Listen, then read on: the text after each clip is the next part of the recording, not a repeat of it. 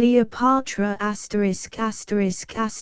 Cleopatra by H. Rider Haggard. Contents. Dedication. Author's note. Cleopatra Introduction. Book I. The Preparation of Harmachis. Chapter I, Chapter 2, Chapter 3, Chapter 4, Chapter V, Chapter 6, Chapter 7. Book 2. The Fall of Harmachis. Chapter I, Chapter 2, Chapter 3, Chapter 4, Chapter V, Chapter 6, Chapter 7, Chapter 8, Chapter 9, Chapter X, Chapter 11, Chapter 12, Chapter 13, Chapter 14, Chapter 15, Chapter 16. Book 3. The Vengeance of Harmachis. Chapter I, Chapter 2, Chapter 3, Chapter 4, Chapter V, Chapter 6, Chapter 7, Chapter 8, Chapter 9, Chapter X. Dedication. My dear mother, I have for a long while hoped to be allowed to dedicate some book of mine to you, and now I bring you this work, because whatever its shortcomings, and whatever judgment may be passed upon it by yourself and others, it is yet the one I should wish you to accept.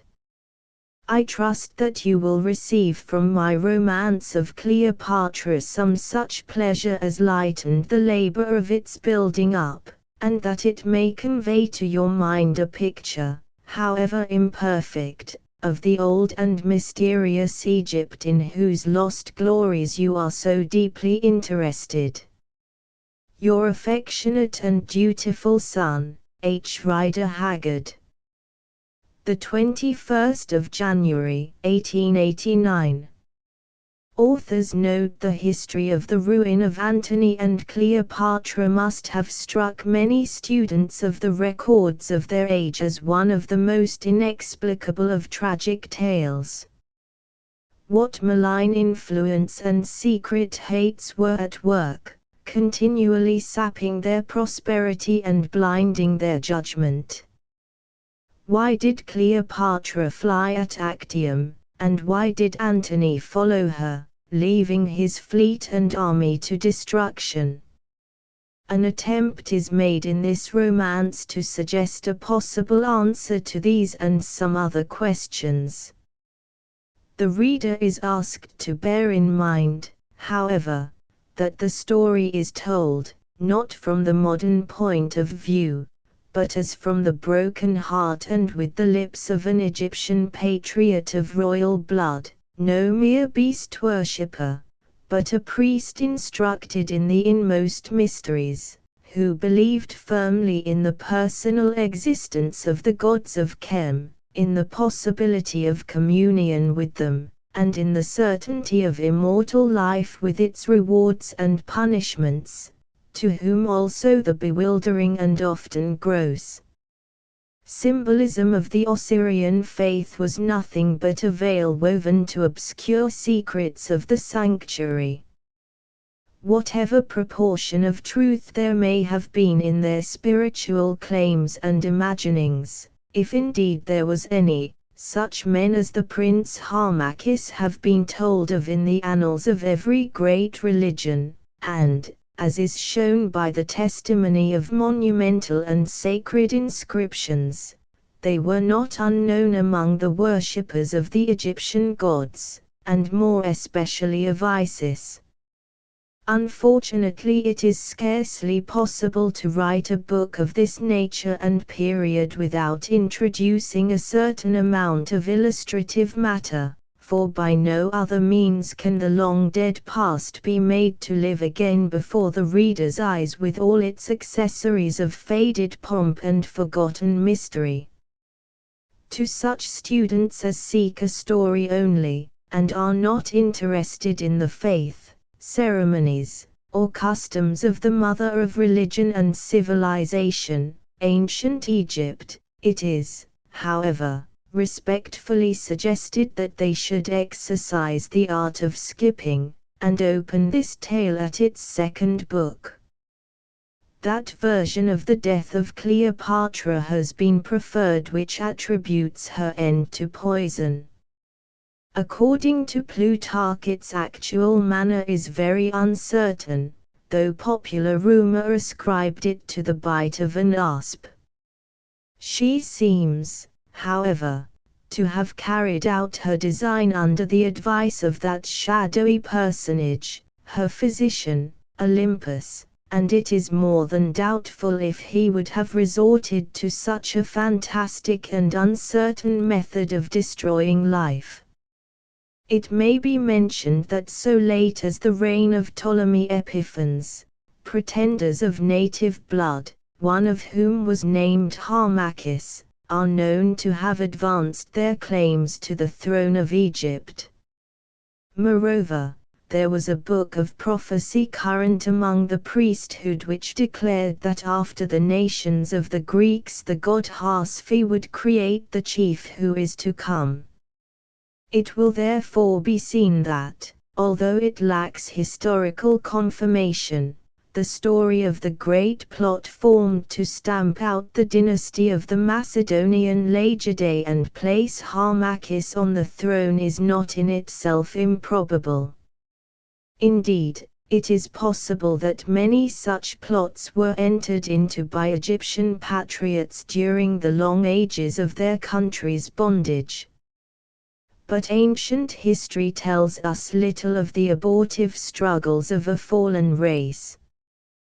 The chant of Isis and the song of Cleopatra, which appear in these pages, are done into verse from the writer's prose by Mr. Andrew Lang, and the dirge sung by Charmian is translated by the same hand from the Greek of the Syrian Meleager. Cleopatra introduction in the recesses of the desolate Libyan mountains that lie behind the temple and city of Abydos, the supposed burying place of the holy Osiris. A tomb was recently discovered, among the contents of which were the papyrus rolls whereupon this history is written. The tomb itself is spacious, but otherwise remarkable only for the depth of the shaft which descends vertically from the rock-hewn cave, that once served as the mortuary chapel for the friends and relatives of the departed, to the coffin chamber beneath. This shaft is no less than 89 feet in depth. The chamber at its foot was found to contain 3 coffins only, though it is large enough for many more. 2 of these, which in all probability enclosed the bodies of the high priest, Amnemut, and of his wife, father and mother of Harmachis, the hero of this history, the shameless Arabs who discovered them there and then broke up.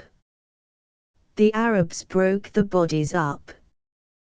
With unhallowed hands they tore the holy Amnemut and the frame of her who had, as it is written, been filled with the spirit of the Ethers, tore them limb from limb, searching for treasure amidst their bones, perhaps, as is their custom, selling the very bones for a few piastres to the last ignorant tourist who came their way, seeking what he might destroy. For in Egypt the unhappy, the living find their bread in the tombs of the great men who were before them. But as it chanced, some little while afterwards, one who is known to this writer, and a doctor by profession, passed up the Nile to Abydos, and became acquainted with the men who had done this thing. They revealed to him the secret of the place, telling him that one coffin yet remained entombed. It seemed to be the coffin of a poor person, they said, and therefore, being pressed for time, they had left it unviolated. Moved by curiosity to explore the recesses of a tomb as yet unprofaned by tourists, my friend bribed the Arabs to show it to him. What ensued I will give in his own words, exactly as he wrote it to me. I slept that night near the temple of Seti, and started before daybreak on the following morning. With me were a cross-eyed rascal named Ali, Ali Baba I named him, the man from whom I got the ring which I am sending you, and a small but choice assortment of his fellow thieves. Within an hour after sunrise we reached the valley where the tomb is. It is a desolate place, into which the sun pours his scorching heat all the long day through, till the huge brown rocks which are strewn about become so hot that one can scarcely bear to touch them, and the sand scorches the feet. It was already too hot to walk, so we rode on donkeys, some way up the valley, where a vulture floating far in the blue overhead was the only other visitor, till we came to an enormous boulder polished by centuries of action of sun and sand. Here Ali halted, saying that the tomb was under the stone. Accordingly, we dismounted, and, leaving the donkeys in charge of a fellow boy, went up to the rock. Beneath it was a small hole, barely large enough for a man to creep through. Indeed it had been dug by jackals, for the doorway and some part of the cave were entirely silted up, and it was by means of this jackal hole that the tomb had been discovered. Ali crept in on his hands and knees, and I followed, to find myself in a place cold after the hot outside air, and, in contrast with the light, filled with a dazzling darkness. We lit our candles, and, the select body of thieves having arrived, I made an examination. We were in a cave the size of a large room, and hollowed by hand, the further part of the cave being almost free from drift dust. On the walls are religious paintings of the usual Ptolemaic character, and among them one of a majestic old man with a long white beard, who is seated in a carved chair holding a wand in his hand. Before him passes a procession of priests bearing sacred images. In the right-hand corner of the tomb is the shaft of the mummy pit, a square-mouthed well cut in the black rock. We had brought a beam of thorn wood, and this was now laid across the pit and a rope made fast to it. Then Ali, who, to do him justice, is a courageous thief, took hold of the rope, and, putting some candles into the breast of his robe, placed his bare feet against the smooth sides of the well and began to descend with great rapidity. Very soon he had vanished into blackness, and the agitation of the cord alone told us that anything was going on below. At last the rope ceased shaking and a faint shout came rumbling up the well, announcing Ali's safe arrival. Then, far below, a tiny star of light appeared.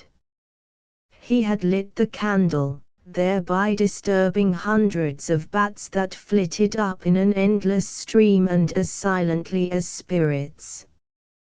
The rope was hauled up again, and now it was my turn, but, as I declined to trust my neck to the hand-over-hand method of descent, the end of the cord was made fast round my middle and I was lowered bodily into those sacred depths. Nor was it a pleasant journey, for, if the masters of the situation above had made any mistake, I should have been dashed to pieces. Also, the bats continually flew into my face and clung to my hair, and I have a great dislike of bats. At last, after some minutes of jerking and dangling, I found myself standing in a narrow passage by the side of the worthy Ali, covered with bats and perspiration, and with the skin rubbed off my knees and knuckles. Then another man came down, hand over hand like a sailor, and as the rest were told to stop above we were ready to go on. Ali went first with his candle. Of course we each had a candle, leading the way down a long passage about 5 feet high. At length the passage widened out, and we were in the tomb chamber, I think the hottest and most silent place that I ever entered. It was simply stifling. This chamber is a square room cut in the rock and totally devoid of paintings or sculpture. I held up the candles and looked round. About the place were strewn the coffin lids and the mummied remains of the 2 bodies that the Arabs had previously violated. The paintings on the former were, I noticed, of great beauty, though, having no knowledge of hieroglyphics, I could not decipher them. Beads and spicy wrappings lay around the remains, which, I saw, were those of a man and a woman. Plus, the head had been broken off the body of the man. I took it up and looked at it. It had been closely shaved, after death, I should say, from the general indications, and the features were disfigured with gold leaf. But notwithstanding this, and the shrinkage of the flesh, I think the face was one of the most imposing and beautiful that I ever saw. It was that of a very old man, and his dead countenance still wore so calm and solemn, indeed, so awful a look, that I grew quite superstitious, though as you know, I am pretty well accustomed to dead people, and put the head down in a hurry. There were still some wrappings left upon the face of the second body, and I did not remove them, but she must have been a fine large woman in her day. This, I take it, is a portrait of Amnemet himself. Editor. Plus, doubtless Amnemet and his wife. Editor. They're the other mummy, said Ali, pointing to a large and solid case that seemed to have been carelessly thrown down in a corner, for it was lying on its side. I went up to it and carefully examined it. It was well made, but of perfectly plain cedar wood, not an inscription, not a solitary god on it. Never see one like him before, said Ali. Very great hurry, he no mafish no finish. Throw him down here on side. I looked at the plain case till at last my interest was thoroughly aroused. I was so shocked by the sight of the scattered dust of the departed that I had made up my mind not to touch the remaining coffin, but now my curiosity overcame me, and we set to work. Ali had brought a mallet and a cold chisel with him, and, having set the coffin straight, he began upon it with all the zeal of an experienced tomb breaker. And then he pointed out another thing.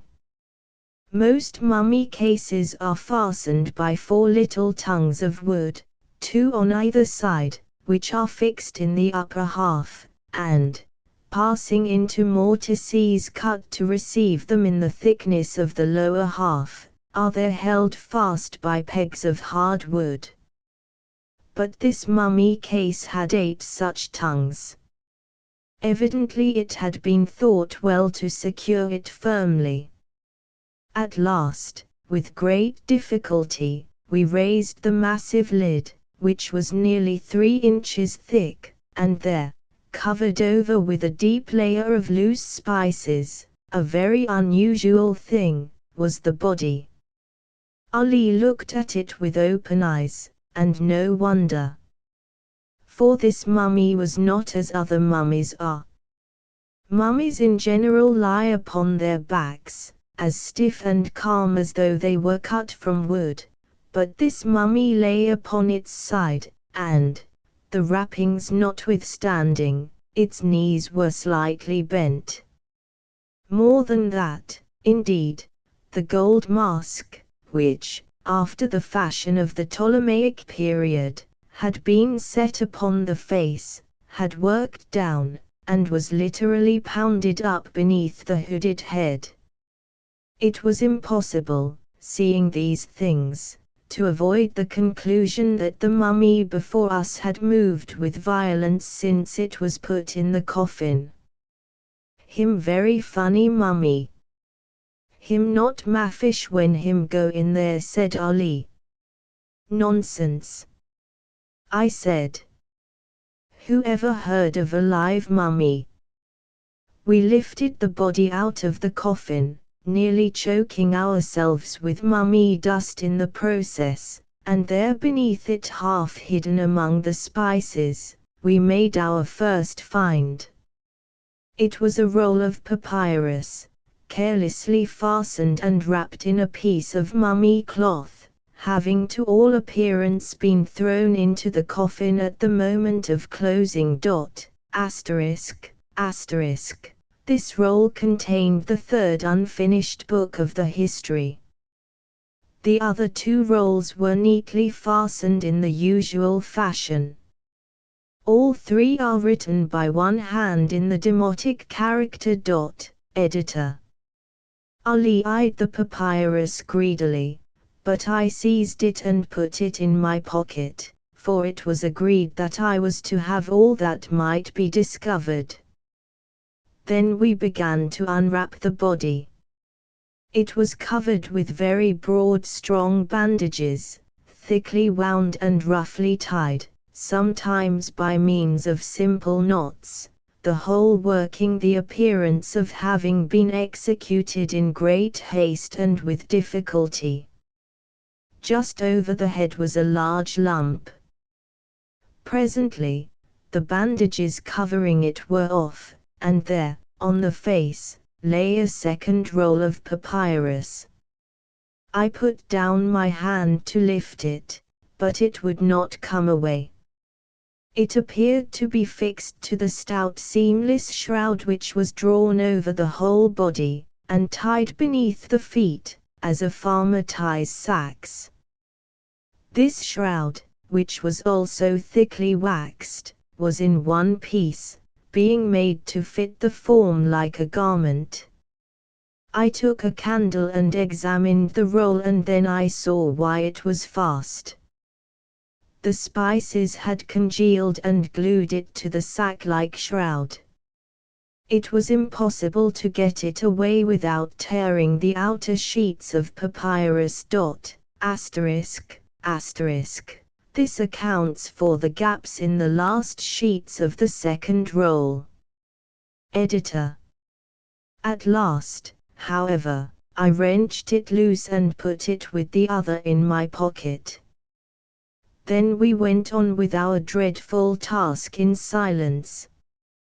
With much care we ripped loose the sack-like garment, and at last the body of a man lay before us. Between his knees was a third roll of papyrus. I secured it, then held down the light and looked at him. One glance at his face was enough to tell a doctor how he had died. This body was not much dried up. Evidently it had not passed the allotted 70 days in natron, and therefore the expression and likeness were better preserved than is usual. Without entering into particulars, I will only say that I hope I shall never see such another look as that which was frozen on this dead man's face. Even the Arabs recoiled from it in horror and began to mutter prayers. For the rest, the usual opening on the left side through which the embalmers did their work was absent. The finely cut features were those of a person of middle age, although the hair was already grey, and the frame was that of a very powerful man, the shoulders being of an extraordinary width. I had not time to examine very closely, however, for within a few seconds from its uncovering, the unembalmed body began to crumble now that it was exposed to the action of the air. In 5 or 6 minutes there was literally nothing left of it but a wisp of hair, the skull, and a few of the larger bones. I noticed that one of the tibiae, I forget if it was the right or the left, had been fractured and very badly set. It must have been quite an inch shorter than the other. Well, there was nothing more to find, and now that the excitement was over, what between the heat, the exertion, and the smell of mummy dust and spices, I felt more dead than alive. I am tired of writing, and this ship rolls. This letter, of course, goes overland, and I am coming by long sea, but I hope to be in London within 10 days after you get it.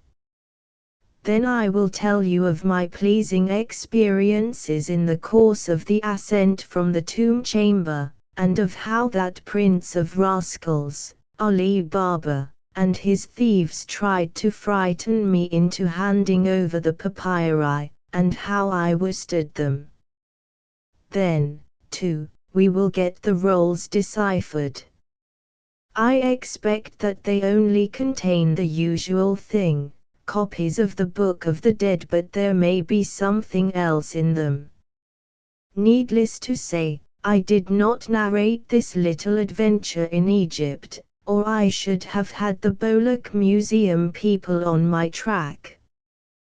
Goodbye, Mafish Finish, as Ali Baba always said. In due course, my friend, the writer of the letter from which I have quoted, arrived in London, and on the very next day we paid a visit to a learned acquaintance well versed in hieroglyphics and demotic writing. The anxiety with which we watched him skillfully damping and unfolding one of the rolls and peering through his gold-rimmed glasses at the mysterious characters may well be imagined. He said, whatever it is, this is not a copy of the Book of the Dead. By George, what's this? Cleopatra, why, my dear sirs, as I am a living man, this is the history of somebody who lived in the days of Cleopatra, the Cleopatra, for here's Antony's name with hers. Well, there's 6 months' work before me here, 6 months, at the very least. And in that joyful prospect he fairly lost control of himself, and skipped about the room, shaking hands with us at intervals, and saying I'll translate it if it kills me, and we will publish it, and, by the living Osiris, it shall drive every Egyptologist in Europe mad with envy. Oh, what a find! What a most glorious find! And oh, you whose eyes fall upon these pages, see, they have been translated, and they have been printed, and here they lie before you, an undiscovered land wherein you are free to travel. Harmachis speaks to you from his forgotten tomb. The walls of time fall down, and, as at the lightning's leap, a picture from the past starts upon your view, framed in the darkness of the ages.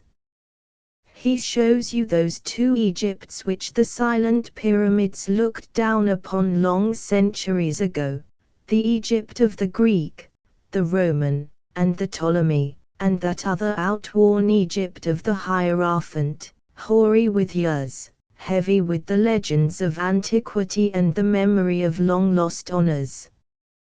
He tells you how the smouldering loyalty of the land of Chem blazed up before it died, and how fiercely the old-time consecrated faith struggled against the conquering tide of change that rose, like Nile at flood, and drowned the ancient gods of Egypt. Here, in his pages, you shall learn the glory of Isis the many-shaped, the executrix of decrees.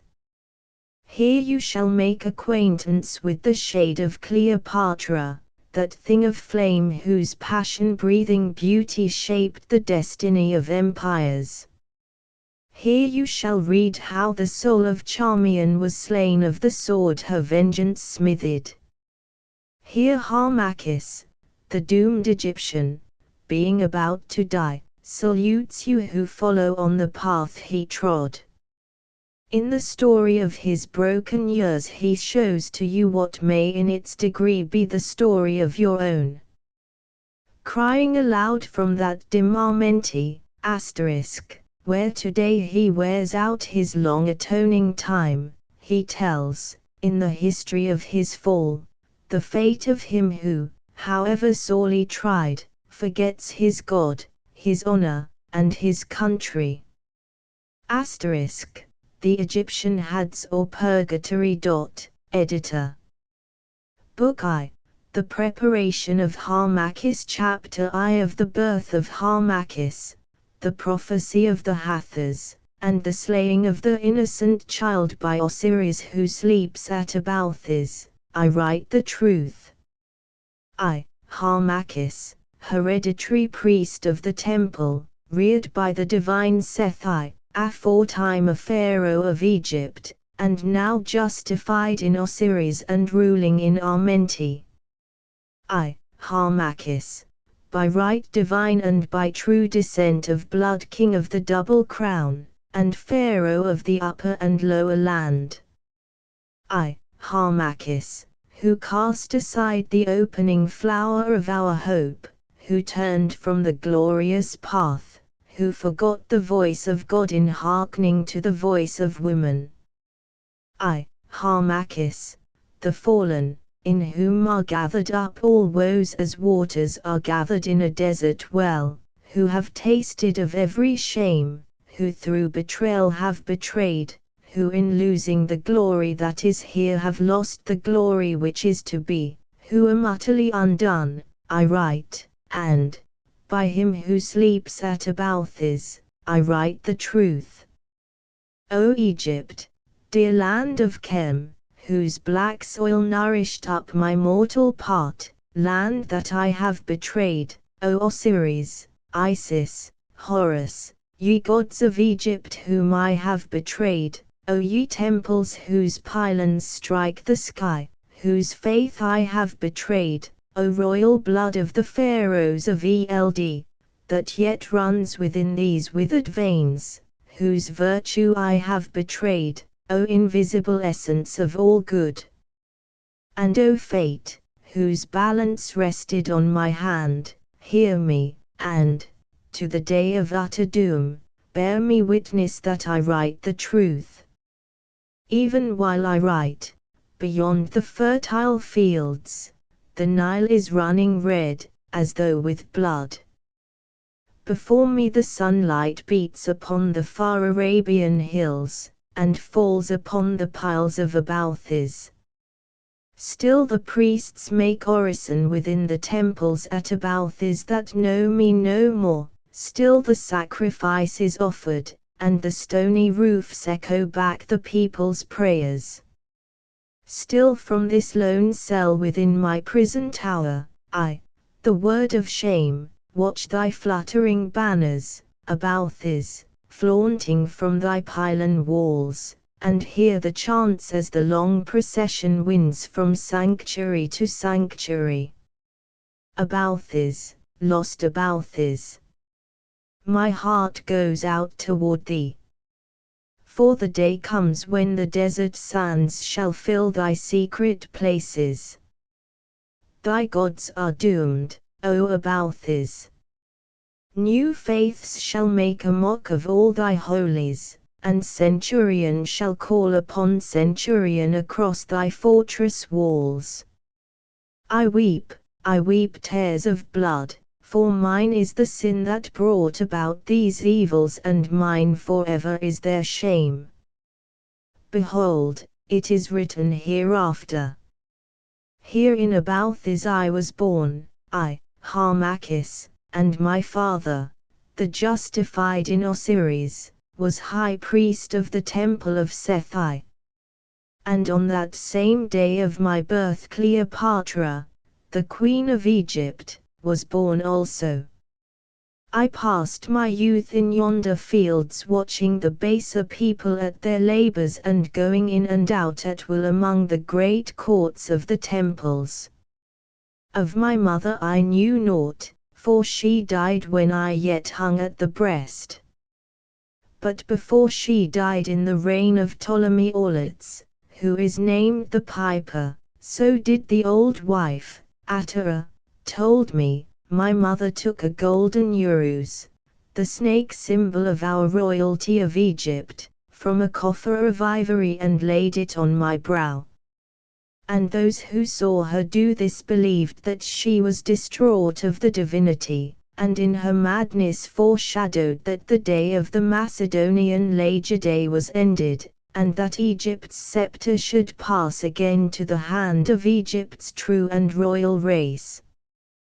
But when my father, the old high priest Amnemut, whose only child I was, she who was his wife before my mother having been, for what crime I know not, cursed with barrenness by Sekhet, I say when my father came in and saw what the dying woman had done, he lifted up his hands towards the vault of heaven and adored the invisible, because of the sign that had been sent.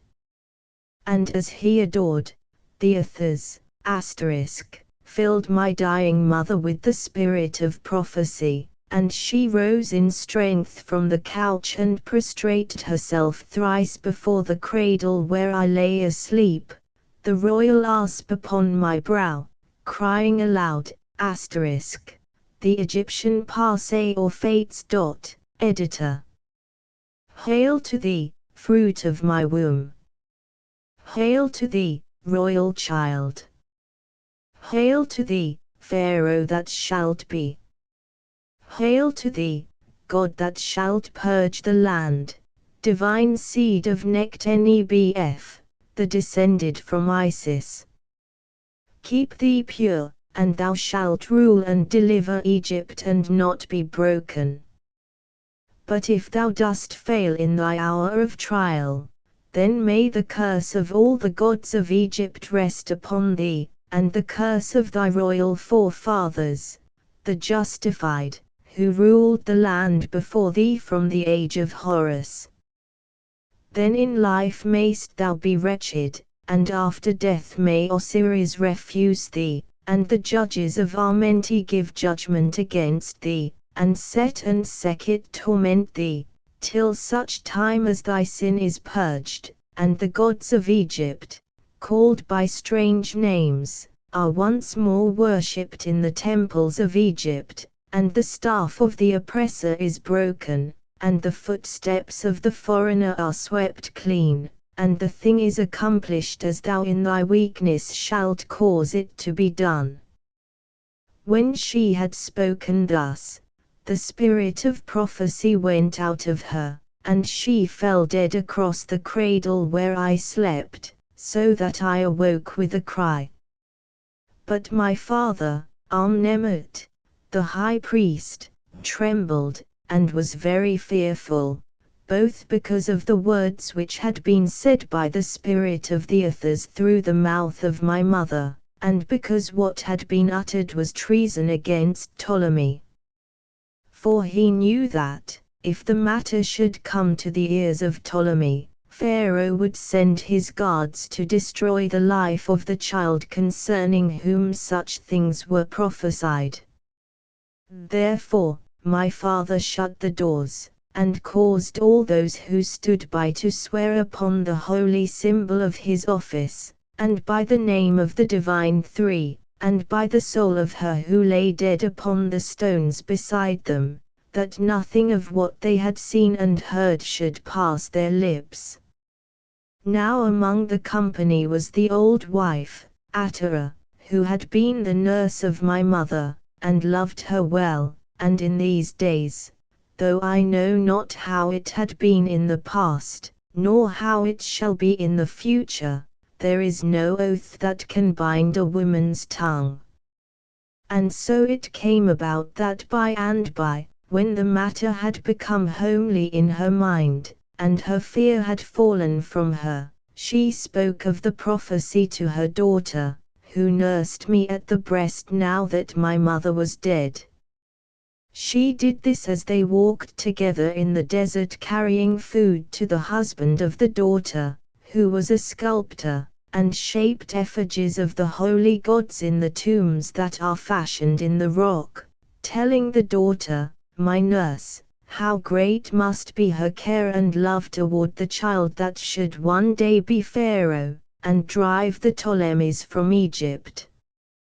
But the daughter, my nurse, was so filled with wonder at what she heard that she could not keep the tale locked within her breast, and in the night she awoke her husband, and, in her turn, whispered it to him, and thereby compassed her own destruction, and the destruction of her child, my foster brother. For the man told his friend, and the friend was a spy of Ptolemy's, and thus the tale came to Pharaoh's ears. Now, Pharaoh was much troubled thereat, for though when he was full of wine he would make a mock of the God of the Egyptians, and swear that the Roman Senate was the only God to whom he bowed the knee, yet in his heart he was terribly afraid, as I have learned from one who was his physician. For when he was alone at night he would scream and cry aloud to the great Serapis, who indeed is no true God, and to other gods, fearing lest he should be murdered and his soul handed over to the tormentors. Also, when he felt his throne tremble under him, he would send large presents to the temples, asking a message from the oracles, and more especially from the oracle that is at Philae. Therefore, when it came to his ears that the wife of the high priest of the great and ancient temple of Abathis had been filled with the spirit of prophecy before she died, and foretold that her son should be Pharaoh, he was much afraid, and summoning some trusty guards, who, being Greeks, did not fear to do sacrilege, he dispatched them by boat up the Nile, with orders to come to Abathis and cut off the head of the child of the high priest and bring it to him in a basket. But, as it chanced, the boat in which the guards came was of deep draught, and, the time of their coming being at the lowest ebb of the river, it struck and remained fast upon a bank of mud that is opposite the mouth of the road running across the plains to Abathis, and, as the north wind was blowing very fiercely, it was like to sink. Thereon the guards of Pharaoh called out to the common people, who labored at lifting water along the banks of the river, to come with boats and take them off, but, seeing that they were Greeks of Alexandria, the people would not, for the Egyptians do not love the Greeks. Then the guards cried that they were on Pharaoh's business, and still the people would not, asking what was their business.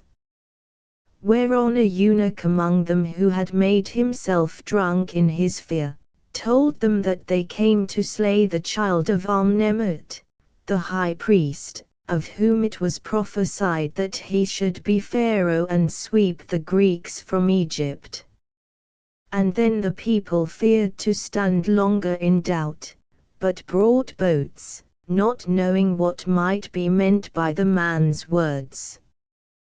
But there was one amongst them, a farmer and an overseer of canals, who was a kinsman of my mother's and had been present when she prophesied, and he turned and ran swiftly for 3 parts of an hour, till he came to where I lay in the house that is without the north wall of the great temple.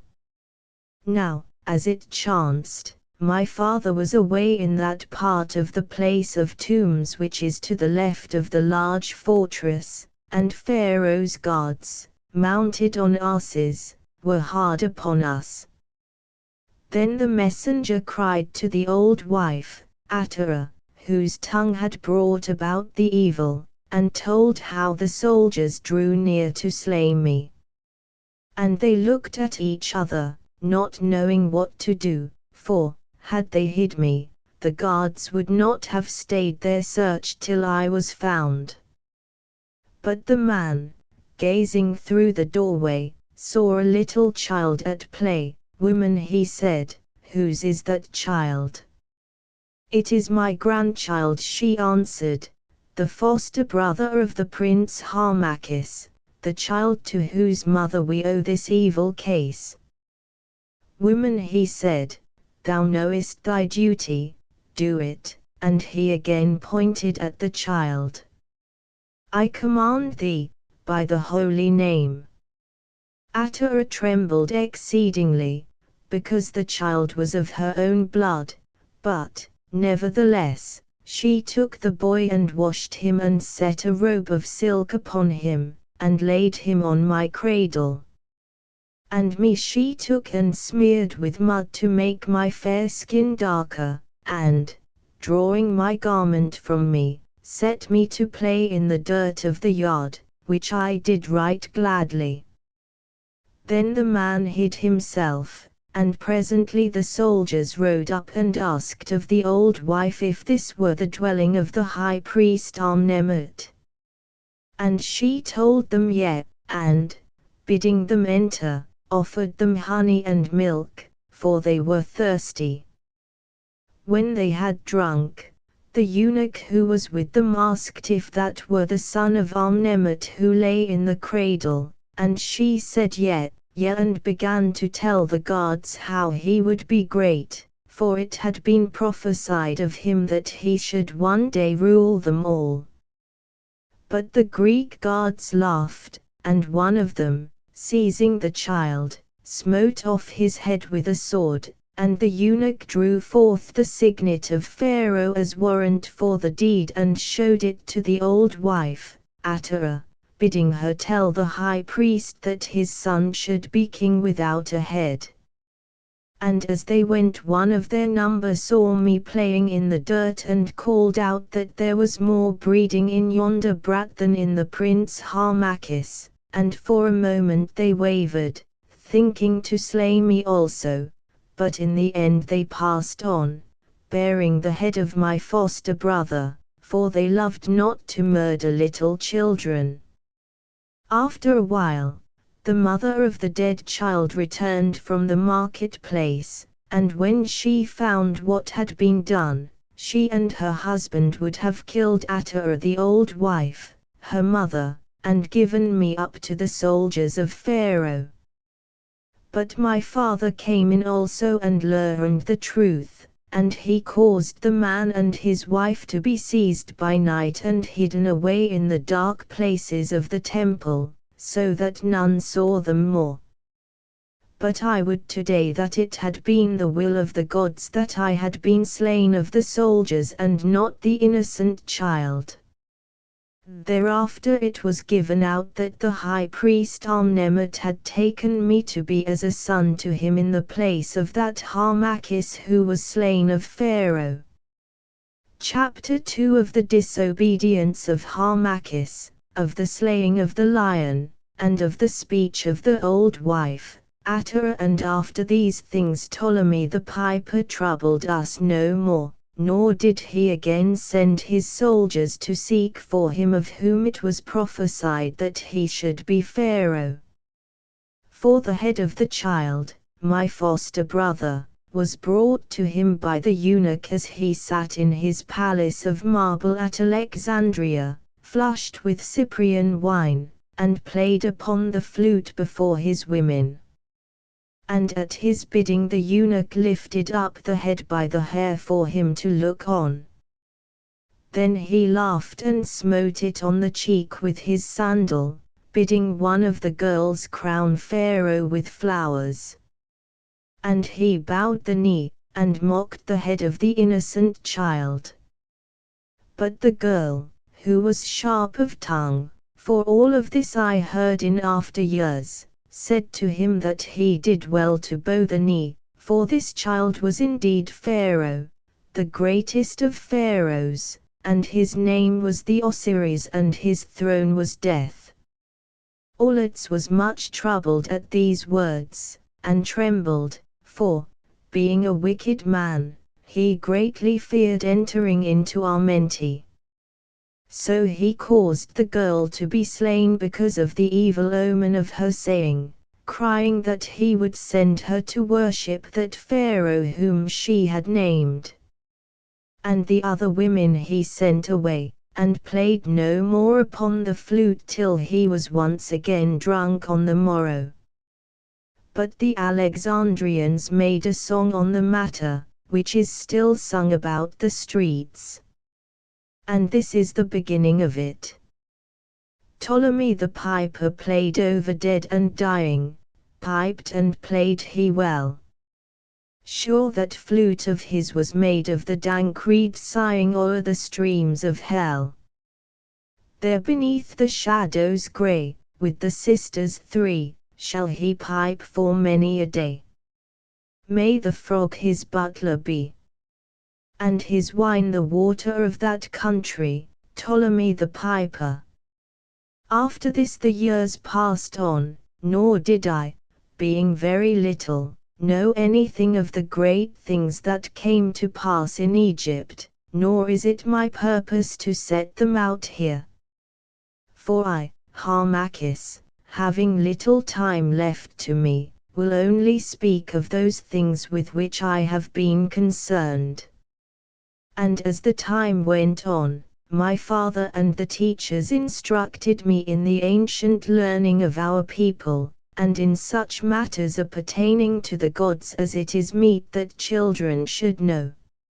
So I grew strong and comely, for my hair was black as the hair of the divine Knout, and my eyes were blue as the blue lotus, and my skin was like the alabaster within the sanctuaries. For now that these glories have passed from me I may speak of them without shame. I was strong also. There was no youth of my years in Abalthis who could stand against me to wrestle with me, nor could any throw so far with the sling or spear.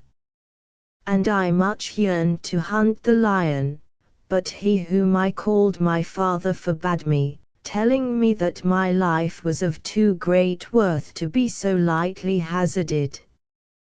But when I bowed before him and prayed he would make his meaning clear to me, the old man frowned and answered that the gods made all things clear in their own season.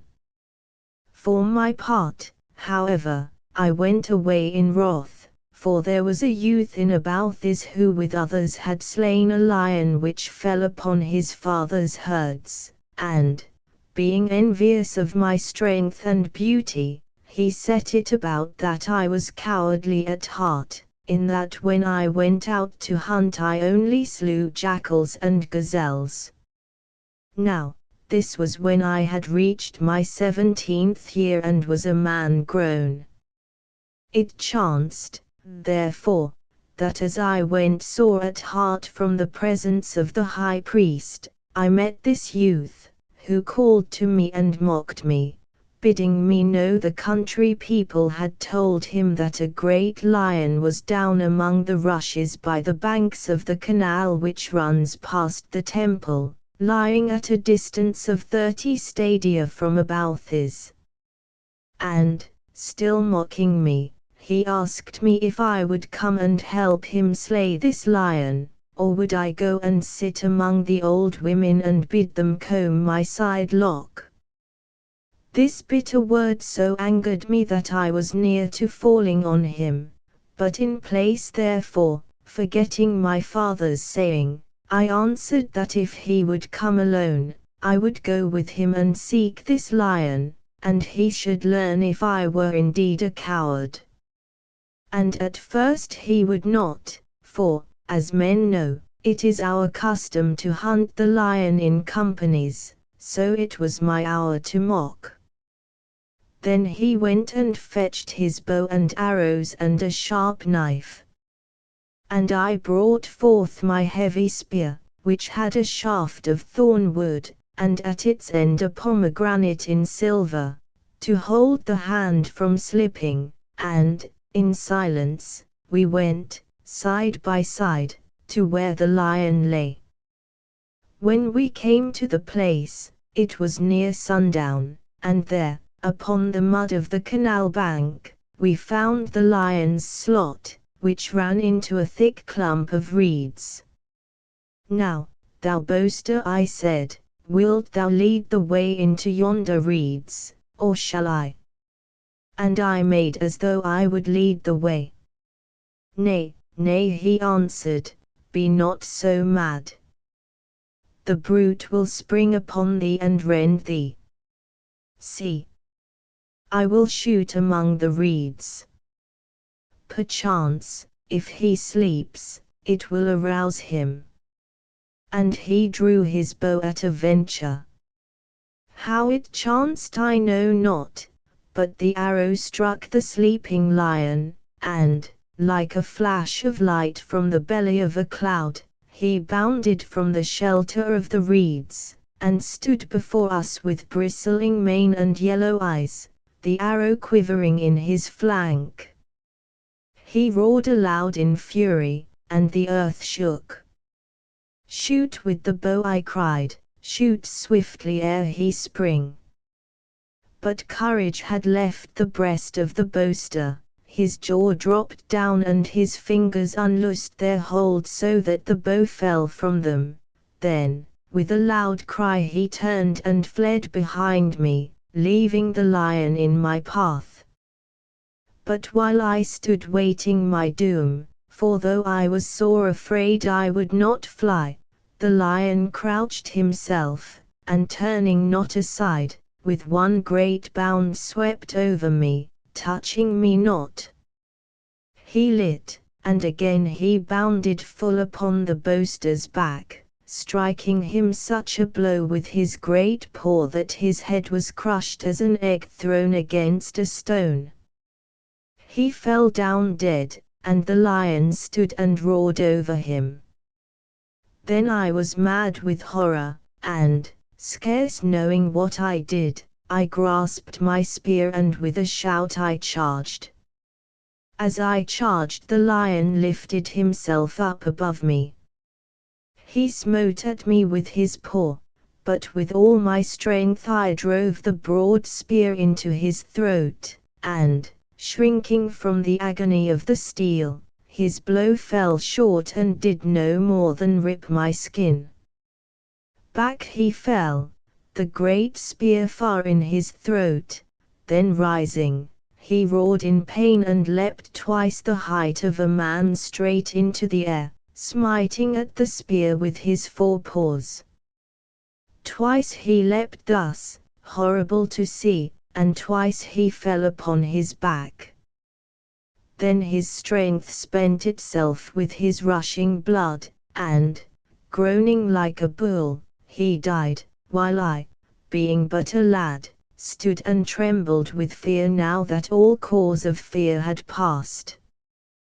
But as I stood and gazed at the body of him who had taunted me, and at the carcass of the lion, a woman came running towards me, even the same old wife, Atara, who, though I knew it not as yet, had offered up her flesh and blood that I might be saved alive.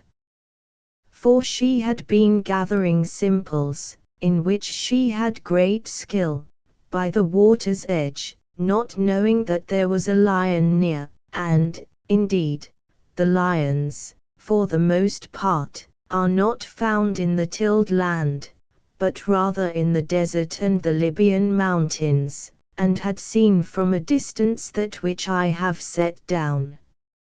Now, when she was come, she knew me for Harmachis, and, bending herself, she made obeisance to me, and saluted me, calling me royal, and worthy of all honor, and beloved, and chosen of the Holy Three, and by the name of the Pharaoh. the deliverer. But I, thinking that terror had made her sick of mind, asked her of what she would speak. Is it a great thing, I asked, that I should slay a lion? Is it a matter worthy of such talk as thine? There live, and have lived, men who have slain many lions.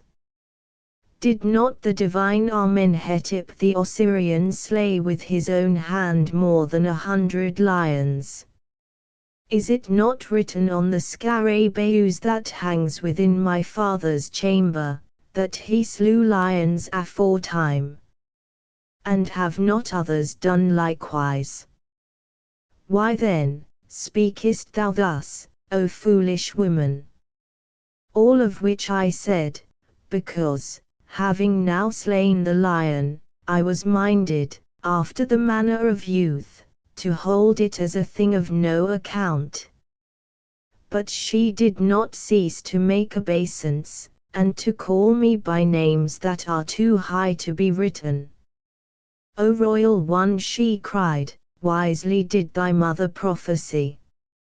Surely the Holy Spirit, the Neph, was in her, O thou conceived by a god. See the omen.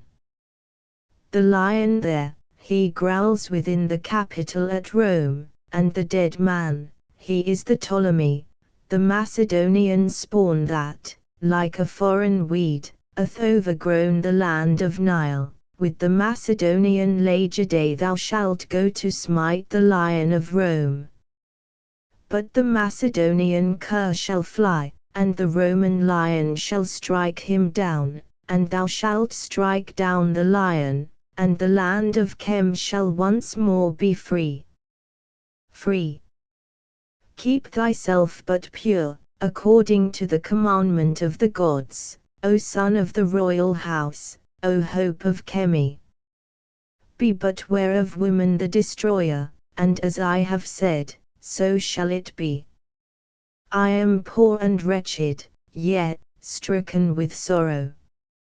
I have sinned in speaking of what should be hid, and for my sin I have paid in the coin of that which was born of my womb, willingly have I paid for thee. But I have still of the wisdom of our people, nor do the gods, in whose eyes all are equal, turn their countenance from the poor.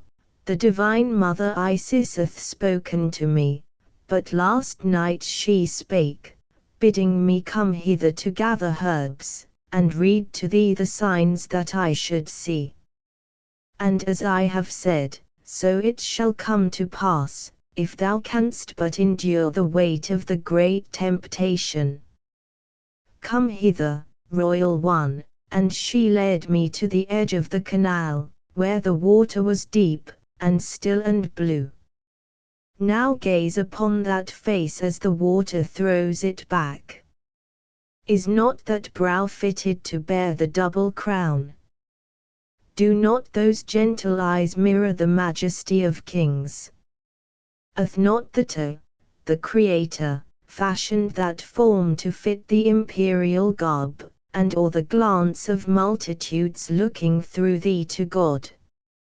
Nay, nay, she went on in another voice, a shrill old wife's voice, I will, be not so foolish, boy, the scratch of a lion is a venomous thing, a terrible thing, yet, as bad as the bite of an asp, it must be treated, else it will fester, and all thy days thou shalt dream of lions, and snakes, and, also, it will break out in sores. But I know of it, I know.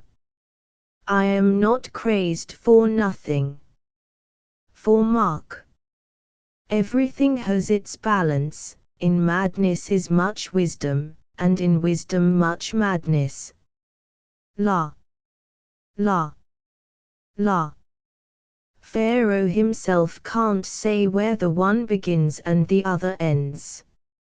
Now, don't stand gazing there, looking as silly as a cat in a crocus-colored robe, as they say in Alexandria, but just let me stick these green things on the place, and in 6 days you'll heal up as white as a 3-year child. Never mind the smart of it, lad.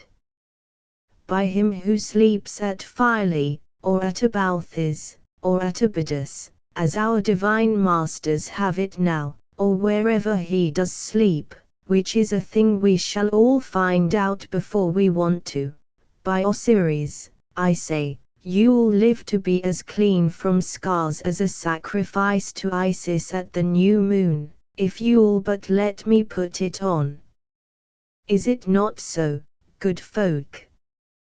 And she turned to address some people who, while she prophesied, had assembled unseen by me. I've been speaking a spell over him, just to make a way for the virtue of my medicine. La, there's nothing like a spell. If you don't believe it, just you come to me next time your wives are barren. It's better than scraping every pillar in the temple of Osiris, I'll warrant.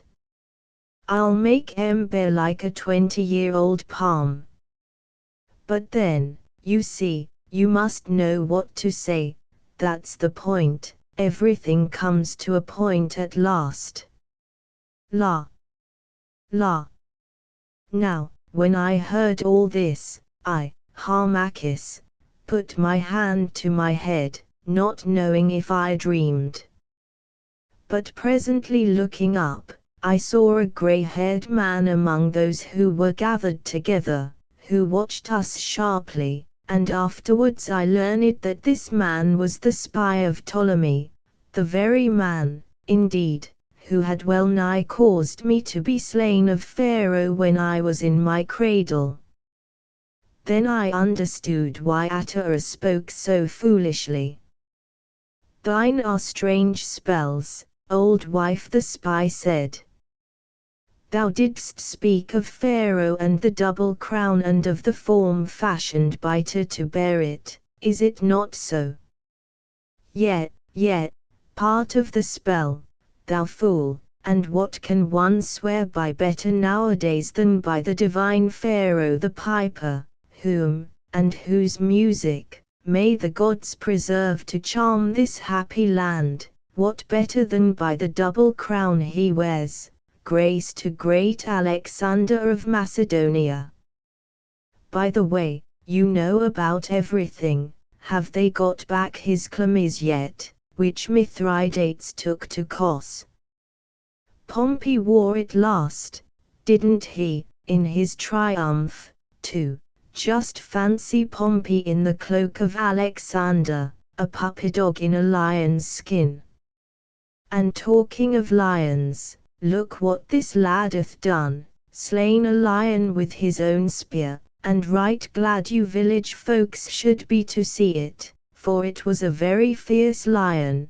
Just see his teeth and his claws, they are enough to make a poor silly old woman like me shriek to look at them. And the body there, the dead body, the lion slew it. Alack! He's an Osiris, now, the body, and to think of it, but an hour ago he was an everyday mortal like you or me. Well, away with him to the embalmers. He'll soon swell in the sun and burst, and that will save them the trouble of cutting him open. Not that they will spend a talent of silver over him anyway. 70 days in natron, that's all he's likely to get. La! How my tongue does run, and it's getting dark. Come, aren't you going to take away the body of that poor lad, and the lion, too? There, my boy, you keep those herbs on, and you'll never feel your scratches.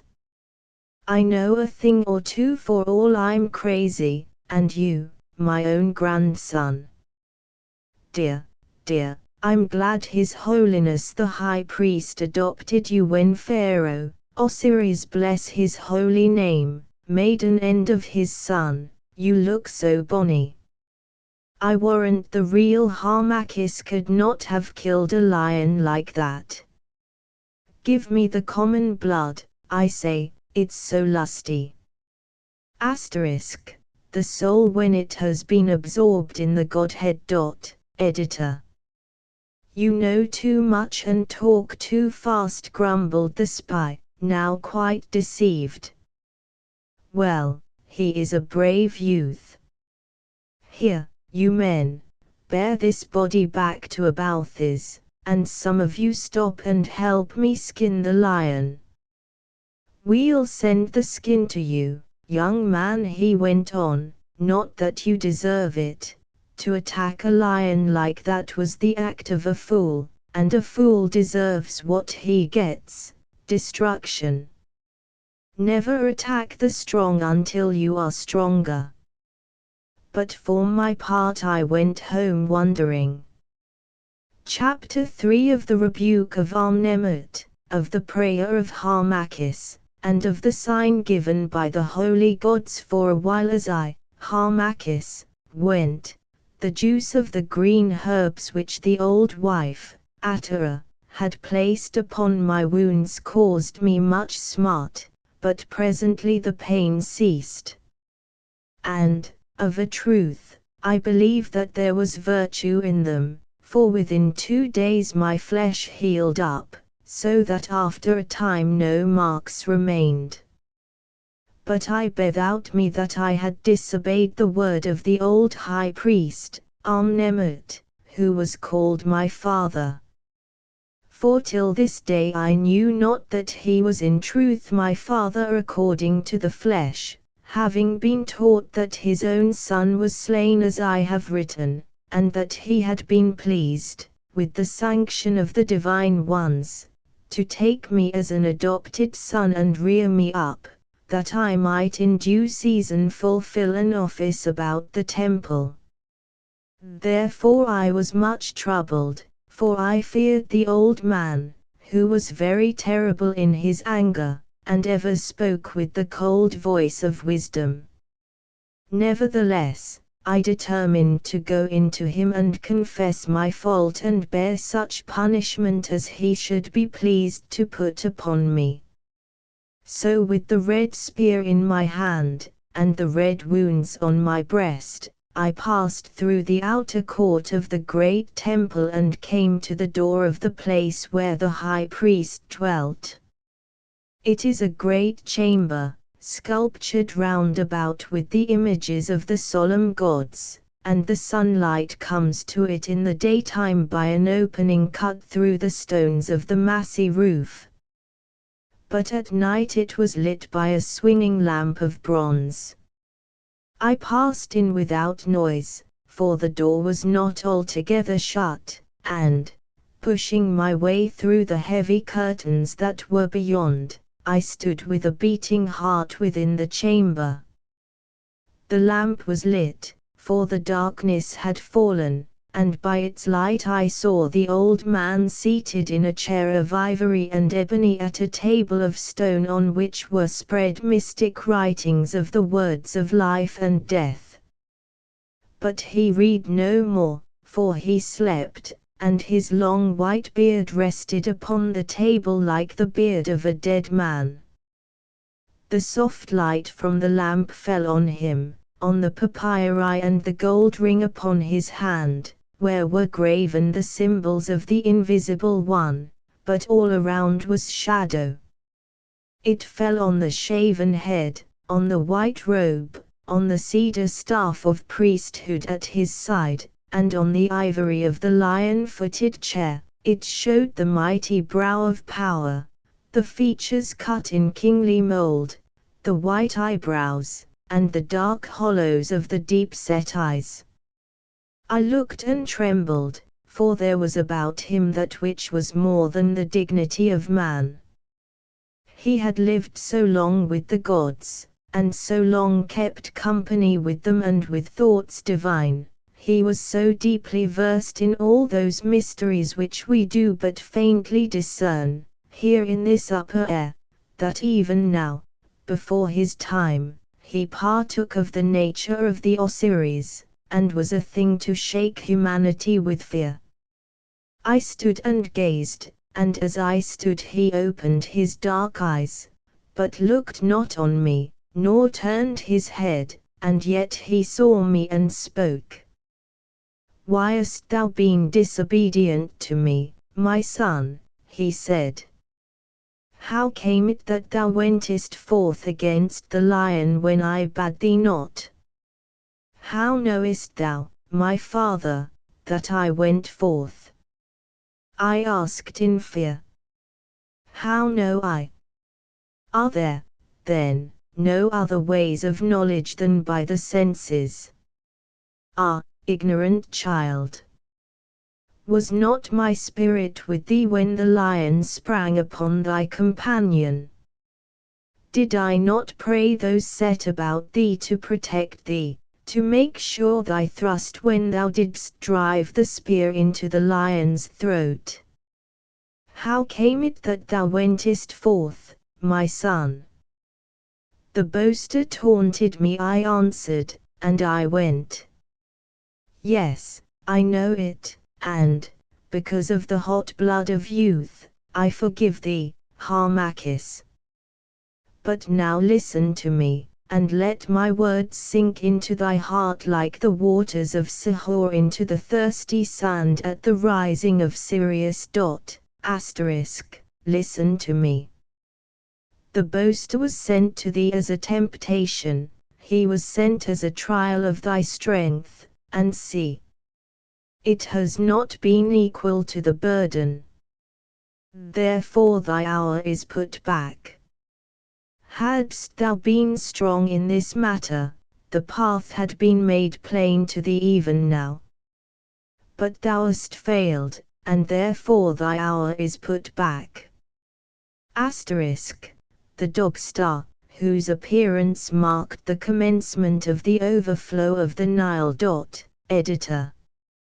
I understand thee not, my father, I answered. What was it, then, my son, that the old wife, Atara, said to thee down by the bank of the canal? Then I told him all that the old wife had said. And thou believest, Harmachis, my son? Nay, I answered, how should I believe such tales? Surely she is mad. All the people know her for mad. Now for the first time he looked towards me, who was standing in the shadow. My son, he cried, thou art wrong. She is not mad. The woman spoke the truth, she spoke not of herself, but of the voice within her that cannot lie. For this Atara is a prophetess and holy. Now learn thou the destiny that the gods of Egypt have given to thee to fulfill, and woe be unto thee if by any weakness thou dost fail therein. Listen, thou art no stranger adopted into my house and the worship of the temple, thou art my very son, saved to me by this same woman. But, Harmachis, thou art more than this, for in thee and me alone yet flows the imperial blood of Egypt. Thou and I alone of men alive are descended, without break or flaw, from that Pharaoh Necht-Nebef whom Marchus the Persian drove from Egypt. The Persian came and the Persian went, and after the Persian came the Macedonian. And now for nigh upon 300 years the Lagidae have usurped the double crown, defiling the land of Chem and corrupting the worship of its gods.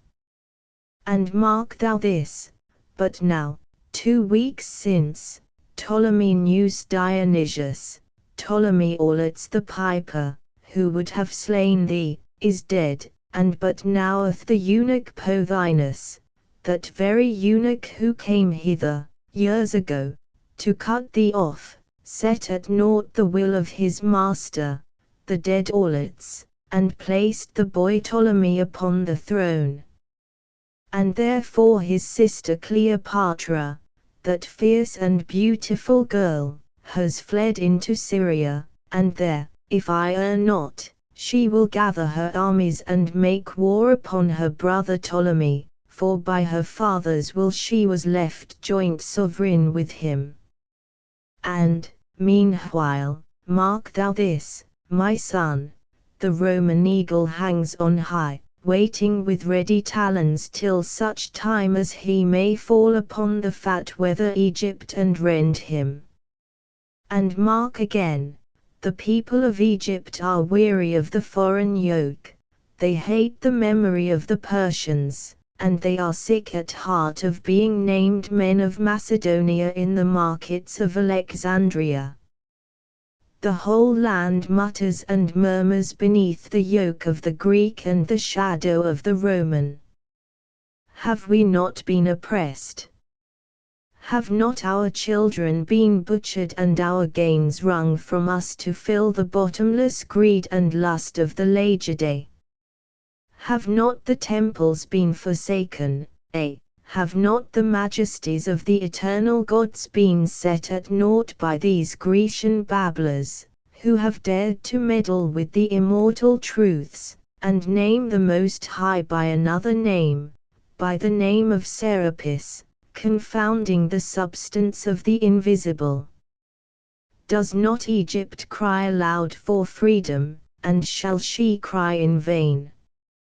Nay, nay, for thou, my son, art the appointed way of deliverance. To thee, being sunk in Eld, I have decreed my rights. Already thy name is whispered in many a sanctuary, from Abu to Athu. Already priests and people swear allegiance, even by the sacred symbols, unto him who shall be declared to them. Still, the time is not yet, thou art too green a sapling to bear the weight of such a storm. But today thou wast tried and found wanting. He who would serve the gods, Harmachis, must put aside the failings of the flesh. Taunts must not move him, nor any lusts of man. Thine is a high mission, but this thou must learn. If thou learn it not, thou shalt fail therein, and then, my curse be on thee. And the curse of Egypt, and the curse of Egypt's broken gods. For know thou this, that even the gods, who are immortal, may, in the interwoven scheme of things, lean upon the man who is their instrument, as a warrior on his sword. And woe be to the sword that snaps in the hour of battle, for it shall be thrown aside to rust or perchance be melted with fire.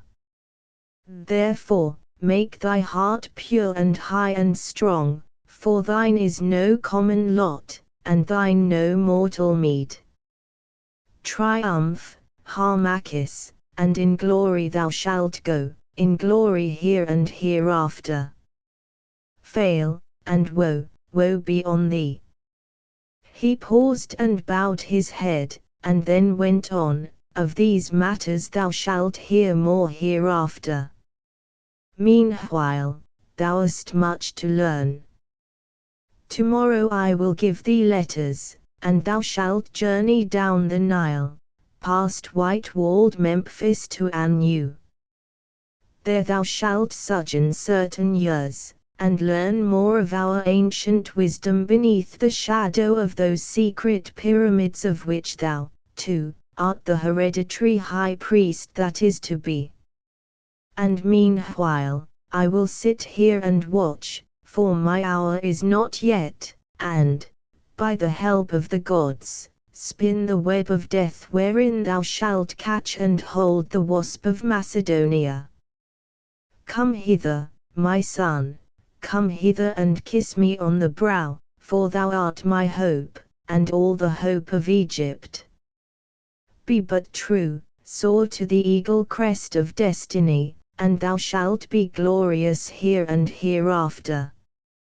Be false, fail, and I will spit upon thee, and thou shalt be accursed, and thy soul shall remain in bondage till that hour when, in the slow flight of time, the evil shall once more grow to good and Egypt shall again be free. I drew near, trembling, and kissed him on the brow. May all these things come upon me, and more I said, if I fail thee, my father. Nay, he cried, not me, but rather those whose will I do. And now go, my son, and ponder in thy heart, and in thy secret heart digest my words, mark what thou shalt see, and gather up the dew of wisdom, making thee ready for the battle. Fear not for thyself, thou art protected from all ill. No harm may touch thee from without, thyself alone can be thine own enemy. I have said. Then I went forth with a full heart. The night was very still, and none were stirring in the temple courts. I hurried through them, and reached the entrance to the pylon that is at the outer gate. Then, seeking solitude, and, as it were, to draw near to heaven, I climbed the pylon's 200 steps, until at length I reached the massive roof. Here I leaned my breast against the parapet, and looked forth. As I looked, the red edge of the full moon floated up over the Arabian hills, and her rays fell upon the pylon where I stood and the temple walls beyond, lighting the visages of the carven gods. Then the cold light struck the stretch of well-tilled lands, now whitening to the harvest, and as the heavenly lamp of Isis passed up to the sky, her rays crept slowly down to the valley, where Sihor, father of the land of Chem, rolls on toward the sea. Now the bright beams kissed the water that smiled an answer back, and now mountain and valley, river, temple, town, and plain were flooded with white light, for Mother Isis was arisen, and threw her gleaming robe across the bosom of the earth. It was beautiful, with the beauty of a dream, and solemn as the hour after death. Mightily, indeed, the temples towered up against the face of night. Never had they seemed so grand to me as in that hour, those eternal shrines, before whose walls time himself shall wither. And it was to be mine to rule this moonlit land, mine to preserve those sacred shrines, and cherish the honor of their gods, mine to cast out the Ptolemy and free Egypt from the foreign yoke. In my veins ran the blood of those great kings who await the day of resurrection, sleeping in the tombs of the Valley of the Bees. My spirit swelled within me as I dreamed upon this glorious destiny. I closed my hands, and there, upon the pylon, I prayed as I had never prayed before to the Godhead, who is called by many names, and in many forms made manifest. O Amen, I prayed, God of gods, who hast been from the beginning, Lord of truth, who art, and of whom all are, who givest out thy Godhead and gatherest it up again, in the circle of whom the divine ones move and are, who wast from all time the self-bego, and who shalt be till time, hearken unto me. For a somewhat similar definition of the Godhead see the funeral papyrus of Nisikh-Hunsu, a princess of the 21st dynasty. Editor. O Amen, Osiris, the sacrifice by whom we are justified, Lord of the region of the winds, ruler of the ages, dweller in the west, the supreme in Amenti, hearken unto me. O Isis, great mother goddess, mother of the Horus, mysterious mother, sister, spouse, hearken unto me.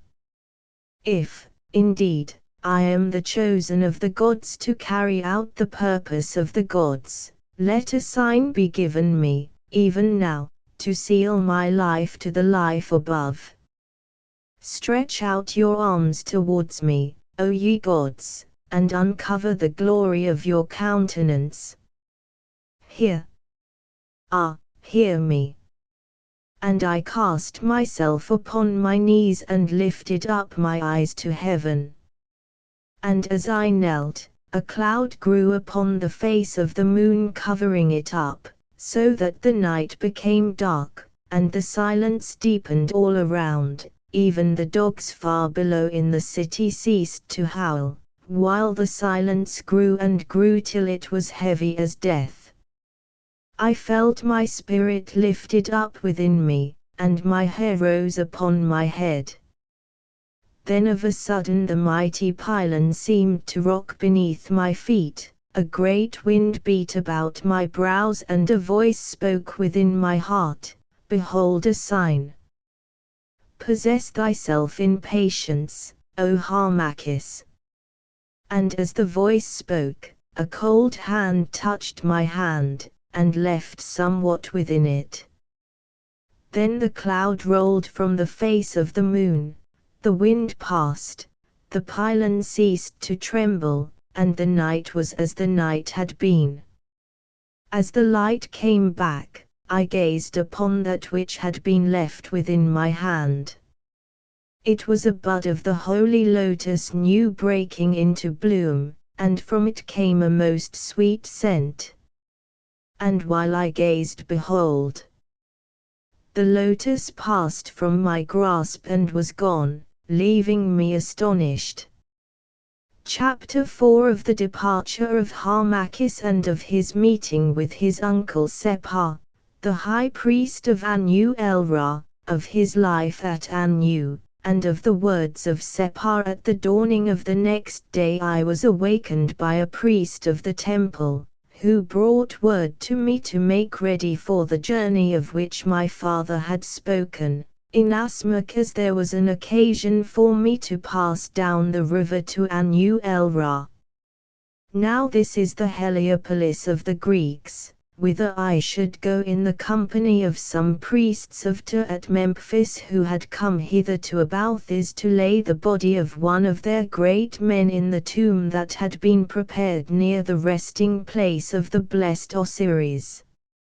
So I made ready, and the same evening, having received letters and embraced my father and those about the temple who were dear to me, I passed down the banks of Sihor, and we sailed with the south wind.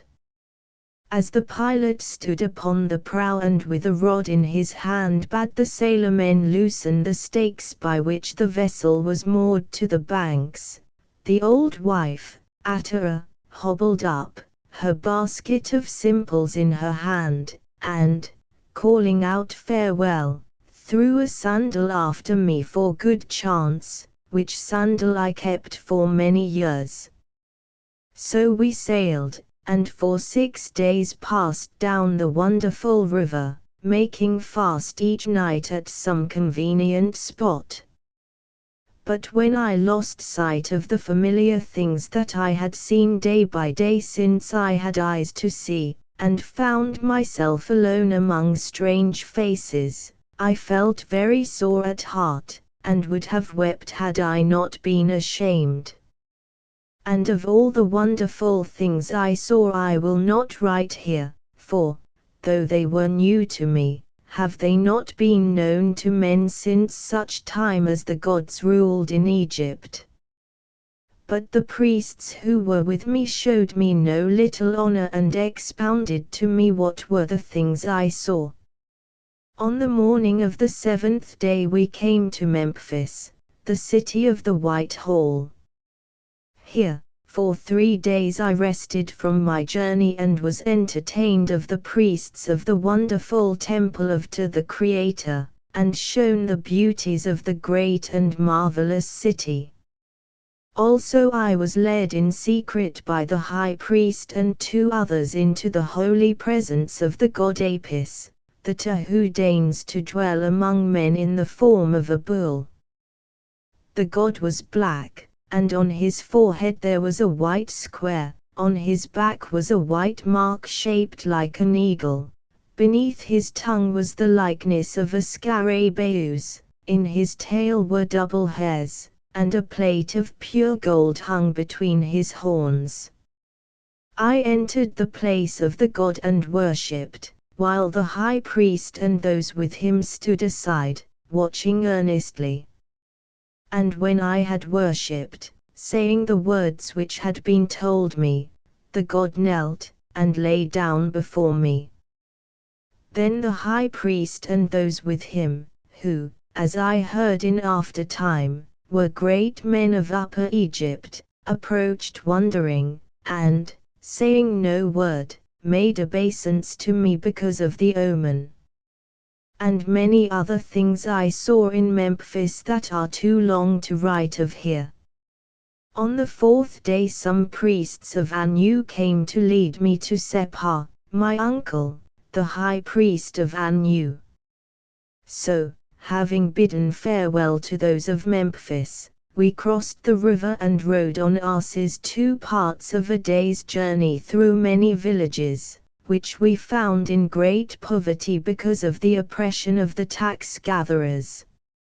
Also, as we went, I saw for the first time the great pyramids that are beyond the image of the god Horemheb, that Sphinx whom the Greeks name Harmachis, and the temples of the divine mother Isis, queen of the Memnonia, and the god Osiris, lord of Rosetta, of which temples, together with the temple of the worship of the divine Menkaura, I, Harmachis, am by right divine the hereditary high priest. I saw them and marveled at their greatness and the white carven limestone, and red granite of Syene, that flashed the sun's rays back to heaven. But at this time I knew nothing of the treasure that was hid in her, which is the 3rd among the pyramids, would I had never known of it. And so at last we came within sight of Anu, which after Memphis has been seen is no large town, but stands on raised ground, before which are lakes fed by a canal. Behind the town is the enclosed field of the temple of the god Ra. We dismounted at the pylon, and were met beneath the portico by a man not great of stature, but of noble aspect, having his head shaven, and with dark eyes that twinkled like the further stars. "Hold," he cried, in a great voice which fitted his weak body but ill. "Hold! I am Sepha, who opens the mouth of the gods.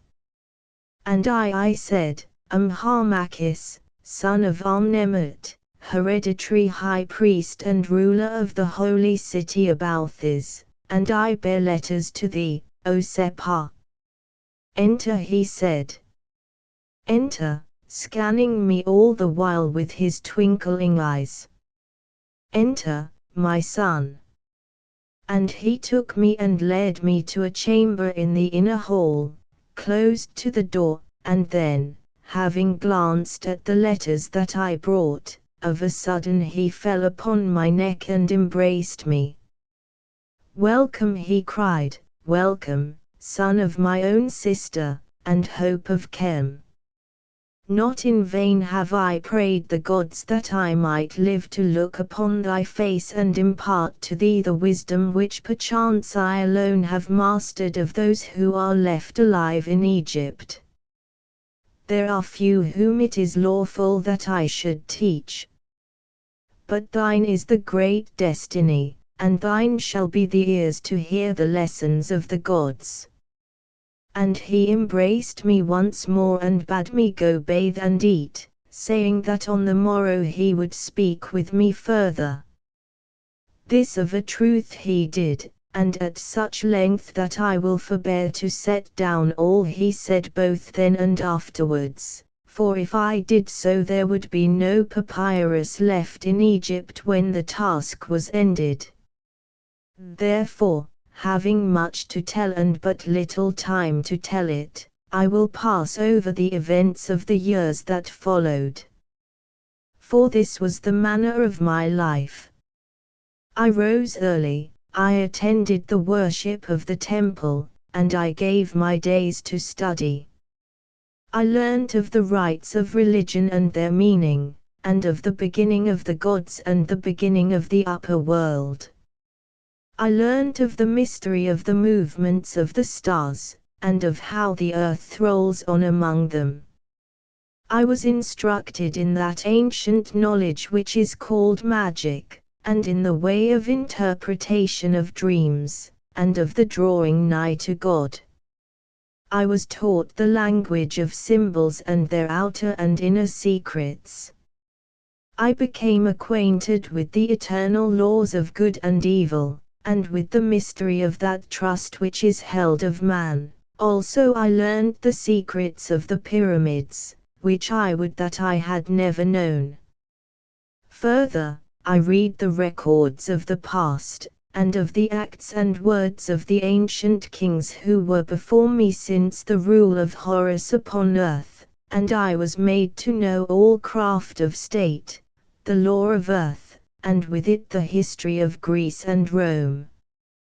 Also I learned the Grecian and Roman tongues, of which indeed I already had some knowledge, and all this while, for 5 long years, I kept my hands clean and my heart pure, and did no evil in the sight of God or man, but labored heavily to acquire all things, and to prepare myself for the destiny that awaited me.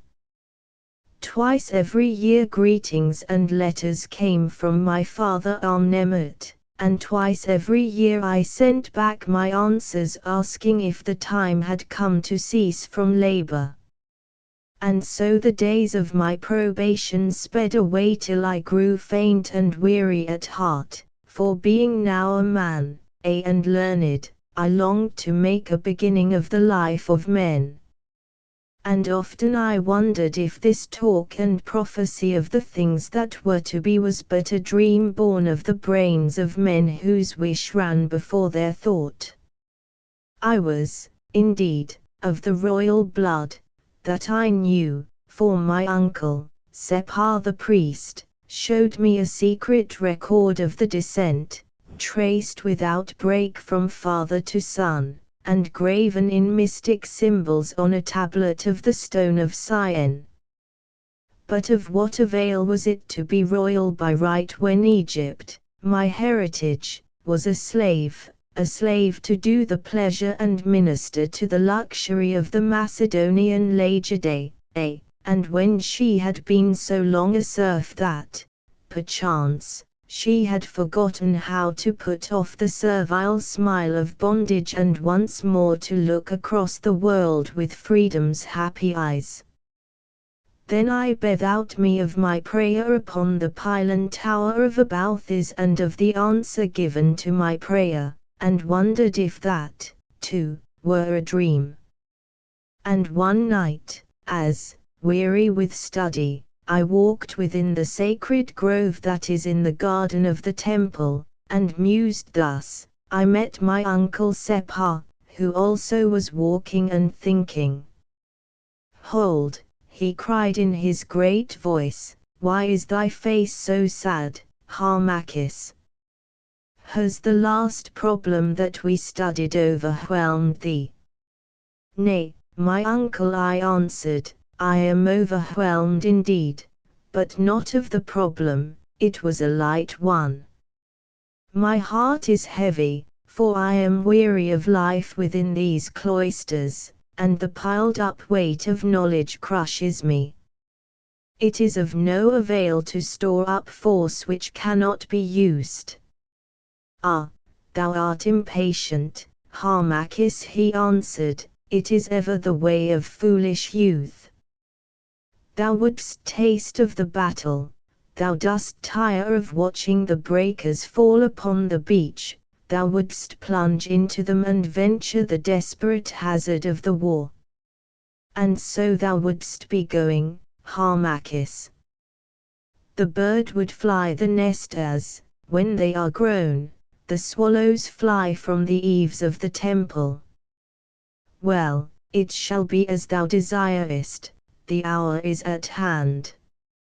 I have taught thee all that I have learned, and methinks that the pupil has outrun his master. And he paused and wiped his bright black eyes, for he was very sad at the thought of my departure.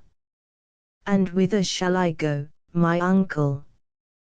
I asked rejoicing. Back to Abalthis to be initiated into the mysteries of the gods. Back to Abalthis, and from Abalthis to Alexandria, and from Alexandria to the throne of thy fathers, Harmachis. Listen, now, things are thus. Thou knowest how Cleopatra, the queen, fled into Syria when that false eunuch Pothinus set the will of her father Auletes at naught and raised her brother Ptolemy to the sole lordship of Egypt. Thou knowest also how she came back, like a queen indeed, with a great army in her train, and lay at Pelusium, and how at this juncture the mighty Caesar, that great man, that greatest of all men, sailed with a weak company hither to Alexandria from Pharsalia's bloody field in hot pursuit of Pompey. But he found Pompey already dead, having been basely murdered by Achilles, the general, and Lucius Septimius, the chief of the Roman legions in Egypt. And thou knowest how the Alexandrians were troubled at his coming and would have slain his lictors. Then, as thou hast heard, Caesar seized Ptolemy, the young king, and his sister Arsinoe, and bade the army of Cleopatra and the army of Ptolemy, under Achilles, which lay facing each other at Pelusium, disband and go their ways.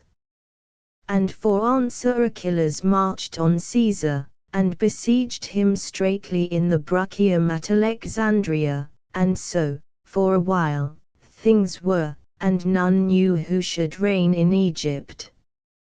But then Cleopatra took up the dice, and threw them, and this was the throw she made. In truth, it was a bold one. For, leaving the army at Pelusium, she came at dusk to the harbor of Alexandria, and alone with the Sicilian Apollodorus entered and landed. Then Apollodorus bound her in a bale of rich rugs, such as are made in Syria, and sent the rugs as a present to Caesar. And when the rugs were unbound in the palace, behold, within them was the fairest girl on all the earth, and the most witty and the most learned. And she seduced the great Caesar. Even his weight of years did not avail to protect him from her charms, so that, as a fruit of his folly, he well nigh lost his life, and all the glory he had gained in 100 wars. The fool! I broke in, the fool! Thou callest him great, but how can the man be truly great who has no strength to stand against a woman's wiles? Caesar, with the world hanging on his word.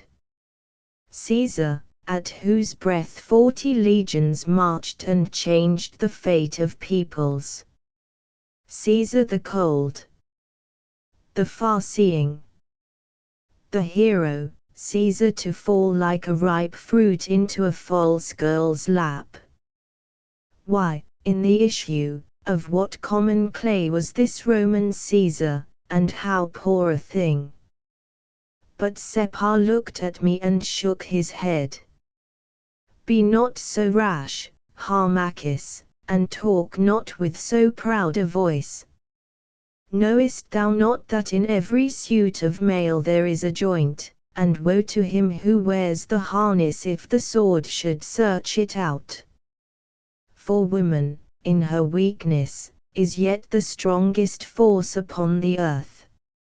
She is the helm of all things human, she comes in many shapes and knocks at many doors, she is quick and patient, and her passion is not ungovernable like that of man, but as a gentle steed that she can guide where she will, and as occasion offers can now bit up and now give rein. She has a captain's eye, and stout must be that fortress of the heart in which she finds no place of vantage. Does thy blood beat fast in youth? She will outrun it, nor will her kisses tire. Art thou set toward ambition? She will unlock thy inner heart, and show thee roads that lead to glory. Art thou worn and weary? She has comfort in her breast. Art thou fallen? She can lift thee up, and to the illusion of thy sense gild defeat with triumph. Harmachis, she can do these things, for nature ever fights upon her side, and while she does them she can deceive and shape a secret end in which thou hast no part. And thus woman rules the world. For her are wars, for her men spend their strength in gathering gains, for her they do well and ill, and seek for greatness, to find oblivion. But still she sits like yonder sphinx, and smiles, and no man has ever read all the riddle of her smile, or known all the mystery of her heart. Mock not. Mock not, Harmachis, for he must be great indeed who can defy the power of woman, which, pressing round him like the invisible air, is often strongest when the senses least discover it. I laughed aloud. Thou speakest earnestly, my uncle Separ, I said. One might almost think that thou hadst not come unscathed through this fierce fire of temptation. Well, for myself, I fear not woman and her wiles, I know naught of them, and naught do I wish to know, and I still hold that this Caesar was a fool. Had I stood where Caesar stood, to cool its wantonness, that bale of rugs should have been rolled down the palace steps, into the harbour mud. Nay, cease, cease, he cried aloud. It is evil to speak thus, may the gods avert the omen and preserve to thee this cold strength of which thou boastest. O man, thou knowest not, thou in thy strength and beauty that is without compare, in the power of thy learning and the sweetness of thy tongue, thou knowest not. The world where thou must mix is not a sanctuary as that of the divine Isis. But there, it may be so. Pray that thy heart's ice may never melt, so thou shalt be great and happy and Egypt shall be delivered. And now let me take up my tale. Thou seest, Harmachis, even in so grave a story woman claims her place. The young Ptolemy, Cleopatra's brother, being loosed of Caesar, treacherously turned on him. Then Caesar and Mithridates stormed the camp of Ptolemy, who took to flight across the river. But his boat was sunk by the fugitives who pressed upon it, and such was the miserable end of Ptolemy. Thereon, the war being ended, though she had but then borne him a son, Caesarion, Caesar appointed the younger Ptolemy to rule with Cleopatra, and be her husband in name, and he himself departed for Rome, bearing with him the beautiful Princess Arsinoe to follow his triumph in her chains. But the great Caesar is no more. He died as he had lived, in blood, and right royally. And but now Cleopatra, the queen, if my tidings may be trusted, has slain Ptolemy, her brother and husband, by poison, and taken the child Caesarion to be her fellow on the throne, which she holds by the help of the Roman legions, and, as they say, of young Sextus Pomptus, who has succeeded Caesar in her love. But, Harmachis, the whole land boils and seethes against her. In every city the children of Chem talk of the deliverer who is to come, and thou art he, Harmachis. The time is almost ripe. The hour is nigh at hand. Go thou back to Abalthis and learn the last secrets of the gods, and meet those who shall direct the bursting of the storm. Then act, Harmachis, act, I say, and strike home for Chem, rid the land of the Roman and the Greek, and take thy place upon the throne of thy divine fathers and be a king of men. For to this end thou wast born, O Prince. Chapter V of the return of Harmachis to Abalthis, of the celebration of the mysteries, of the chant of Isis, and of the warning of Amnemut. On the next day I embraced my uncle Sepah, and with an eager heart departed from Anu back to Abalthis. To be short, I came thither in safety, having been absent 5 years and a month, being now no more a boy but a man full grown and having my mind well stocked with the knowledge of men and the ancient wisdom of Egypt. So once again I saw the old lands, and the known faces, though of these some few were wanting, having been gathered to Osiris. Now, as, riding across the fields, I came nigh to the enclosure of the temple, the priests and people issued forth to bid me welcome, and with them the old wife, Atara, who, but for a few added wrinkles that time had cut upon her forehead, was just as she had been when she threw the sandal after me 5 long years before. La, la, la, she cried, and there thou art, my bonny lad, more bonny even than thou wert. La! What a man! What shoulders! And what a face and form!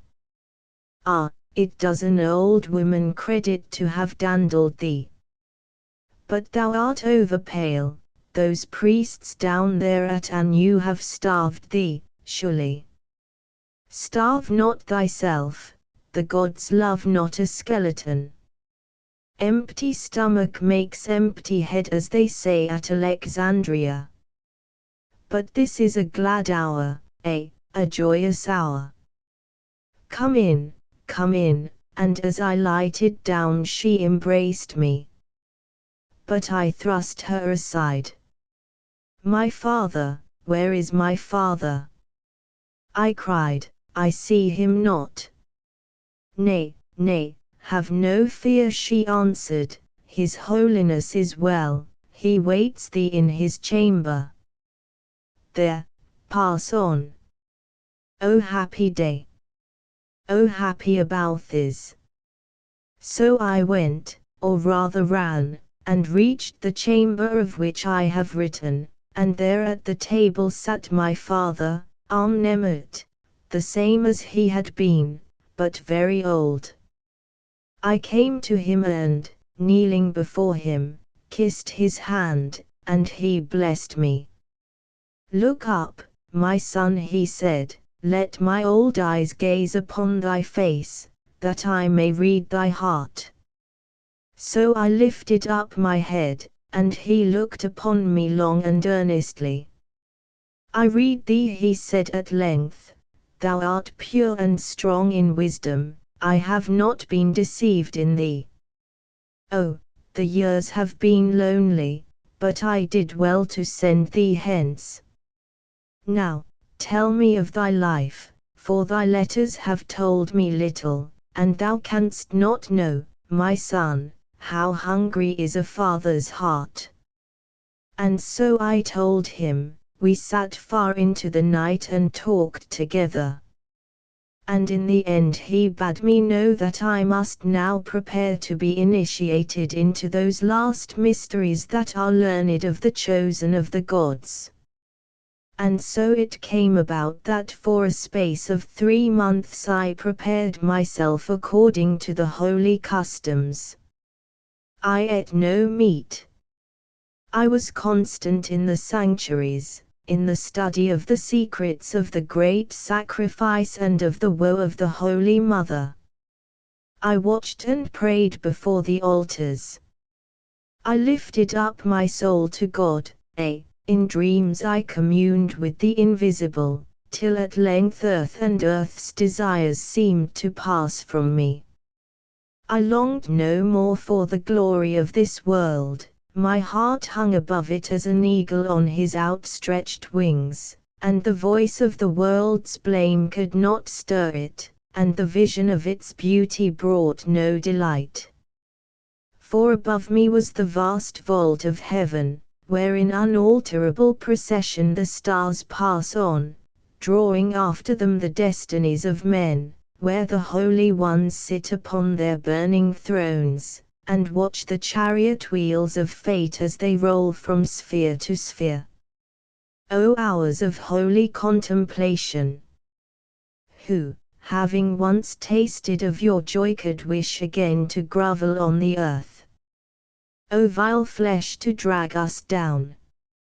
I would that thou hadst then altogether fallen from me, and left my spirit free to seek Osiris.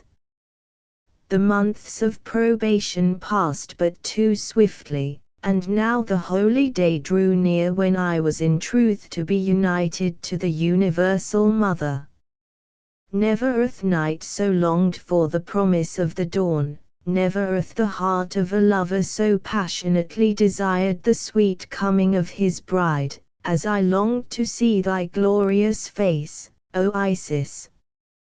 Even now that I have been faithless to thee, and thou art far from me, O divine, my soul goes out to thee, and once more I know, but as it is bidden that I should draw the veil, and speak of things which have not been told since the beginning of this world, let me pass on and reverently set down the history of that holy morn.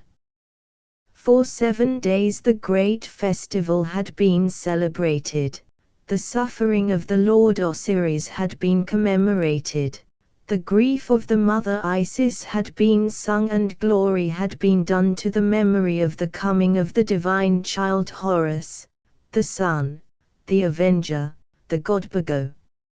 All these things had been carried out according to the ancient rites. The boats had floated on the sacred lake, the priests had scourged themselves before the sanctuaries, and the images had been borne through the streets at night.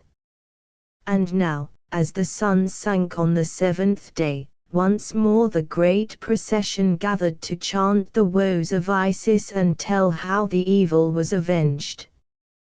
We went in silence from the temple, and passed through the city ways.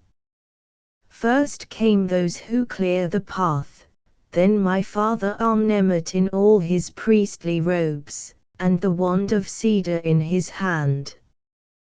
Then, clad in pure linen, I, the neophyte, followed alone, and after me the white-robed priests, holding aloft banners and emblems of the gods.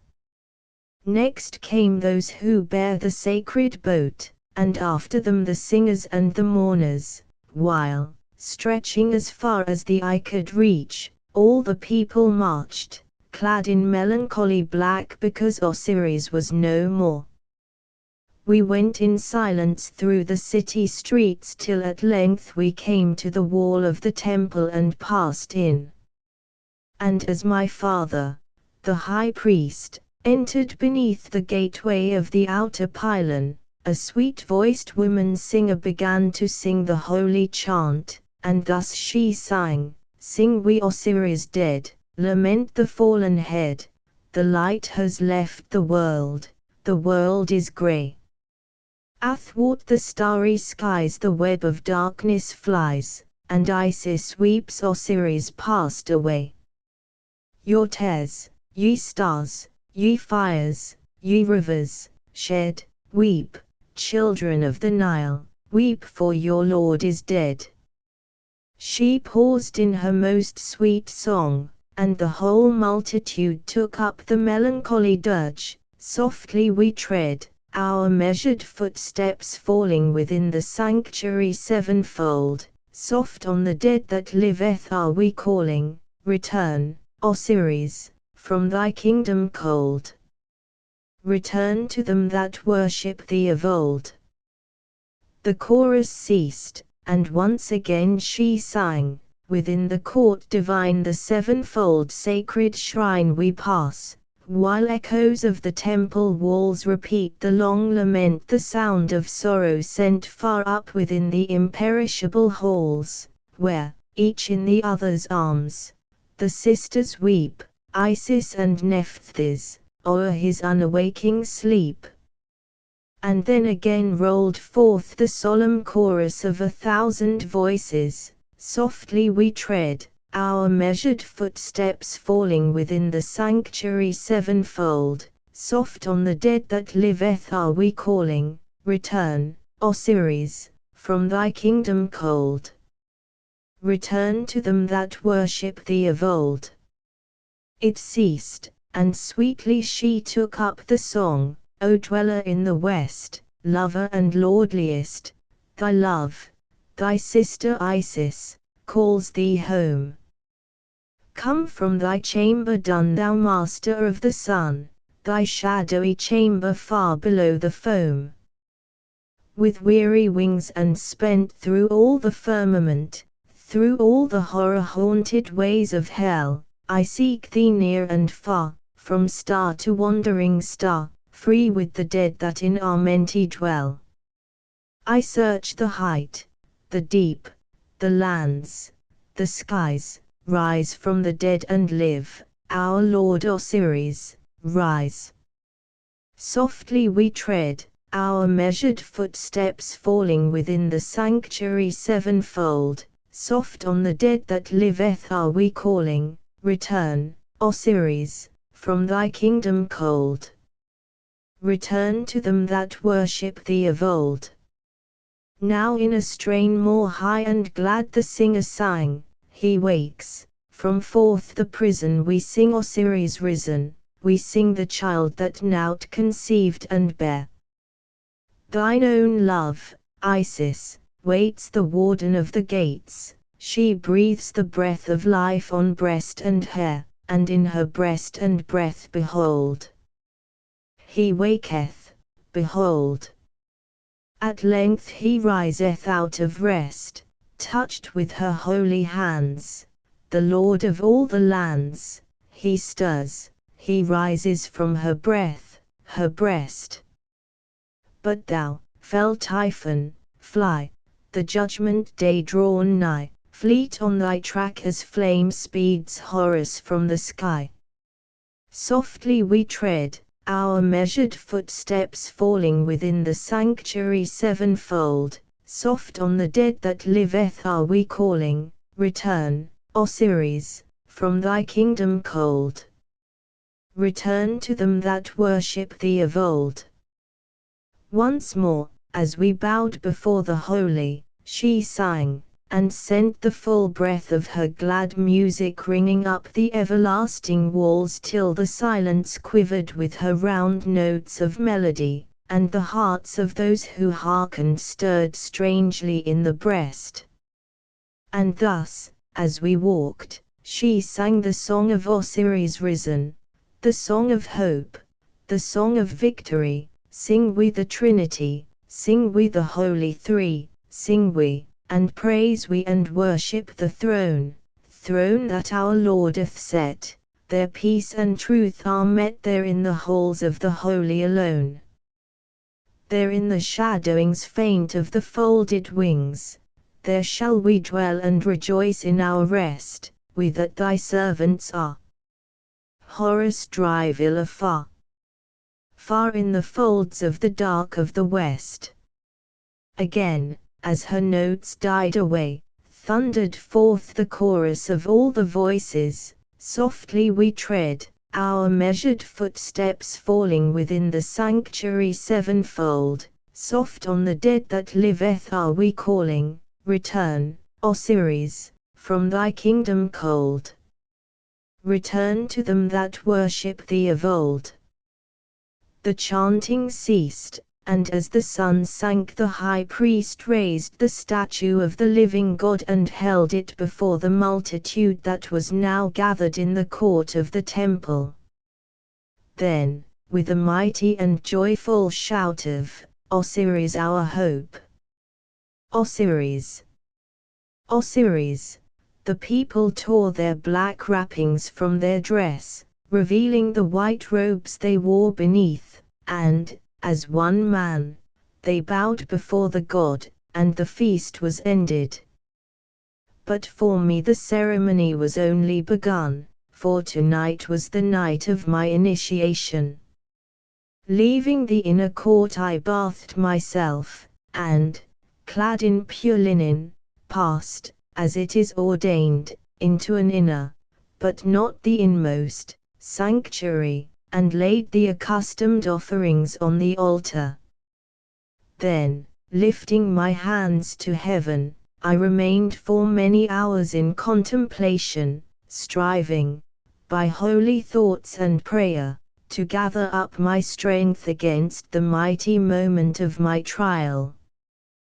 The hours sped slowly in the silence of the temple, till at length the door opened and my father Amnemut, the high priest, came in, clad in white, and leading by the hand the priest of Isis. For, having been married, he did not himself enter into the mysteries of the Holy Mother. I rose to my feet and stood humbly before them. Art thou ready? Said the priest, lifting the lamp he held so that its light fell upon my face. O thou chosen one, art thou ready to see the glory of the goddess face to face? I am ready, I answered. Behold thee, he said again, in solemn tones, it is no small thing. If thou wilt carry out this thy last desire, understand, royal Harmachis, that now this very night thou must die for a while in the flesh, what time thy soul shall look on spiritual things. And if thou diest and any evil shall be found within thy heart, when thou comest at last into that awful presence, woe unto thee, Harmachis, for the breath of life shall no more enter in at the gateway of thy mouth, thy body shall utterly perish, and what shall befall thy other parts, if I know, I may not say. Art thou prepared to be taken to the breast of her who was and is and shall be, and in all things to do her holy will, for her, while she shall so command, to put away the thought of earthly woman, and to labor always for her glory till at the end thy life is gathered to her eternal life? According to the Egyptian religion the being man is composed of 4 parts, the body, the double or astral shape, ka, the soul, by, and the spark of life sprung from the Godhead, Kau. Editor. I answered, lead on. It is well, said the priest. Noble Amnemut, we go hence alone. Farewell, my son, said my father, be firm and triumph over things spiritual as thou shalt triumph over things earthly. He who would truly rule the world must first be lifted up above the world. He must be at one with God, for thus only shall he learn the secrets of the divine. But beware! The gods demand much of those who dare to enter the circle of their divinity. If they go back therefrom, they shall be judged of a sharper law, and scourged with a heavier rod, for as their glory is, so shall their shame be. Therefore, make thy heart strong, royal Harmachis. And when thou speedest down the ways of night and enterest the holies, remember that from him to whom great gifts have been given shall gifts be required again. And now, if, indeed, thy mind be fixed, go whither it is not as yet given me to follow thee. Farewell. For a moment as my heart weighed these heavy words, I wavered, as well as I might. But I was filled with longing to be gathered to the company of the divine ones, and I knew that I had no evil in me, and desired to do only the thing that is just. Therefore, having with so much labor drawn the bowstring to my ear, I was fain to let fly the shaft. Lead on, I cried with a loud voice, lead on, thou holy priest. I follow thee. And we went forth. Chapter 6 of the Initiation of Harmachis, of his visions, of his passing to the city that is in the place of death, and of the declarations of Isis, the messenger. In silence we passed into the shrine of Isis. It was dark and bare, only the feeble light from the lamp gleamed faintly upon the sculptured walls, where, in 100 effigies, the Holy Mother suckled the Holy Child.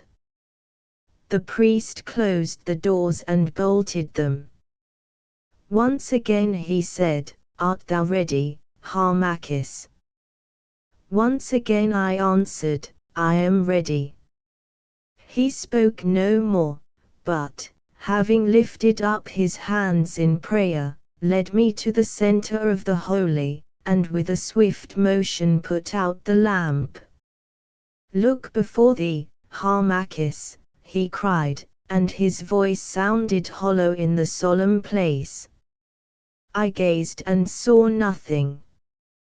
But from the niche that is high in the wall, where is hid that sacred symbol of the goddess on which few may look, there came a sound as of the rattling rods of the sistrum. And as I listened, awestruck, behold, I saw the outline of the symbol drawn as with fire upon the blackness of the air. It hung above my head, and rattled while it hung. And, as it turned, I clearly saw the face of the Mother Isis that is graven on the one side, and signifies unending birth, and the face of her holy sister, Nephthys, that is graven on the other, and signifies the ending of all birth in death. A musical instrument peculiarly sacred to Isis, of which the shape and rods had a mystic significance. Editor. Slowly it turned and swung as though some mystic dancer trod the air above me, and shook it in her hand. But at length the light went out, and the rattling ceased. Then of a sudden the end of the chamber became luminous, and in that white light I beheld picture after picture. I saw the ancient Nile rolling through deserts to the sea. There were no men upon its banks, nor any signs of man, nor any temples to the gods. Only wild birds moved on Sihor's lonely face, and monstrous brutes plunged and wallowed in his waters. The sun sank in majesty behind the Libyan desert and stained the waters red. The mountains towered up towards the silent sky, but in mountain, desert, and river there was no sign of human life. Then I knew that I saw the world as it had been before man was, and a terror of its loneliness entered my soul. The picture passed and another rose up in its place. Once again I saw the banks of Sihor, and on them crowded wild-faced creatures, partaking of the nature of the ape more than of the nature of mankind. They fought and slew each other. The wild birds sprang up in affright as the fire leapt from reed huts given by foemen's hands to flame and pillage. They stole and rent and murdered, dashing out the brains of children with axes of stone. And, though no voice told me, I knew that I saw man as he was tens of thousands of years ago, when first he marched across the earth. Yet another picture. Again I beheld the banks of Sihor, but on them fair cities bloomed like flowers.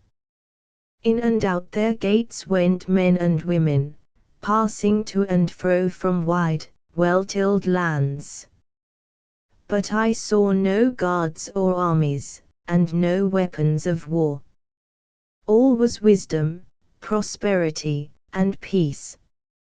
And while I wondered, a glorious figure, clad in raiment that shone as flame, came from the gates of a shrine, and the sound of music went before and followed after him. He mounted an ivory throne which was set in a market-place facing the water, and as the sun sank called in all the multitudes to prayer. With one voice they prayed, bending in adoration. And I understood that herein was shown the reign of the gods on earth, which was long before the days of men's. A change came over the dream. Still the same fair city, but other men, men with greed and evil on their faces, who hated the bonds of righteous doing, and set their hearts on sin.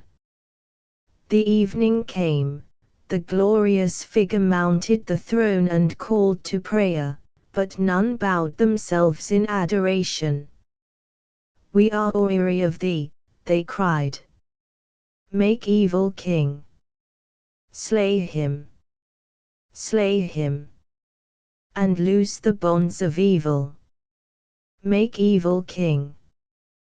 The glorious shape rose up, gazing with mild eyes upon those wicked men. "Ye know not what ye ask," he cried, "but as ye will, so be it. For if I die, by me, after much travail, shall ye once again find a path to the kingdom of good." Even as he spoke, a form, foul and hideous to behold, leapt upon him, cursing, slew him, tore him limb from limb, and amidst the clamor of the people sat himself upon the throne and ruled.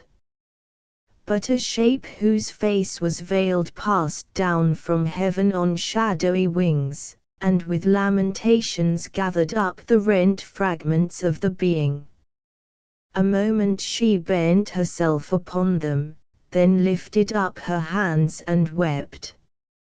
And as she wept, behold, from her side there sprang a warrior armed and with a face like the face of Ra at noon. He, the avenger, hurled himself with a shout upon the monster who had usurped the throne, and they closed in battle, and, struggling ever in a straight embrace, passed upward to the skies. Then came picture after picture. I saw powers and peoples clad in various robes and speaking many tongues. I saw them pass and pass in millions, loving, hating, struggling, dying. Some few were happy and some had woe stamped upon their faces, but most bore not the seal of happiness nor of woe, but rather that of patience. And ever as they passed from age to age, high above in the heavens the avenger fought on with the evil thing, while the scale of victory swung now here now there. But neither conquered, nor was it given to me to know how the battle ended. And I understood that what I had beheld was the holy vision of the struggle between the good and the evil powers. I saw that man was created vile, but those who are above took pity on him, and came down to him to make him good and happy, for the two things are one thing. But man returned to his wicked way, and then the bright spirit of good, who is of us called Osiris, but who has many names, offered himself up for the evil-doing of the race that had dethroned him. And from him and the Divine Mother, of whom all nature is, sprang another spirit who is the protector of us on earth, as Osiris is our justifier in Amenti. For this is the mystery of the Osiris. Of a sudden, as I saw the visions, these things became clear to me. The mummy cloths of symbol and of ceremony that wrap Osiris round fell from him, and I understood the secret of religion, which is sacrifice. The pictures passed, and again the priest, my guide, spoke to me. Hast thou understood, Harmachis, those things which it has been granted thee to see? I have, I said. Are the rites ended? Nay, they are but begun. That which follows thou must endure alone.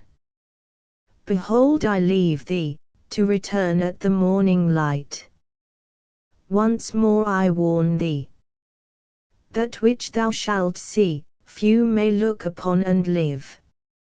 In all my days I have known but 3 who dared to face this dread hour, and of those 3 at dawn but 1 was found alive. Myself, I have not trod this path. It is too high for me. Depart, I said, my soul is athirst for knowledge. I will dare it. He laid his hand upon my shoulder and blessed me. He went. I heard the door shut to behind him, the echoes of his footsteps slowly died away. Then I felt that I was alone, alone in the holy place with things which are not of the earth. Silence fell, silence deep and black as the darkness which was around me. The silence fell, it gathered as the cloud gathered on the face of the moon that night when, a lad, I prayed upon the pylon towers. It gathered denser and yet more dense till it seemed to creep into my heart and call aloud therein, for utter silence has a voice that is more terrible than any cry. I spoke. The echoes of my words came back upon me from the walls and seemed to beat me down. The stillness was lighter to endure than an echo such as this. What was I about to see? Should I die, even now, in the fullness of my youth and strength? Terrible were the warnings that had been given to me. I was fear-stricken, and bethought me that I would fly. Fly, fly whither?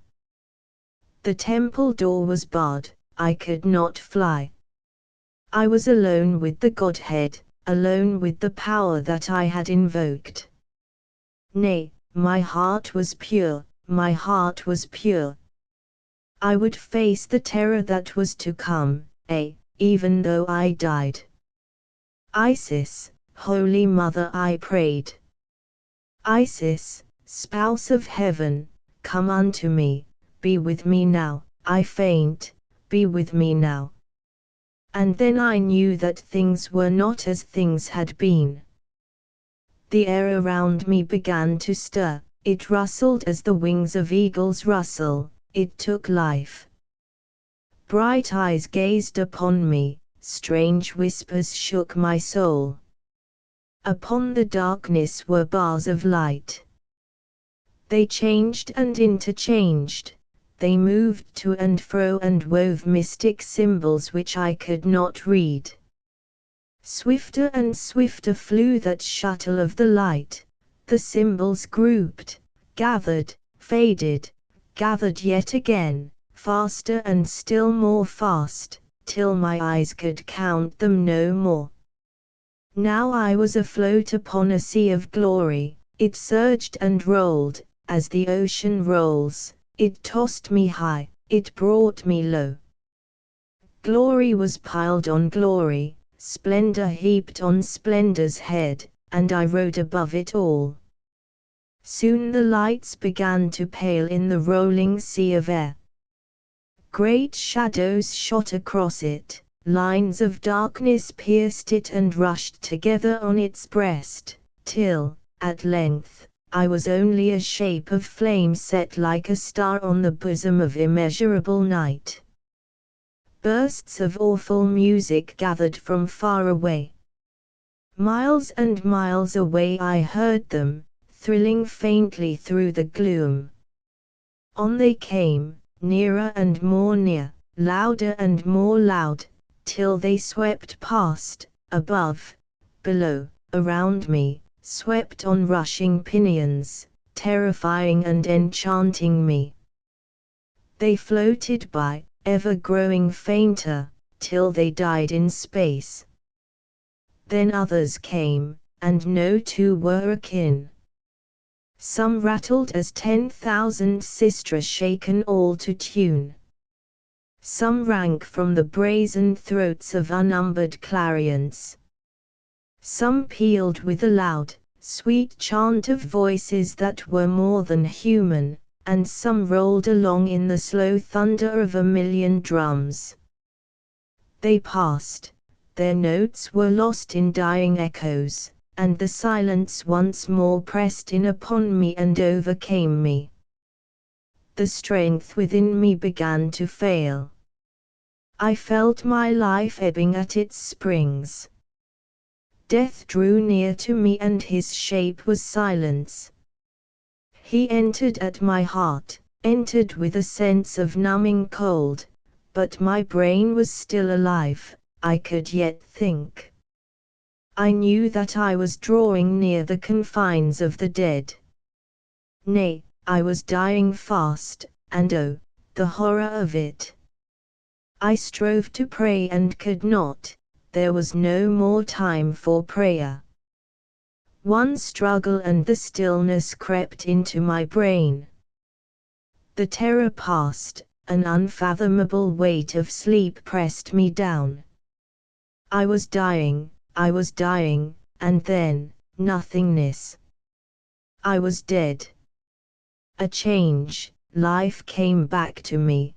But between the new life and the life that had been was a gulf and difference.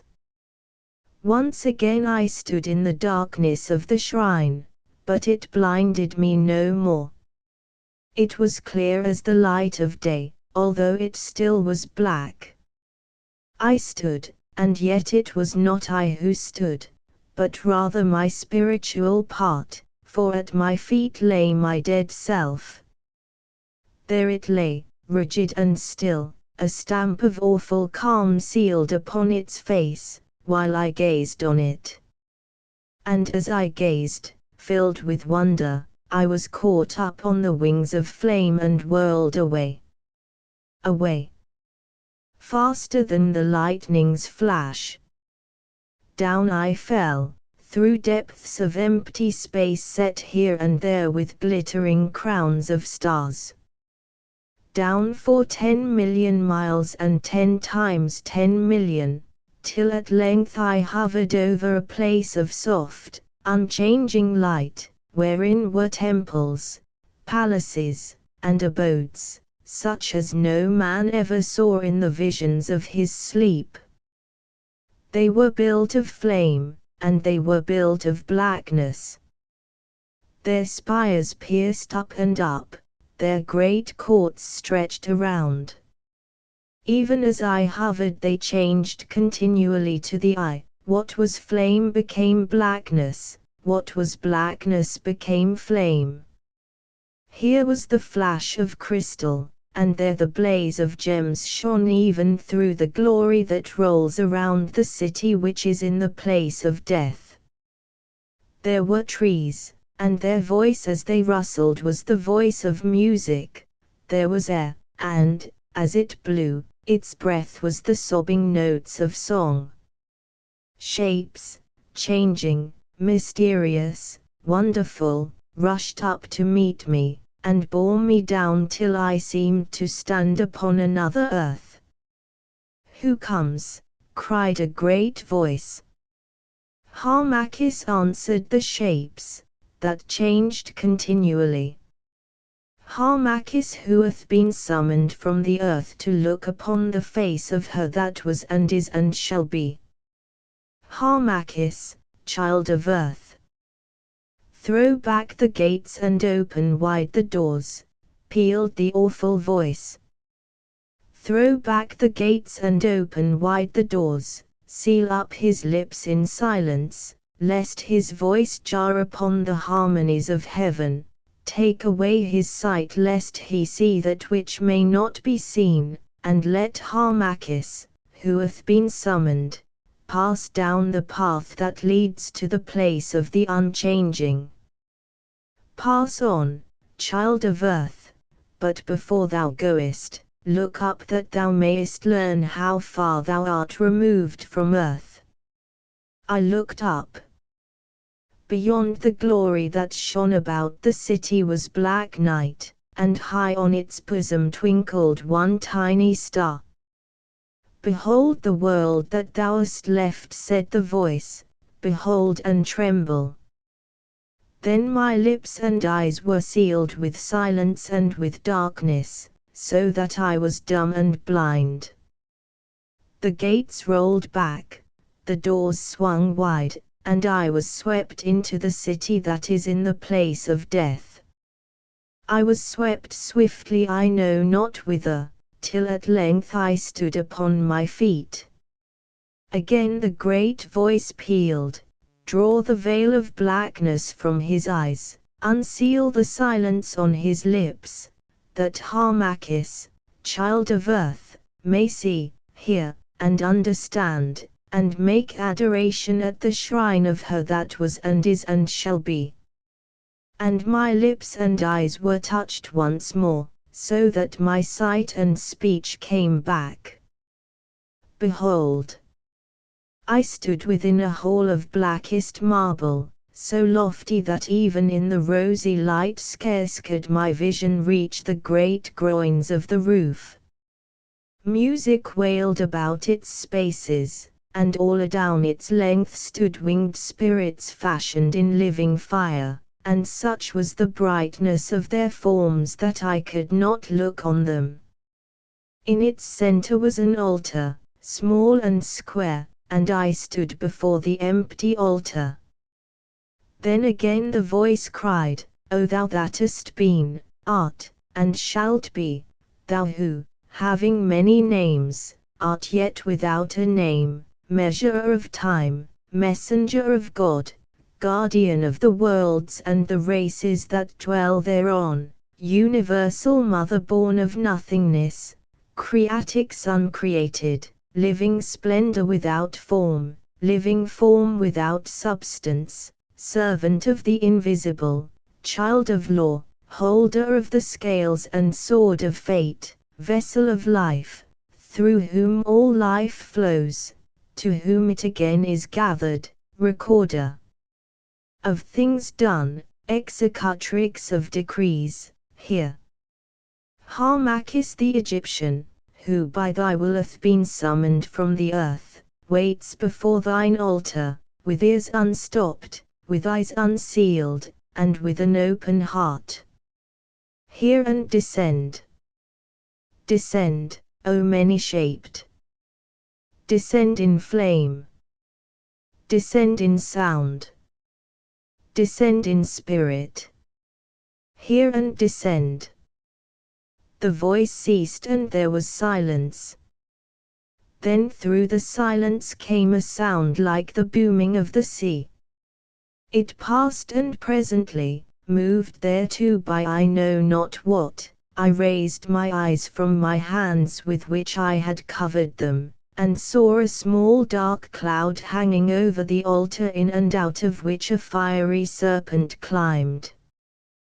Then all the spirits clad in light fell upon the marble floor, and with a loud voice adored, but what they said I could not understand. Behold, the dark cloud came down and rested on the altar. The serpent of fire stretched itself towards me, touched me on the forehead with its forky tongue, and was gone. From within the cloud a voice sweet and low and clear spoke in heavenly accents, "Depart, ye ministers, leave me with my Son whom I have summoned." Then like arrows rushing from a bow the flame-clad spirits leapt from the ground and sped away. "O Harmachis," said the voice, "be not afraid, I am she whom thou dost know as Isis of the Egyptians, but what else I am strive not thou to learn, it is beyond thy strength. For I am all things, life is my spirit, and nature is my aliment. I am the laughter of the babe, I am the maiden's love, I am the mother's kiss. I am the child and servant of the invisible, that is God, that is law, that is fate, though myself I be not God and fate and law. When winds blow and oceans roar upon the face of the earth thou hearest my voice, when thou gazest on the starry firmament thou seest my countenance, when the spring blooms out in flowers, that is my smile, Harmachis. For I am nature's self, and all her shapes are shapes of me. I breathe in all that breathes. I wax and wane in the changeful moon, I grow and gather in the tides, I rise with the suns, I flash with the lightning and thunder in the storms. Nothing is too great for the measure of my majesty, nothing is so small that I cannot find a home therein. I am in thee and thou art in me, O Harmachis. That which bade thee be bade me also be. Therefore, though I am great and thou art little, have no fear. For we are bound together by the common bond of life, that life which flows through suns and stars and spaces, through spirits and the souls of men, welding all nature to a whole that, changing ever, is yet eternally the same. I bowed my head, I could not speak, for I was afraid. Faithfully hast thou served me, O my Son, went on the low sweet voice, greatly thou hast longed to be brought face to face with me here in Amenti, and greatly hast thou dared to accomplish thy desire. For it is no small thing to cast off the tabernacle of the flesh and before the appointed time, if only for an hour, put on the aliment of the Spirit. And greatly, O my servant and my Son, have I, too, desired to look on thee there where I am. For the gods love those who love them, but with a wider and deeper love, and under one who is as far from me as I am from thee, mortal, I am a god of gods. Therefore I have caused thee to be brought hither, Harmachis, and therefore I speak to thee, my Son, and bid thee commune with me now face to face, as thou didst commune that night upon the temple towers of Abalthis. For I was there with thee, Harmachis, as I was in 10,000 other worlds. It was I, O Harmachis, who laid the lotus in thy hand, giving thee the sign which thou didst seek. For thou art of the kingly blood of my children who served me from age to age. And if thou dost not fail, thou shalt sit upon that kingly throne and restore my ancient worship in its purity, and sweep my temples from their defilements. But if thou dost fail, then shall the eternal spirit Isis become but a memory in Egypt. The voice paused, and, gathering up my strength, at length I spoke aloud. Tell me, O holy, I said, shall I then fail? Ask me not, answered the voice, that which it is not lawful that I should answer thee. Perchance I can read that which shall befall thee, perchance it doth not please me so to read. What can it profit the divine, that hath all time wherein to await the issues, to be eager to look upon the blossom that is not blown, but which, lying a seed in the bosom of the earth, shall blow in its season? No, Harmachis, that I do not shape the future is to thee and not to me, for it is born of law and of the rule ordained of the invisible. Yet thou art free to act therein, and thou shalt win or thou shalt fail according to thy strength and the measure of thy heart's purity. Thine be the burden, Harmachis, as thine in the event shall be the glory or the shame. Little do I reck of the issue, I who am but the minister of what is written. Now hear me, I will always be with thee, my son, for my love once given can never be taken away, though by sin it may seem lost to thee. Remember then this, if thou dost triumph, thy guerdon shall be great, if thou dost fail, heavy indeed shall be thy punishment both in the flesh and in the land that thou callest Amenti. Yet this for thy comfort, shame and agony shall not be eternal. For however deep the fall from righteousness, if but repentance holds the heart, there is a path, a stony and a cruel path, whereby the height may be climbed again. Let it not be thy lot to follow it, Harmachis. And now, because thou hast loved me, my son, and, wandering through the maze of fable, wherein men lose themselves upon the earth, mistaking the substance for the spirit, and the altar for the god, hast yet grasped a clue of truth the many-faced, and because I love thee and look on to the day that, perchance, shall come when thou shalt dwell blessed in my light and in the doing of my tasks, because of this, I say, it shall be given to thee, O Harmachis, to hear the word whereby I may be summoned from the uttermost, by one who hath communed with me, and to look upon the face of Isis, even into the eyes of the messenger, and not die the death. Behold! The sweet voice ceased, the dark cloud upon the altar changed and changed, it grew white, it shone, and seemed at length to take the shrouded shape of a woman. Then the golden snake crept from its heart once more, and, like a living diadem, twined itself about the cloudy brows. Now suddenly a voice called aloud the awful word, then the vapors burst and melted, and with my eyes I saw that glory, at the very thought of which my spirit faints. But what I saw it is not lawful to utter.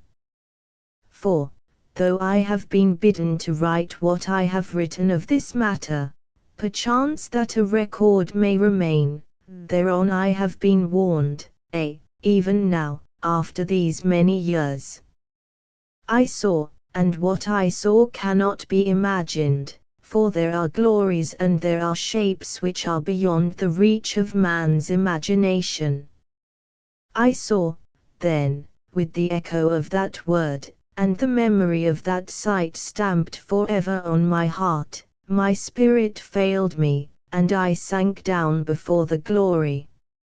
And, as I fell, it seemed that the great hole burst open and crumbled into flakes of fire round me. Then a great wind blew. There was a sound as the sound of worlds rushing down the flood of time, and I knew no more. Chapter 7 of the Awaking of Harmachis, of the ceremony of his crowning as Pharaoh of the upper and the lower land, and of the offerings made to Pharaoh. Once again I woke, to find myself stretched at length upon the stone flooring of the holy place of Isis that is at Abalthis. By me stood the old priest of the mysteries, and in his hand was a lamp. He bent over me, and gazed earnestly upon my face. "It is day, the day of thy new birth, and thou hast lived to see it, Harmachis," he said at length. "I give thanks. Arise, royal Harmachis, nay, tell me naught of that which has befallen thee. Arise, beloved of the Holy Mother. Come forth, thou who hast passed the fire and learned what lies behind the darkness, come forth, O newly born." I rose and, walking faintly, went with him, and, passing out of the darkness of the shrines filled with thought and wonder, came once more into the pure light of the morning. And then I went to my own chamber and slept, nor did any dreams come to trouble me. But no man, not even my father, asked me aught of what I saw upon that dread night, or after what fashion I had communed with the goddess.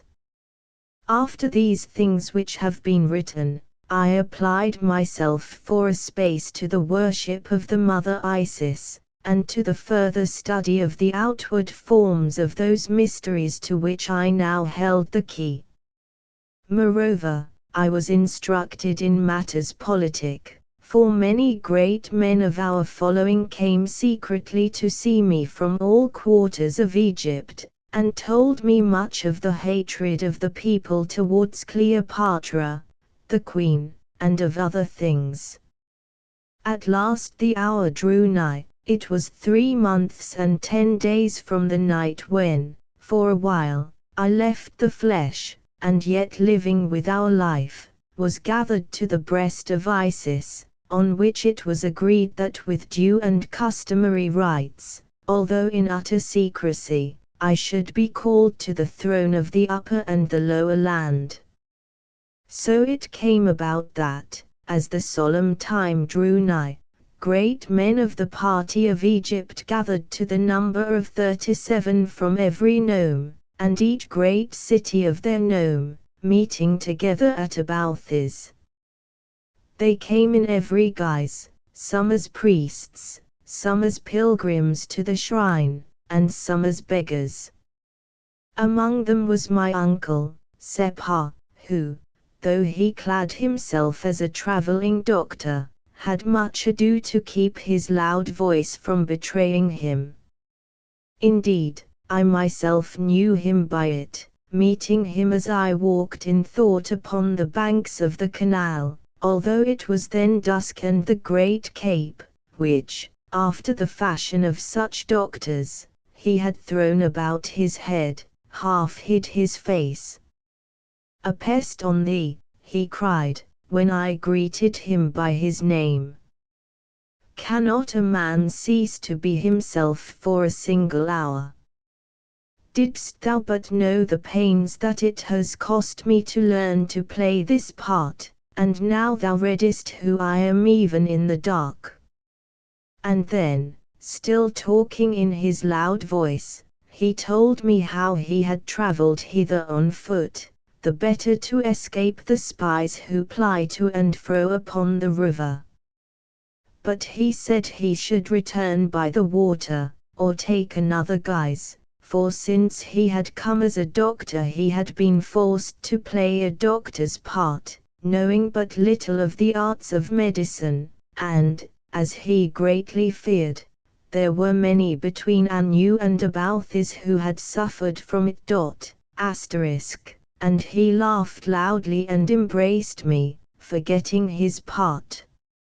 For he was too whole at heart to be an actor and other than himself, and would have entered Abalthus with me holding my hand, had I not chid him for his folly. In ancient Egypt an unskillful or negligent physician was liable to very heavy penalties. Editor. At length all were gathered. It was night, and the gates of the temple were shut. None were left within them, except the 37, my father, the high priest Amnemut, that aged priest who had led me to the shrine of Isis, the old wife, Atara, who, according to ancient custom, was to prepare me for the anointing, and some 5 other priests, sworn to secrecy by that oath which none may break. They gathered in the second hall of the great temple, but I remained alone, clad in my white robe, in the passage where are the names of 76 ancient kings, who were before the day of the divine Sethi. There I rested in darkness, till at length my father, Amnemut, came, bearing a lamp, and, bowing low before me, led me by the hand forth into the great hall. Here and there, between its mighty pillars, lights were burning that dimly showed the sculptured images upon the walls, and dimly fell upon the long line of the 37 lords, priests, and princes, who, seated upon carven chairs, awaited my coming in silence. Before them, facing away from the 7 sanctuaries, a throne was set, around which stood the priests holding the sacred images and banners. As I came into the dim and holy place, the dignitaries rose, and bowed before me, speaking no word, while my father led me to the steps of the throne, and in a low voice bade me stand before it.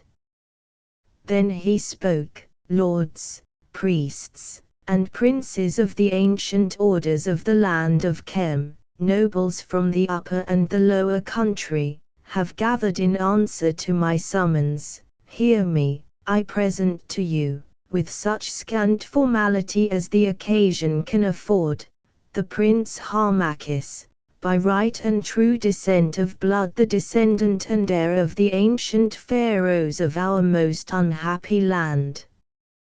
He is priest of the inmost circle of the mysteries of the divine Isis, master of the mysteries, hereditary priest of the pyramids, which are by Memphis, instructed in the solemn rites of the holy Osiris.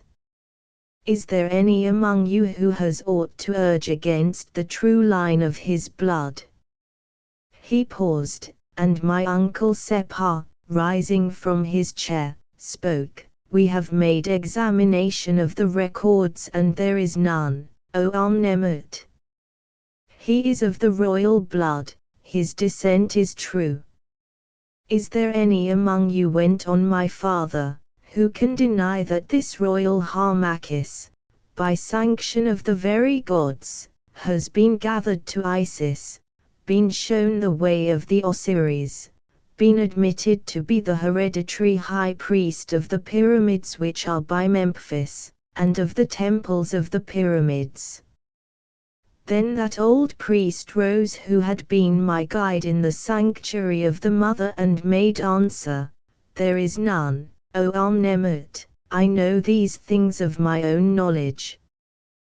Once more my father spoke, is there any among you who has aught to urge against this royal Harmachis, in that by wickedness of heart or life, by uncleanliness or falsity, it is not fit or meet that we should crown him Lord of all the lands? Then an aged prince of Memphis arose and made answer, we have inquired of these matters, there is none, O Amnemut. It is well said, my father, then naught is wanting in the Prince Harmachis, seed of Necht-Nebf, the Osirian. Let the woman Atara stand forth and tell this company those things that came to pass when, at the hour of her death, she who was my wife prophesied over this prince, being filled with the spirit of the Ethers. Thereon old Atara crept forward from the shadow of the columns, and earnestly told those things that have been written. Ye have heard, said my father, do you believe that the woman who was my wife spake with the divine voice? We do, they answered. Now my uncle Separ rose and spoke, Royal Harmachis, thou hast heard.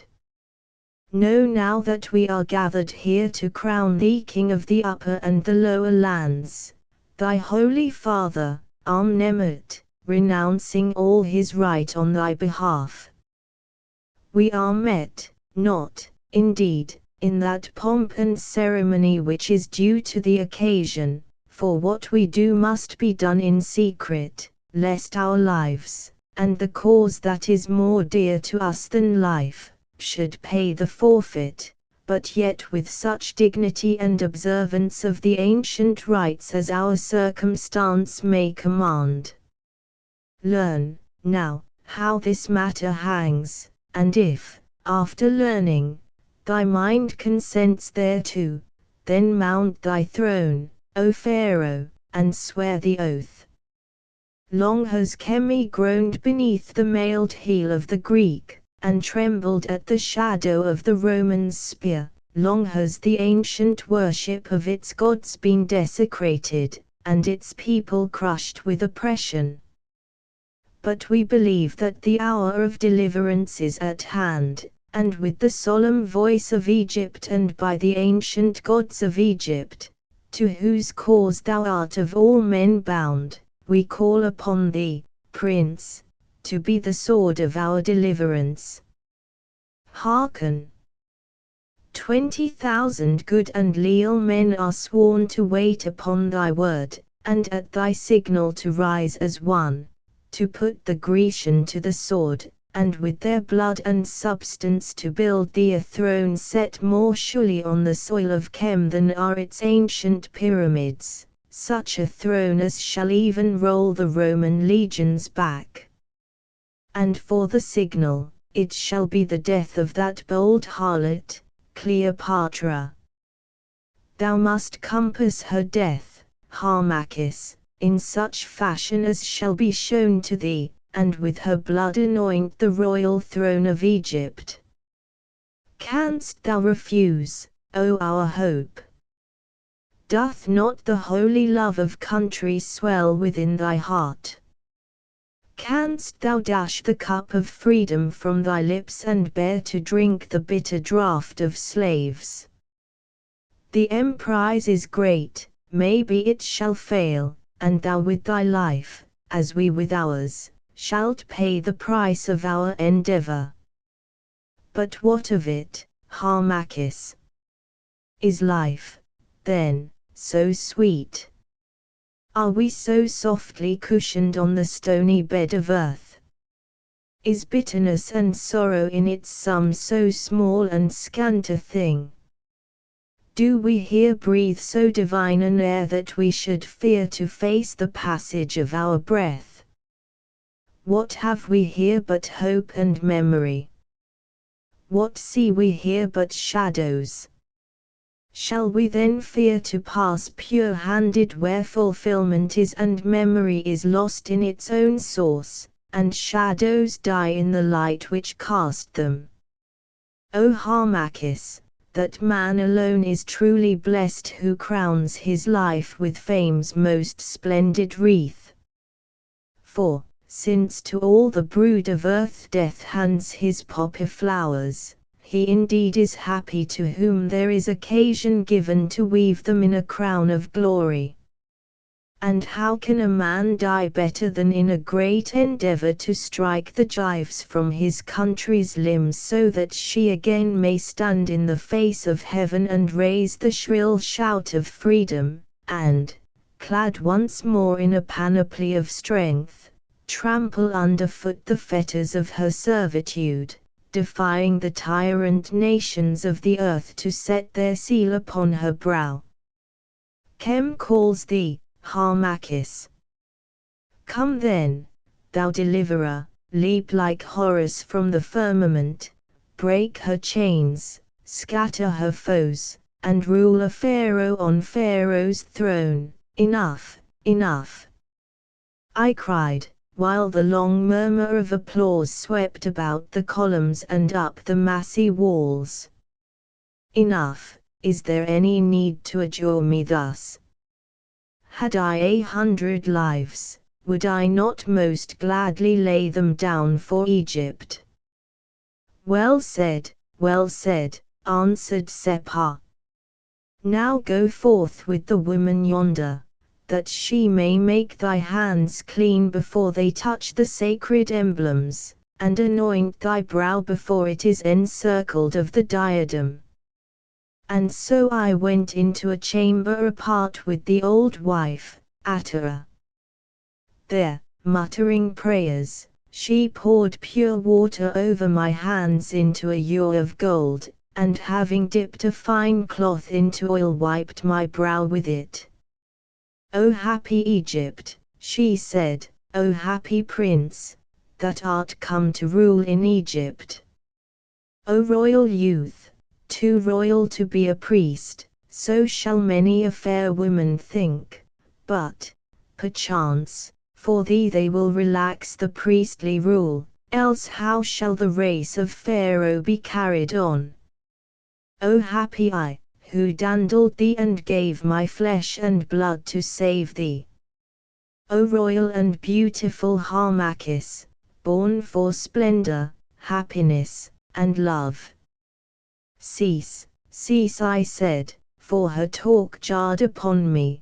Call me not happy till thou knowest my end, and speak not to me of love, for with love comes sorrow, and mine is another and a higher way. So thou sayest, and joy, too, that comes with love. Never talk lightly of love, my king, for it brought thee here. La! But it is always the way, the goose on the wing laughs at crocodiles, so goes their saying down at Alexandria, but when the goose is asleep on the water, it is the crocodiles that laugh. Not but what women are pretty crocodiles. Men worship the crocodiles at Anthribis, Crocodilopolis they call it now, don't they? But they worship women all the world over. La! How my tongue runs on, and thou about to be crowned Pharaoh. Did I not prophesy it to thee? Well, thou art clean, Lord of the double crown. Go forth. So I went from the chamber with the old wife's foolish talk ringing in my ears, though of a truth her folly had ever a grain of wit in it. As I came, the dignitaries rose once more and bowed before me. Then my father, without delay, drew near me, and placed in my hands a golden image of the divine Ma, the goddess of truth, and golden images of the arcs of the god Amen-Ra, of the divine Maut, and the divine Khans, and spoke solemnly, Thou swearest by the living majesty of Ma, by the majesty of Amen-Ra, of Maut, and of Khans. I swear, I said. Thou swearest by the holy land of Chem, by Sihor's flood, by the temples of the gods and the eternal pyramids. I swear. Remembering thy hideous doom if thou shouldst fail therein, thou swearest that thou wilt in all things govern Egypt according to its ancient laws, that thou wilt preserve the worship of its gods, that thou wilt do equal justice, that thou wilt not oppress, that thou wilt not betray, that thou wilt make no alliance with the Roman or the Greek, that thou wilt cast out the foreign idols, that thou wilt devote thy life to the liberty of the land of Chem. I swear. It is well. Mount, then, the throne, that in the presence of these thy subjects, I may name thee Pharaoh. I mounted upon the throne, of which the footstool is a sphinx, and the canopy the overshadowing wings of Ma. Then Amenemhat drew nigh once again and placed the pshint upon my brow, and on my head the double crown, and the royal robe about my shoulders, and in my hands the scepter and the scourge. Royal Harmachis, he cried, by these outward signs and tokens, I, the high priest of the temple of Romenma at Abalthis, crown thee Pharaoh of the upper and lower land. Reign and prosper, O hope of Chemi. Reign and prosper, Pharaoh, echoed the dignitaries, bowing down before me. Then, one by one, they swore allegiance, till all had sworn. And, having sworn, my father took me by the hand. He led me in solemn procession into each of the 7 sanctuaries that are in this temple of Romenma, and in each I made offerings, swung incense, and officiated as priest. Clad in the royal robes I made offerings in the shrine of Horus, in the shrine of Isis, in the shrine of Osiris, in the shrine of Amen-Ra, in the shrine of Horemku, in the shrine of Tu, till at length I reached the shrine of the king's chamber. Here they made their offering to me, as the divine Pharaoh, and left me very weary, but a king. Here the first and smallest of the papyrus rolls comes to an end. Book 2, The Fall of Harmachis, Chapter I of the farewell of Amenemhat to Harmachis, of the coming of Harmachis to Alexandria, of the exhortation of Sepha, of the passing of Cleopatra robed as Isis, and of the overthrow of the gladiator by Harmachis. Now the long days of preparation had passed, and the time was at hand. I was initiated, and I was crowned, so that although the common folk knew me not, or knew me only as priest of Isis, there were in Egypt thousands who at heart bowed down to me as Pharaoh. The hour was at hand, and my soul went forth to meet it. For I longed to overthrow the foreigner, to set Egypt free, to mount the throne that was my heritage, and cleanse the temples of my gods. I was fain for the struggle, and I never doubted of its end. I looked into the mirror, and saw triumph written on my brows. The future stretched a path of glory from my feet, glittering with glory like Sihor in the sun. I communed with my mother Isis, I sat within my chamber and took counsel with my heart. I planned new temples, I revolved great laws that I would put forth for my people's weal, and in my ears rang the shouts of exultation which should greet victorious Pharaoh on his throne. But still I tarried a little while at Abalthis, and, having been commanded to do so, let my hair, that had been shorn, grow again long and black as the raven's wing, instructing myself meanwhile in all manly exercises and feats of arms.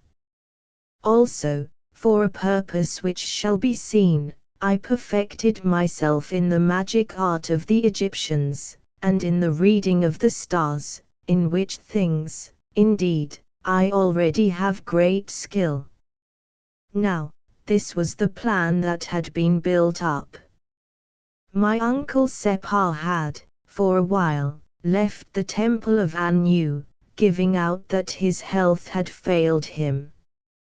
Thence he had moved down to a house in Alexandria, to gather strength, as he said, from the breath of the sea, and also to learn for himself the wonders of the great museum and the glory of Cleopatra's court.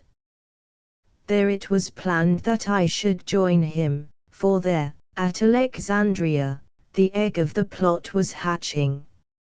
Accordingly, when at last the summons came, all things being prepared, I made ready for the journey, and passed into my father's chamber to receive his blessing before I went. There sat the old man, as once before he sat when he had rebuked me because I went out to slay the lion, his long white beard resting on the table of stone and sacred writings in his hand. When I came in he rose from his seat and would have knelt before me, crying, "Hail, Pharaoh," but I caught him by the hand. "It is not meet, my father," I said. "It is meet," he answered, "it is meet that I should bow before my king, but be it as thou wilt. And so thou goest, Harmachis, my blessings go with thee, O my son. And may those whom I serve grant to me that my old eyes may, indeed, behold thee on the throne. I have searched long, striving, Harmachis, to read the future that shall be, but I can learn naught by all my wisdom. It is hid from me, and at times my heart fails. But hear this, there is danger in thy path, and it comes in the form of women. I have known it long, and therefore thou hast been called to the worship of the heavenly Isis, who bids her votaries put away the thought of women till such time as she shall think well to slacken the rule. O, my son, I would that thou wert not so strong and fair, stronger and fairer, indeed, than any man in Egypt, as a king should be, for in that strength and beauty may lie a cause of stumbling. Beware, then, of those witches of Alexandria, lest, like a worm, some one of them creep into my heart and eat its secret out. Have no fear, my father, I answered, frowning, my thought is set on other things than red lips and smiling eyes. It is good, he answered, so may it befall.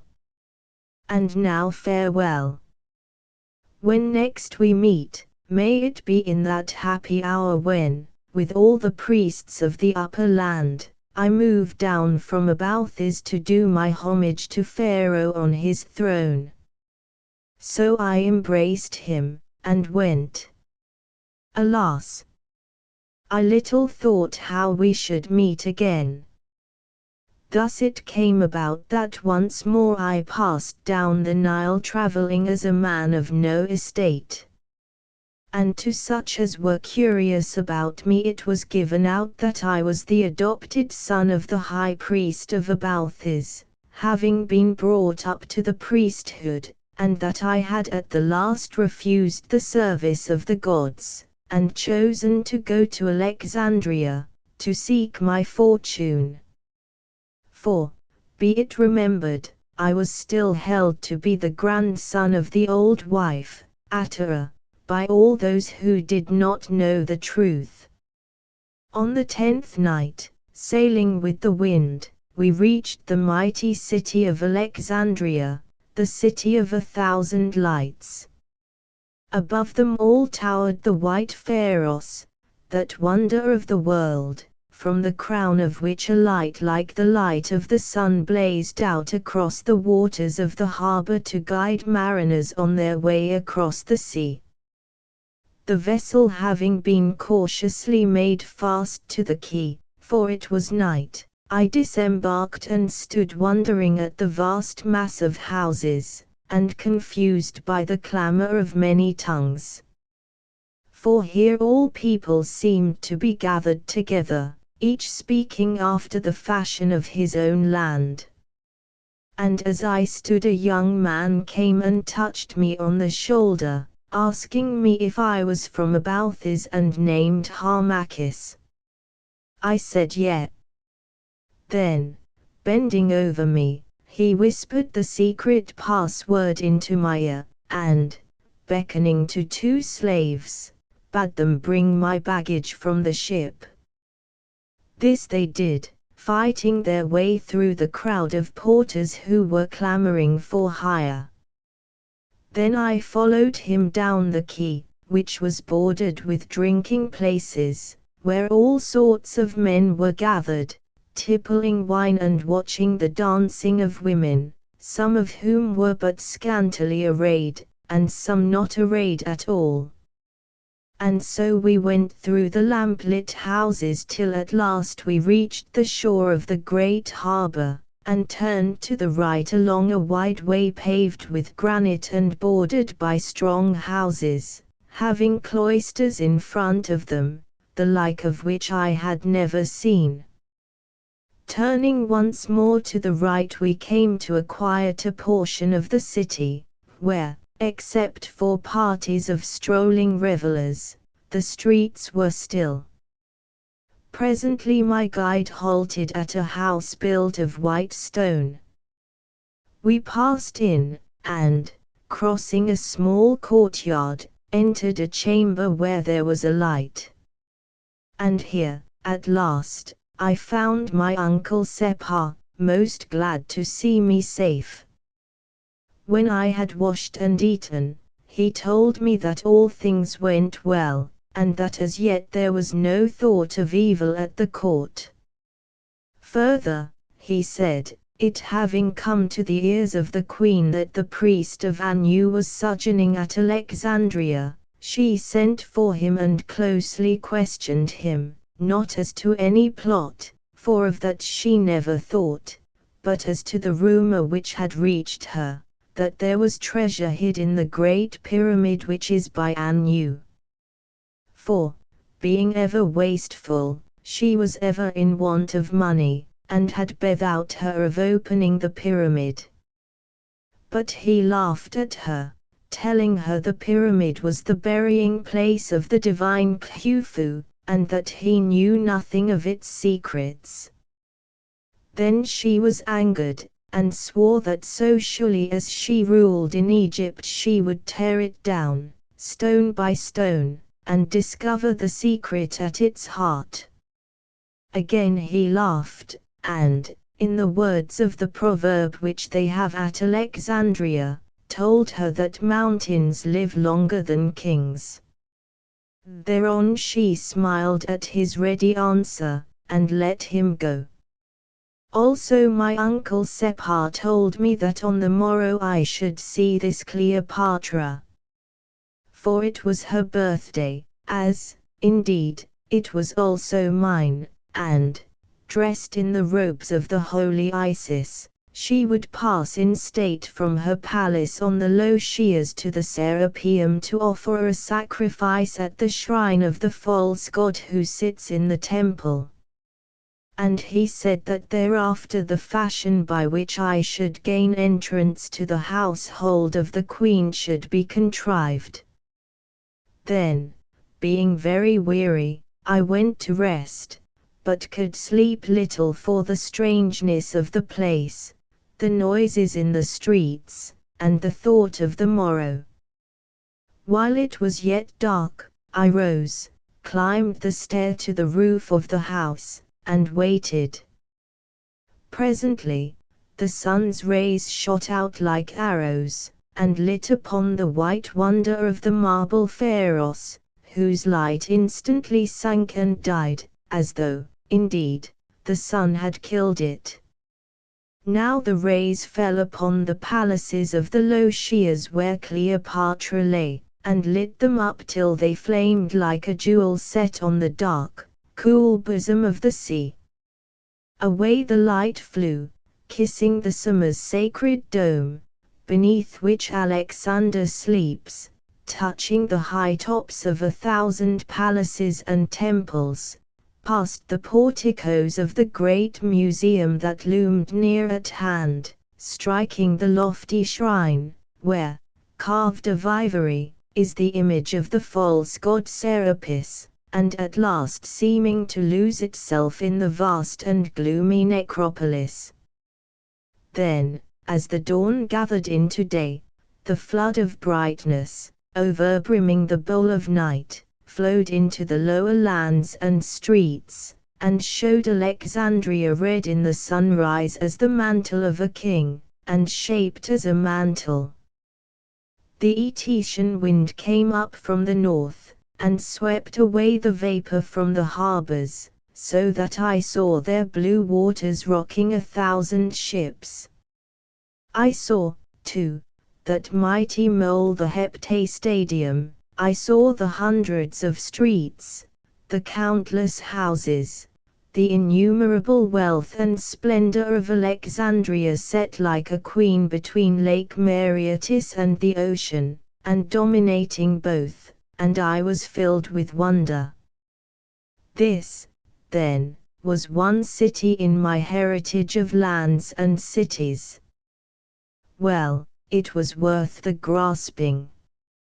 And having looked my full and fed my heart, as it were, with the sight of splendor, I communed with the holy Isis and came down from the roof.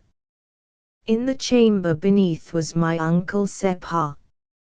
I told him that I had been watching the sun rise over the city of Alexandria. So, he said, looking at me from beneath his shaggy eyebrows, "And what thinkest thou of Alexandria?" "I think it is like some city of the gods," I answered. He replied fiercely, "a city of the infernal gods, a sink of corruption, a bubbling well of iniquity, a home of false faith springing from false hearts. I would that not one stone of it was left upon another stone, and that its wealth lay deep beneath yonder waters. I would that the gulls were screaming across its site, and that the wind, untainted by a Grecian breath, swept through its ruins from the ocean to Mareotis. O royal Harmachis, let not the luxury and beauty of Alexandria poison thy sense, for in their deadly air, faith perishes, and religion cannot spread her heavenly wings. When the hour comes for thee to rule, Harmachis, cast down this accursed city and, as thy fathers did, set up thy throne in the white walls of Memphis. For I tell thee that, for Egypt, Alexandria is but a splendid gate of ruin, and, while it endures, all nations of the earth shall march through it, to the plunder of the land, and all false faiths shall nestle in it and breed the overthrow of Egypt's gods." I made no answer, for there was truth in his words. And yet to me the city seemed very fair to look on. After we had eaten, my uncle told me it was now time to set out to view the march of Cleopatra, as she went in triumph to the shrine of Serapis. For although she would not pass till within 2 hours of the midday, yet these people of Alexandria have so great a love of shows and idling that had we not presently set forth, by no means could we have come through the press of the multitudes who were already gathering along the highways where the Queen must ride. So we went out to take our places upon a stand, built of timber, that had been set up at the side of the great road which pierces through the city, to the Canopic Gate. For my uncle had already purchased a right to enter there, and that dearly. We won our way with much struggle through the great crowds that were already gathered in the streets till we reached the scaffolding of timber, which was roofed in with an awning and gaily hung with scarlet cloths. Here we seated ourselves upon a bench and waited for some hours, watching the multitude press past shouting, singing, and talking loudly in many tongues. At length soldiers came to clear the road, clad, after the Roman fashion, in breastplates of chain armor. After them marched heralds enjoining silence, at which the population sung and shouted all the more loudly, and crying that Cleopatra, the queen, was coming. Then followed 1,000 Cilician skirmishers, 1,000 Thracians, 1,000 Macedonians, and 1,000 Gauls, each armed after the fashion of their country. Then passed 500 men of those who are called the fenced horsemen, for both men and horses were altogether covered with mail. Next came youths and maidens sumptuously draped and wearing golden crowns, and with them images symbolizing day and night, morning and noon, the heavens and the earth. After these walked many fair women, pouring perfumes on the road, and others scattering blooming flowers. Now there rose a great shout of Cleopatra. Cleopatra, and I held my breath and bent forward to see her who dared to put on the robes of Isis.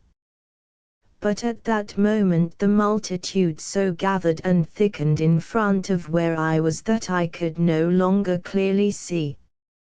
So in my eagerness I leapt over the barrier of the scaffolding, and, being very strong, pushed my way through the crowd till I reached the foremost rank. And as I did so, Nubian slaves armed with thick staves and crowned with ivy leaves ran up, striking the people.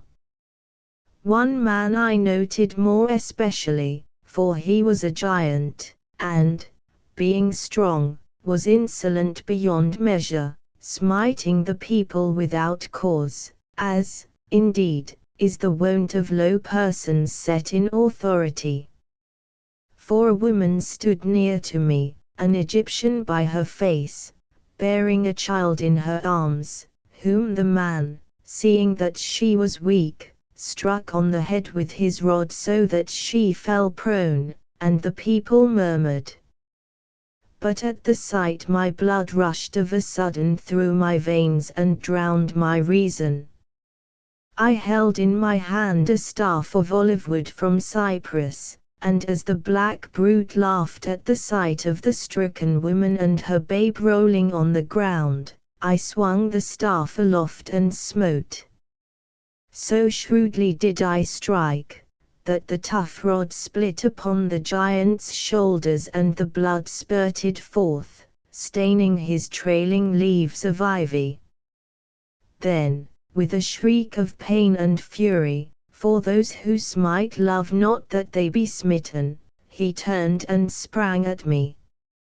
And all the people round gave back, save only the woman who could not rise, leaving us two in a ring as it were.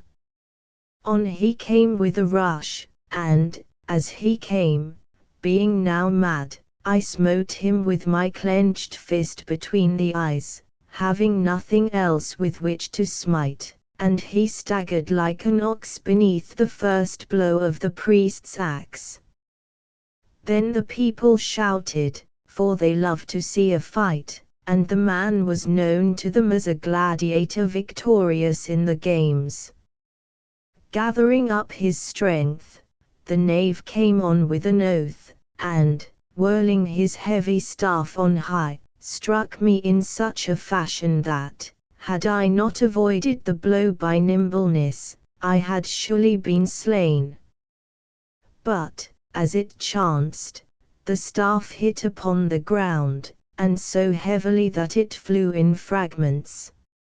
Thereon the multitude shouted again, and the great man, blind with fury, rushed at me to smite me down.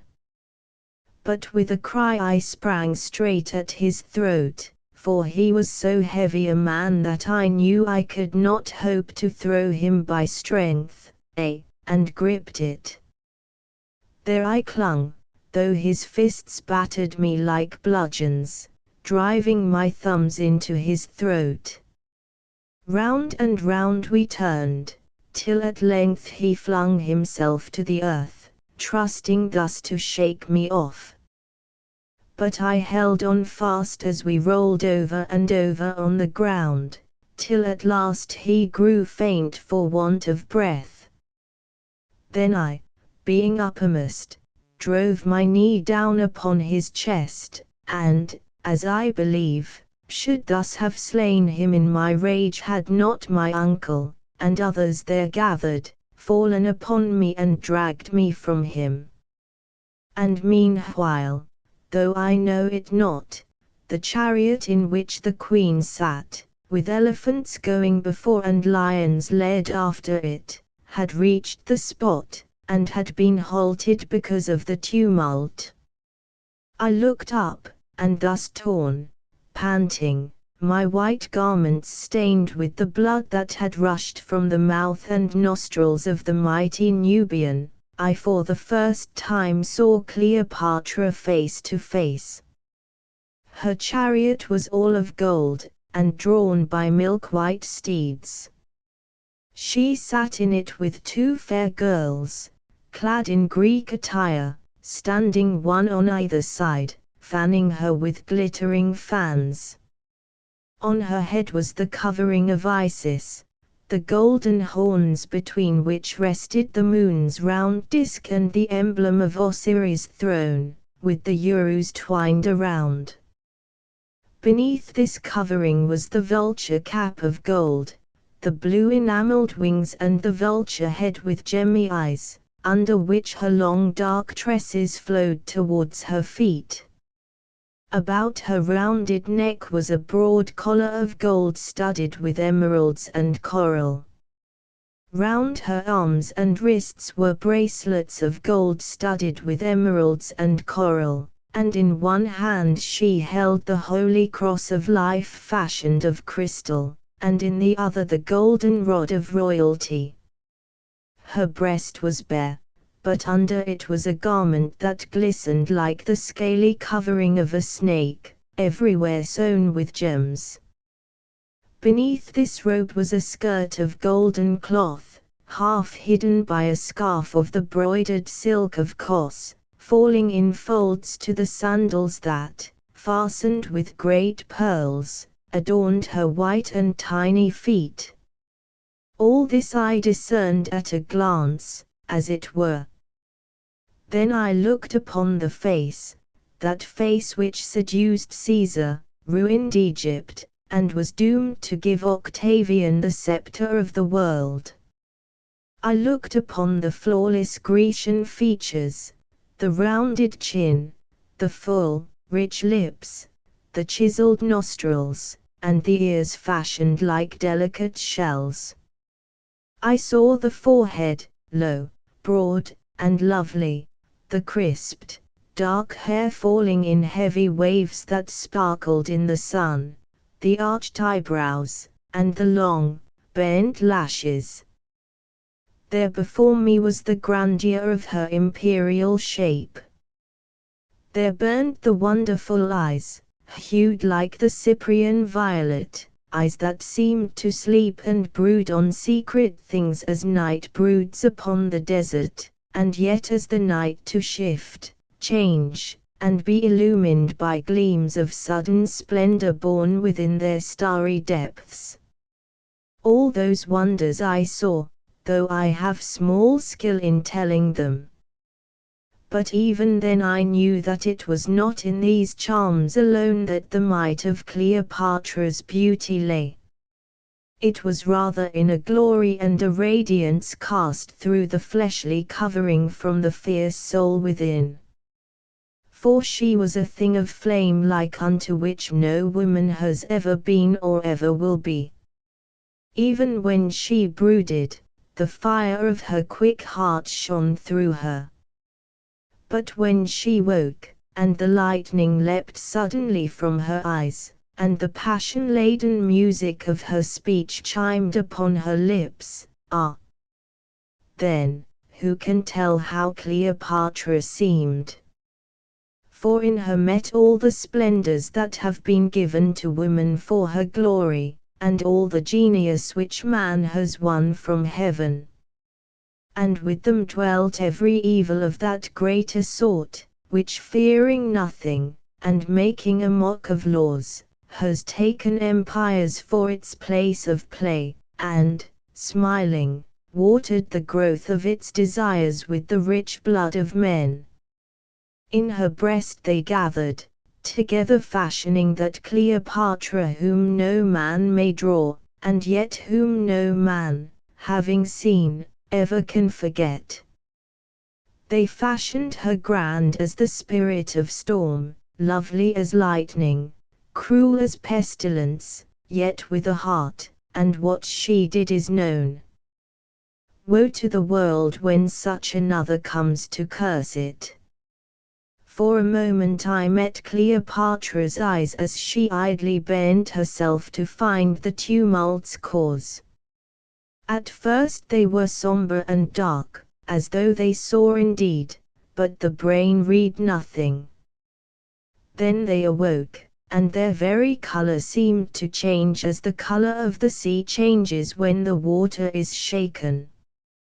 First, there was anger written in them, next an idle noting, then, when she looked upon the huge bulk of the man whom I had overcome, and knew him for the gladiator, something, perchance, that was not far from wonder. At the least they softened, though, indeed, her face changed no whit. But he who would read Cleopatra's mind had need to watch her eyes, for her countenance varied but a little. Turning, she said some word to her guards. They came forward and led me to her, while all the multitude waited silently to see me slain. I stood before her, my arms folded on my breast. Overcome though I was by the wonder of her loveliness, I hated her in my heart, this woman who dared to clothe herself in the dress of Isis, this usurper who sat upon my throne, this wanton squandering the wealth of Egypt in chariots and perfumes. When she had looked me over from head to the feet, she spake in a low full voice and in the tongue of Chemi, which she alone had learned of all the Lagidae. And who and what art thou, Egyptian, for Egyptian I see thou art, who darest to smite my slave when I make progress through my city? I am Harmachis, I answered boldly. Harmachis, the astrologer, adopted son of the high priest and governor of Abalthis, who am come hither to seek my fortune. I smote thy slave, O queen, because for no fault he struck down the woman yonder.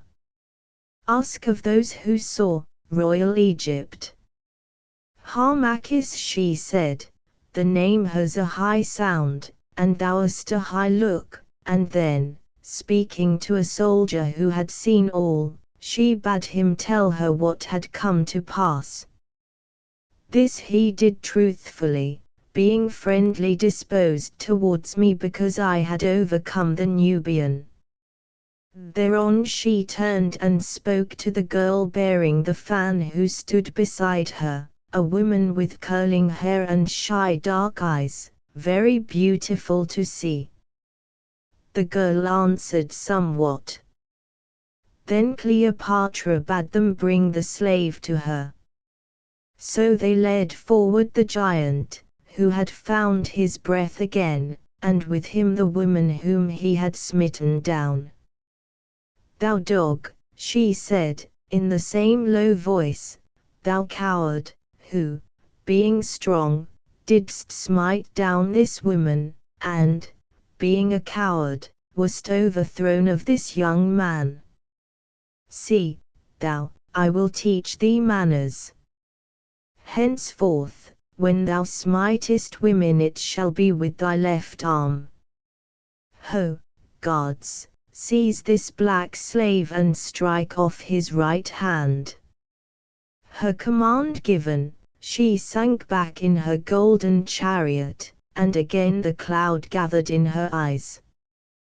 But the guards seized the giant, and, notwithstanding his cries and prayers for mercy, struck off his hand with a sword upon the wood of the scaffolding, and he was carried away groaning. Then the procession moved on again. As it went, the fair woman with the fan turned her head, caught my eye, and smiled and nodded as though she rejoiced, at which I wondered somewhat. The people cheered also and made jests, saying that I should soon practice astrology in the palace. But, as soon as we might, I and my uncle escaped, and made our way back to the house. All the while he rated me for my rashness, but when we came to the chamber of the house he embraced me and rejoiced greatly, because I had overthrown the giant with so little hurt to myself. Chapter 2 of the coming of Charmian, and of the wrath of Separ. That same night, while we sat at supper in the house, there came a knock upon the door. It was opened, and a woman passed in, wrapped from head to foot in a large dark peplos or cloak in such fashion that her face could not be clearly seen. My uncle rose, and as he did so the woman uttered the secret word. "I am come, my father," she said in a sweet clear voice, though of a truth it was not easy to escape the revels at the palace yonder. But I told the queen that the sun and the riot in the streets had made me sick, and she let me go. "It is well," he answered.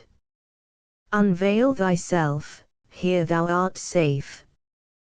With a little sigh of weariness she unclasped the peplos and let it slip from her, giving to my sight the face and form of that beauteous girl who had stood to fan Cleopatra in the chariot. For she was very fair and pleasant to look upon, and her Grecian robes clung sweetly about her supple limbs and budding form. Her wayward hair, flowing in 100 little curls, was bound in with a golden fillet, and on her feet were sandals fastened with studs of gold. Her cheeks blushed like a flower, and her dark soft eyes were downcast, as though with modesty, but smiles and dimples trembled about her lips. My uncle frowned when his eyes fell upon her dress. "Why comest thou in this garb, Charmian?" he asked sternly. "Is not the dress of thy mother's good enough for thee? This is no time or place for women's vanities. Thou art not here to conquer, but to obey." "Nay, be not wroth, my father," she answered softly. "Perchance thou knowest not that she whom I serve will have none of our Egyptian dress, it is out of fashion. To wear it would have been to court suspicion, also I came in haste." And as she spoke I saw that all the while she watched me covertly through the long lashes which fringed her modest eyes. "Well, well," he said sharply, fixing his keen glance upon her face, "doubtless thou speakest truth, Charmian. Be ever mindful of thy oath, girl, and of the cause to which thou art sworn. Be not light-minded, and I charge thee forget the beauty with which thou hast been cursed.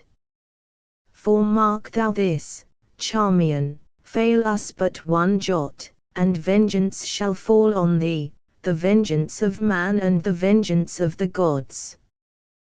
To this service he continued, lashing himself to anger as he went on till his great voice rang in the narrow room.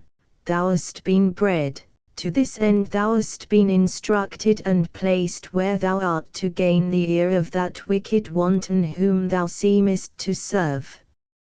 See thou forget it not, see that the luxury of yonder court does not corrupt thy purity and divert thy aim.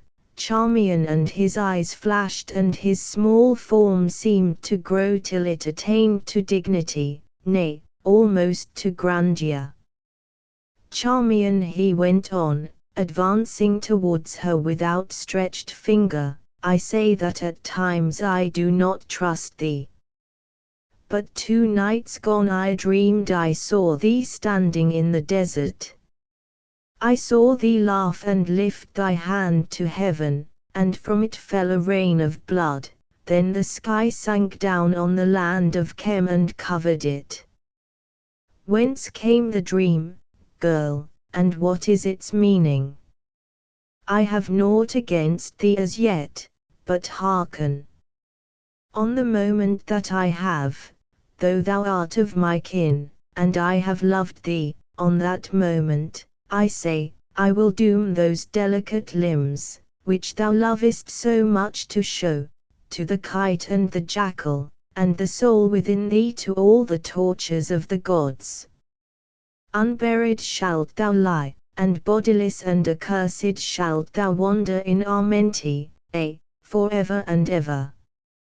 He paused, for his sudden burst of passion had spent itself.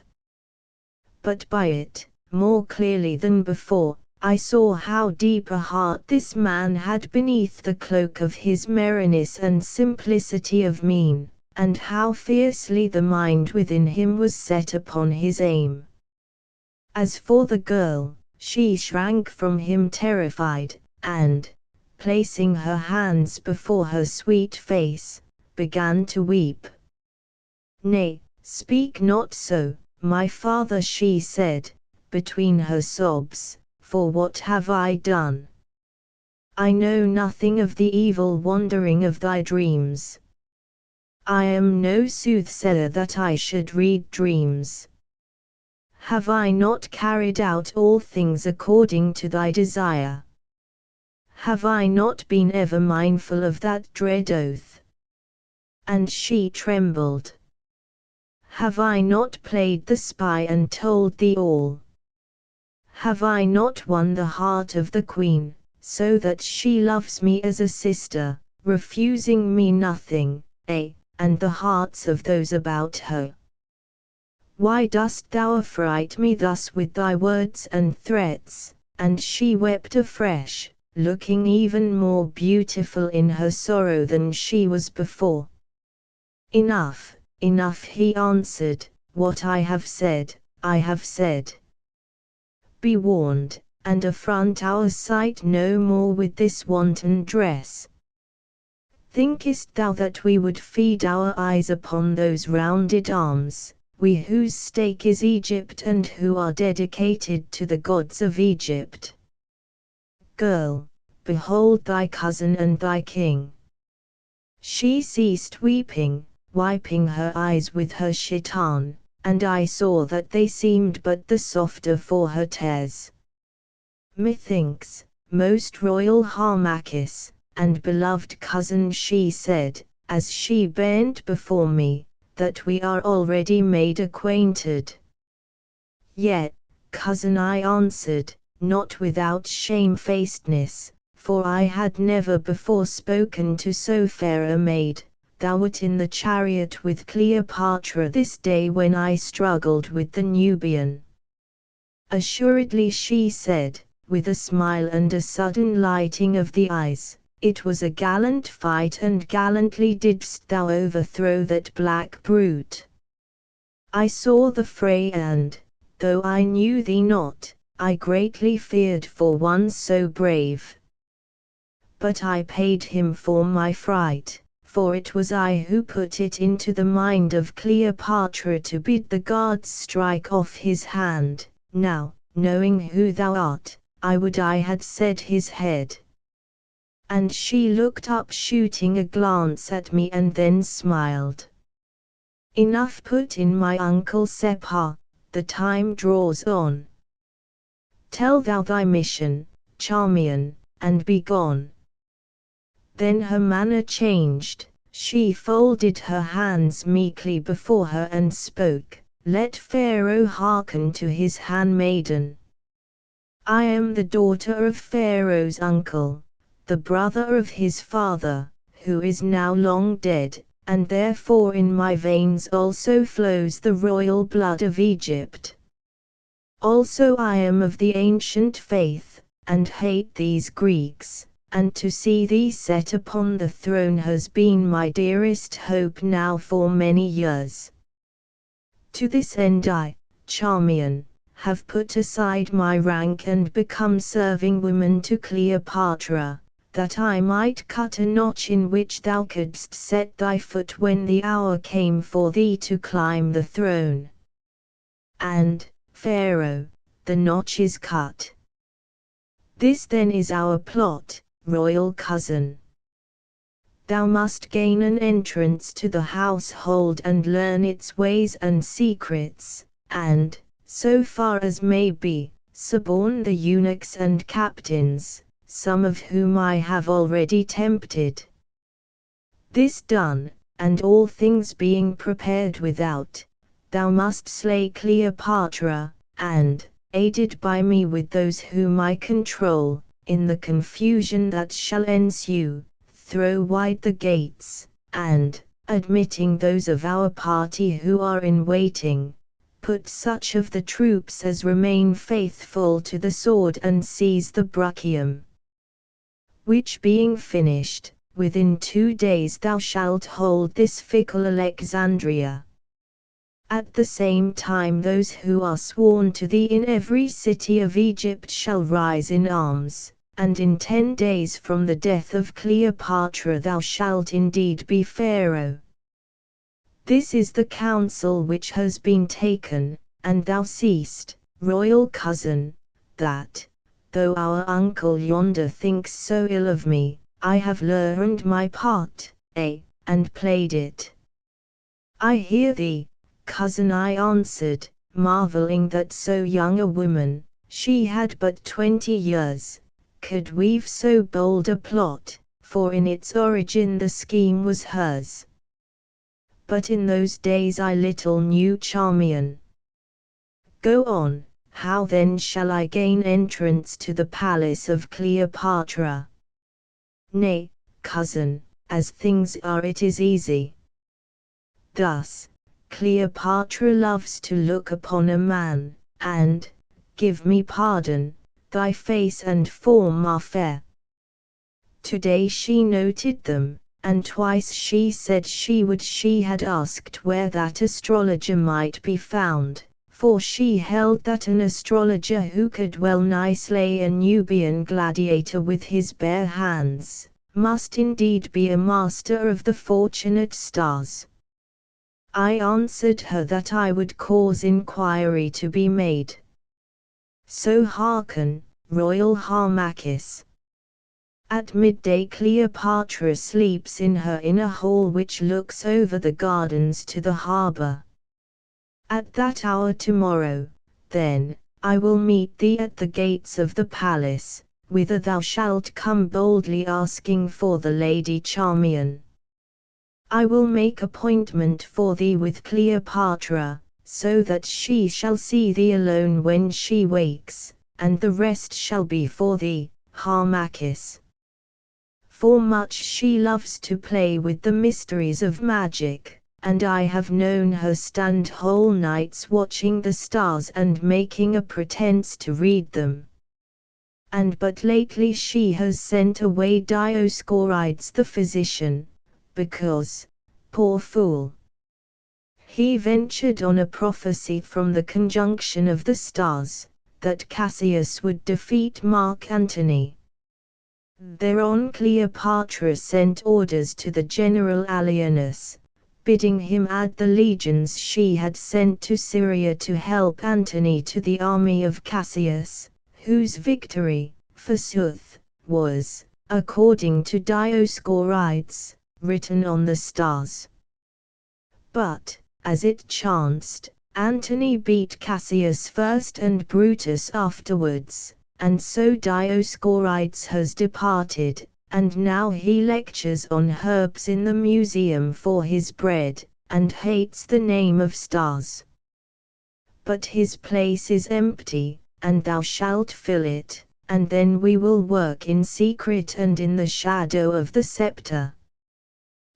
We will work like the worm at the heart of a fruit, till the time of plucking comes, and at thy dagger's touch, royal cousin, the fabric of this Grecian throne crumbles to nothingness, and the worm that rotted it bursts his servile covering, and, in the sight of empires, spreads his royal wings o'er Egypt. I gazed at this strange girl once more astonished, and saw that her face was lit up with such a light as I had never seen in the eyes of women. Broke in my uncle, who was watching her. I love to see thee so, girl. There is the Charmian that I knew and I bred up, not the court girl whom I like not, draped in silks of cos and fragrant with essences. Let thy heart harden in this mould, stamp it with the fervid zeal of patriot faith, and thy reward shall find thee. And now cover up that shameless dress of thine and leave us, for it grows late. Tomorrow Harmachis shall come, as thou hast said, and so farewell. Charmian bowed her head, and, turning, wrapped her dark-hued peplos round her. Then, taking my hand, she touched it with her lips and went without any further word. A strange woman, said Sepah, when she had gone, a most strange woman, and an uncertain. Methought, my uncle, I said, that thou wast somewhat harsh with her. He answered, but not without a cause. Look thou, Harmachis, beware of this Charmian. She is too wayward, and, I fear me, may be led away. In truth, she is a very woman, and, like a restive horse, will take the path that pleases her. She has brain and fire, and she loves our cause, but I pray that the cause come not face to face with her desires, for what her heart is set on that will she do, at any cost she will do it. Therefore I frightened her now while I may, for who can know but that she will pass beyond my power. I tell thee, that in this one girl's hand lie all our lives, and if she play us false, what then? Alas! And alas! That we must use such tools as these. But it was needful, there was no other way, and yet I misdoubted me. I pray that it may be well, still, at times, I fear my niece Charmian, she is too fair, and the blood of youth runs too warm in those blue veins of hers.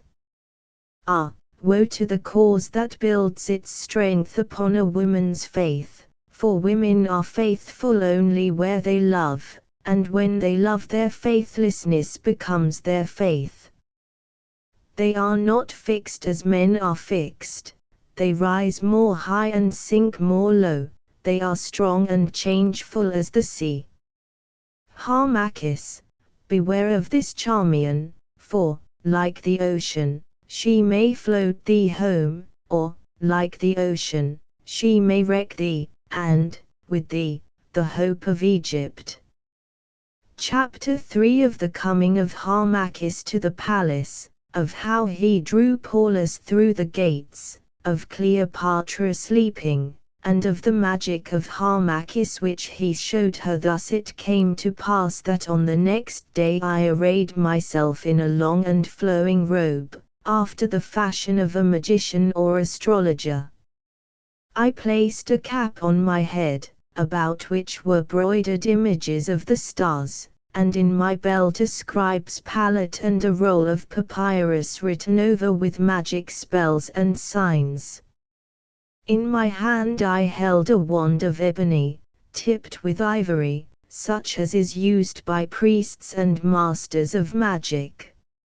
Among these, indeed, I took high rank, filling my knowledge of their secrets which I had learned at and knew what I lacked in that skill which comes from use.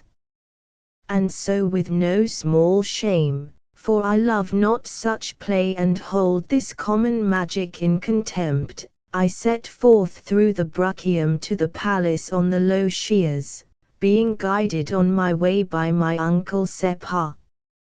At length, passing up the avenue of sphinxes, we came to the great marble gateway and the gates of bronze, within which is the guard-house. Here my uncle left me, breathing many prayers for my safety and success. But I advanced with an easy air to the gate, where I was roughly challenged by the Gallic sentries, and asked of my name, following, and business. I gave my name, Harmachis, the astrologer, saying that my business was with the Lady Charmian, the Queen's lady. Thereon the man made as though to let me pass in, when a captain of the guard, a Roman named Paulus, came forward and forbade it. Now, this Paulus was a large-limbed man, with a woman's face, and a hand that shook from wine-bibbing. Still he knew me again. Why, he cried, in the Latin tongue, to one who came with him, "This is the fellow who wrestled yesterday with the Nubian gladiator, that same who now howls for his lost hand underneath my window. Curses on the black brute! I had a bet upon him for the games. I have backed him against Caius, and now he'll never fight again, and I must lose my money, all through this astrologer. What is it thou sayest? Thou hast business with the Lady Charmian." "Nay, then, that settles it. I will not let thee through. Fellow, I worship the Lady Charmian, we all worship her, though she gives us more slaps than sighs. And dost thou think that we will suffer an astrologer with such eyes and such a chest as thine to cut in the game? By Bacchus, no. She must come out to keep the tryst, for in thou shalt not go." "Sir," I said humbly and yet with dignity, "I pray that a message may be sent to the Lady Charmian, for my business will not brook delay." "Ye gods," answered the fool, "whom have we here that he cannot wait?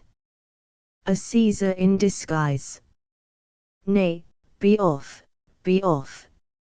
If thou wouldst not learn how a spear prick feels behind. Nay, put in the other officer, he is an astrologer, make him prophesy, make him play tricks." Cried the others who had sauntered up, "Let the fellow show his art. If he is a magician he can pass the gates, Paulus or no Paulus." "Right willingly, good sirs," I answered, for I saw no other means of entering. "Wilt thou, my young and noble lord," and I addressed him who was with Paulus, "suffer that I look thee in the eyes? Perhaps I may read what is written there." "Right," answered the youth, "but I wish that the Lady Charmian was the sorceress. I would stare her out of countenance, I warrant." I took him by the hand and gazed deep into his eyes. "I see," I said, "a field of battle at night, and about it bodies stretched, among them is thy body, and a hyena tears its throat. Most noble sir, thou shalt die by sword thrusts within a year. By Bacchus, said the youth, turning white to the gills, thou art an ill-omened sorcerer.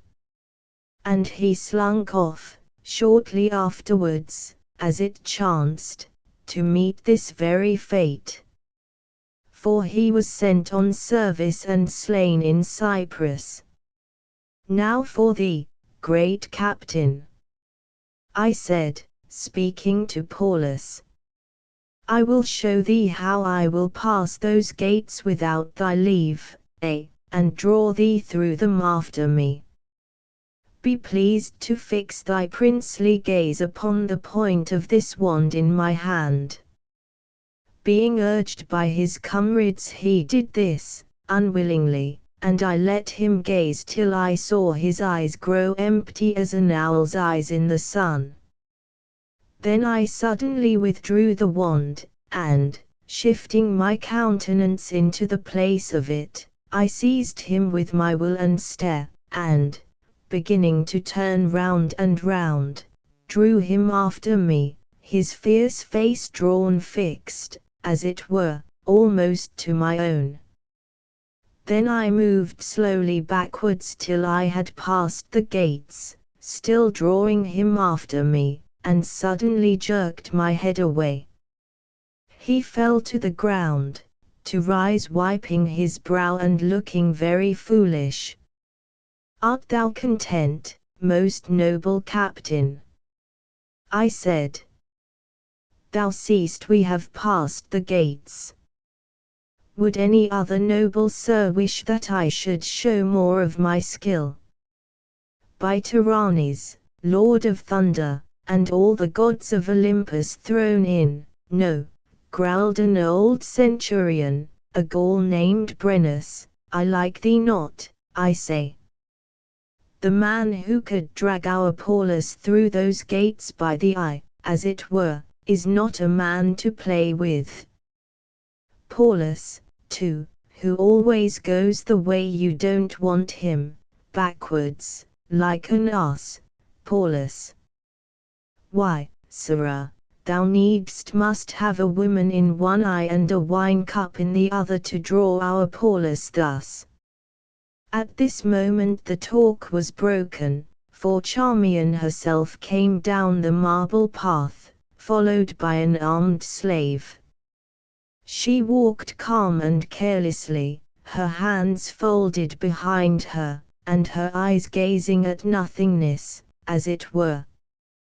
But it was when Charmian thus looked upon nothing that she saw most. And as she came the officers and men of the guard made way for her bowing, for, as I learned afterwards, this girl, next to Cleopatra's self, wielded more power than anyone about the palace. What is this tumult, Brennus? She said, speaking to the centurion, and making as if she saw me not. Knowest thou not that the queen sleeps at this hour, and if she be awakened it is thou who must answer for it, and that dearly? Nay, lady, said the centurion, humbly, but it is thus. We have here, and he jerked his thumb towards me, a magician of the most pestilent, I crave his pardon, of the very best sort, for he hath but just now, only by placing his eyes close to the nose of the worthy Captain Paulus, dragged him, the said Paulus, through the gates that Paulus swore the magician should not pass. By the same token, lady, the magician says that he has business with you, which grieves me for your sake. Charmian turned and looked at me carelessly. I remember, she said, and so he has, at least, the queen would see his tricks, but if he can do none better than cause a sot, here she cast a glance of scorn at the wondering Paulus, to follow his nose through the gates he guards, he had better go whence he came. Follow me, sir magician, and for thee, Brennus, I say, keep thy riotous crew more quiet.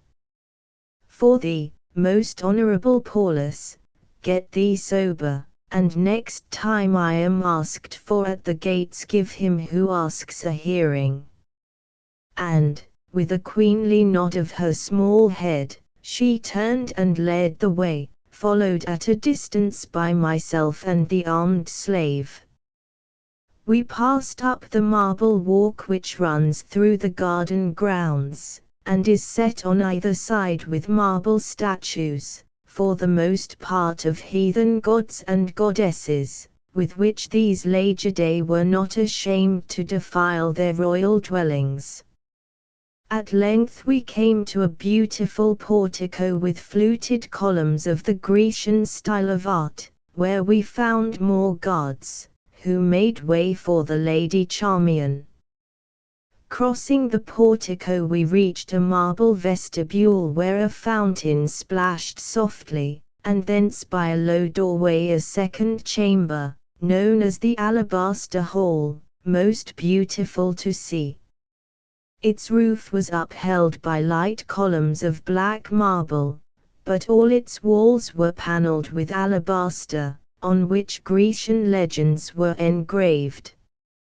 Its floor was of rich and many-hued mosaic that told the tale of the passion of Psyche for the Grecian god of love, and about it were set chairs of ivory and gold.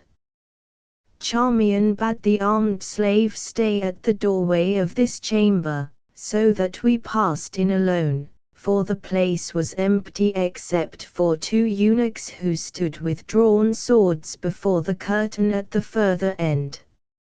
I am vexed, my lord, she said, speaking very low and shyly, that thou shouldst have met with such affronts at the gate, but the guard there served a double watch, and I had given my commands to the officer of the company that should have relieved it. Those Roman officers are ever insolent, who, though they seem to serve, know well that Egypt is their plaything. But it is not amiss, for these rough soldiers are superstitious, and will fear thee. Now bide thou here while I go into Cleopatra's chamber, where she sleeps. I have but just sung her to sleep, and if she be awake I will call thee, for she waits thy coming. And without more words she glided from my side. In a little time she returned, and coming to me spoke, "Wouldst see the fairest woman in all the world, asleep?" she whispered, "if so, follow me. Nay, fear not, when she awakes she will but laugh, for she bade me be sure to bring thee instantly, whether she slept or woke. See, I have her signet." So we passed up the beautiful chamber till we came to where the eunuchs stood with drawn swords, and these would have barred my entry. But Charmian frowned, and drawing the signet from her bosom held it before their eyes.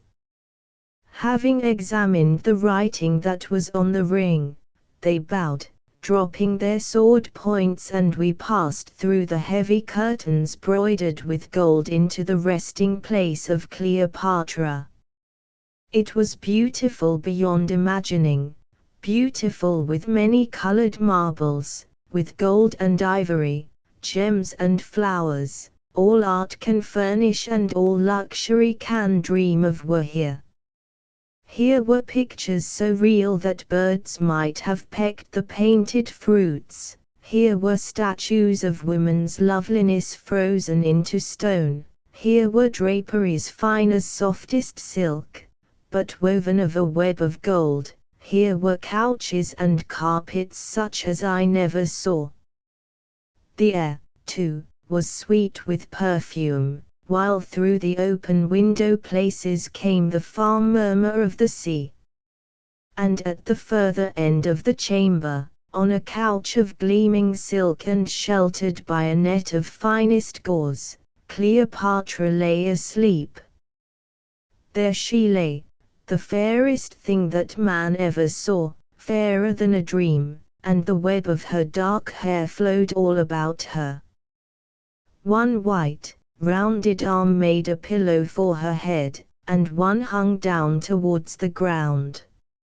Her rich lips were parted in a smile, showing the ivory lines of teeth, and her rosy limbs were draped in so thin a robe of the silk of Kos, held about her by a jeweled girdle, that the white gleam of flesh shone through it. I stood astonished, and though my thoughts had little bent that way, the sight of her beauty struck me like a blow, so that for a moment I lost myself as it were in the vision of its power, and was grieved at heart because I must slay so fair a thing. Turning suddenly from the sight, I found Charmian watching me with her quick eyes, watching as though she would search my heart. And, indeed, something of my thought must have been written on my face in a language that she could read, for she whispered in my ear, "It is pity, is it not? Harmachis, being but a man, methinks that thou wilt need all thy ghostly strength to nerve thee to the deed." I frowned, but before I could frame an answer she touched me lightly on the arm and pointed to the queen. A change had come upon her, her hands were clenched, and about her face, all rosy with the hue of sleep, gathered a cloud of fear. Her breath came quick, she raised her arms as though to ward away a blow, then with a stifled moan sat up and opened the windows of her eyes. They were dark, dark as night, but when the light found them they grew blue as the sky grows blue before the blushing of the dawn. "Caesarion," she said, "where is my son Caesarion? Was it then a dream? I dreamed that Julius who is dead, came to me, a bloody toga wrapped about his face, and having thrown his arms about his child led him away. Then I dreamed I died in blood and agony, and one I might not see mocked me as I died. Ah! Who is that man?" "Peace, madam, peace," said Charmian. "It is but the magician Harmachis, whom thou didst bid me bring to thee at this hour." "Ah, the magician, that Harmachis who overthrew the giant. I remember now. He is welcome. Tell me, Sir Magician, can thy magic mirror call forth an answer to this dream? Nay, how strange a thing is sleep, that wrapping the mind in a web of darkness, straitly compels it to its will. Whence, then, come those images of fear rising on the horizon of the soul like some untimely moon upon a midday sky? Who grants them power to stalk so lifelike from memory's halls, and, pointing to their wounds, thus confront the present with the past? Are they, then, messengers? Does the half-death of sleep give them foothold in our brains, and thus upknit the cut thread of human kinship? That was Caesar's self, I tell thee, who but now stood at my side and murmured through his muffled robe warning words of which the memory is lost to me. Read me this riddle, thou Egyptian Sphinx, and I'll show thee a rosier path to fortune than all thy stars can point. Thou hast brought the omen, solve thou its problem. Alluding to his name. Harmachis was the Grecian title of the divinity of the Sphinx, as Horemheb was the Egyptian. Editor. I come in a good hour, most mighty queen, I answered, for I have some skill in the mysteries of sleep, that is, as thou hast rightly guessed, a stair by which those who are gathered to Osiris may from time to time enter at the gateways of our living sense, and, by signs and words that can be read of instructed mortals, repeat the echoes of that hall of truth which is their habitation. Yes, sleep is a stair by which the messengers of the guardian gods may descend in many shapes upon the spirit of their choice. For, O Queen, to those who hold the key, the madness of our dreams can show a clearer purpose and speak more certainly than all the acted wisdom of our waking life, which is a dream indeed. Thou didst see great Caesar in his bloody robe, and he threw his arms about the Prince Caesarion and led him hence. Hearken now to the secret of thy vision.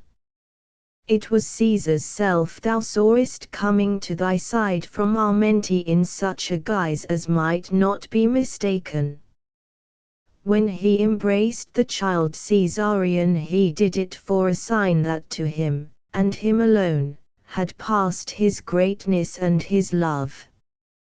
When he seemed to lead him hence he led him forth from Egypt to be crowned in the capital, crowned the Emperor of Rome and Lord of all the lands. For the rest, I know not. It is hid from me. Thus, then, I read the vision, though to my sense it had a darker meaning. But it is not well to prophesy evil unto kings. Meanwhile Cleopatra had risen, and, having thrown back the gnat gauze, was seated upon the edge of her couch, her eyes fixed upon my face, while her fingers played with her girdle's jeweled ends. Of a truth she cried, Thou art the best of all magicians, for thou readest my heart, and drawest a hidden sweet out of the rough shell of evil omen. O Queen, said Charmian, who stood by with downcast eyes, and I thought that there was bitter meaning in her soft tones, may no rougher words ever affront thy ears, and no evil presage tread less closely upon its happy sense. Cleopatra placed her hands behind her head and, leaning back, looked at me with half-shut eyes. Come, show us of thy magic, Egyptian, she said. It is yet hot abroad, and I am weary of those Hebrew ambassadors and their talk of Herod and Jerusalem. I hate that Herod, as he shall find, and will have none of the ambassadors today, though I yearn a little to try my Hebrew on them. What canst thou do? Hast thou no new trick? By Serapis. If thou canst conjure as well as thou canst prophesy, thou shalt have a place at court, with pay and perquisites to boot, if thy lofty soul does not scorn perquisites. Nay, I answered, all tricks are old, but there are some forms of magic to be rarely used, and with discretion, that may be new to thee, O Queen. Art thou afraid to venture on the charm? I fear nothing, go on and do thy worst. Come, Charmian, and sit by me. But, stay, where are all the girls, Iais and Maria? They, too, love magic. Not so, I said, the charms work ill before so many. Now behold, and, gazing at the twain, I cast my wand upon the marble and murmured a spell. For a moment it was still, and then, as I muttered, the rod slowly began to writhe. It bent itself, it stood on end, and moved of its own motion. Next it put on scales, and behold, it was a serpent that crawled and fiercely hissed. Fie on thee, cried Cleopatra, clapping her hands, callest thou that magic? Why, it is an old trick that any wayside conjurer can do. I have seen it a score of times. Wait, O Queen, I answered, thou hast not seen all. And, as I spoke, the serpent seemed to break in fragments, and from each fragment grew a new serpent. And these, too, broke in fragments and bred others, till in a little while the place, to their glamoured sight, was a seething sea of snakes, that crawled, hissed, and knotted themselves in knots. Then I made a sign, and the serpents gathered themselves round me, and seemed slowly to twine themselves about my body and my limbs, till, save my face, I was wreathed thick with hissing snakes. "Oh, horrible, horrible!" cried Charmian, hiding her countenance in the skirt of the Queen's garment. "Nay, enough, magician, enough," said the Queen, "thy magic overwhelms us." I waved my snake-wrapped arms, and all was gone. There at my feet lay the black wand tipped with ivory, and naught beside. The two women looked upon each other and gasped with wonder.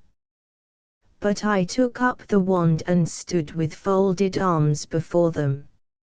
"Is the Queen content with my poor art?" I asked most humbly. That I am Egyptian, never did I see its like. Thou art court astronomer from this day forward, with right of access to the Queen's presence. Hast thou more of such magic at thy call? Yet, royal Egypt, suffer that the chamber be a little darkened, and I will show thee one more thing. Half am I afraid, she answered, nevertheless do thou as this Harmachis says, Charmian. So the curtains were drawn and the chamber made as though the twilight were at hand. I came forward, and stood beside Cleopatra. "Gaze thou there," I said sternly, pointing with my wand to the empty space where I had been, "and thou shalt behold that which is in thy mind." Then for a little space was silence, while the two women gazed fixedly and half fearful at the spot. And as they gazed a cloud gathered before them. Very slowly it took shape and form, and the form it took was the form of a man, though as yet he was but vaguely mapped upon the twilight, and seemed now to grow and now to melt away. Then I cried with a loud voice, "Spirit, I conjure thee, appear." And as I cried the thing, perfect in every part, leapt into form before us, suddenly as the flash of day. His shape was the shape of royal Caesar, the toga thrown about his face, and on his form a vestment bloody from 100 wounds. An instant so he stood, then I waved my wand and he was gone. I turned to the two women on the couch, and saw Cleopatra's lovely face all clothed in terror. Her lips were ashy white, her eyes stared wide, and all the flesh was shaking on her bones. "Man," she gasped, "man, who and what art thou who canst bring the dead before our eyes?" "I am the Queen's astronomer, magician, servant, what the Queen wills," I answered, laughing. Was this the form that was on the Queen's mind? She made no answer, but, rising, left the chamber by another door. Then Charmian rose also and took her hands from her face, for she, too, had been stricken with dread. "How dost thou these things, royal Harmachis?" she said. "Tell me, for of a truth I fear thee." "Be not afraid," I answered. perchance thou didst see nothing but what was in my mind. All things are shadows. How canst thou, then, know their nature, or what is and what only seems to be? But how goes it? Remember, Charmian, this sport is played to an end. It goes well, she said. By tomorrow morning's dawn these tales will have gone round, and thou wilt be more feared than any man in Alexandria. Follow me, I pray thee.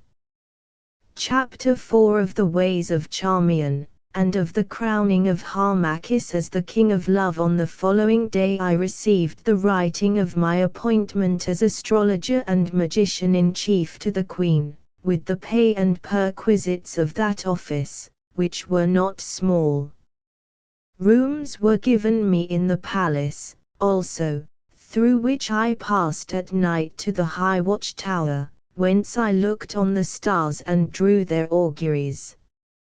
For at this time Cleopatra was much troubled about matters political, and not knowing how the great struggle among the Roman factions would end, but being very desirous to side with the strongest, she took constant counsel with me as to the warnings of the stars. These I read to her in such manner as best seemed to fit the high interest of my ends. For Antony, the Roman triumvir, was now in Asia Minor, and, rumor ran, very wroth because it had been told him that Cleopatra was hostile to the triumvirate, in that her general, Serapion, had aided Cassius. But Cleopatra protested loudly to me and others that Serapion had acted against her will. Yet Charmian told me that, as with Alienus, it was because of a prophecy of Dioscorides the Unlucky that the Queen herself had secretly ordered Serapion so to do. Still, this did not save Serapion, for to prove to Antony that she was innocent she dragged the general from the sanctuary and slew him. Woe be to those who carry out the will of tyrants if the scale should rise against them. And so Serapion perished. Meanwhile all things went well with us, for the minds of Cleopatra and those about her were so set upon affairs abroad that neither she nor they thought of revolt at home.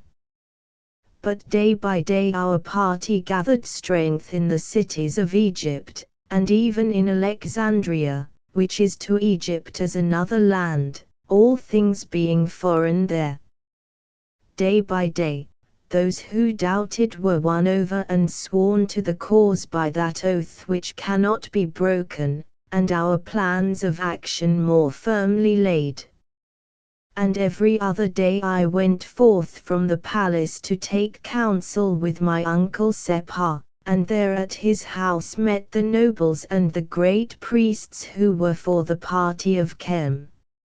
I saw much of Cleopatra, the queen, and I was ever more astonished at the wealth and splendor of her mind, that for richness and variety was as a woven cloth of gold throwing back all lights from its changing face. She feared me somewhat, and therefore wished to make a friend of me, asking me of many matters that seemed to be beyond the province of my office. I saw much of the Lady Charmian also. Indeed, she was ever at my side, so that I scarce knew when she came and when she went. For she would draw nigh with that soft step of hers, and I would turn to find her at hand and watching me beneath the long lashes of her downcast eyes. There was no service that was too hard for her, and no task too long, for day and night she labored for me and for our cause. But when I thanked her for her loyalty, and said it should be had in mind in that time which was at hand, she stamped her foot, and pouted with her lips, like an angry child, saying that, among all the things which I had learned, this had I not learned, that love's service asked no payment, and was its own guerdon. And I, being innocent in such matters, and, foolish that I was, holding the ways of women as of small account, read her sayings in the sense that her services to the cause of Chem, which she loved, brought with them their own reward. But when I praised so fine a spirit, she burst into angry tears and left me wondering. For I knew nothing of the trouble at her heart. I knew not then that, unsought, this woman had given me her love, and that she was rent and torn by pangs of passion fixed like arrows in her breast. I did not know, how should I know it, who never looked upon her otherwise than as an instrument of our joint and holy cause.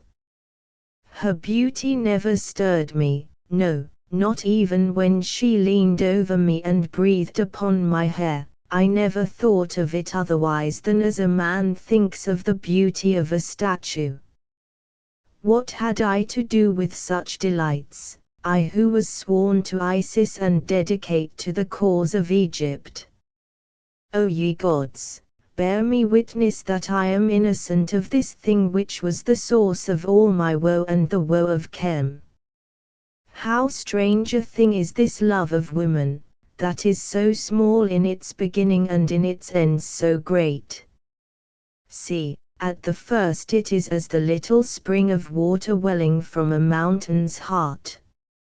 And at the last what is it? It is a mighty river that floats argosies of joy and makes wide lands to smile.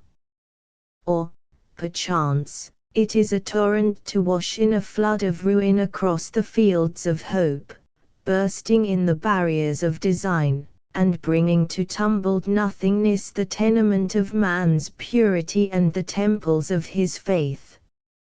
For when the Invisible conceived the order of the universe, he set this seed of woman's love within its plan, that by its most unequal growth is doomed to bring about equality of law. For now it lifts the low to heights untold, and now it brings the noble to the level of the dust. And thus, while woman, that great surprise of nature, is, good and evil can never grow apart. For still she stands, and, blind with love, shoots the shuttle of our fate, and pours sweet water into the cup of bitterness, and poisons the wholesome breath of life with the doom of her desire. Turn this way and turn that, she is at hand to meet thee. Her weakness is thy strength, her might is thy undoing. Of her thou art, to her thou goest. She is thy slave, yet holds thee captive, at her touch honor withers, locks open, and barriers fall. She is infinite as ocean, she is variable as heaven, and her name is the unforeseen. Man, strive not to escape from woman and the love of woman, for, fly where thou wilt, she is yet thy fate, and whate'er thou buildest it for her. And thus it came to pass that I, Harmachis, who had put such matters far from me, was yet doomed to fall by the thing I held of no account. For, see, this Charmian, she loved me, why, I know not. Of her own thoughts she learned to love me, and of her love came what shall be told. But I, knowing naught, treated her like a sister, walking as it were hand in hand with her towards our common end. And so the time passed on, till, at length, all things were made ready. It was the night before the night when the blow should fall, and there were revellings in the palace. That very day I had seen Sepah, and with him the captains of a band of 500 men, who should burst into the palace at midnight on the morrow, when I had slain Cleopatra the queen, and put the Roman and the Gallic legionaries to the sword. That very day I had suborned the captain Paulus who, since I drew him through the gates, was my will's slave. Half by fear and half by promises of great reward I had prevailed upon him, for the watch was his, to unbar that small gate which faces to the east at the signal on the morrow night. All was made ready, the flower of freedom that had been 25 years in growth was on the point of bloom. Armed companies were gathering in every city from Abu to Athu, and spies looked out from their walls, awaiting the coming of the messenger who should bring tidings that Cleopatra was no more and that Harmachis, the royal Egyptian, had seized the throne. All was prepared, triumph hung in my hand as a ripe fruit to the hand of the plucker. Yet as I sat at the royal feast my heart was heavy, and a shadow of coming woe lay cold within my mind. I sat there in a place of honor, near the majesty of Cleopatra, and looked down the lines of guests, bright with gems and garlanded with flowers, marking those whom I had doomed to die. There before me lay Cleopatra in all her beauty, which thrilled the beholder as he is thrilled by the rushing of the midnight gale, or by the sight of stormy waters. I gazed on her as she touched her lips with wine and toyed with the chaplet of roses on her brow, thinking of the dagger beneath my robe that I had sworn to bury in her breast. Again, and yet again, I gazed and strove to hate her, strove to rejoice that she must die, and could not. There, too, behind her, watching me now, as ever, with her deep fringed eyes, was the lovely Lady Charmian, who, to look at her innocent face, would believe that she was the setter of that snare in which the queen who loved her should miserably perish. Who would dream that the secret of so much death was locked in her girlish breast? I gazed, and grew sick at heart because I must anoint my throne with blood, and by evil sweep away the evil of the land. At that hour I wished, indeed, that I was nothing but some humble husbandman, who in its season grows and in its season garners the golden grain. Alas! The seed that I had been doomed to sow was the seed of death, and now I must reap the red fruit of the harvest. "Why, Harmachis, what ails thee?" said Cleopatra, smiling her slow smile. "Has the golden skein of stars got tangled, my astronomer, or dost thou plan some new feat of magic? Say, what is it that thou dost so poorly grace our feast?" "Nay, now, did I not know, having made inquiry, that things so low as we poor women are far beneath thy gaze, why, I should swear that Eros had found thee out, Harmachis." "Nay, that I am spared, O Queen," I answered. "The servant of the stars marks not the smaller light of women's eyes, and therein is he happy." Cleopatra leaned herself towards me, looking on me long and steadily in such fashion that, despite my will, the blood fluttered at my heart. "Boast not, thou proud Egyptian," she said in a low voice which none but I and Charmian could hear, "lest perchance thou dost tempt me to match my magic against thine. What woman can forgive that a man should push us by as things of no account? It is an insult to our sex which nature's self abhors, and she leaned back again and laughed most musically. But, glancing up, I saw Charmian, her teeth on her lip and an angry frown upon her brow.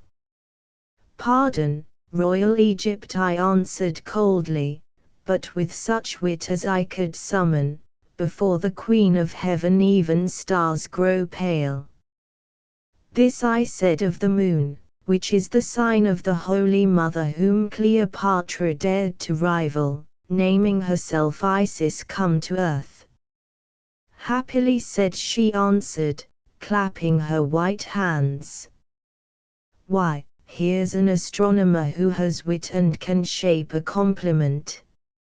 Nay, such a wonder must not pass unnoted, lest the gods resent it.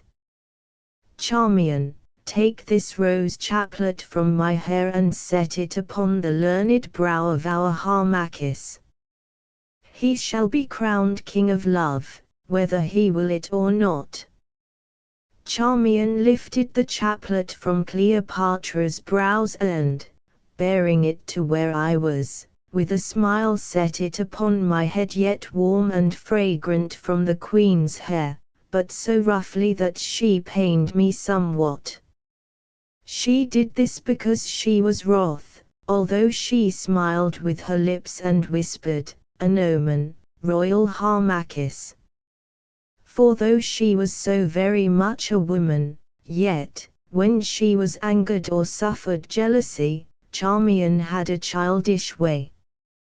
Having thus fixed the chaplet, she curtsied low before me, and with the softest tone of mockery named me, in the Greek tongue, Harmachis, King of Love.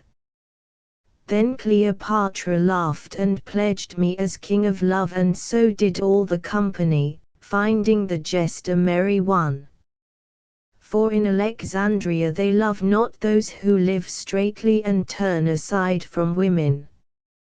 But I sat there, a smile upon my lips, and black wrath in my heart. For, knowing who and what I was, it irked me to think myself a jest for the frivolous nobles and light beauties of Cleopatra's court. But I was chiefly angered against Charmian, because she laughed the loudest, and I did not then know that laughter and bitterness are often the veils with which a sore heart wraps its weakness from the world. An omen she said it was, that crown of flowers, and so it proved indeed. For I was fated to barter the double diadem of the upper and the lower land for a wreath of passion's roses that fade before they fully bloom, and Pharaoh's ivory bed of state for the pillow of a faithless woman's breast. King of Love, they crowned me in their mockery, and King of Shame. And I, with the perfumed roses on my brow, by descent and ordination the Pharaoh of Egypt, thought of the imperishable halls of Abathis and of that other crowning which on the morrow should be consummate. But still smiling, I pledged them back, and answered with a jest. For rising, I bowed before Cleopatra and craved leave to go. "Venus," I said, speaking of the planet that we know as Danaau in the morning and Bona in the evening, was in the ascendant. Therefore, as new-crowned King of Love, I must now pass to do my homage to its queen. For these barbarians name Venus Queen of Love. And so amidst their laughter I withdrew to my watchtower, and, dashing that shameful chaplet down amidst the instruments of my craft, made pretence to note the rolling of the stars. There I waited, thinking on many things that were to be, until Charmian should come with the last lists of the doomed and the messages of my uncle Sepah, whom she had seen that evening. At length the door opened softly, and she came jeweled and clad in her white robes, as she had left the feast. Chapter V of the coming of Cleopatra to the chamber of Harmachis, of the throwing forth of the kerchief of Charmian, of the stars, and of the gift by Cleopatra of her friendship to her servant Harmachis. At length thou art come, Charmian, I said. It is over late. Yet, my lord, but by no means could I escape Cleopatra. Her mood is strangely crossed tonight. I know not what it may portend. Strange whims and fancies blow across it like light and contrary airs upon a summer sea, and I cannot read her purpose. Well, well, enough of Cleopatra. Hast thou seen our uncle? Yes, royal Harmachis. And hast thou the last lists? Yes, here they are, and she drew them from her bosom. Here is the list of those who, after the queen, must certainly be put to the sword. Among them thou wilt note is the name of that old Gaul Brennus. I grieve for him, for we are friends, but it must be. It is a heavy list. It is so, I answered, conning it. When men write out their count they forget no item, and our count is long. What must be must be. Now for the next.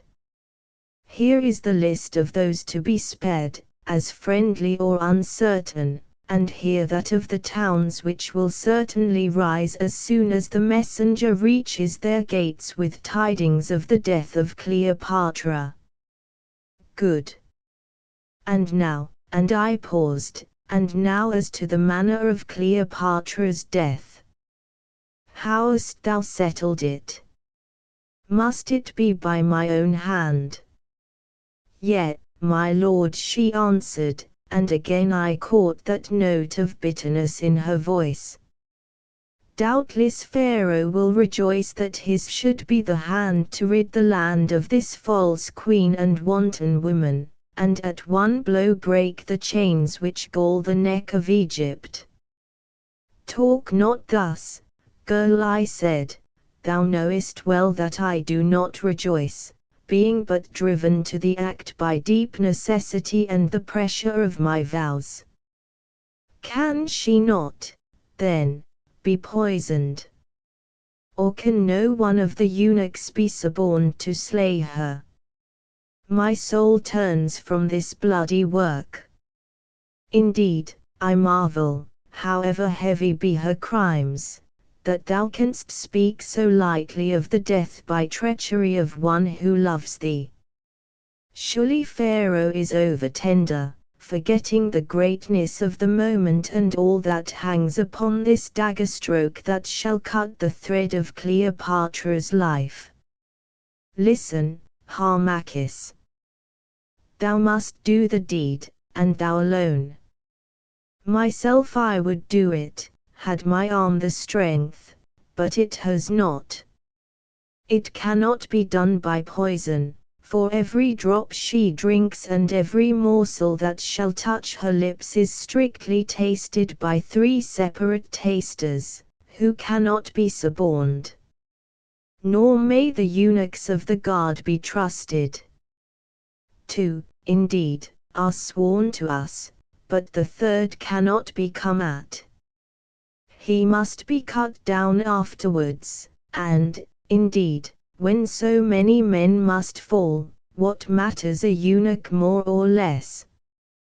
Thus it shall be, then. Tomorrow night, at 3 hours before midnight, thou dost cast the final augury of the issue of the war. And then thou wilt, as is agreed, descend alone with me, having the signet, to the outer chamber of the Queen's apartment. For the vessel bearing orders to the legions sails from Alexandria at the following dawn, and alone with Cleopatra, since she wills that the thing be kept secret as the sea, thou wilt read the message of the stars. And as she pores over the papyrus, then must thou stab her in the back, so that she dies, and see thou that thy will and arm fail thee not. The deed being done, and indeed it will be easy, thou wilt take the signet and pass out to where the eunuch is, for the others will be wanting. If by any chance there is trouble with him, but there will be no trouble, for he dare not enter the private rooms, and the sounds of death cannot reach so far, thou must cut him down.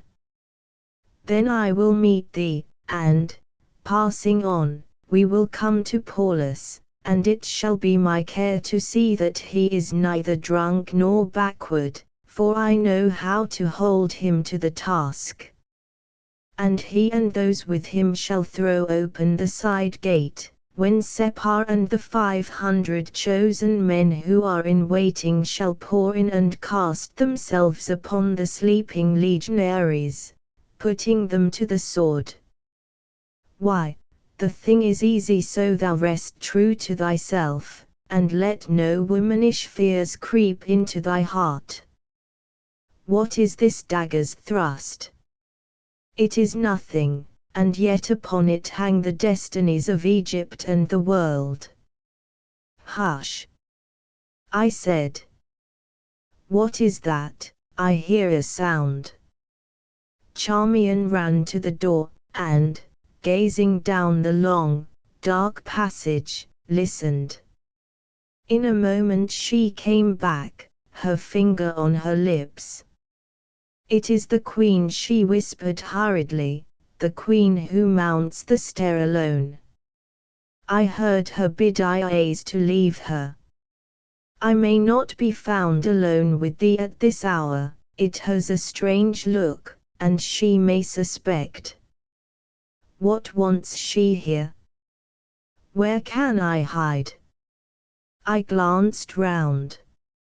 At the further end of the chamber was a heavy curtain that hid a little place built in the thickness of the wall, which I used for the storage of rolls and instruments. Haste thee, there, I said, and she glided behind the curtain, which swung back and covered her. Then I thrust the fatal scroll of death into the bosom of my robe and bent over the mystic chart. Presently I heard the sweep of women's robes, and there came a low knock upon the door. Enter, whoever thou art, I said. The latch lifted, and Cleopatra swept in, royally arrayed, her dark hair hanging about her and the sacred snake of royalty glistening on her brow. Of a truth, Harmachis, she said with a sigh, as she sank into a seat, the path to heaven is hard to climb. Ah! I am weary, for those stairs are many. But I was minded, my astronomer, to see thee in thy haunts. I am honored overmuch, O Queen, I said, bowing low before her. Art thou now? And yet that dark face of thine has a somewhat angry look. Thou art too young and handsome for this dry trade, Harmachis. Why, I vow thou hast cast my wreath of roses down amidst thy rusty tools. Kings would have cherished that wreath along with their choicest diadems, Harmachis. And thou dost throw it away as a thing of no account. Why, what a man art thou! But stay, what is this? A lady's kerchief, by Isis. Nay, now, my Harmachis, how came this here? Are our poor kerchiefs also instruments of thy high art? Oh, fie, fie, have I caught thee, then? Art thou indeed a fox? Nay, most royal Cleopatra, nay, I said, turning, for the kerchief which had fallen from Charmian's neck had an awkward look. I know not, indeed, how the frippery came here. Perhaps some one of the women who keeps the chamber may have let it fall. Ah, so, she said dryly, and still laughing like a rippling brook. Yes, surely, the slave women who keep chambers own such toys as this, of the very finest silk, worth twice its weight in gold, and broidered, too, in many colors. Why, myself I should not shame to wear it. Of a truth it seems familiar to my sight. And she threw it round her neck and smoothed the ends with her white hand. But there, doubtless, it is a thing unholy in thine eyes that the scarf of thy beloved should rest upon my poor breast. Take it, Harmachis, take it, and hide it in thy bosom, nigh thy heart indeed. I took the accursed thing, and, muttering what I may not write, stepped onto the giddy platform whence I watched the stars. Then, crushing it into a ball, I threw it to the winds of heaven. At this the lovely queen laughed once more. Nay, think now, she cried, what would the lady say could she see her love gage thus cast to all the world? Mayhap, Harmachis, thou wouldst deal thus with my wreath also. See, the roses fade, cast it forth and, stooping, she took up the wreath and gave it to me.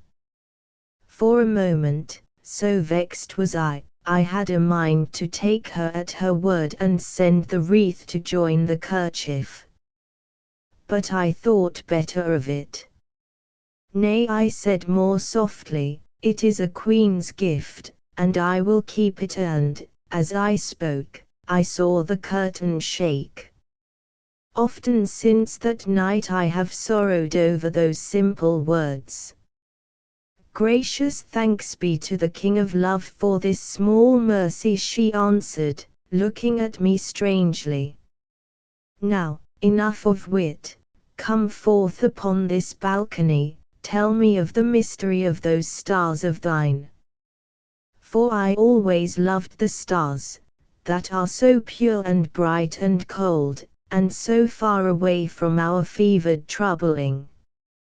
There I would wish to dwell, rocked on the dark bosom of the night, and losing the little sense of self as I gazed forever on the countenance of yon sweet-eyed space. Nay, who can tell, Harmachis, perhaps those stars partake of our very substance, and, linked to us by nature's invisible chain, do, indeed, draw our destiny with them as they roll.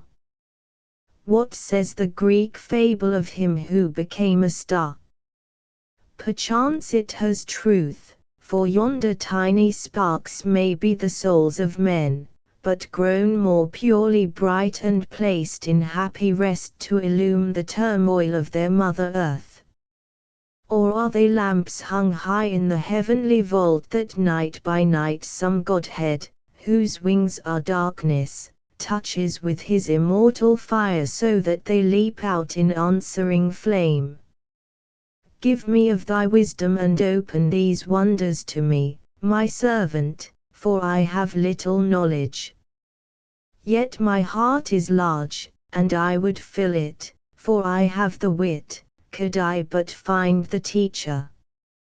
Thereon, being glad to find footing on a safer shore, and marveling somewhat to learn that Cleopatra had a place for lofty thoughts, I spoke and willingly told her such things as are lawful.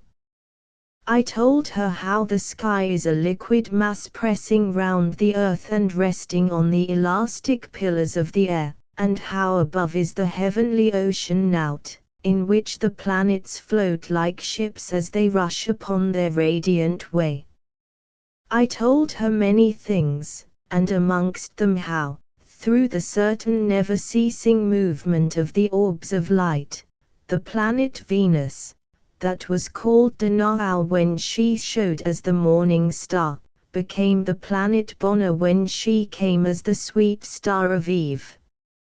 And while I stood and spoke watching the stars, she sat, her hands clasped upon her knee, and watched my face. Ah, she broke in at length, and so Venus is to be seen both in the morning and the evening sky. Well, of a truth, she is everywhere, though she best loves the night. But thou lovest not that I should use these Latin names to thee. Come, we will talk in the ancient tongue of Chem, which I know well. I am the first, mark thou, of all the Lagidae who know it. And now she went on, speaking in my own tongue, but with a little foreign accent that did but make her talk more sweet. Enough of stars, for, when all is said, they are but fickle things, and perhaps may even now be storing up an evil hour for thee or me, or for both of us together. Not but what I love to hear thee speak of them, for then thy face loses that gloomy cloud of thought which mars it and grows quick and human.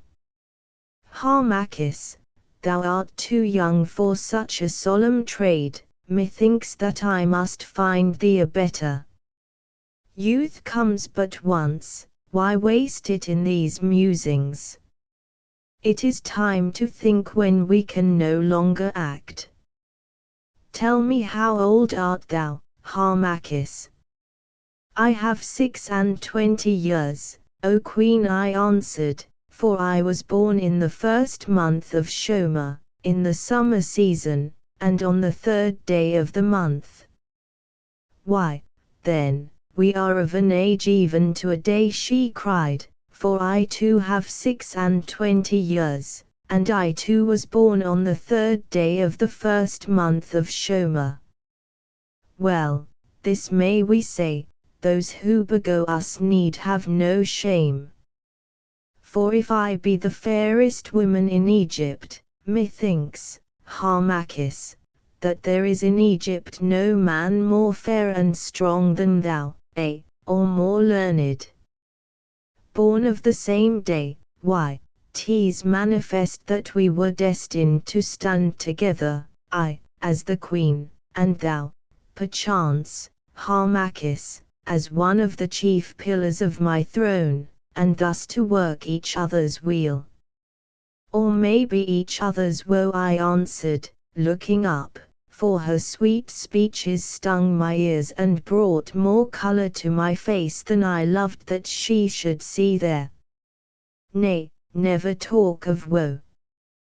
Be seated here by me, Harmachis, and let us talk, not as queen and subject, but as friend to friend.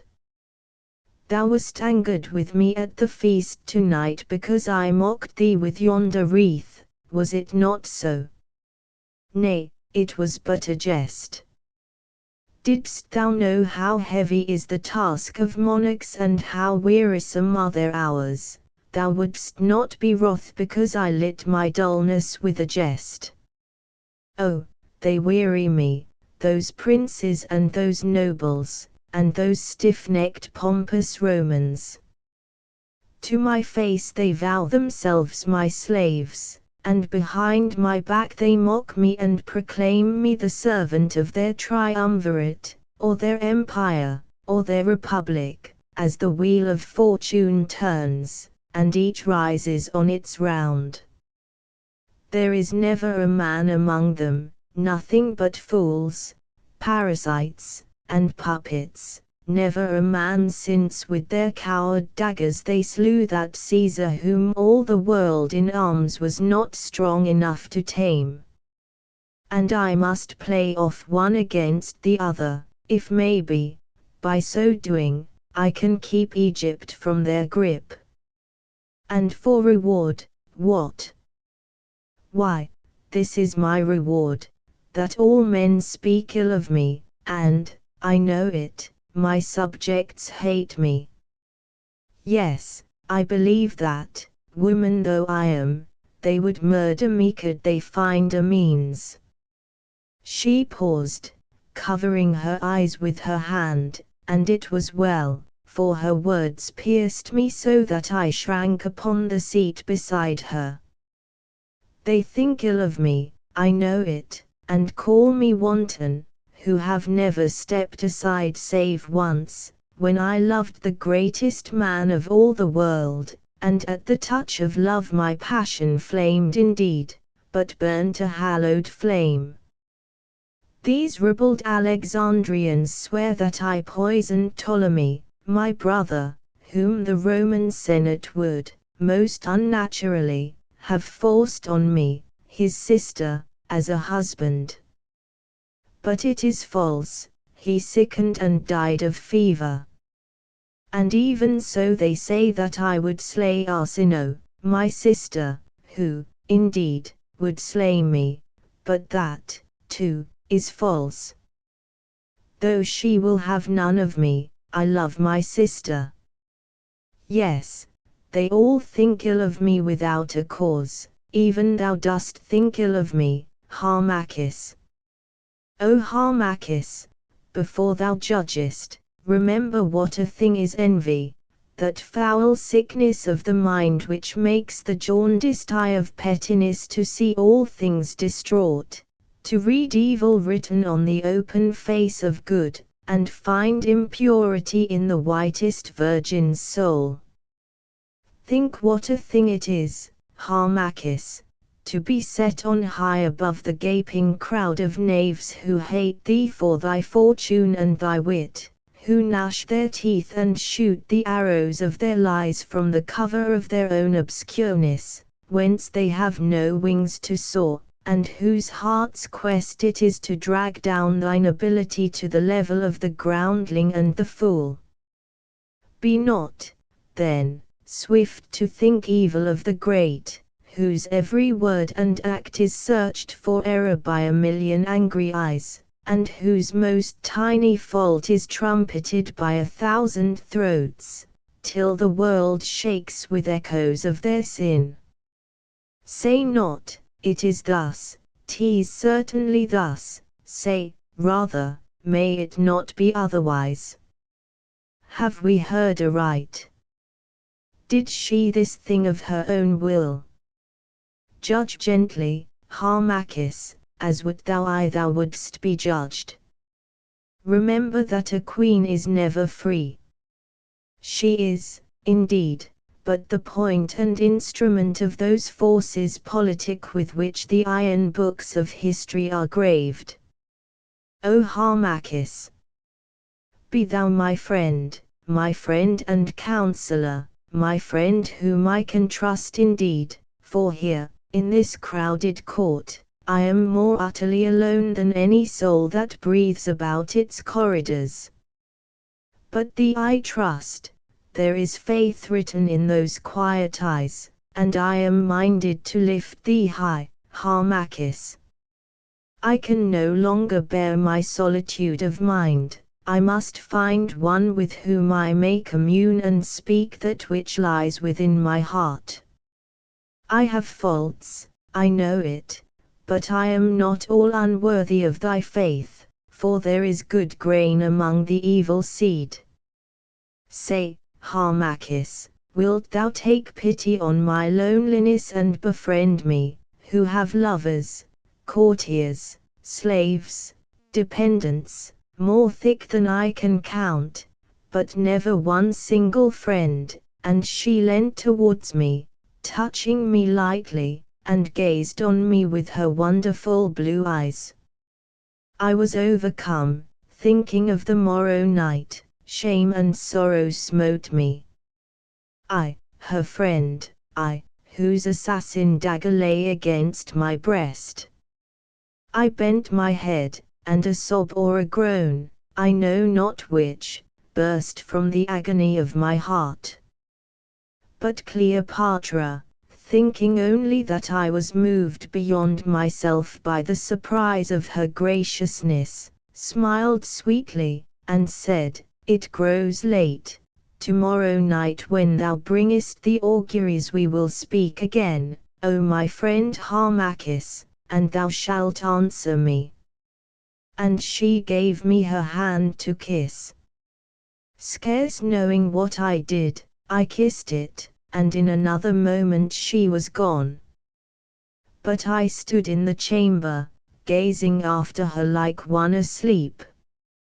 Chapter 6 of the words and jealousy of Charmian, of the laughter of Harmachis, of the making ready for the deed of blood, and of the message of the old wife. At her I stood still, plunged in thought.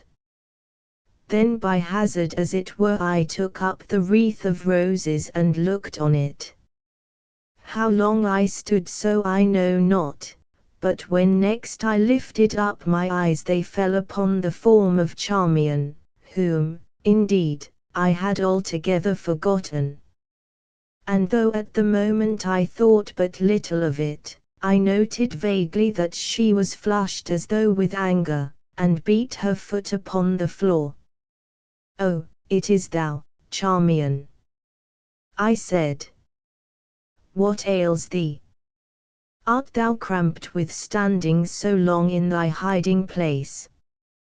Why didst not thou slip hence when Cleopatra led me to the balcony?" "Where is my kerchief?" she asked, shooting an angry glance at me. I let fall my broidered kerchief. "Thy kerchief, why, didst thou not see? Cleopatra twitted me about it, and I flung it from the balcony." "Yes, I saw," answered the girl, "I saw but too well. Thou didst fling away my kerchief, but the wreath of roses, that thou wouldst not fling away. It was a queen's gift forsooth, and therefore the royal Harmachis, the priest of Isis, the chosen of the gods, the crowned pharaoh wed to the wheel of Chem, cherished it and saved it. But my kerchief, stung by the laughter of that light queen, he cast away." "What meanest thou?" I asked, astonished at her bitter tone. "I cannot read thy riddles." "What mean I?" she answered, tossing up her head and showing the white curves of her throat. "Nay, I mean naught, or all, take it as thou wilt." "Wouldst know what I mean, Harmachis, my cousin and my lord?" she went on in a hard, low voice. "Then I will tell thee. Thou art in danger of the great offense. This Cleopatra has cast her fatal wiles about thee, and thou goest near to loving her, Harmachis, to loving her whom tomorrow thou must slay. Stand and stare at that wreath in thy hand, the wreath thou couldst not send to join my kerchief, sure Cleopatra wore it but tonight. The perfume of the hair of Caesar's mistress, Caesar's and others, yet mingles with the odor of its roses. Now, prithee, Harmachis, how far didst thou carry the matter on yonder balcony? For in that hole where I lay hid I could not hear or see. 'Tis a sweet spot for lovers, is it not, and a sweet hour, too. Venus surely rules the stars tonight." All of this she said so quietly and in so soft and modest a way, though her words were not modest, and yet so bitterly, that every syllable cut me to the heart, and angered me till I could find no speech. "Of a truth thou'st a wise economy," she went on, seeing her advantage. "Tonight thou dost kiss the lips that tomorrow thou shalt still forever. It is frugal dealing with the occasion of the moment, worthy and honorable dealing. Then at last I broke forth. "Girl," I cried, "how darest thou speak thus to me? Mindest thou who and what I am, that thou loosest thy peevish gibes upon me?" "I mind what it behoves thee to be," she answered quick. "What thou art, that I mind not now. Surely thou knowest alone, thou and Cleopatra." "What meanest thou?" I said. "Am I to blame if the Queen? What have we here? Pharaoh owns a queen. If Cleopatra wills to come hither of a night and talk of stars, Harmachis, surely of stars and roses, and naught beside." After that I know not what I said, for, troubled as I was, the girl's bitter tongue and quiet way drove me well nigh to madness. But this I know, I spoke so fiercely that she cowered before me as she had cowered before my uncle Separ when he rated her because of her Grecian garb. And as she wept then, so she wept now, only more passionately and with great sobs. At length I ceased, half shamed but still angry and smarting sorely. For even while she wept she could find a tongue to answer with, and a woman's shafts are sharp. "Thou shouldst not speak to me thus," she sobbed, "it is cruel, it is unmanly. But I forget thou art but a priest, not a man, except, mayhap, for Cleopatra." "What writest thou?" I said. "What canst thou mean?" "What right have I?" she asked, looking up, her dark eyes all aflood with tears that ran down her sweet face like the dew of morning down a lily's heart. "What right have I? O Harmachis! Art thou blind? Didst thou not know by what right I speak thus to thee? Then I must tell thee. Well, it is the fashion in Alexandria. By that first and holy right of woman, by the right of the great love I bear thee, and which, it seems, thou hast no eyes to see, by the right of my glory and my shame. Oh, be not wroth with me, Harmachis, nor set me down as light, because the truth at last has burst from me, for I am not so. I am what thou wilt make me. I am the wax within the moulder's hands, and as thou dost fashion me so I shall be. There breathes within me now a breath of glory, blowing across the waters of my soul, that can waft me to ends more noble than ever I have dreamed afore, if thou wilt be my pilot and my guide. But if I lose thee, then I lose all that holds me from my worse self, and let shipwreck come. Thou knowest me not, Harmachis. Thou canst not see how big a spirit struggles in this frail form of mine. To thee I am a girl, clever, wayward, shallow. But I am more. Show me thy loftiest thought and I will match it, the deepest puzzle of thy mind and I will make it clear. Of one blood we are, and love can ravel up our little difference and make us grow one indeed.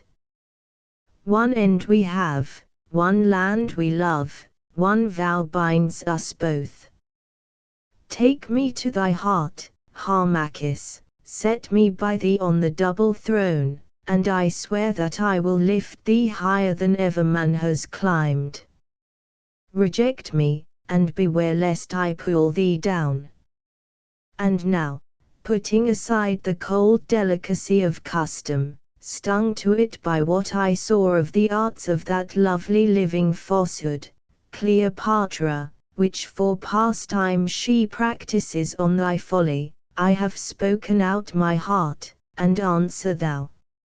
And she clasped her hands and, drawing one pace nearer, gazed, all white and trembling, on my face. For a moment I stood struck dumb, for the magic of her voice and the power of her speech, despite myself, stirred me like the rush of music. Had I loved the woman, doubtless she might have fired me with her flame, but I loved her not, and I could not play at passion. And so thought came, and with thought that laughing mood, which is ever apt to fashion upon nerves strained to the point of breaking. In a flash, as it were, I bethought me of the way in which she had that very night forced the wreath of roses on my head. I thought of the kerchief and how I had flung it forth. I thought of Charmian in the little chamber watching what she held to be the arts of Cleopatra, and of her bitter speeches. Lastly, I thought of what my uncle Separ would say of her could he see her now, and of the strange and tangled skein in which I was enmeshed. And I laughed aloud, the fool's laughter that was my knell of ruin. She turned whiter yet, white as the dead, and a look grew upon her face that checked my foolish mirth. Thou findest, then, Harmachis, she said in a low, choked voice, and dropping the level of her eyes, thou findest cause of merriment in what I have said.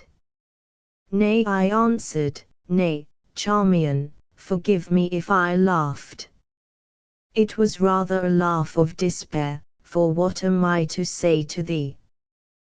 Thou hast spoken high words of all thou mightest be, is it left for me to tell thee what thou art? She shrank, and I paused. Speak, she said. Thou knowest, none so well, who I am and what my mission is. Thou knowest, none so well, that I am sworn to Isis, and may, by law divine, have naught to do with thee. She broke in her low voice, and with her eyes still fixed upon the ground, and I know that thy vows are broken in spirit, if not in form, broken like wreaths of cloud, for, Harmachis, thou lovest Cleopatra. It is a lie, I cried. Thou wanton girl, who wouldst seduce me from my duty and put me to an open shame, who, led by passion or ambition, or the love of evil, hast not shamed to break the barriers of thy sex and speak as thou hast spoken, beware lest thou go too far. And if thou wilt have an answer, here it is, put straightly, as thy question. Charmian, outside the matter of my duty and my vows, thou art naught to me, nor for all thy tender glances will my heart beat one pulse more fast. Hardly art thou now my friend, for, of a truth, I scarce can trust thee. But, once more, beware. To me thou mayest do thy worst, but if thou dost dare to lift a finger against our cause, that day thou diest. And now, is this play done? And as, wild with anger, I spoke thus, she shrank back, and yet further back, till at length she rested against the wall, her eyes covered with her hand. But when I ceased she dropped her hand, glancing up, and her face was as the face of a statue, in which the great eyes glowed like embers, and round them was a ring of purple shadow. Not altogether done, she answered gently, the arena must yet be sanded. This she said having reference to the covering up of the bloodstains at the gladiatorial shows with fine sand. Well, she went on, waste not thine anger on a thing so vile. I have thrown my throw and I have lost. Vi victis, ah! Vi victis! Wilt thou not lend me the dagger in thy robe, that here and now I may end my shame? No. Then one word more, most royal Harmachis, if thou canst, forget my folly, but, at the least, have no fear from me. I am now, as ever, thy servant and the servant of our cause. Farewell. And she went, leaning her hand against the wall. But I, passing to my chamber, flung myself upon my couch, and groaned in bitterness of spirit. Alas! We shape our plans, and by slow degrees build up our house of hope, never counting on the guests that time shall bring to lodge therein. For who can guard against the unforeseen? At length I slept, and my dreams were evil. When I woke, the light of the day which should see the red fulfillment of the plot was streaming through the casement, and the birds sang merrily among the garden palms. I woke, and as I woke the sense of trouble pressed in upon me, for I remembered that before this day was gathered to the past I must dip my hands in blood, yes, in the blood of Cleopatra, who trusted me. Why could I not hate her as I should? There had been a time when I looked on to this act of vengeance with somewhat of a righteous glow of zeal. And now, why, I would frankly give my royal birthright to be free from its necessity. But, alas! I knew that there was no escape. I must drain this cup or be forever cast away. I felt the eyes of Egypt watching me, and the eyes of Egypt's gods. I prayed to my mother Isis to give me strength to do this deed, and prayed as I had never prayed before, and oh, wonder! No answer came. Nay, how was this? What, then, had loosed the link between us that, for the first time, the goddess deigned no reply to her son and chosen servant? Could it be that I had sinned in heart against her? What had Charmian said, that I loved Cleopatra? Was this sickness love? Nay. 1,000 times nay. It was but the revolt of nature against an act of treachery and blood. The goddess did but try my strength, or perchance she also turned her holy countenance from murder. I rose filled with terror and despair, and went about my task like a man without a soul. I conned the fatal lists and noted all the plans, in my brain I gathered up the very words of that proclamation of my royalty which, on the morrow, I should issue to the startled world. Citizens of Alexandria and dwellers in the land of Egypt, it began, Cleopatra the Macedonianeth, by the command of the gods, suffered justice for her crimes. All these and other things I did, but I did them as a man without a soul, as a man moved by a force from without and not from within. And so the minutes wore away.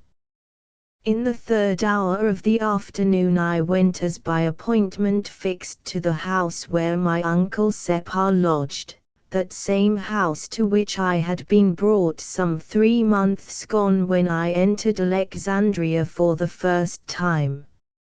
And here I found the leaders of the revolt in the city assembled in secret conclave to the number of 7. When I had entered, and the doors were barred, they prostrated themselves, and cried, "Hail, Pharaoh!" But I bade them rise, saying that I was not yet Pharaoh, for the chicken was still in the egg. "Yet, Prince," said my uncle, "but his beak shows through. Not in vain hath Egypt brooded all these years. If thou fail not with that dagger stroke of thine tonight, and how canst thou fail? Nothing can now stop our course to victory." "It is on the knees of the gods," I answered. "Nay," he said, "the gods have placed the issue in the hands of a mortal, in thy hands, Harmachis, and there it is safe. See, here are the last lists. 31,000 men who bear arms are sworn to rise when the tidings come to them. Within 5 days every citadel in Egypt will be in our hands, and then what have we to fear? From Rome but little, for her hands are full, and, besides, we will make alliance with the triumvirate, and, if need be, buy them off. For of money there is plenty in the land, and if more be wanted thou, Harmachis, knowest where it is stored against the need of Chem, and outside the Romans' reach of arm. Who is there to harm us? There is none. Perchance, in this turbulent city, there may be struggle, and a counterplot to bring Arsinoe to Egypt and set her on the throne. Therefore Alexandria must be severely dealt with, even to destruction, if need be. As for Arsinoe, those go forth tomorrow on the news of the queen's death who shall slay her secretly. There remains the lad Caesarion, I said. Rome might claim through Caesar's son, and the child of Cleopatra inherits Cleopatra's rights. Here is a double danger. Fear not, said my uncle. Tomorrow Caesarion joins those who begat him in Armenti. I have made provision. The Ptolemies must be stamped out, so that no shoot shall ever spring from that root blasted by heaven's vengeance. Is there no other means? I asked sadly. My heart is sick at the promise of this red rain of blood. I know the child well, he has Cleopatra's fire and beauty and great Caesar's wit. It were shame to murder him. Nay, be not so chicken-hearted, Harmachis, said my uncle, sternly. What ails thee, then? If the lad is thus, the more reason that he should die. Wouldst thou nurse up a young lion to tear thee from the throne? Be it so, I answered, sighing. At least he is spared much, and will go hence innocent of evil. Now for the plans. We sat long taking counsel, till at length, in face of the great emergency and our high emprise, I felt something of the spirit of former days flow back into my heart. At the last all was ordered, and so ordered that it could scarce miscarry, for it was fixed that if by any chance I could not come to slay Cleopatra on this night, then the plot should hang in the scale till the morrow, when the deed must be done upon occasion. For the death of Cleopatra was the signal. These matters being finished, once more we stood and, our hands upon the sacred symbol, swore the oath that may not be written. And then my uncle kissed me with tears of hope and joy standing in his keen black eyes. He blessed me, saying that he would gladly give his life, and 100 lives, if they were his, if he might but live to see Egypt once more a nation, and me, Harmachis, the descendant of its royal and ancient blood, seated on the throne. For he was a patriot indeed, asking nothing for himself, and giving all things to his cause. And I kissed him in turn, and thus we parted. Nor did I ever see him more in the flesh who has earned the rest that as yet is denied to me. So I went, and, there being yet time, walked swiftly from place to place in the great city, taking note of the positions of the gates and of the places where our forces must be gathered. At length I came to that quay where I had landed, and saw a vessel sailing for the open sea. I looked, and in my heaviness of heart longed that I were aboard of her, to be borne by her white wings to some far shore where I might live obscure and die forgotten. Also I saw another vessel that had dropped down the Nile, from whose deck the passengers were streaming. For a moment I stood watching them, idly wondering if they were from Abouthes, when suddenly I heard a familiar voice beside me. "La, la," said the voice. "Why, what a city is this for an old woman to seek her fortune in? And how shall I find those to whom I am known? As well look for the rush in the papyrus roll. Begone, thou knave, and let my basket of simples lie, or, by the gods, I'll doctor thee with them." Papyrus was manufactured from the pith of rushes. Hence Atara's saying. Editor. I turned, wondering, and found myself face to face with my foster nurse, Atara. She knew me instantly, for I saw her start, but in the presence of the people she checked her surprise. "Good sir," she whined, lifting her withered countenance towards me, and at the same time making the secret sign. "By thy dress thou shouldst be an astronomer, and I was specially told to avoid astronomers as a pack of lying tricksters who worship their own star only, and, therefore, I speak to thee, acting on the principle of contraries, which is law to us women. For surely in this Alexandria, where all things are upside down, the astronomers may be the honest men, since the rest are clearly knaves. And then, being by now out of earshot of the press, Royal Harmachis, I am come charged with a message to thee from thy father Amnemut." "Is he well?" I asked. "Yes, he is well, though waiting for the moment tries him sorely." "And his message?" "It is this. He sends greeting to thee and with it warning that a great danger threatens thee, though he cannot read it.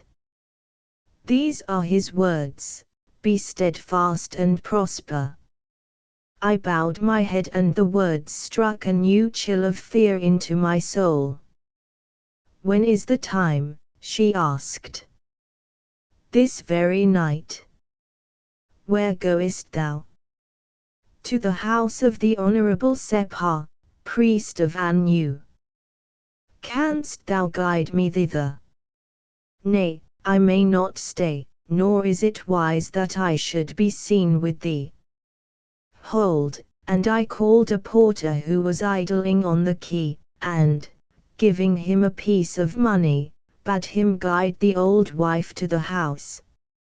"Farewell," she whispered, "farewell till tomorrow. Be steadfast and prosper." Then I turned and went my way through the crowded streets, where the people made place for me, the astronomer of Cleopatra, for my fame had spread abroad. And even as I went my footsteps seemed to beat, "Be steadfast, be steadfast, be steadfast," till at last it was as though the very ground cried out its warning to me. Chapter 7 of the Veiled Words of Charmian, of the passing of Harmachis into the presence of Cleopatra, and of the overthrow of Harmachis. It was night, and I sat alone in my chamber, waiting the moment when, as it was agreed, Charmian should summon me to pass down to Cleopatra. I sat alone, and there before me lay the dagger that was to pierce her. It was long and keen, and the handle was formed of a sphinx of solid gold. I sat alone, questioning the future, but no answer came. At length I looked up, and Charmian stood before me, Charmian, no longer gay and bright, but pale of face and hollow-eyed.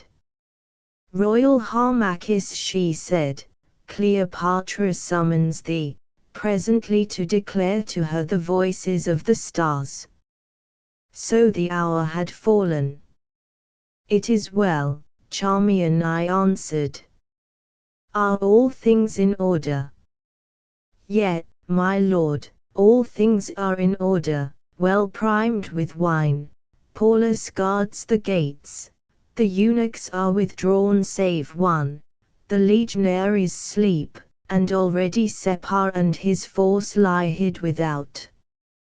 Nothing has been neglected, and no lamb skipping at the shamble doors can be more innocent of its doom than is Queen Cleopatra."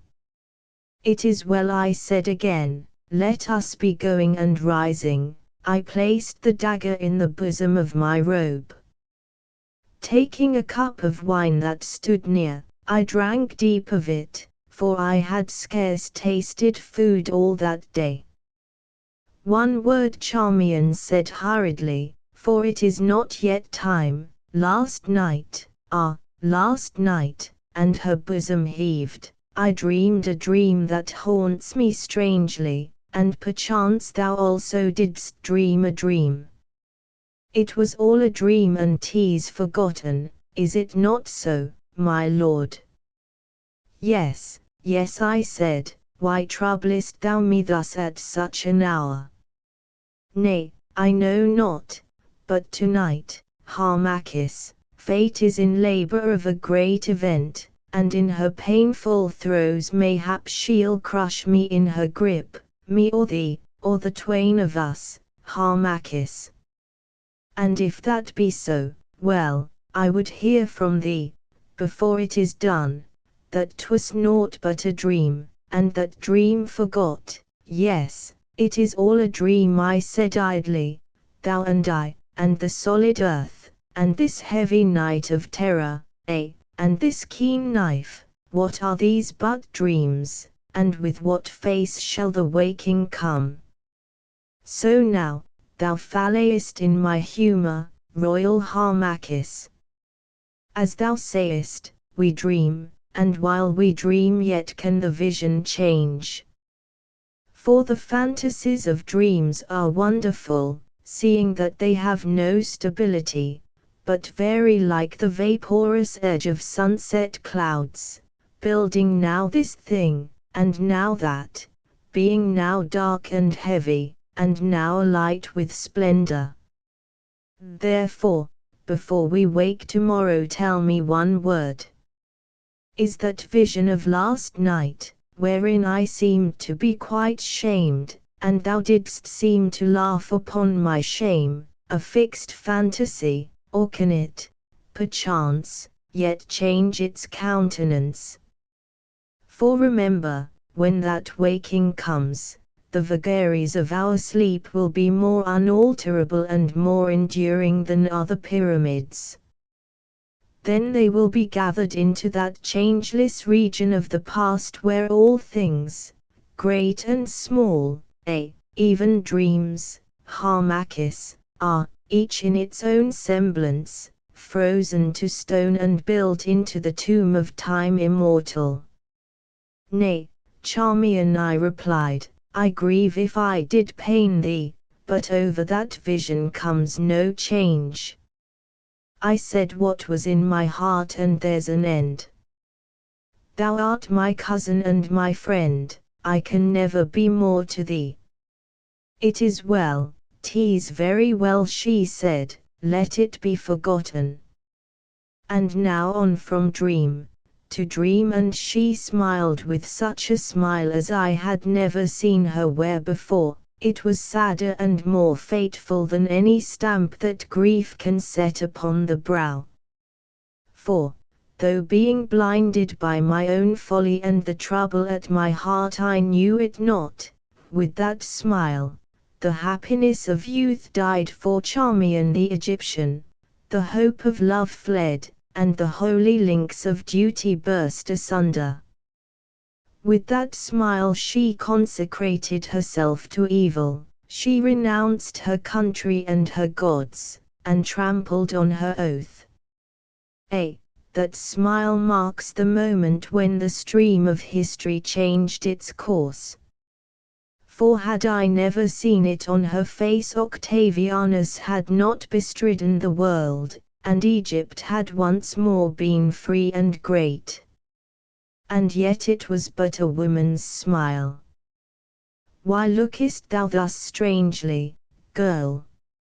I asked. "In dreams we smile," she answered. "And now it is time, follow thou me. Be firm and prosper, royal Harmachis," and bending forward she took my hand and kissed it. Then, with one strange last look, she turned and led the way down the stair and through the empty halls. In the chamber that is called the Alabaster Hall, the roof of which is upborne by columns of black marble, we stayed. For beyond was the private chamber of Cleopatra, the same in which I had seen her sleeping. "Abide thou here," she said, "while I tell Cleopatra of thy coming," and she glided from my side. I stood for long, mayhap in all the half of an hour, counting my own heart-beats, and, as in a dream, striving to gather up my strength to that which lay before me. At length Charmian came back, her head held low and walking heavily. "Cleopatra waits thee," she said. "Pass on, there is no God. Where do I meet thee when what must be done is done?" I asked hoarsely. "Thou meetest me here, and then to Paulus. Be firm and prosper. Harmachis, fare thee well." And so I went, but at the curtain I turned suddenly, and there in the midst of that lonely lamplit hall I saw a strange sight. Far away, in such a fashion that the light struck full upon her, stood Charmian, her head thrown back, her white arms outstretched as though to clasp, and on her girlish face a stamp of anguished passion so terrible to see that, indeed, I cannot tell it. For she believed that I, whom she loved, was passing to my death, and this was her last farewell to me. But I knew naught of this matter, so with another passing pang of wonder I drew aside the curtains, gained the doorway, and stood in Cleopatra's chamber. And there, upon a silken couch at the far end of the perfumed chamber, clad in wonderful white attire, rested Cleopatra. In her hand was a jeweled fan of ostrich plumes, with which she gently fanned herself, and by her side was her harp of ivory, and a little table whereon were figs and goblets and a flask of ruby-colored wine. I drew near slowly through the soft dim light to where the wonder of the world lay in all her glowing beauty. And, indeed, I have never seen her look so fair as she did upon that fatal night. Couched in her amber cushions, she seemed to shine as a star on the twilight's glow. Perfume came from her hair and robes, music fell from her lips, and in her heavenly eyes all lights changed and gathered as in the ominous opal's disk. And this was the woman whom, presently, I must slay. Slowly I drew near, bowing as I came, but she took no heed. She lay there, and the jeweled fan floated to and fro like the bright wing of some hovering bird. At length I stood before her, and she glanced up, the ostrich plumes pressed against her breast as though to hide its beauty. "What, friend, art thou come?" she said. "It is well, for I grew lonely here. Nay, 'tis a weary world. We know so many faces, and there are so few whom we love to see again. Well, stand not there so mute, but be seated." And she pointed with her fan to a carven chair that was placed near her feet. Once more I bowed and took the seat. "I have obeyed the Queen's desire," I said, "and with much care and skill worked out the lessons of the stars, and here is the record of my labor. If the Queen permits, I will expound it to her." And I rose, in order that I might pass round the couch and, as she read, stab her in the back. "Nay, Harmachis," she said quietly, and with a slow and lovely smile. "Bide thou where thou art, and give me the writing. By Serapis, thy face is too comely for me to wish to lose the sight of it." Checked in this design, I could do nothing but hand her the papyrus, thinking to myself that while she read I would arise suddenly and plunge the dagger to her heart. She took it, and as she did so touched my hand. Then she made pretense to read. But she read no word, for I saw that her eyes were fixed upon me over the edge of the scroll. "Why placest thou thy hand within thy robe?" she asked presently, for, indeed, I clutched the dagger's hilt. "Is thy heart stirred?" "Yea, O Queen," I said, "it beats high." She gave no answer, but once more made pretense to read, and the while she watched me. I took counsel with myself. How should I do the hateful deed? If I flung myself upon her now she would see me and scream and struggle. Nay, I must wait a chance. The auguries are favorable, then, Harmachis, she said at length, though this she must have guessed.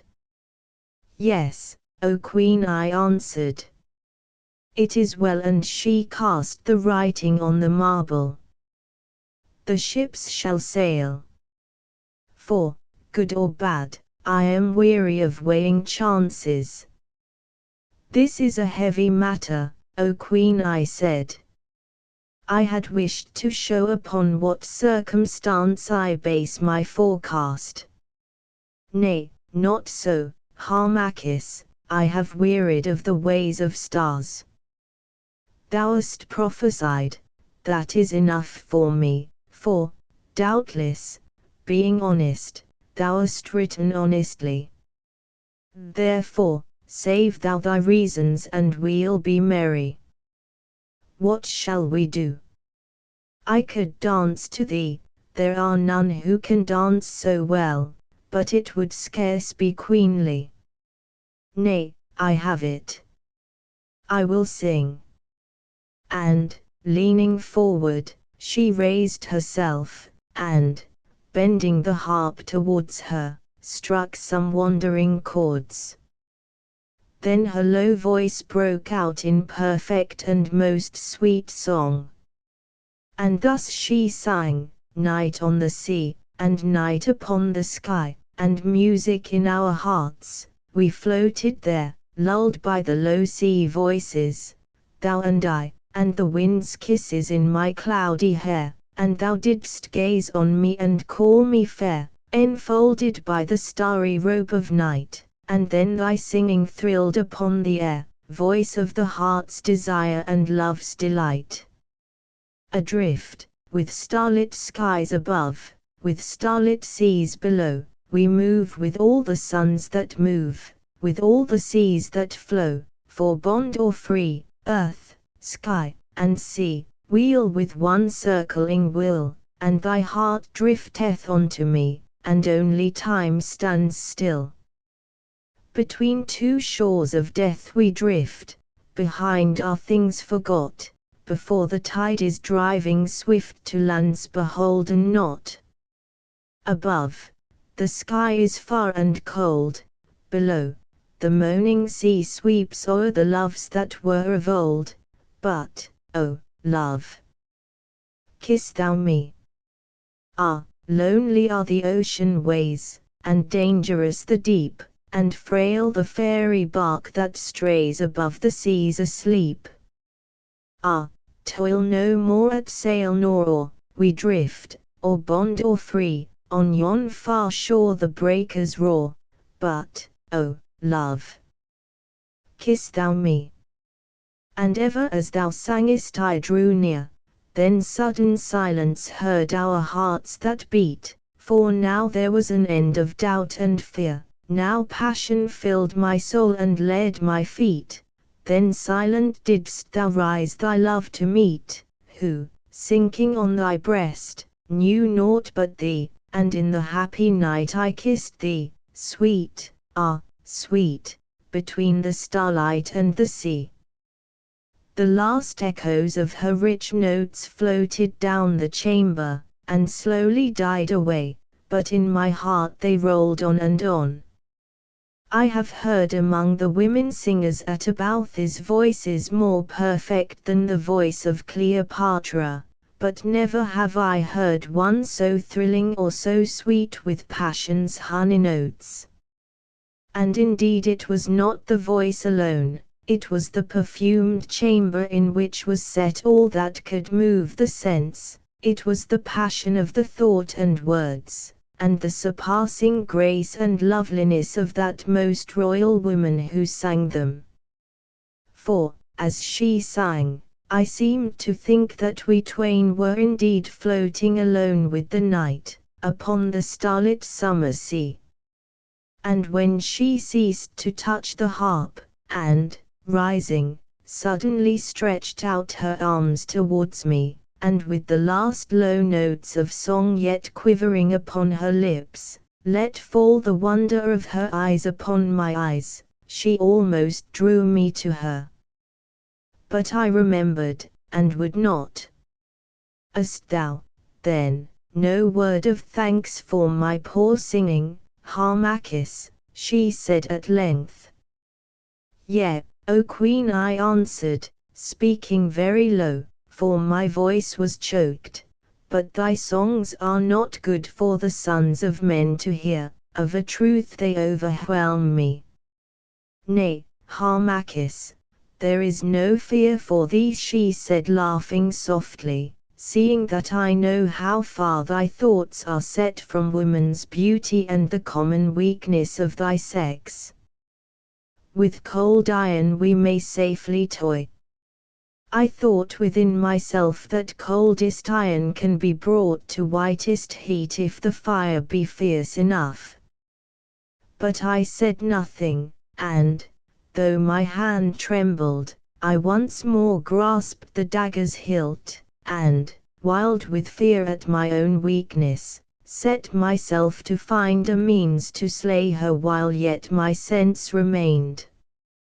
Come hither, Harmachis, she went on, in her softest voice.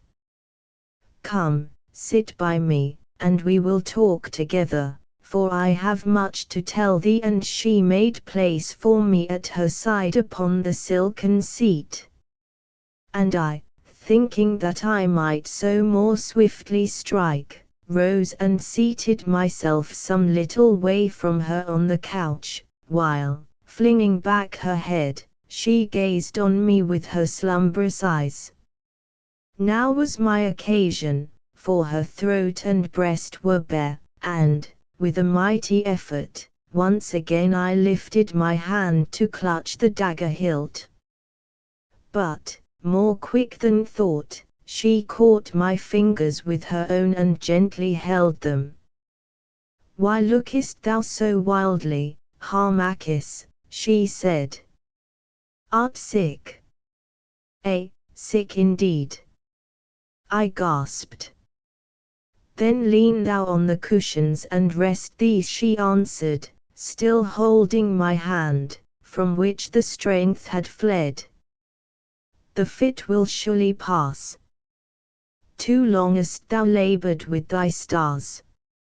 How soft is the night air that flows from yonder casement, heavy with the breath of lilies.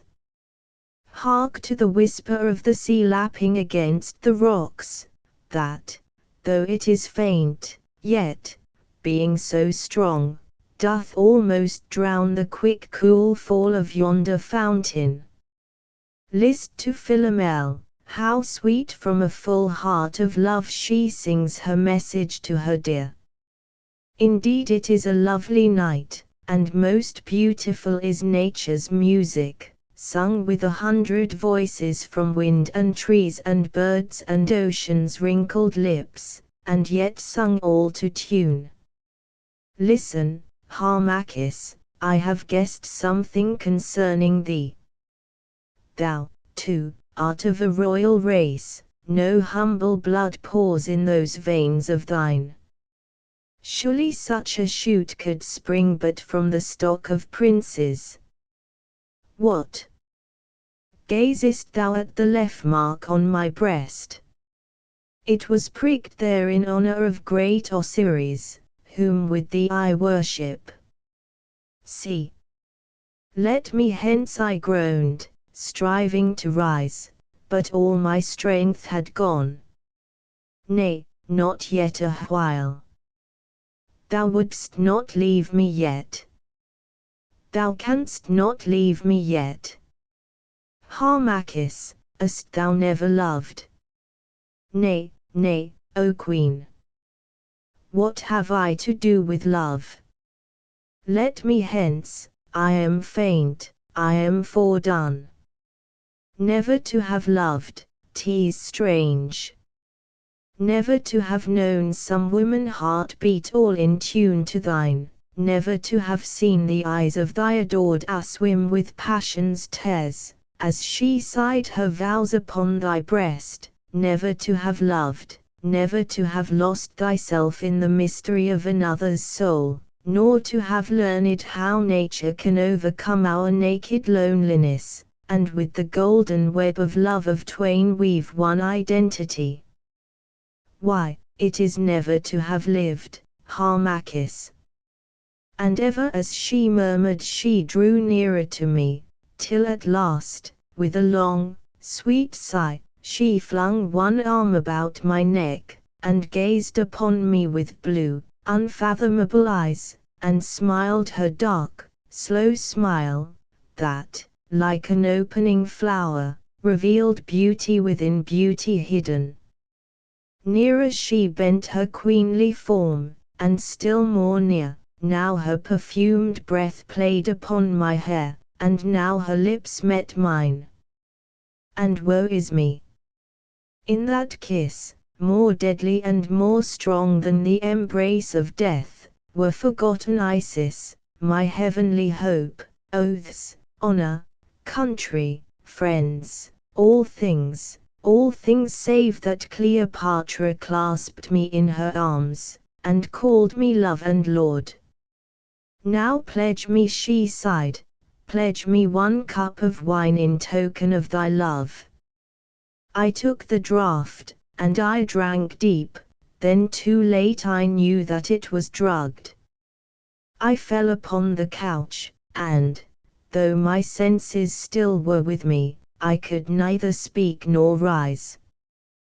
But Cleopatra, bending over me, drew the dagger from my robe. I've won, she cried, shaking back her long hair.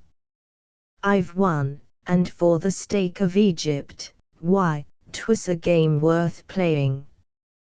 With this dagger, then, thou wouldst have slain me, O my royal rival, whose myrmidons even now are gathered at my palace gate. Art still awake?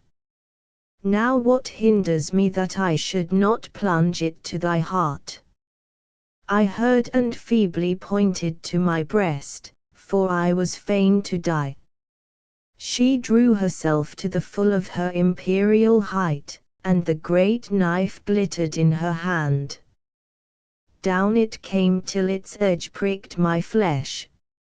Nay, she cried again, and cast it from her, too well I like thee. It were pity to slay such a man. I give thee thy life. Live on, lost Pharaoh. Live on, poor fallen prince, blasted by a woman's wit. Live on, Harmachis, to adorn my triumph. Then sight left me, and in my ears I only heard the song of the nightingale, the murmur of the sea, and the music of Cleopatra's laugh of victory. And as I sank away, the sound of that low laugh still followed me into the land of sleep, and still it follows me through life to death. Chapter 8 of the Awaking of Harmachis, of the sight of death, of the coming of Cleopatra, and of her comfortable words. Once more I woke. It was to find myself in my own chamber. I started up. Surely, I, too, had dreamed a dream. It could be nothing but a dream. It could not be that I woke to know myself a traitor. That the opportunity had gone forever. That I had betrayed the cause, and that last night those brave men, headed by my uncle, had waited in vain at the outer gate. That Egypt from Abu to Athu was even now waiting in vain. Nay, whatever else might be, this could not be. Oh, it was an awful dream which I had dreamed. A second such would slay a man.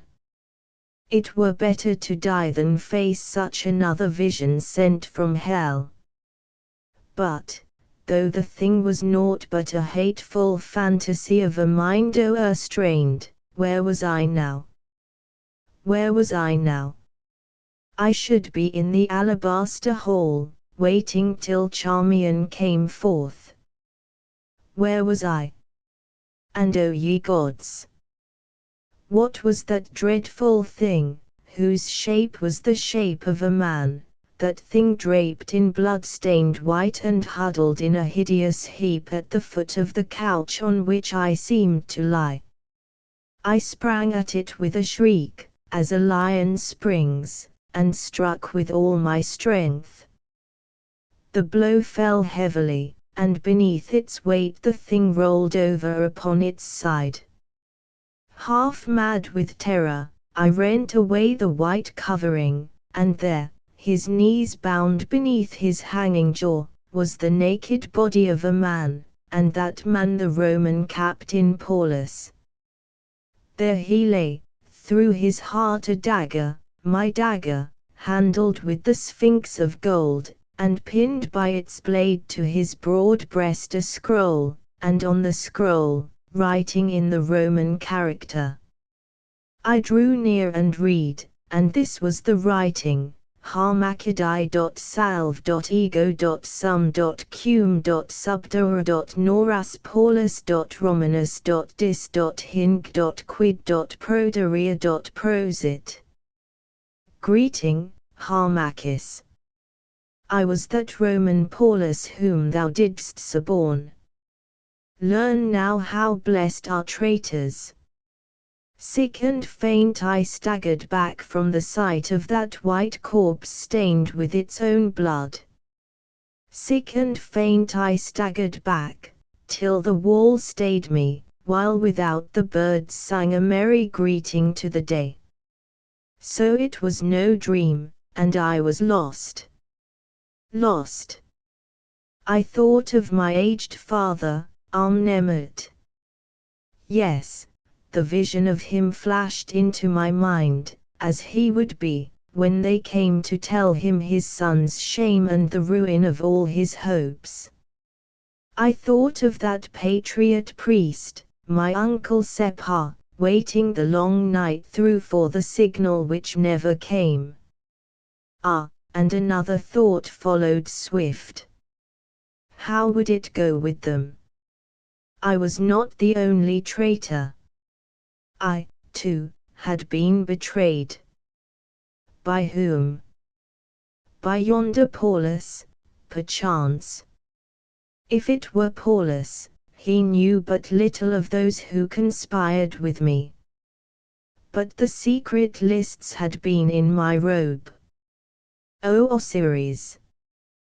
They were gone. And the fate of Paulus would be the fate of all the patriots in Egypt. And at this thought my mind gave way. I sank and swooned even where I stood. My sense came back to me, and the lengthening shadows told me that it was afternoon.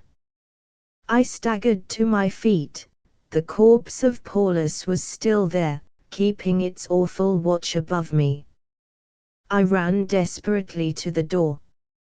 It was barred, and without I heard the tramp of sentinels. As I stood they challenged and grounded their spears.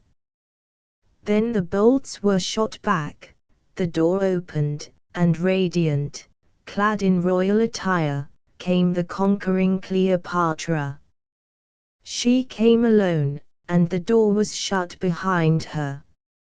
I stood like one distraught, but she swept on till she was face to face with me. "Greeting, Harmachis," she said, smiling sweetly. "So, my messenger has found thee," and she pointed to the corpse of Paulus. "Pa, he has an ugly look." "Ho! Guards!" The door was opened, and 2 armed Gauls stepped across the threshold. "Take away this carrion," said Cleopatra, "and fling it to the kites. Stay, draw that dagger from his traitor breast." The men bowed low, and the knife, rusted red with blood, was dragged from the heart of Paulus and laid upon the table. Then they seized him by the head and body and staggered thence, and I heard their heavy footfalls as they bore him down the stairs. "Methinks, Harmachis, thou art in an evil case," she said, when the sound of the footfalls had died away. "How strangely the wheel of fortune turns! But for that traitor," and she nodded towards the door through which the corpse of Paulus had been carried, "I should now be as ill a thing to look on as he is, and the red rust on yonder knife would have been gathered from my heart. So it was Paulus who had betrayed me. She went on, "And when thou camest to me last night, I knew that thou camest to slay. When, time upon time, thou didst place thy hand within thy robe, I knew that it grasped a dagger hilt, and that thou wast gathering thy courage to the deed which thou didst little love to do. Oh! It was a strange wild hour, well worth the living, and I wondered greatly, from moment to moment, which of us twain would conquer, as we matched guile with guile and force to force. Yet, Harmachis, the guards tramp before thy door, but be not deceived. Did I not know that I hold thee to me by bonds more strong than prison chains? Did I not know that I am hedged from ill at thy hands by a fence of honor harder for thee to pass than all the spears of all my legions? Thou hadst been dead ere now, Harmachis. See, here is thy knife," and she handed me the dagger. "Now slay me if thou canst," and she drew near, tore open the bosom of her robe, and stood waiting with calm eyes. "Thou canst not slay me," she went on, "for there are things, as I know well, that no man such as thou art, may do and live, and this is the chief of them, to slay the woman who is all his own. Nay, stay thy hand. Turn not that dagger against thy breast, for if thou mayst not slay me, by how much more mayst thou not slay thyself, O thou forsworn priest of Isis? Art thou, then, so eager to face that outraged majesty in Amenti? With what eyes, thinkest thou, will the Heavenly Mother look upon her Son, who, shamed in all things and false to his most sacred vow, comes to greet her, his life blood on his hands?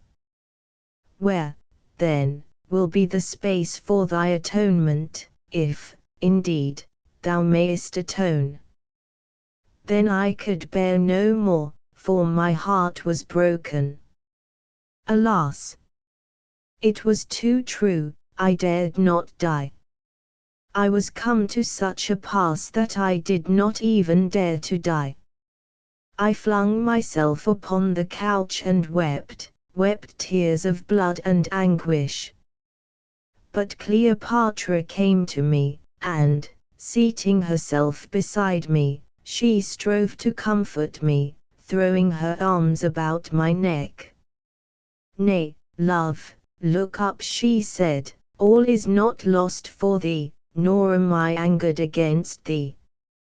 We did play a mighty game, but, as I warned thee, I matched my woman's magic against thine, and I have conquered. But I will be open with thee.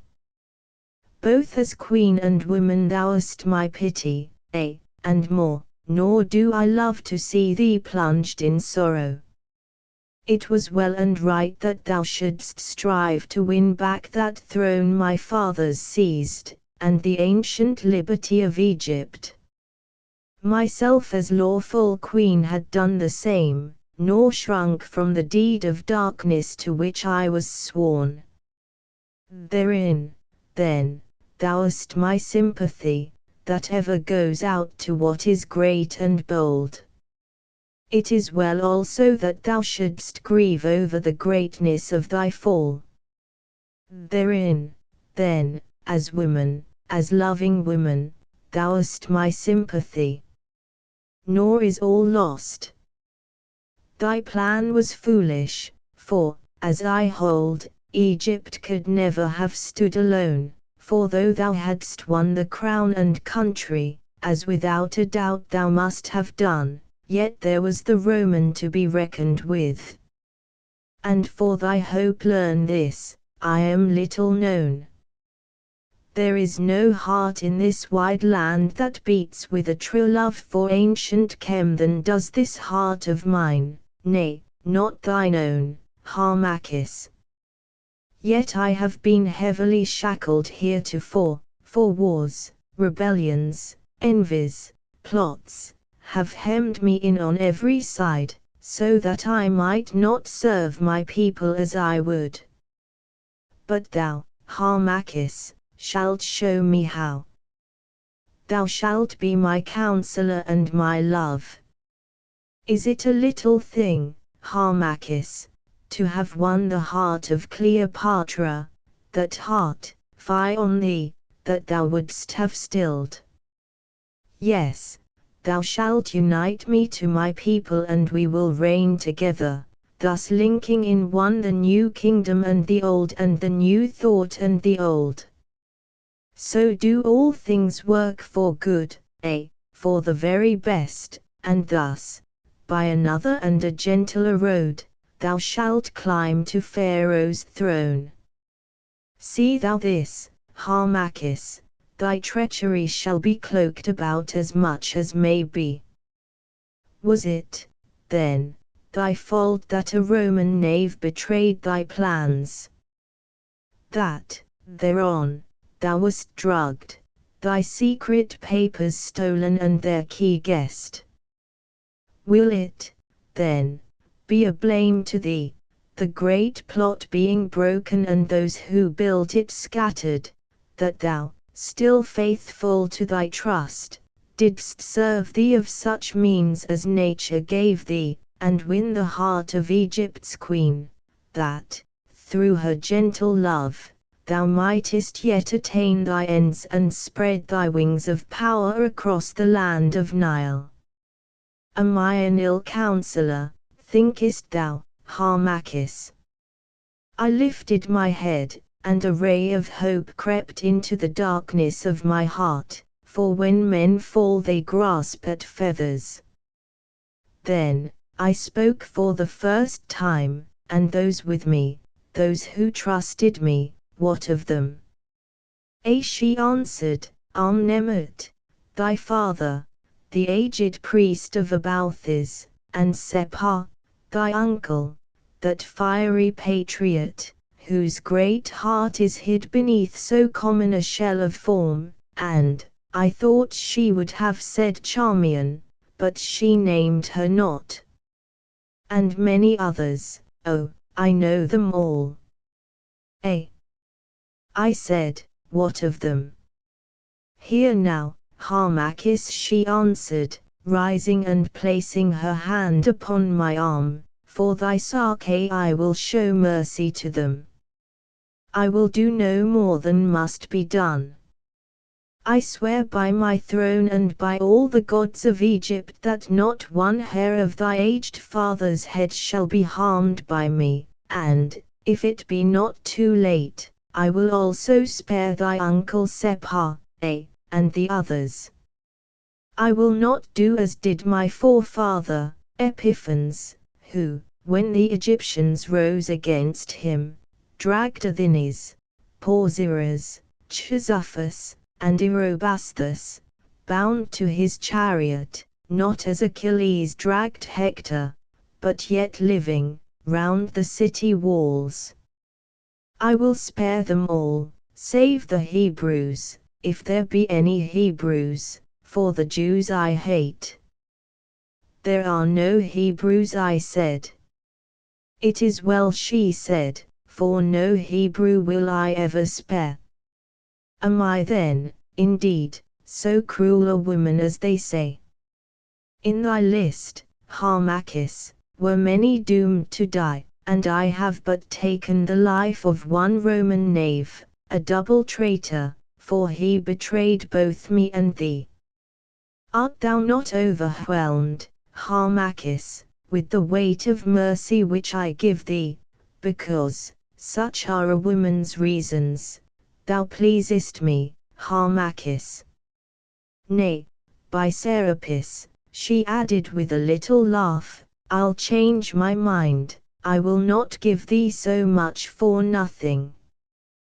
Thou shalt buy it from me, and the price shall be a heavy one, it shall be a kiss, Harmachis. Nay, I said, turning from that fair temptress, the price is too heavy, I kiss no more. Bethink thee, she answered, with a heavy frown. Bethink thee and choose. I am but a woman, Harmachis, and one who is not wont to sue to men. Do as thou wilt, but this I say to thee, if thou dost put me away, I will gather up the mercy I have meted out. Therefore, most virtuous priest, choose thou between the heavy burden of my love and the swift death of thy aged father and of all those who plotted with him. I glanced at her and saw that she was angered, for her eyes shone and her bosom heaved. So, I sighed and kissed her, thereby setting the seal upon my shame and bondage. Then, smiling like the triumphant Aphrodite of the Greeks, she went thence, bearing the dagger with her. I knew not yet how deeply I was betrayed, or why I was still left to draw the breath of life, or why Cleopatra, the tiger-hearted, had grown merciful. I did not know that she feared to slay me, lest, so strong was the plot and so feeble her hold upon the double crown, the tumult that might tread hard upon the tidings of my murder should shake her from the throne, even when I was no more. I did not know that because of fear and the weight of policy only she showed scant mercy to those whom I had betrayed, or that because of cunning and not for the holy Psyche of woman's love, though, in truth, she liked me well enough, she chose rather to bind me to her by the fibers of my heart. And yet I will say this in her behalf, even when the danger cloud had melted from her sky she kept faith, nor, save Paulus and one other, did any suffer the utmost penalty of death for their part in the great plot against Cleopatra's crown and dynasty. But they suffered many other things. And so she went, leaving the vision of her glory to strive with the shame and sorrow in my heart. Oh, bitter were the hours that could not now be made light with prayer. For the link between me and the divine was snapped, and Isis communed with her priest no more. Bitter were the hours and dark, but ever through their darkness shone the starry eyes of Cleopatra, and came the echo of her whispered love. For not yet was the cup of sorrow full. Hope still lingered in my heart, and I could almost think that I had failed to some higher end, and that in the depths of ruin I should find another and more flowery path to triumph. For thus those who sin deceive themselves, striving to lay the burden of their evil deeds upon the back of fate, striving to believe their wickedness may compass good, and to murder conscience with the sharp plea of necessity. But it can avail nothing, for hand in hand down the path of sin rush remorse and ruin, and woe to him they follow. And woe to me who of all sinners am the chief. Chapter 9 of the imprisonment of Harmachis, of the scorn of Charmian, of the setting free of Harmachis, and of the coming of Quintus Dellius. For a space of 11 days I was thus kept prisoned in my chamber, nor did I see anyone except the sentries at my doors, the slaves who in silence brought me food and drink, and Cleopatra's self, who came continually. But, though her words of love were many, she would tell me nothing of how things went without. She came in many moods, now gay and laughing, now full of wise thoughts and speech, and now passionate only, and to every mood she gave some new-found charm. She was full of talk as to how I should help her make Egypt great, and lessen the burdens on the people, and fright the Roman eagles back. And, though at first I listened heavily when she spoke thus, by slow advance as she wrapped me closer and yet more close in her magic web, from which there was no escape, my mind fell in time with hers. Then I, too, opened something of my heart, and somewhat also of the plans that I had formed for Egypt. She seemed to listen gladly, weighing them all, and spoke of means and methods, telling me how she would purify the faith and repair the ancient temples, and build new ones to the gods. And ever she crept deeper into my heart, till at length, now that every other thing had gone from me, I learned to love her with all the unspent passion of my aching soul. I had naught left to me but Cleopatra's love, and I twined my life about it, and brooded on it as a widow over her only babe.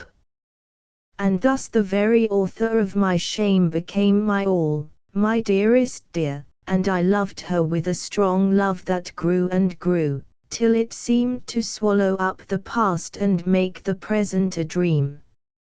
For she had conquered me, she had robbed me of my honor, and steeped me to the lips in shame, and I, poor fallen, blinded wretch, I kissed the rod that smote me, and was her very slave.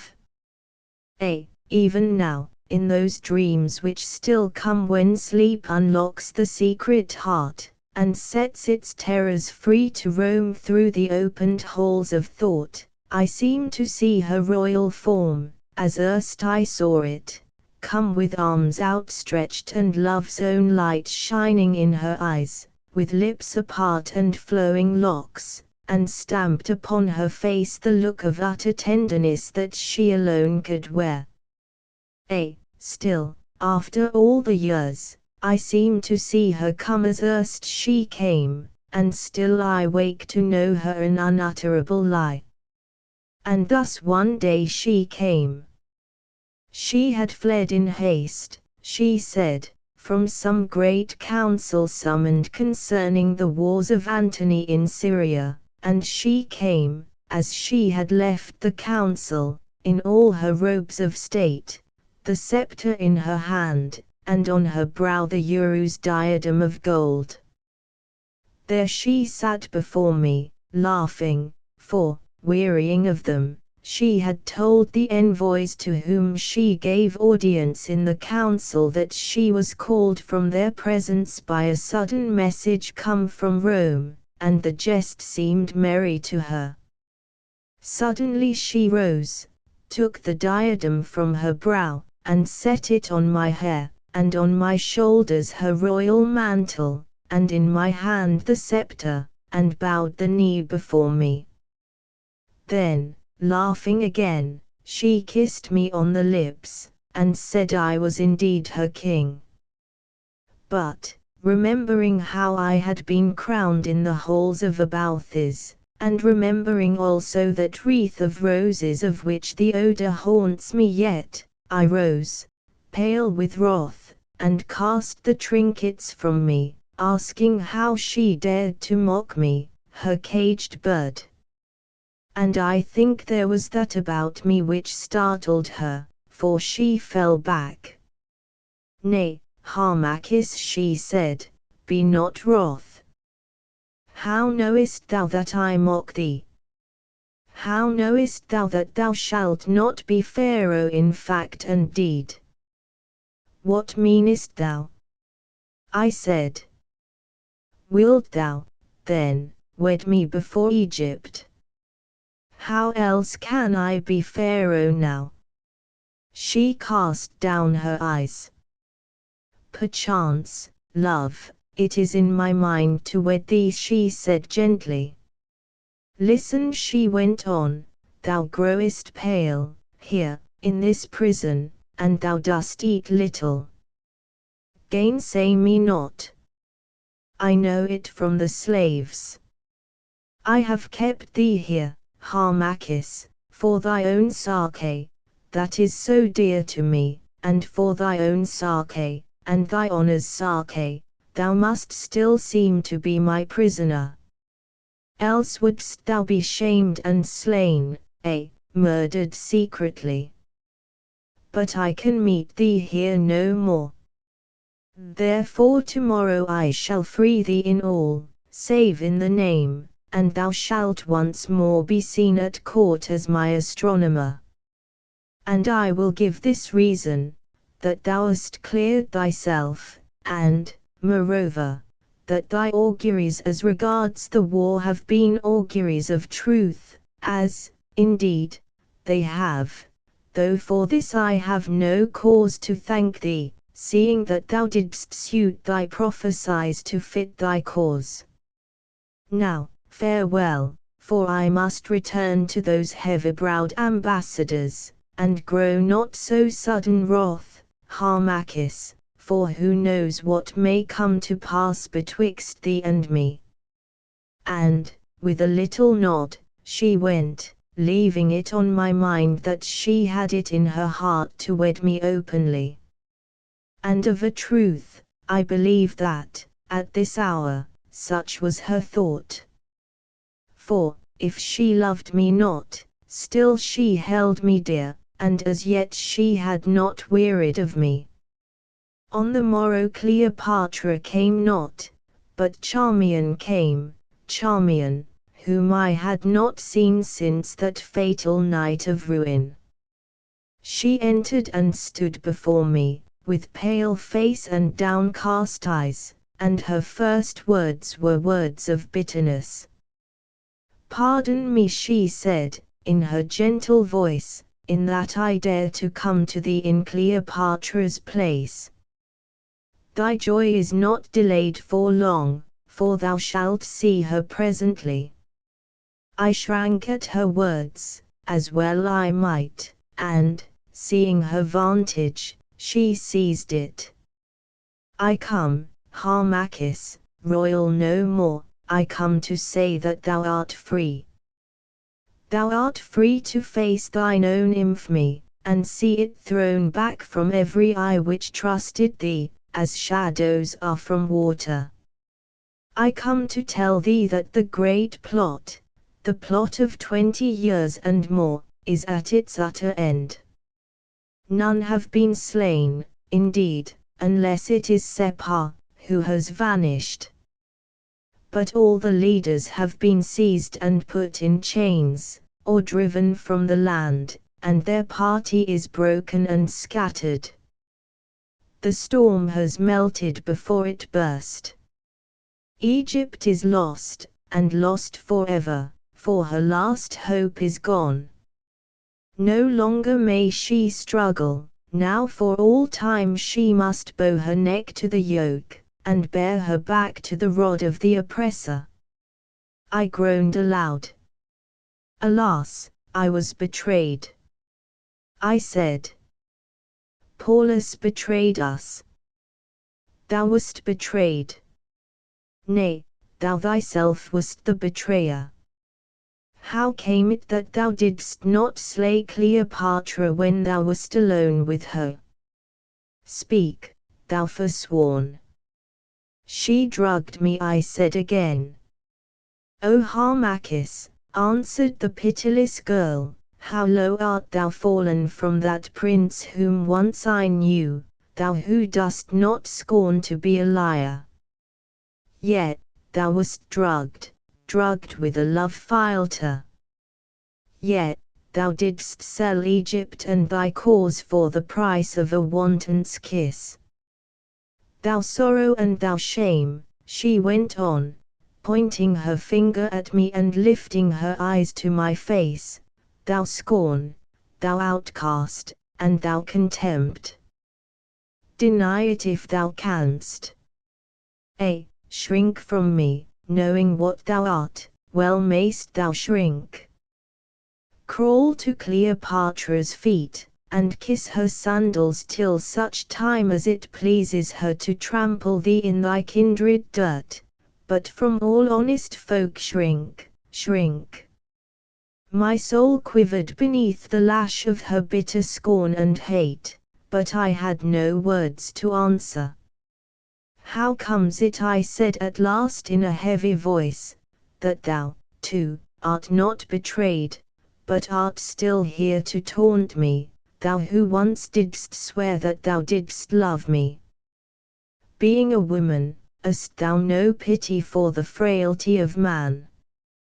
"My name was not on the lists," she said, dropping her dark eyes. "Here is an opportunity, betray me also, Harmachis. It is because I once loved thee, dost thou, indeed, remember it, that I feel thy fall the more. The shame of one whom we have loved must in some sort become our shame, and must ever cling to us, because we blindly held a thing so base close to our inmost heart. Art thou also, then, a fool? Wouldst thou, fresh from thy royal wanton's arms, come to me for comfort, to me of all the world? How know I said, that it was not thou who, in thy jealous anger, didst betray our plans. Charmian, long ago Separ warned me against thee, and of a truth now that I recall, it is like a traitor, she broke in, reddening to her brow, to think that all are of his family, and hold a common mind. Nay, I betrayed thee not, it was that poor knave, Paulus, whose heart failed him at the last, and who is rightly served. Nor will I stay to hear thoughts so base. Harmachis, royal no more, Cleopatra, queen of Egypt, bids me say that thou art free, and that she waits thee in the alabaster hall. And shooting one swift glance through her long lashes, she curtsied and was gone. So once more I came and went about the court, though but sparingly, for my heart was full of shame and terror, and on every face I feared to see the scorn of those who knew me for what I was. But I saw nothing, for all those who had knowledge of the plot had fled, and Charmian had spoken no word, for her own sake. Also, Cleopatra had put it about that I was innocent. But my guilt lay heavy on me, and made me thin and wore away the beauty of my countenance. And though I was free in name, yet I was ever watched, nor might I stir beyond the palace grounds. And at length came the day which brought with it Quintus Dellius, that false Roman knight who ever served the rising star. He bore letters to Cleopatra from Marcus Antonius, the triumvir, who, fresh from the victory of Philippi, was now in Asia wringing gold from the subject kings with which to satisfy the greed of his legionaries. Well I mind me of the day. Cleopatra, clad in her robes of state, attended by the officers of her court, among whom I stood, sat in the great hall on her throne of gold, and bade the heralds admit the ambassador of Antony, the triumvir. The great doors were thrown wide, and amidst the blare of trumpets and salutes of the Gallic guards the Roman came in, clad in glittering golden armor and a scarlet cloak of silk, and followed by his suite of officers. He was smooth-faced and fair to look upon, and with a supple form, but his mouth was cold, and false were his shifting eyes.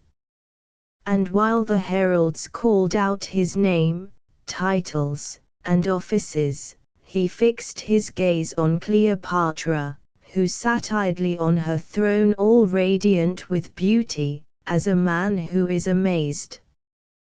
Then when the heralds had made an end, and he still stood thus, not stirring, Cleopatra spoke in the Latin tongue, "Greeting to thee, noble Dellius, envoy of the most mighty Antony, whose shadow lies across the world as though Mars himself now towered up above us petty princes, greeting and welcome to our poor city of Alexandria.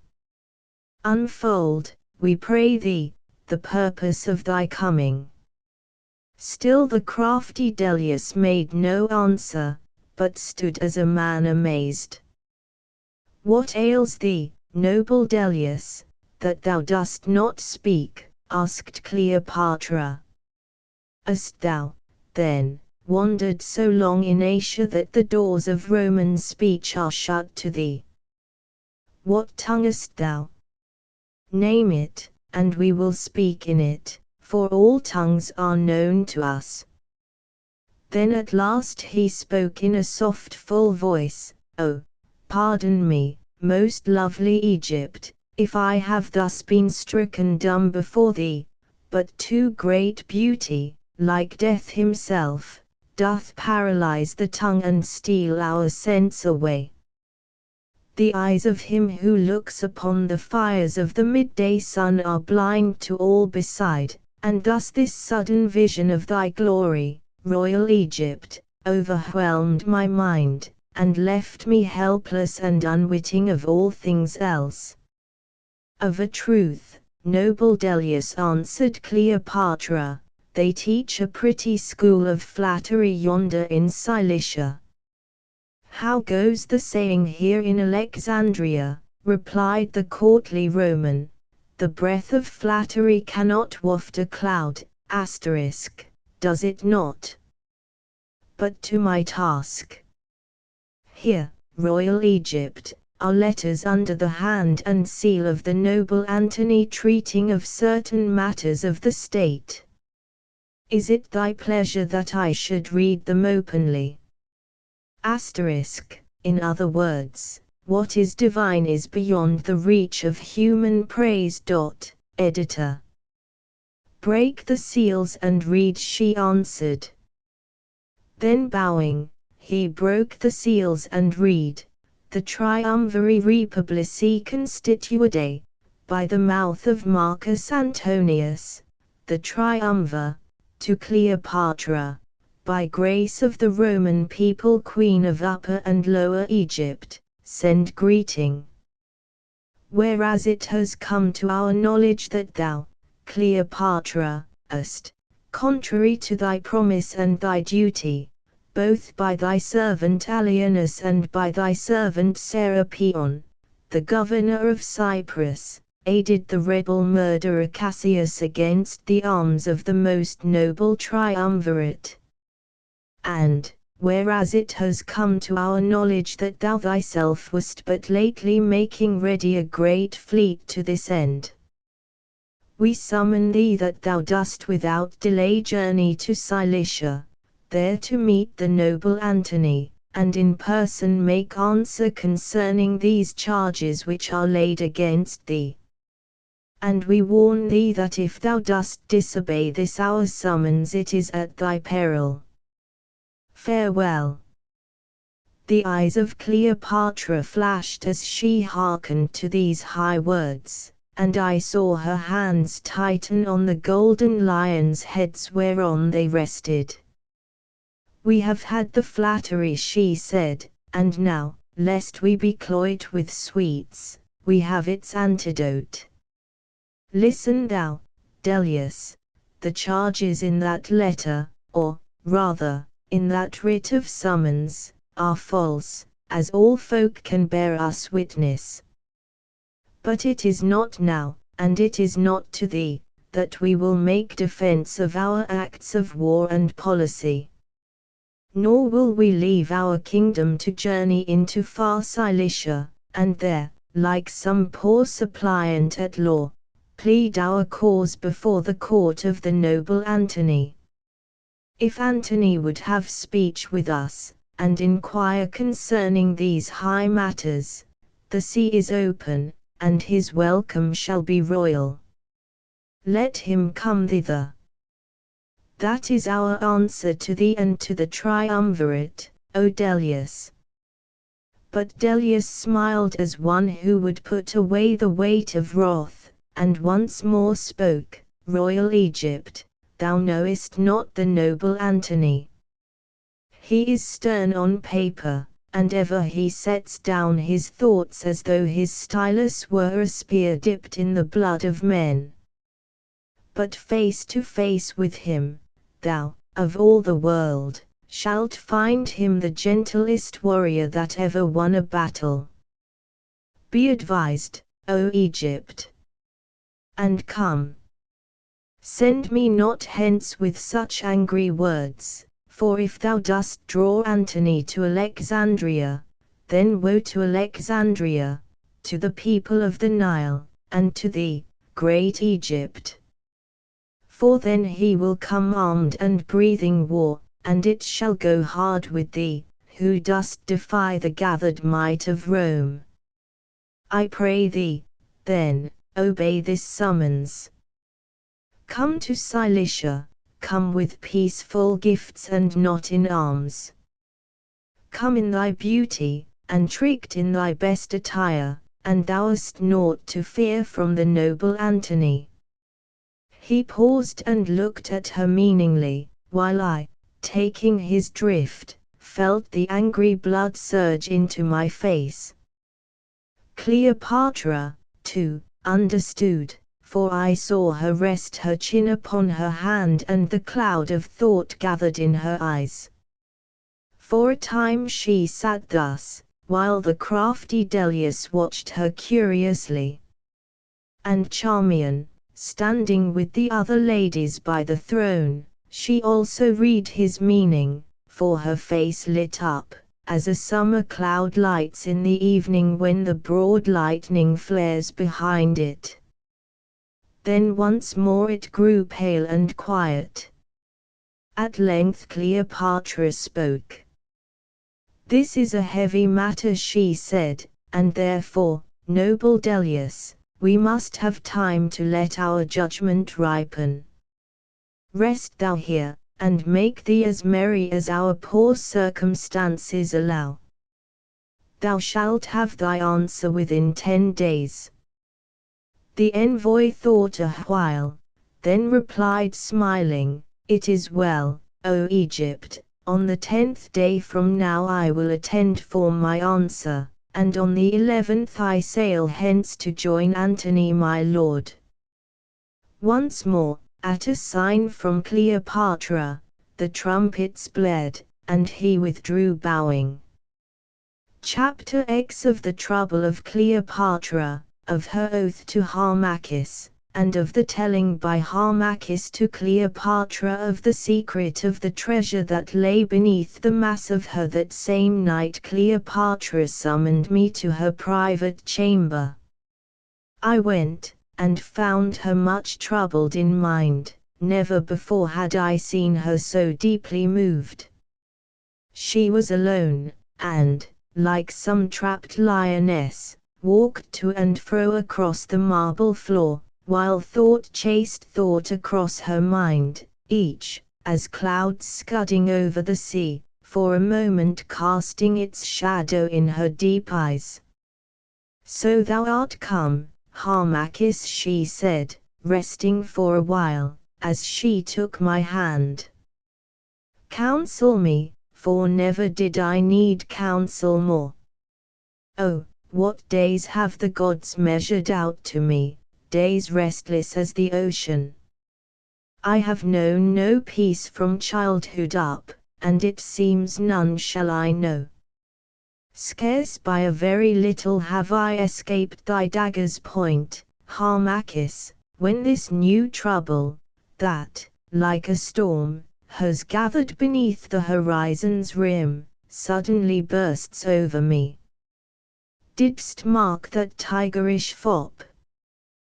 Well should I love to trap him. How soft he spoke! He purred like a cat, and all the time he stretched his claws. Didst hear the letter, too? It has an ugly sound. I know this Antony.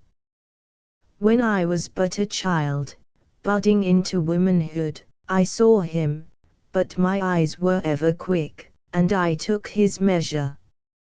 Half Hercules and half a fool, with a dash of genius veining his folly through. Easily led by those who enter at the gates of his voluptuous sense, but if crossed, an iron foe. True to his friends, if, indeed, he loves them, and oft-times falls to his own interest. Generous, hardy, and in adversity a man of virtue, in prosperity a sot and a slave to woman. That is Antony. How deal with such a man, whom fate and opportunity, despite himself, have set on the crest of fortune's wave? One day it will overwhelm him, but till that day he sweeps across the world and laughs at those who drown.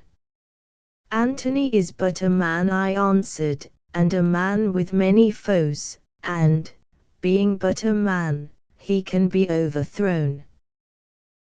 He can be overthrown, but he is one of three, Harmachis, Now that Cassius hath gone where all fools go, Rome has thrown out a hydra head. Crush one, and another hisses in thy face. There's Lepidus, and with him, that young Octavianus, whose cold eyes may yet with a smile of triumph look on the murdered forms of empty, worthless Lepidus, of Antony, and of Cleopatra. If I go not to Cilicia, mark thou, Antony will knit up a peace with these Parthians, and, taking the tales they tell of me for truth, and, indeed, there is truth in them, will fall with all his force on Egypt. And how then? How then? Why, then we'll drum him back to Rome. Ah, thou sayest so, and, perchance, Harmachis, had I not won that game we played together some 12 days gone, thou, being Pharaoh, mightest well have done this thing, for round thy throne old Egypt would have gathered. But Egypt loves not me nor my Greek blood, and I have but now scattered that great plot of thine, in which half the land was meshed. Will these men, then, arise to succor me? Were Egypt true to me, I could, indeed, hold my own against all the force that Rome may bring, but Egypt hates me, and had as lief be ruled by the Roman as the Greek. Still I might make defense had I the gold, for with money soldiers can be bought to feed the more of mercenary battle. But I have none, my treasuries are dry, and though there is wealth in the land, yet debts perplex me. These wars have brought me ruin, and I know not how to find a talent.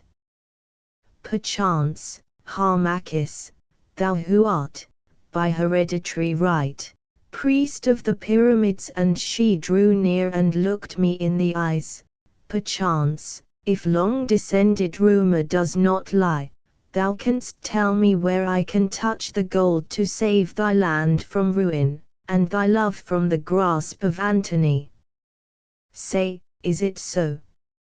I thought a while, and then I answered, and if such a tale were true, and if I could show thee treasure stored by the mighty pharaohs of the most far-off age against the needs of Chem, how can I know that thou wouldst indeed make use of that wealth to those good ends?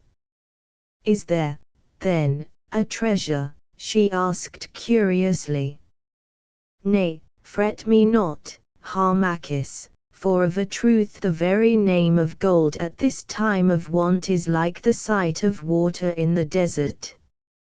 I believe I said, that there is such a treasure, though I myself have never seen it.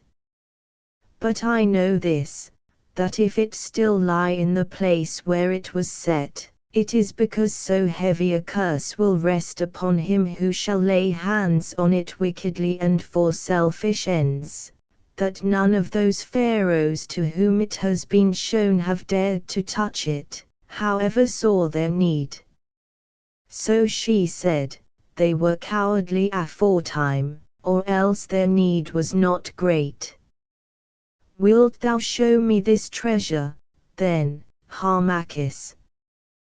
Perhaps, I answered, I will show it to thee if it still be there, when thou hast sworn that thou wilt use it to defend Egypt from this Roman Antony and for the welfare of her people. I swear it, she said earnestly. Oh, I swear by every god in Chem that if thou showest me this great treasure, I will defy Antony and send Delius back to Cilicia with sharper words than those he brought. Yes, I'll do more, Harmachis, so soon as may be, I will take thee to husband before all the world, and thou thyself shalt carry out thy plans and beat off the Roman eagles.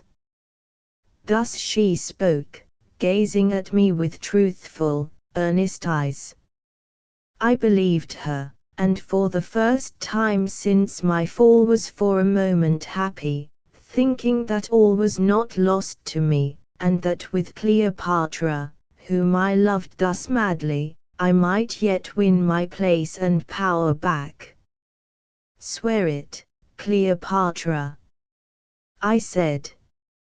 "I swear, beloved, and thus I seal my oath," and she kissed me on the forehead.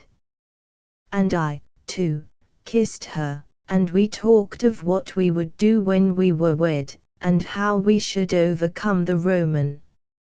And thus I was again beguiled, though I believe that, had it not been for the jealous anger of Charmian, which, as shall be seen, was ever urging her forward to fresh deeds of shame, Cleopatra would have wedded me and broken with the Roman. And, indeed, in the issue, it had been better for her and Egypt. We sat far into the night, and I revealed to her somewhat of that ancient secret of the mighty treasure hid beneath the mass of her. Thither, it was agreed, we should go on the morrow, and the second night from now attempt its search. So, early on the next day, a boat was secretly made ready, and Cleopatra entered it, veiled as an Egyptian lady about to make a pilgrimage to the temple of Horemheb. And I also entered, cloaked as a pilgrim, and with us 10 of her most trusted servants disguised as sailors. But Charmian went not with us. We sailed with a fair wind from the canopic mouth of the Nile, and that night, pushing on with the moon, we reached Sais at midnight, and here rested for a while. At dawn we once more loosed our craft, and all that day sailed swiftly, till, at last, at the 3rd hour from the sunset, we came in sight of the lights of that fortress which is called Babylon. Here, on the opposite bank of the river, we moored our ship safely in a bed of reeds. Then, on foot and secretly, we set out for the pyramids, which were at a distance of 2 leagues, Cleopatra, I and one trusted eunuch, for we left the other servants with the boat. Only I caught an ass for Cleopatra to ride that was wandering in a tilled field, and threw a cloak upon it. She sat on it and I led the ass by paths I knew, the eunuch following us on foot. And, within little more than an hour, having gained the great causeway, we saw the mighty pyramids towering up through the moonlit air and awing us to silence. We passed on in utter silence, through the haunted city of the dead, for all around us stood the solemn tombs, till at length we climbed the rocky hill, and stood in the deep shadow of Khufu Khut, the splendid throne of Khufu. Of a truth, whispered Cleopatra, as she gazed up the dazzling marble slope above her, everywhere blazoned over with a million mystic characters, of a truth, there were gods ruling in Kem in those days, and not men. This place is sad as death, and as mighty and far from man. Is it here that we must enter? Nay, I answered, it is not here. Pass on. I led the way through 1,000 ancient tombs, till we stood in the shadow of Yor the Great, and gazed at his red heaven-piercing mass. Is it here that we must enter? She whispered once again. Nay, I answered, it is not here. Pass on. We passed on through many more tombs, till we stood in the shadow of her, and Cleopatra gazed astonished at its polished beauty, which for thousands of years, night by night, had mirrored back the moon, and at the black girdle of Ethiopian stone that circled its base about. For this is the most beautiful of all pyramids. Asterisk, the upper now known as the third pyramid. Editor. Is it here that we must enter? She said. I answered, it is here. We passed round between the temple of the worship of His Divine Majesty, Menkaura, the Osirian, and in the base of the pyramid till we came to the north side. Here in the center is graved the name of Pharaoh Menkaura, who built the pyramid to be his tomb, and stored his treasure in it against the need of Khem. If the treasure still remains, I said to Cleopatra, as it remained in the days of my great-great-grandfather, who was priest of this pyramid before me, it is hid deep in the womb of the mass before thee, Cleopatra, nor can it be come by without toil, danger, and terror of mind. Art thou prepared to enter, for thou thyself must enter and must judge? Canst thou not go in with the eunuch, Harmachis, and bring the treasure forth? She said, for a little her courage began to fail her. Nay, Cleopatra, I answered, not even for thee and for the weal of Egypt can I do this thing, for of all sins it would be the greatest sin. But it is lawful for me to do this. I, as hereditary holder of the secret, may, upon demand, show to the ruling monarch of Khem the place where the treasure lies, and show also the warning that is written. And if on seeing and reading, the Pharaoh deems that the need of Khem is so sore and strait that it is lawful for him to brave the curse of the dead and draw forth the treasure, it is well, for on his head must rest the weight of this dread deed. 3 monarchs, so say the records that I have read, have thus dared to enter in the time of need. They were the divine Queen Hatshepsut, that wonder known to the gods alone, her divine brother Tahutimes Menkaura, and the divine Ramses Me-Amen. But of these 3 majesties, not one when they saw dared to touch, for, though sharp their need, it was not great enough to consecrate the act. So, fearing lest the curse should fall upon them, they went hence sorrowing. She thought a little, till at last her spirit overcame her fear. At the least I will see with mine own eyes, she said. It is well, I answered. Then, stones having been piled up by me and the eunuch who was with us on a certain spot at the base of the pyramid, to somewhat more than the height of a man, I climbed on them and searched for the secret mark, no larger than a leaf.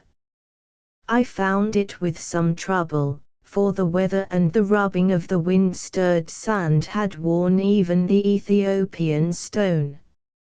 Having found it, I pressed on it with all my strength in a certain fashion. Even after the lapse of many years the stone swung round, showing a little opening, through which a man might scarcely creep. As it swung, a mighty bat, white in color as though with unreckoned age, and such as I had never seen before for bigness, for his measure was the measure of a hawk, flew forth and for a moment hovered over Cleopatra, then sailed slowly up and up in circles, till at last he was lost in the bright light of the moon. But Cleopatra uttered a cry of terror, and the eunuch, who was watching, fell down in fear, believing it to be the guardian spirit of the pyramid. And I, too, feared, though I said nothing. For even now I believe that it was the spirit of Menkaura, the Osirian, who, taking the form of a bat, flew forth from his holy house in warning. I waited a while, till the foul air should clear from the passage. Then I drew out the lamps, kindled them, and passed them, to the number of 3, into the entrance of the passage. This done, I went to the eunuch, and, taking him aside, I swore him by the living spirit of him who sleeps at Abathis that he should not reveal those things which he was about to see. This he swore, trembling sorely, for he was very much afraid. Nor, indeed, did he reveal them. This done, I clambered through the opening, taking with me a coil of rope, which I wound around my middle, and beckoned to Cleopatra to come. Making fast the skirt of her robe, she came, and I drew her through the opening, so that at length she stood behind me in the passage which is lined with slabs of granite. After her came the eunuch, and he also stood in the passage.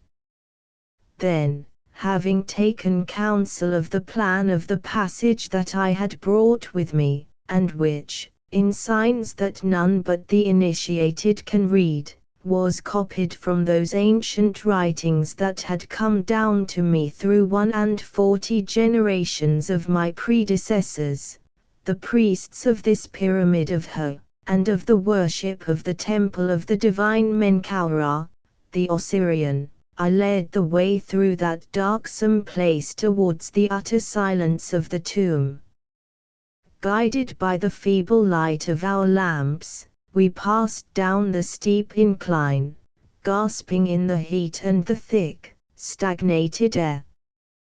Presently we had left the region of the masonry and were slipping down a gallery hewn in the living rock.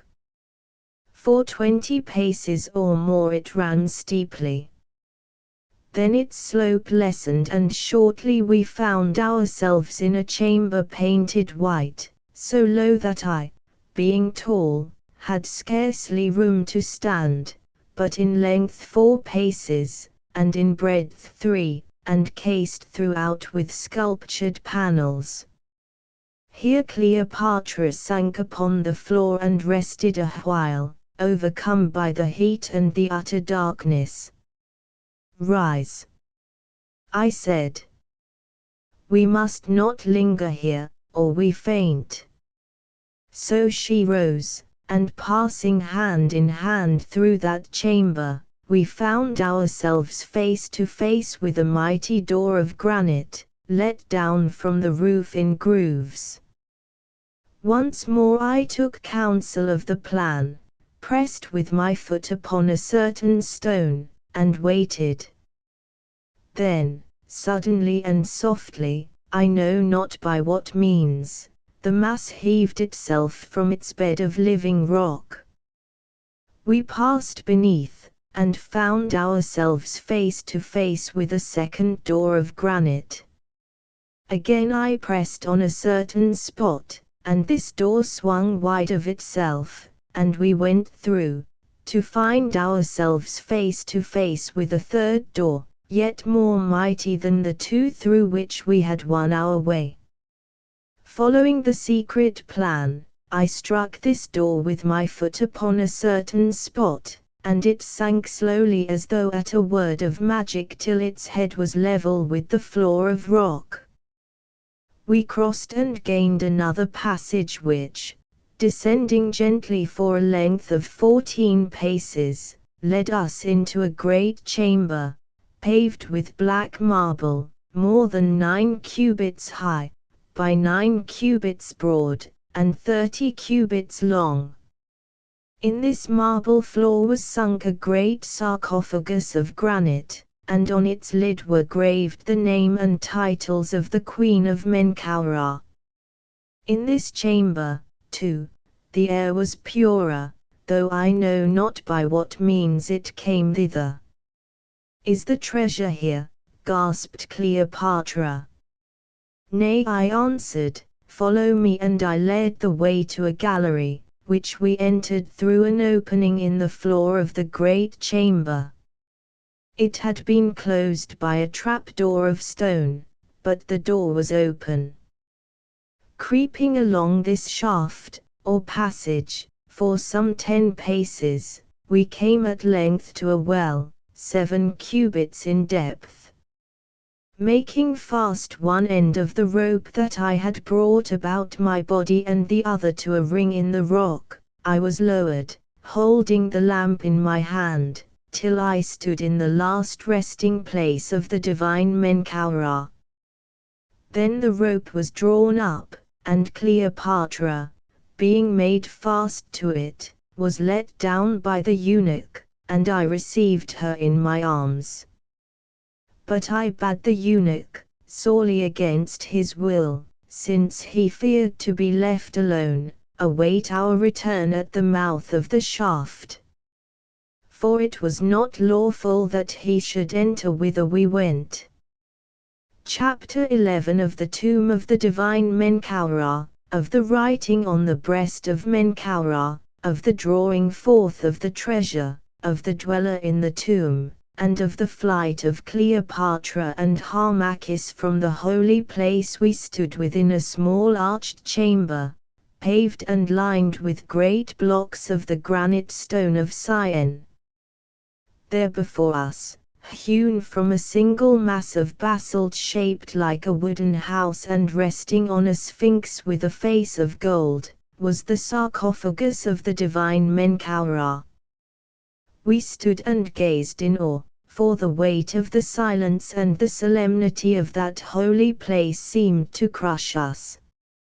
Above us, cubit over cubit in its mighty measure, the pyramid towered up to heaven and was kissed of the night air.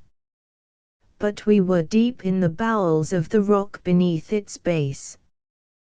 We were alone with the dead, whose rest we were about to break, and no sound of the murmuring air, and no sight of life came to dull the awful edge of solitude. I gazed on the sarcophagus. Its heavy lid had been lifted and rested at its side, and around it the dust of ages had gathered thick. See, I whispered, pointing to a writing, daubed with pigment upon the wall in the sacred symbols of ancient times. Read it, Harmachis answered Cleopatra, in the same low voice, for I cannot. Then I read, I, Ramses me Amen, in my day and in my hour of need, visited this sepulchre. But, though great my need and bold my heart, I dared not face the curse of Menkaura. Judge, O thou who shalt come after me, and, if thy soul is pure and can be utterly distressed, take thou that which I have left. Where, then, is the treasure? She whispered. Is that sphinx face of gold? Even there, I answered, pointing to the sarcophagus. Draw near and see. And she took my hand and drew near. The cover was off, but the painted coffin of the pharaoh lay in the depths of the sarcophagus. We climbed the sphinx. Then I blew the dust from the coffin with my breath and read that which was written on its lid. And this was written, Pharaoh Menkaura, the child of heaven. Pharaoh Menkaura, royal son of the Sunday Pharaoh Menkaura, who didst lie beneath the heart of Naut. Naut, thy mother, wraps thee in the spell of her holy name. The name of thy mother, Naut, is the mystery of heaven. Naut, thy mother, gathers thee to the number of the gods. Naut, thy mother, breathes on thy foes and utterly destroys them. O Pharaoh Menkaura, who livest forever. Where, then, is the treasure? She asked again. Here, indeed, is the body of the divine Menkaura, but the flesh even of pharaohs is not gold, and if the face of this sphinx be gold, how may we move it? For answer I bade her stand upon the sphinx and grasp the upper part of the coffin while I grasped its foot. Then, at my word, we lifted, and the lid of the case, which was not fixed, came away, and we set it upon the floor. And there in the case was the mummy of Pharaoh, as it had been laid 3,000 years before. It was a large mummy, and somewhat ungainly. Nor was it adorned with a gilded mask, as is the fashion of our day, for the head was wrapped in clothes yellow with age, which were made fast with pink flaxen bandages, under which were pushed the stems of lotus blooms. And on the breast, wreathed round with lotus flowers, lay a large plate of gold closely written over with sacred writing. I lifted up the plate, and, holding it to the light, I read, I, Menkaura, the Osirian, aforetime Pharaoh of the land of Chem, who in my day did live justly and ever walked in the path marked for my feet by the decree of the Invisible, who was the beginning and is the end, speak from my tomb to those who after me shall for an hour sit upon my throne. Behold, I, Menkaura, the Osirian, having in the days of my life been warned of a dream that a time will come when Chem shall fear to fall into the hands of strangers, and her monarch shall have great need of treasure wherewith to furnish armies to drive the barbarian back, have out of my wisdom done this thing. For it having pleased the protecting gods to give me wealth beyond any pharaoh who has been since the days of Horus, thousands of cattle and geese, thousands of calves and asses, thousands of measures of corn, and hundreds of measures of gold and gems, this wealth I have used sparingly, and that which remains I have bartered for precious stones, even for emeralds, the most beautiful and largest that are in the world. These stones, then, I have stored up against that day of the need of Chem.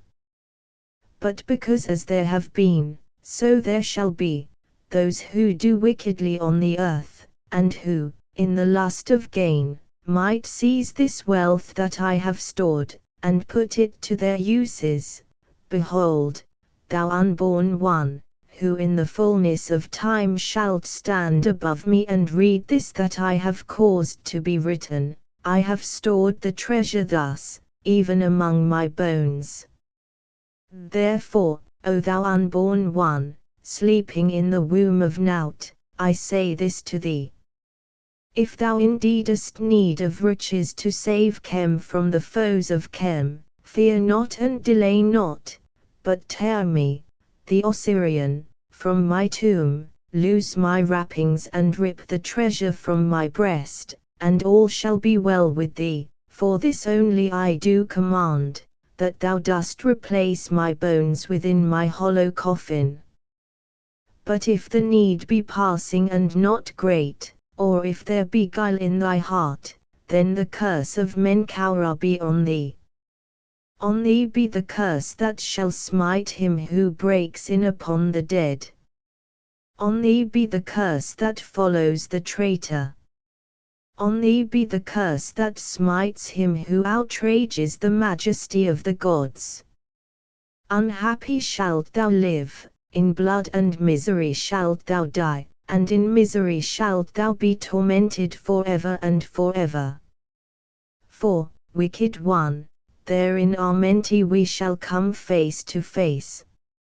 And to the end of the keeping of this secret, I, Menkaura, have set up a temple of my worship, which I have built upon the eastern side of this my house of death.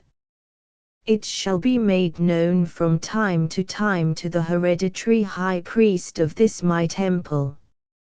And if any high priest that shall be do reveal this secret to another than the Pharaoh, or her who wears the Pharaoh's crown and is seated upon the throne of Chem, accursed be he also.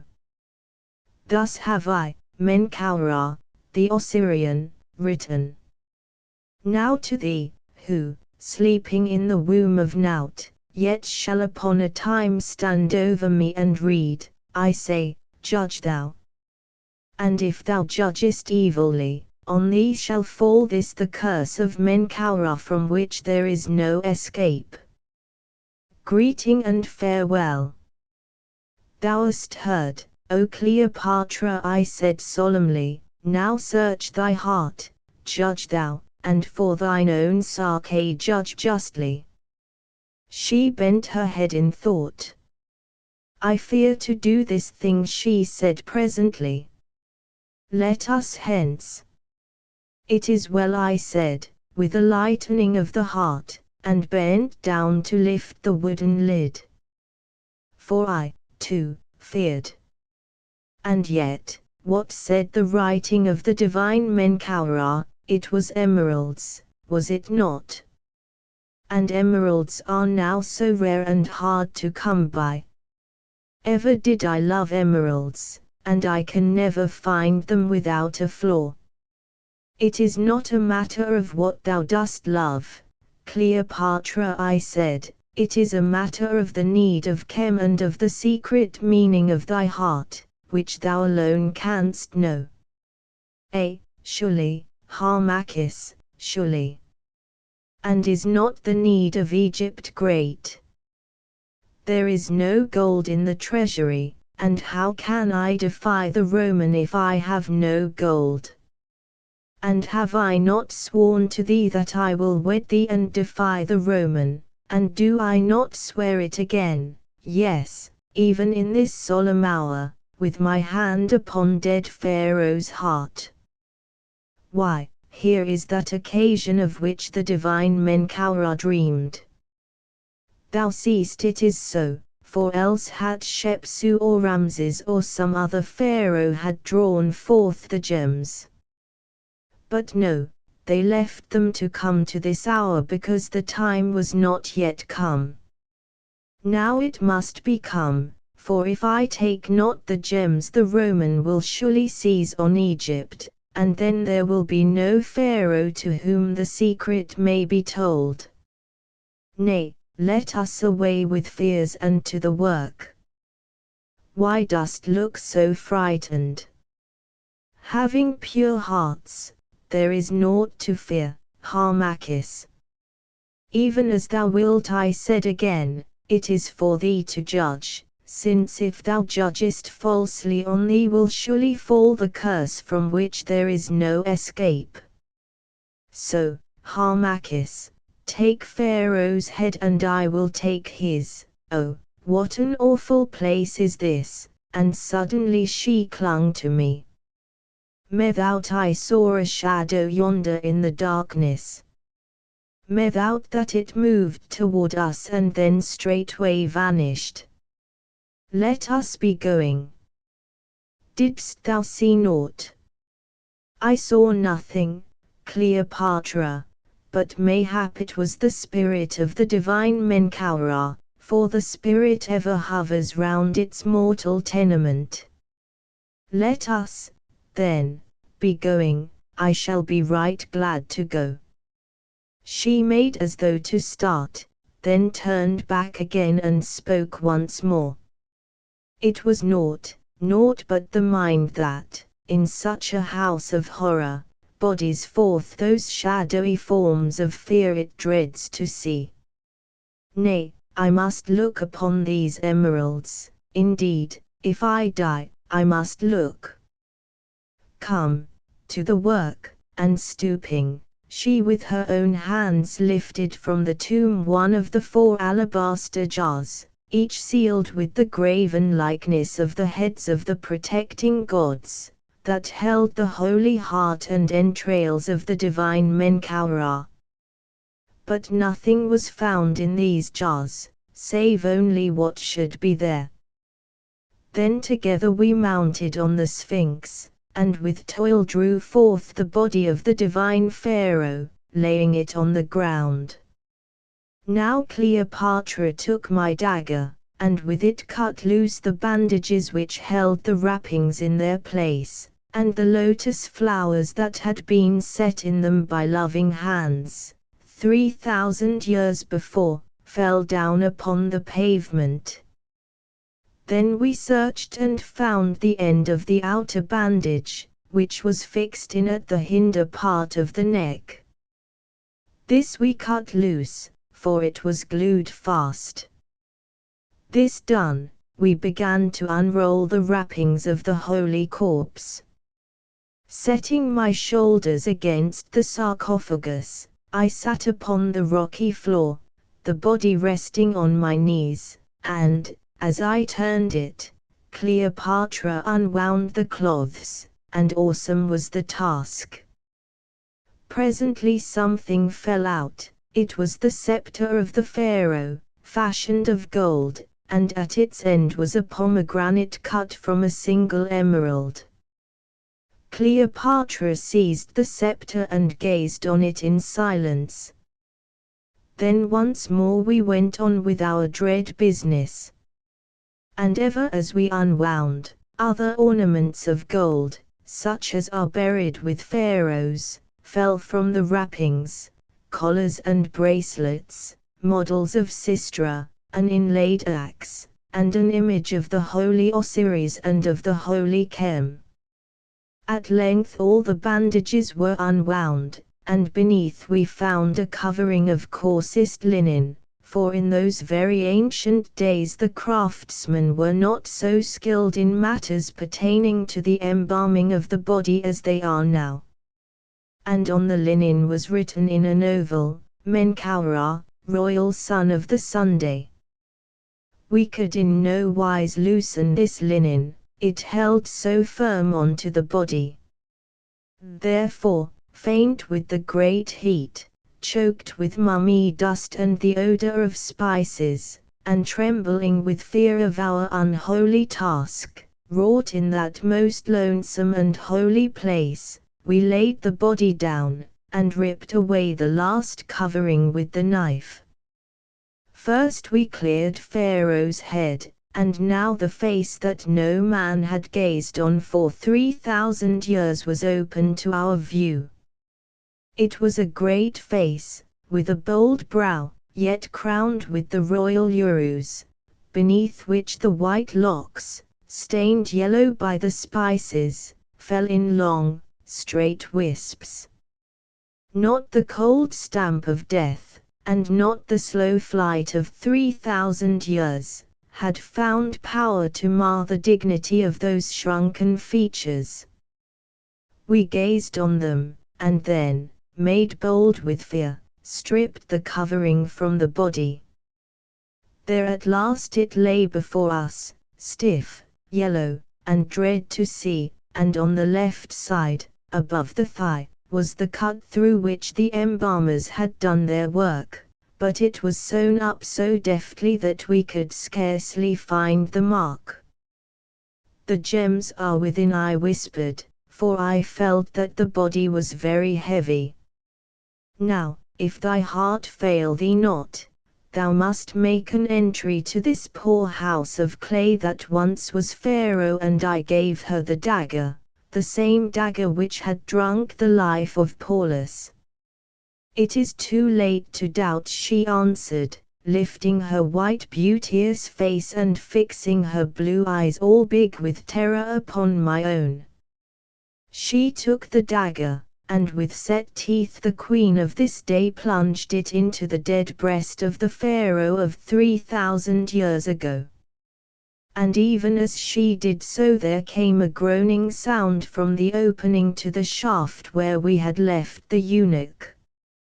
We leapt to our feet, but heard no more, and the lamplight still streamed down through the opening. "It is nothing," I said. "Let us make an end." Then with much toil we hacked and rent the hard flesh open, and as we did so I heard the knife point grate upon the gems within. Cleopatra plunged her hand into the dead breast and drew forth somewhat.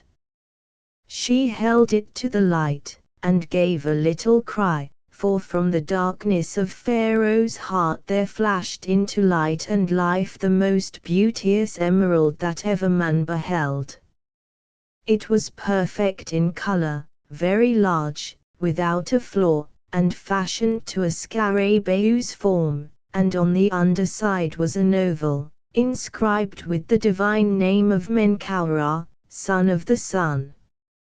Again, and yet again, she plunged in her hand and drew emeralds from Pharaoh's breast bedded there in spices.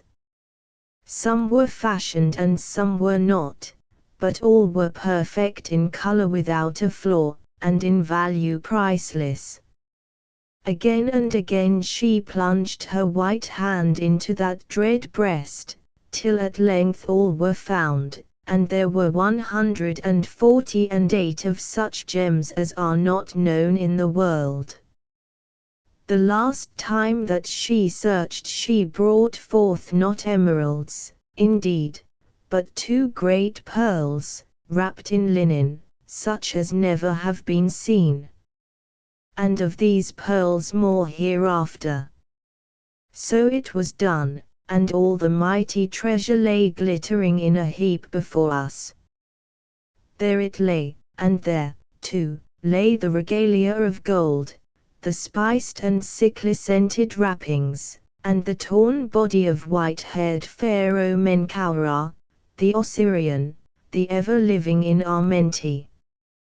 We rose, and a great awe fell upon us, now that the deed was done and our hearts were no more upborne by the rage of search, so great an awe, indeed, that we could not speak. I made a sign to Cleopatra. She grasped the head of Pharaoh and I grasped his feet, and together we lifted him, climbed the Sphinx, and placed him once more within his coffin. I piled the torn mummy cloths over him and on them laid the lid of the coffin. And now we gathered up the great gems, and such of the ornaments as might be carried with ease, and I hid them as many as I could, in the folds of my robe. Those that were left Cleopatra hid upon her breast. Heavily laden with the priceless treasure, we gave one last look at the solemn place, at the sarcophagus and the Sphinx on which it rested, whose gleaming face of calm seemed to mock us with its everlasting smile of wisdom. Then we turned and went from the tomb. At the shaft we halted. I called to the eunuch, who stayed above, and without a faint mocking laugh answered me. Too smitten with terror to call again, and fearing that, should we delay, Cleopatra would certainly swoon, I seized the rope, and being strong and quick mounted by it and gained the passage. There burned the lamp, but the eunuch I saw not. Thinking, surely, that he was a little way down the passage, and slept, as, in truth, he did, I bade Cleopatra make the rope fast about her middle, and with much labor, drew her up. Then, having rested a while, we moved with the lamps to seek for the eunuch. He was stricken with terror and has fled, leaving the lamp. Said Cleopatra, "O ye gods, who is that seated there?" I peered into the darkness, thrusting out the lamps, and this was what their light fell on, this at the very dream of which my soul sickens. There, facing us, his back resting against the rock, and his hands splayed on either side upon the floor, sat the eunuch, dead. His eyes and mouth were open, his fat cheeks dropped down, his thin hair yet seemed to bristle, and on his countenance was frozen such a stamp of hideous terror as well might turn the beholder's brain. And lo!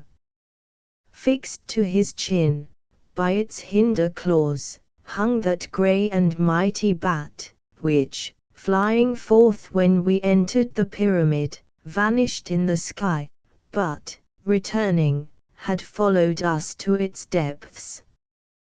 There it hung upon the dead man's chin, slowly rocking itself to and fro, and we could see the fiery eyes shining in its head. Aghast, utterly aghast, we stood and stared at the hateful sight, till presently the bat spread his huge wings and, losing his hold, sailed to us. Now he hovered before Cleopatra's face, fanning her with his white wings.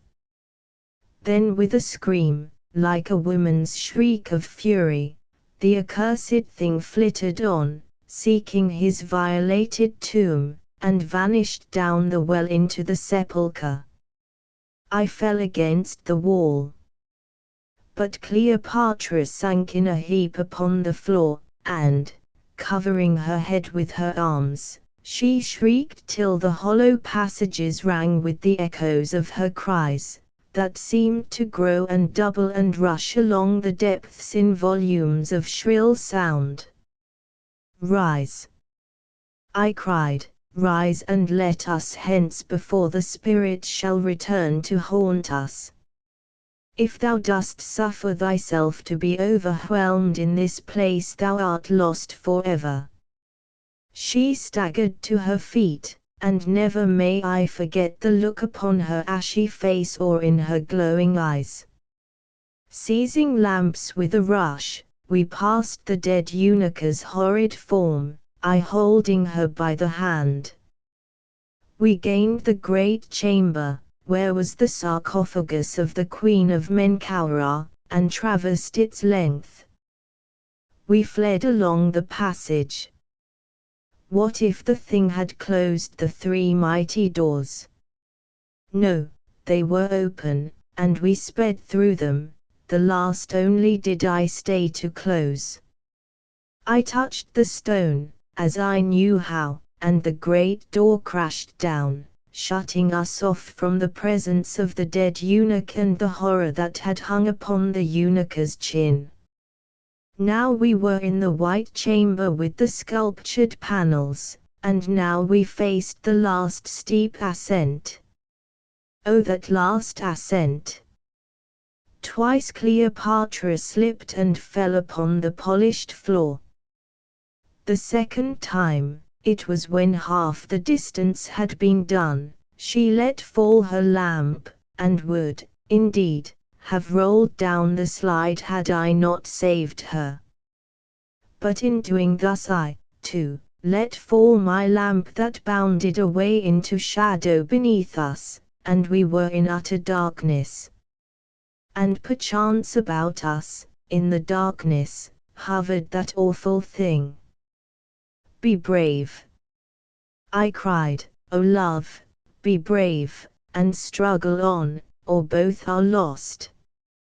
The way, though steep, is not far, and, though it be dark, we can scarce come to harm in this straight shaft. If the gems weight thee, cast them away." "Nay," she gasped, "that I will not, this shall not be endured to no end. I die with them."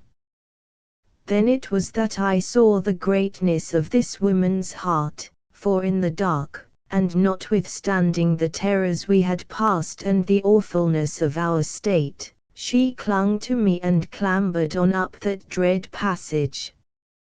On we clambered, hand in hand, with bursting hearts, till there, by the mercy or the anger of the gods, at length we saw the faint light of the moon, creeping through the little opening in the pyramid. One struggle more, now the whole was gained, and like a breath from heaven, the sweet night air played upon our brows. I climbed through, and, standing on a pile of stones, lifted and dragged Cleopatra after me. She fell to the ground and then sank down upon it motionless. I pressed upon the turning stone with trembling hands. It swung to and caught, leaving no mark of the secret place of entry. Then I leapt down and, having pushed away the pile of stones, looked on Cleopatra. She had swooned, and notwithstanding the dust and grime upon her face, it was so pale that at first I believed she must be dead. But placing my hand upon her heart I felt it stir beneath, and, being spent, I flung myself down beside her upon the sand, to gather up my strength again. Chapter 12 of the coming back of Harmachis, of the greeting of Charmian, and of the answer of Cleopatra to Quintus Dellius, the ambassador of Antony the Triumvir. Presently I lifted myself, and, laying the head of Egypt's queen upon my knee, strove to call her back to life. How fair she seemed, even in her disarray, her long hair streaming down her breast. How deadly fair she seemed in the faint light, this woman, the story of whose beauty and whose sin shall outlive the solid mass of the mighty pyramid that towered over us. The heaviness of her swoon had smoothed away the falseness of her face, and nothing was left but the divine stamp of woman's richest loveliness, softened by shadows of the night and dignified by the cast of death-like sleep. I gazed upon her and all my heart went out to her. It seemed that I did but love her more because of the depth of the treasons to which I had sunk to reach her, and because of the terrors we had outfaced together. Weary and spent with fears and the pangs of guilt, my heart sought hers for rest, for now she alone was left to me. She had sworn to wed me also, and with the treasure we had won we would make Egypt strong and free her from her foes, and all should yet be well. Ah! Could I have seen the picture that was to come, how, and in what place and circumstance, once again this very woman's head should be laid upon my knee, pale with that cast of death. Ah! Could I have seen? I chafed her hand between my hands. I bent down and kissed her on the lips, and at my kiss she woke. She woke with a little sob of fear, a shiver ran along her delicate limbs, and she stared upon my face with wide eyes. "Ah, it is thou," she said. "I mind me, thou hast saved me from that horror-haunted place." And she threw her arms about my neck, drew me to her and kissed me. "Come, love," she said, "let us be going. I am sore athirst, and, so very weary. The gems, too, chafe my breast. Never was wealth so hardly won. Come, let us be going from the shadow of this ghostly spot. See the faint lights glancing from the wings of dawn. How beautiful they are, and how sweet to behold. Never, in those halls of eternal night, did I think to look upon the blush of dawn again. Ah! I can still see the face of that dead slave, with the horror hanging to his beardless chin. Bethink thee, there he'll sit forever, there, with the horror. Come, where may we find water? I would give an emerald for a cup of water. At the canal on the borders of the tilled land below the temple of Horemheb, it is close by, I answered. If any see us, we will say that we are pilgrims who have lost our way at night among the tombs. Veil thyself closely, therefore, Cleopatra, and beware lest thou dost show aught of those gems about thee. So she veiled herself, and I lifted her onto the ass which was tethered near at hand.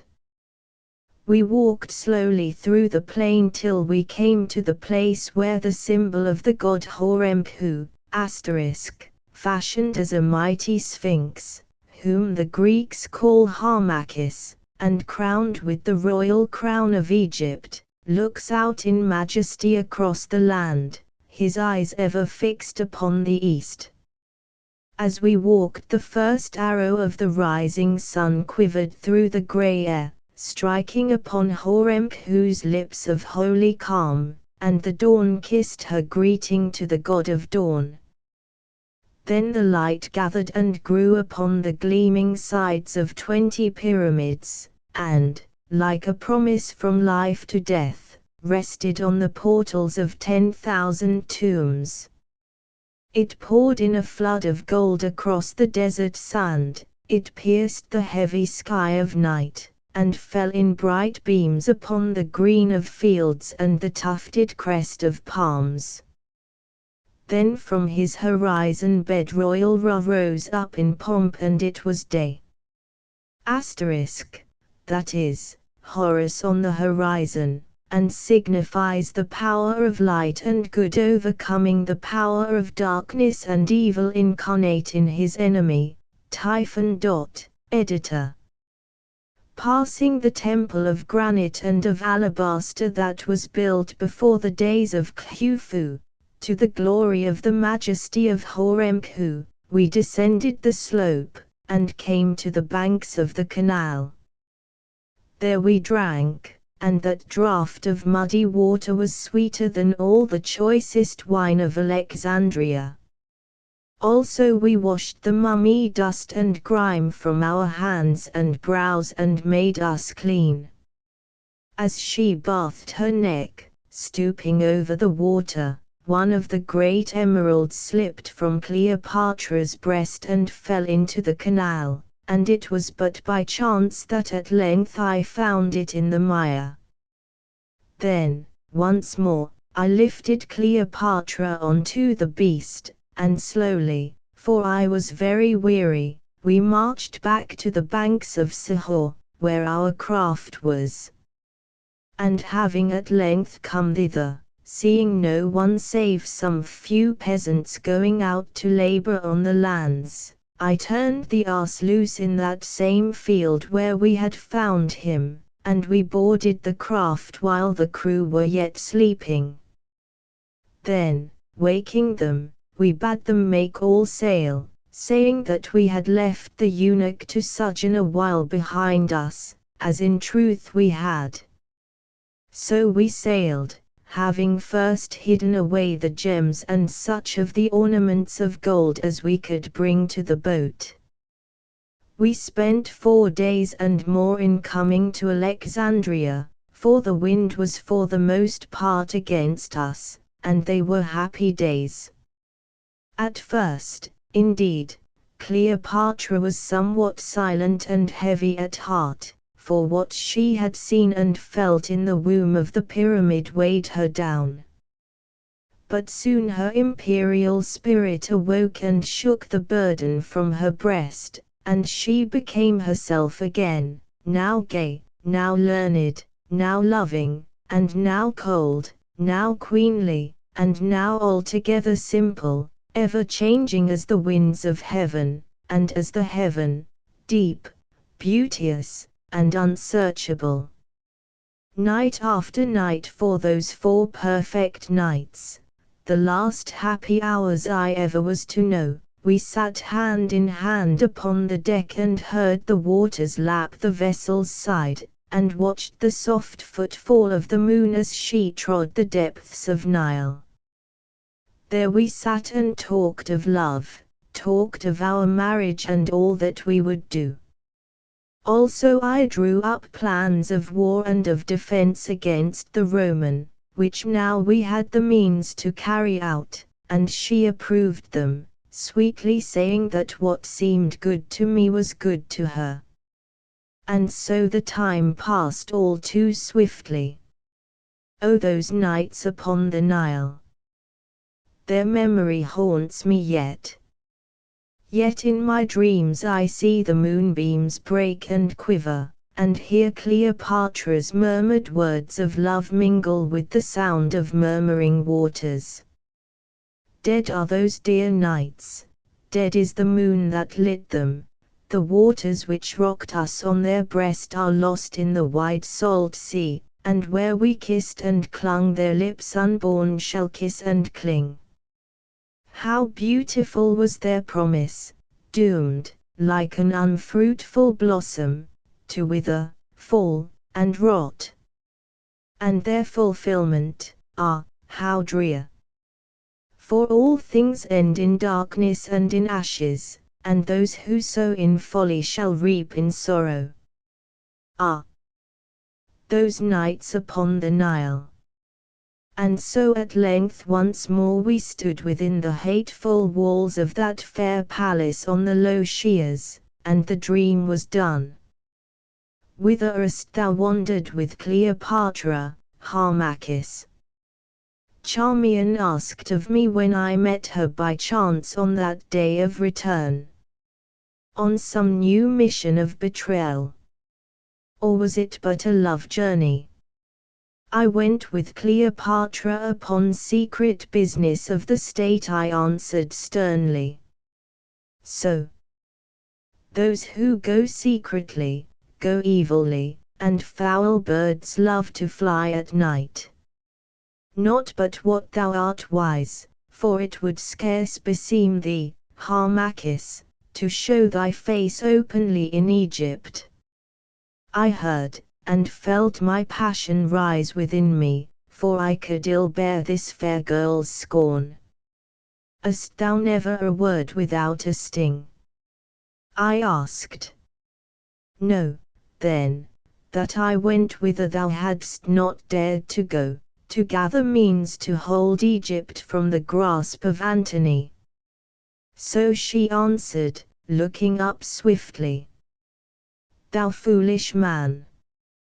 Thou hadst done better to save thy labor, for Antony will grasp Egypt in thy despite. What power hast thou today in Egypt? That he may do in my despite, but in despite of Cleopatra that he cannot do, I said. Nay, but with the aid of Cleopatra he can and will do it, she answered with a bitter smile. When the queen sails in state up Cydnus stream, she will surely draw this course Antony thence to Alexandria, conquering, and yet, like thee, a slave. It is false. I say that it is false. Cleopatra goes not to Tarsus, and Antony comes not to Alexandria, or, if he come, it will be to take the chance of war. Now, thinkest thou thus? She answered with a little laugh. Well, if it please thee, think as thou wilt. Within 3 days thou shalt know. It is pretty to see how easily thou art fooled. Farewell. Go, dream on love, for surely love is sweet.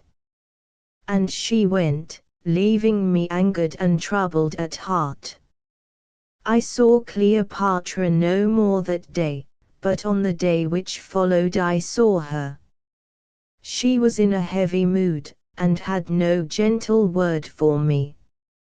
I spake to her of the defense of Egypt, but she put the matter away. Why dost thou weary me? She said with anger. Canst thou not see that I am lost in troubles? When Delius has had his answer tomorrow, then we will speak of these matters.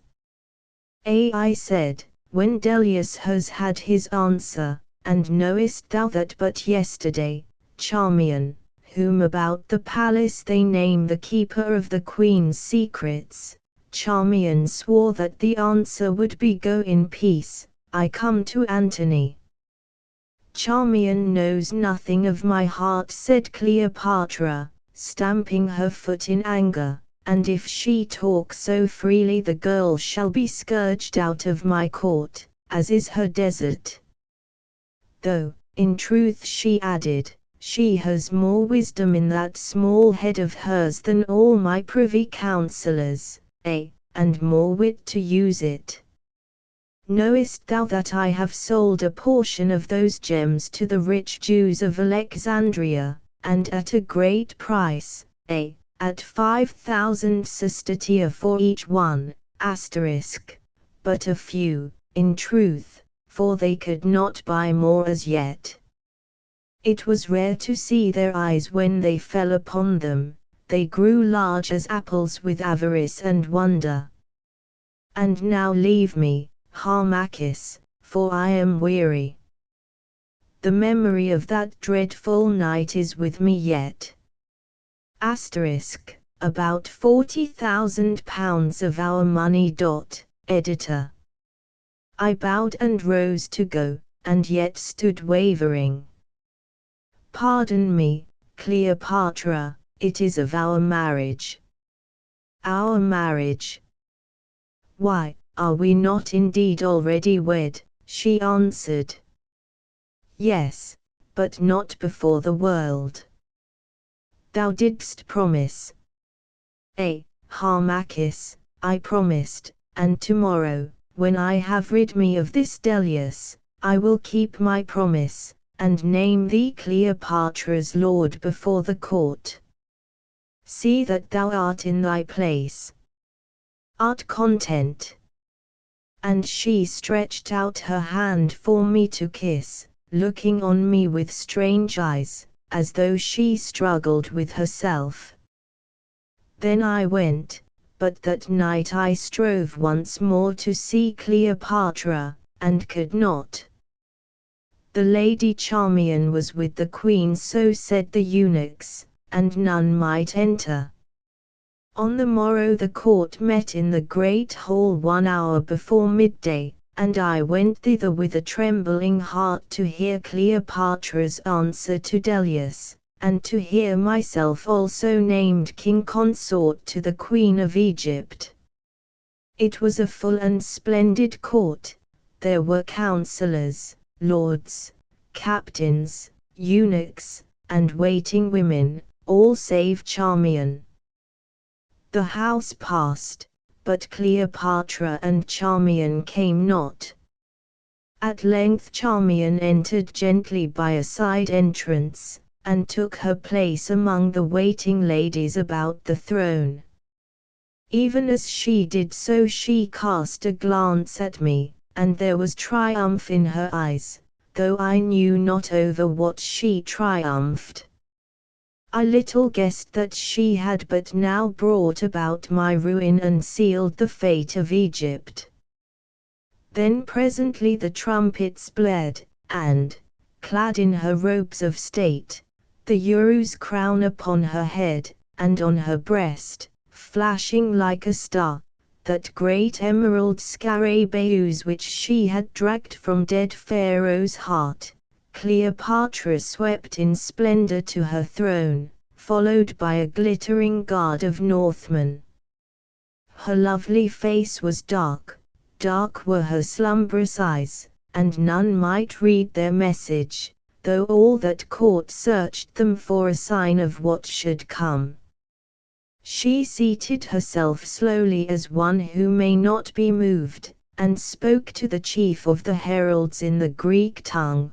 Does the ambassador of the noble Antony wait? The herald bowed low and made assent. Let him come in and hear our answer.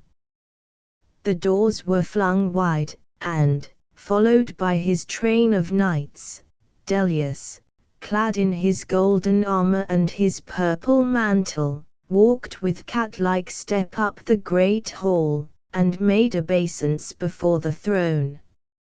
Most royal and beauteous Egypt, he said, in his soft voice, as thou hast graciously been pleased to bid me, thy servant, I am here to take thy answer to the letter of the noble Antony the Triumvir, whom tomorrow I sail to meet at Tarsus, in Cilicia.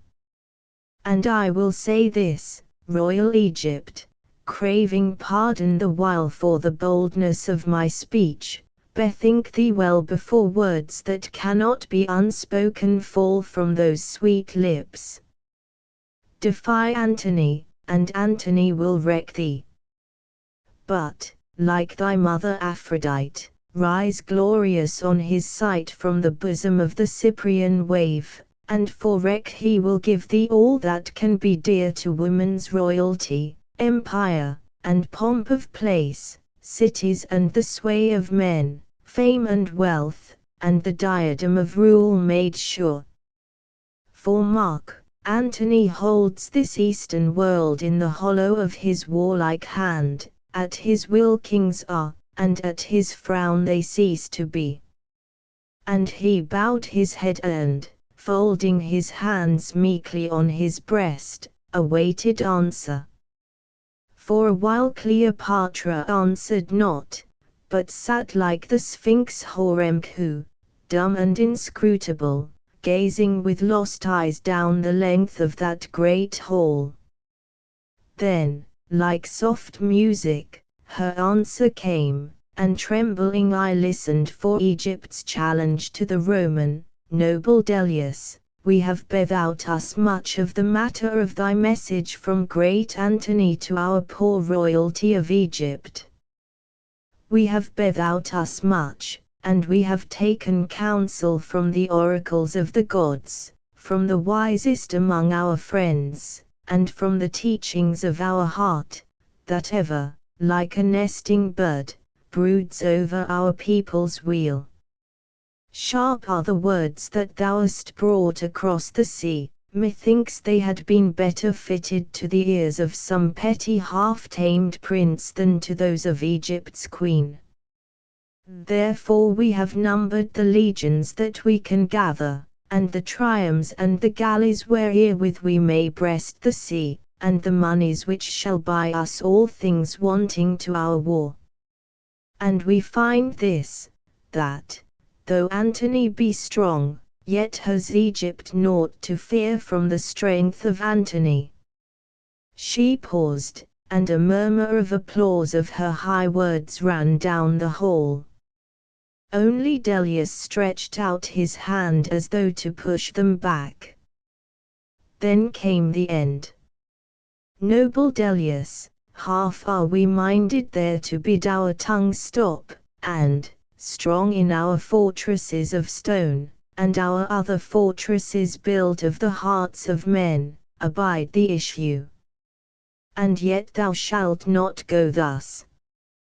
We are guiltless of those charges against us that have come to the ears of noble Antony, and which now he rudely shouts in ours, nor will we journey into Cilicia to answer them.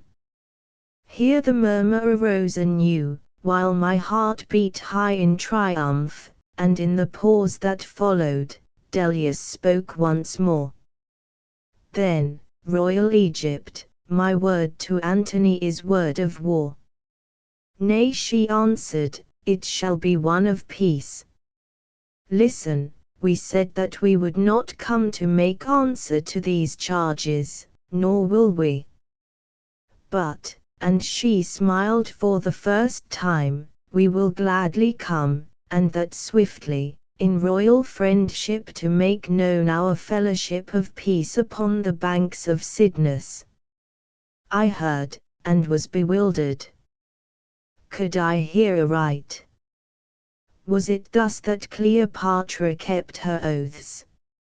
Moved beyond the hold of reason, I lifted up my voice and cried, O Queen, remember.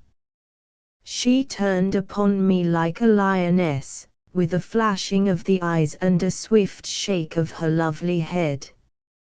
Peace, slave, she said, who bade thee break in upon our counsels? Mind thou thy stars, and leave matters of the world to the rulers of the world. I sank back shamed, and, as I did so, once more I saw the smile of triumph on the face of Charmian, followed by what was, perhaps, the shadow of pity for my fall. "Now that yon brawling charlatan," said Delius, pointing at me with his jeweled finger, "has been rebuked, grant me leave, O Egypt, to thank thee from my heart for these gentle words. We ask no thanks from thee, noble Delius, nor lies it in thy mouth to chide our servant," broke in Cleopatra, frowning heavily. "We will take thanks from the lips of Antony alone. Get thee to thy master, and say to him that before he can make ready a fitting welcome our keels shall follow in the track of thine. And now, farewell. Thou shalt find some small token of our bounty upon thy vessel." Delius bowed thrice and withdrew, while the court stood waiting the queen's word. And I, too, waited, wondering if she would yet make good her promise, and name me royal spouse there in the face of Egypt. But she said nothing. Only, still frowning heavily, she rose, and, followed by her guards, left the throne, and passed into the alabaster hall.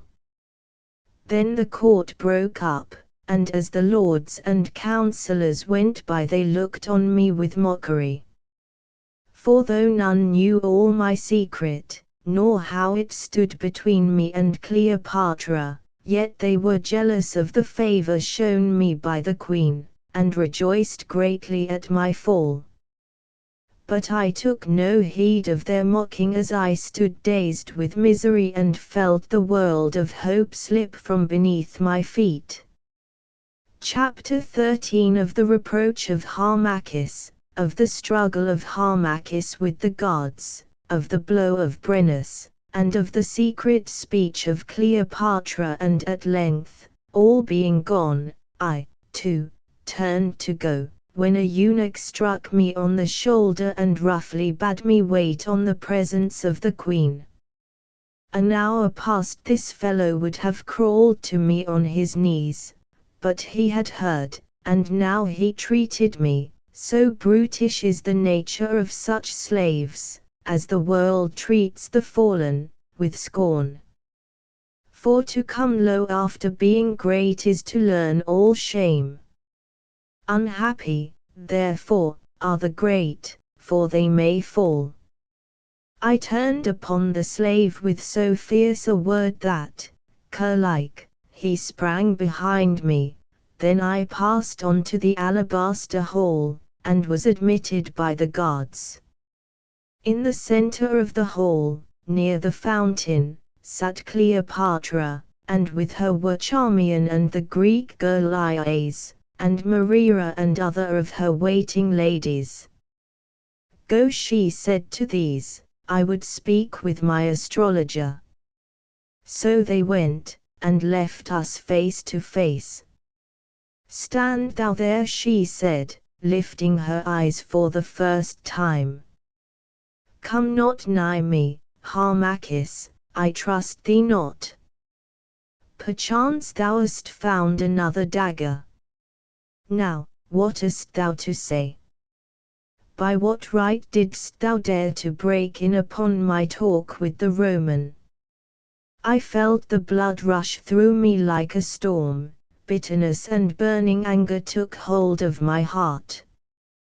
"What hast thou to say, Cleopatra?" I answered boldly. "Where is thy vow, sworn on the dead heart of Menkaura, the ever-living?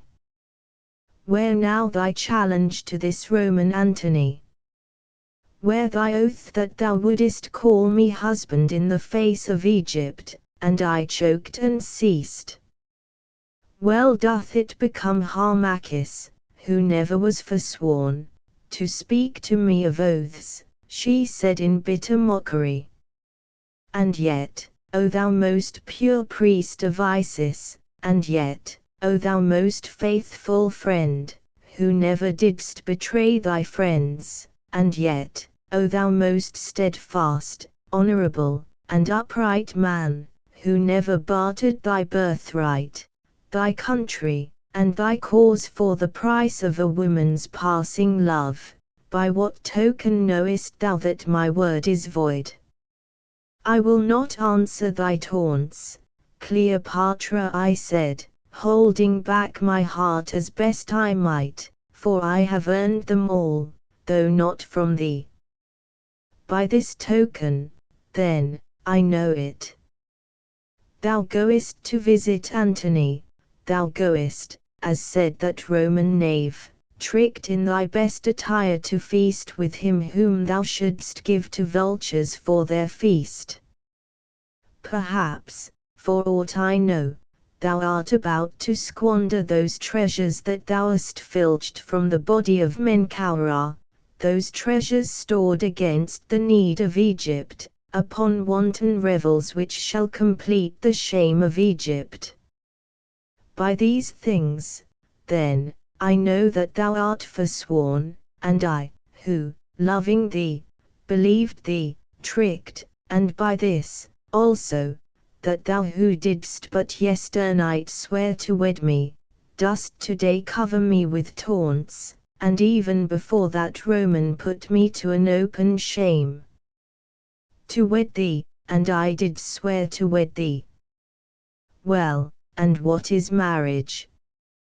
Is it the union of the heart, that bond beautiful as gossamer and than gossamer more light, which binds soul to soul, as they float through the dreamy night of passion, a bond to be, perchance, melted in the dews of dawn?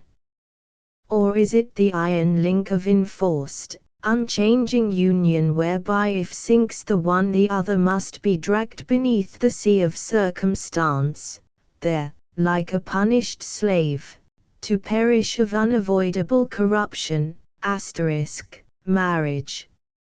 I to marry. I to forget freedom and court the worst slavery of our sex, which, by the selfish will of man, the stronger, still binds us to a bed grown hateful, and enforces a service that love mayhap no longer hallows. Of what use, then, to be a queen, if thereby I may not escape the evil of the meanly born? Mark thou, Harmachis, woman being groaneth two ills to fear, death and marriage, and of these twain is marriage the more vile, for in death we may find rest, but in marriage, should it fail us, we must find hell. Nay, being above the breath of common slander that enviously would blast those who of true virtue will not consent to stretch affection's links, I love, Harmachis, but I marry not. Referring to the Roman custom of chaining a living felon to the body of one already dead. Editor. And yesternight, Cleopatra, thou didst swear that thou wouldst wed me, and call me to thy side before the face of Egypt. And yesternight, Harmachis, the red ring round the moon marked the coming of the storm, and yet the day is fair. But who knows that the tempest may not break tomorrow? Who knows that I have not chosen the easier path to save Egypt from the Roman? Who knows, Harmachis, that thou shalt not still call me wife? Then I no longer could bear her falsehood, for I saw that she but played with me. And so I spoke that which was in my heart, Cleopatra. I cried, thou didst swear to protect Egypt, and thou art about to betray Egypt to the Roman. Thou didst swear to use the treasures that I revealed to thee for the service of Egypt, and thou art about to use them to be her means of shame, to fashion them as fetters for her wrists. Thou didst swear to wed me, who loved thee, and for thee gave all, and thou dost mock me and reject me. Therefore I say, with the voice of the dread gods I say it, that on thee shall fall the curse of Menkaura, whom thou hast robbed indeed. Let me go hence and work out my fate. Let me go, O thou fair shame, thou living lie, whom I have loved to my doom, and who hast brought upon me the last curse of doom. Let me hide myself and see thy face no more. She rose in her wrath, and she was terrible to see. Let thee go to stir up evil against me. Nay, Harmachis, thou shalt not go to build new plots against my throne. I say to thee that thou, too, shalt come to visit Antony in Cilicia, and there, perchance, I will let thee go. And ere I could answer, she had struck upon the silver gong that hung near her. Before its rich echo had died away, Charmian and the waiting women entered from one door, and from the other, a file of soldiers, 4 of them of the queen's bodyguard, mighty men, with winged helmets and long fair hair. "Seize that traitor," cried Cleopatra, pointing to me. The captain of the guard, it was Brennus, saluted and came towards me with drawn sword. But I, being mad and desperate, and caring little if they slew me, flew straight at his throat, and dealt him such a heavy blow that the great man fell headlong, and his armor clashed upon the marble floor. As he fell I seized his sword and targe, and, meeting the next, who rushed on me with a shout, caught his blow upon the shield, and in answer smote with all my strength. The sword fell where the neck is set into the shoulder, and, shearing through the joints of his harness, slew him, so that his knees were loosened and he sank down dead. And the third, as he came, I caught upon the point of my sword before he could strike, and it pierced him and he died. Then the last rushed on me with a cry of tyrannies, and I, too, rushed on him, for my blood was aflame. Now the women shrieked, only Cleopatra said nothing, but stood and watched the unequal fray. We met, and I struck with all my strength, and it was a mighty blow, for the sword shore through the iron shell and shattered there, leaving me weaponless. With a shout of triumph the guard swung up his sword and smote down upon my head, but I caught the blow with my shield. Again he smote, and again I parried. But when he raised his sword a third time I saw this might not endure, so with a cry I hurled my buckler at his face. Glancing from his shield it struck him on the breast and staggered him. Then, before he could gain his balance, I rushed in beneath his guard and gripped him round the middle.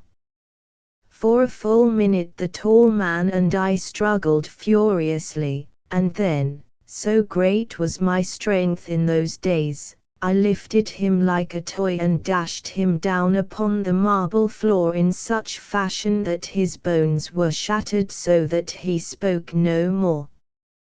But I could not save myself and fell upon him, and as I fell the captain Brennus, whom I had smitten to earth with my fist, having once more found his sense, came up behind me and smote me upon the head and shoulders with the sword of one of those whom I had slain. But I being on the ground, the blow did not fall with all its weight, also my thick hair and broidered cap broke its force, and thus it came to pass that, though sorely wounded, the life was yet whole in me. but I could struggle no more. Then the cowardly eunuchs, who had gathered at the sound of blows and stood huddled together like a herd of cattle, seeing that I was spent, threw themselves upon me, and would have butchered me with their knives. But Brennus, now that I was down, would strike no more, but stood waiting. And the eunuchs had surely slain me, for Cleopatra watched like one who watches in a dream and made no sign. Already my head was dragged back, and their knife points were at my throat, when Charmian, rushing forward, threw herself upon me and, calling them dogs, desperately thrust her body before them in such fashion that they could not smite. Now Brennus with an oath seized first one and then another and cast them from me. "Spare his life, Queen," he cried in his barbarous Latin. "By Jupiter, he is a brave man." Myself felled like an ox in the shambles, and 3 of my boys finished by a man without armor and taken unawares. I grudge them not to such a man. A boon, Queen. Spare his life, and give him to me. Spare him, cried Charmian, white and trembling. Cleopatra drew near and looked upon the dead and him who lay dying as I had dashed him to the ground, and on me, her lover of 2 days gone, whose wounded head rested now on Charmian's white robes. I met the Queen's glance. "Spare not," I gasped, "vi victis." Then a flush gathered on her brow, methinks it was a flush of shame. "Dost after all love this man at heart, Charmian?" she said with a little laugh, "that thou didst thrust thy tender body between him and the knives of these sexless hounds?" And she cast a look of scorn upon the eunuchs. "Nay," the girl answered fiercely, "but I cannot stand by to see a brave man murdered by such as these." Said Cleopatra, "he is a brave man, and he fought gallantly. I have never seen so fierce a fight even in the games at Rome. Well, I spare his life, though he is weak of me, womanish weak. Take him to his own chamber and guard him there till he is healed or dead." Then my brain reeled, a great sickness seized upon me, and I sank into the nothingness of a swoon. Dreams, dreams, dreams. Without end and ever changing, as for years and years I seemed to toss upon a sea of agony. And through them a vision of a dark-eyed woman's tender face and the touch of a white hand soothing me to rest. Visions, too, of a royal countenance bending at times over my rocking bed, a countenance that I could not grasp, but whose beauty flowed through my fevered veins and was a part of me. Visions of childhood and of the temple towers of Abalthis, and of the white-haired Amnemut, my father, and an ever-present vision of that dread hall in Armente, and of the small altar and the spirits clad in flame. There I seemed to wander everlastingly, calling on the Holy Mother, whose memory I could not grasp, calling ever and in vain. For no cloud descended upon the altar, only from time to time the great voice pealed aloud, "Strike out the name of Harmachis, child of earth, from the living book of her who was and is and shall be. Lost! Lost! Lost!" And then another voice would answer, "Not yet, not yet. Repentance is at hand. Strike not out the name of Harmachis, child of earth, from the living book of her who was and is and shall be." by suffering may sin be wiped away. I woke to find myself in my own chamber in the tower of the palace. I was so weak that I scarce could lift my hand, and life seemed but to flutter in my breast as flutters a dying dove. I could not turn my head, I could not stir, yet in my heart there was a sense of rest and of dark trouble done. The light from the lamp hurt my eyes, I shut them, and, as I shut them, heard the sweep of a woman's robes upon the stair, and a swift, light step that I knew well.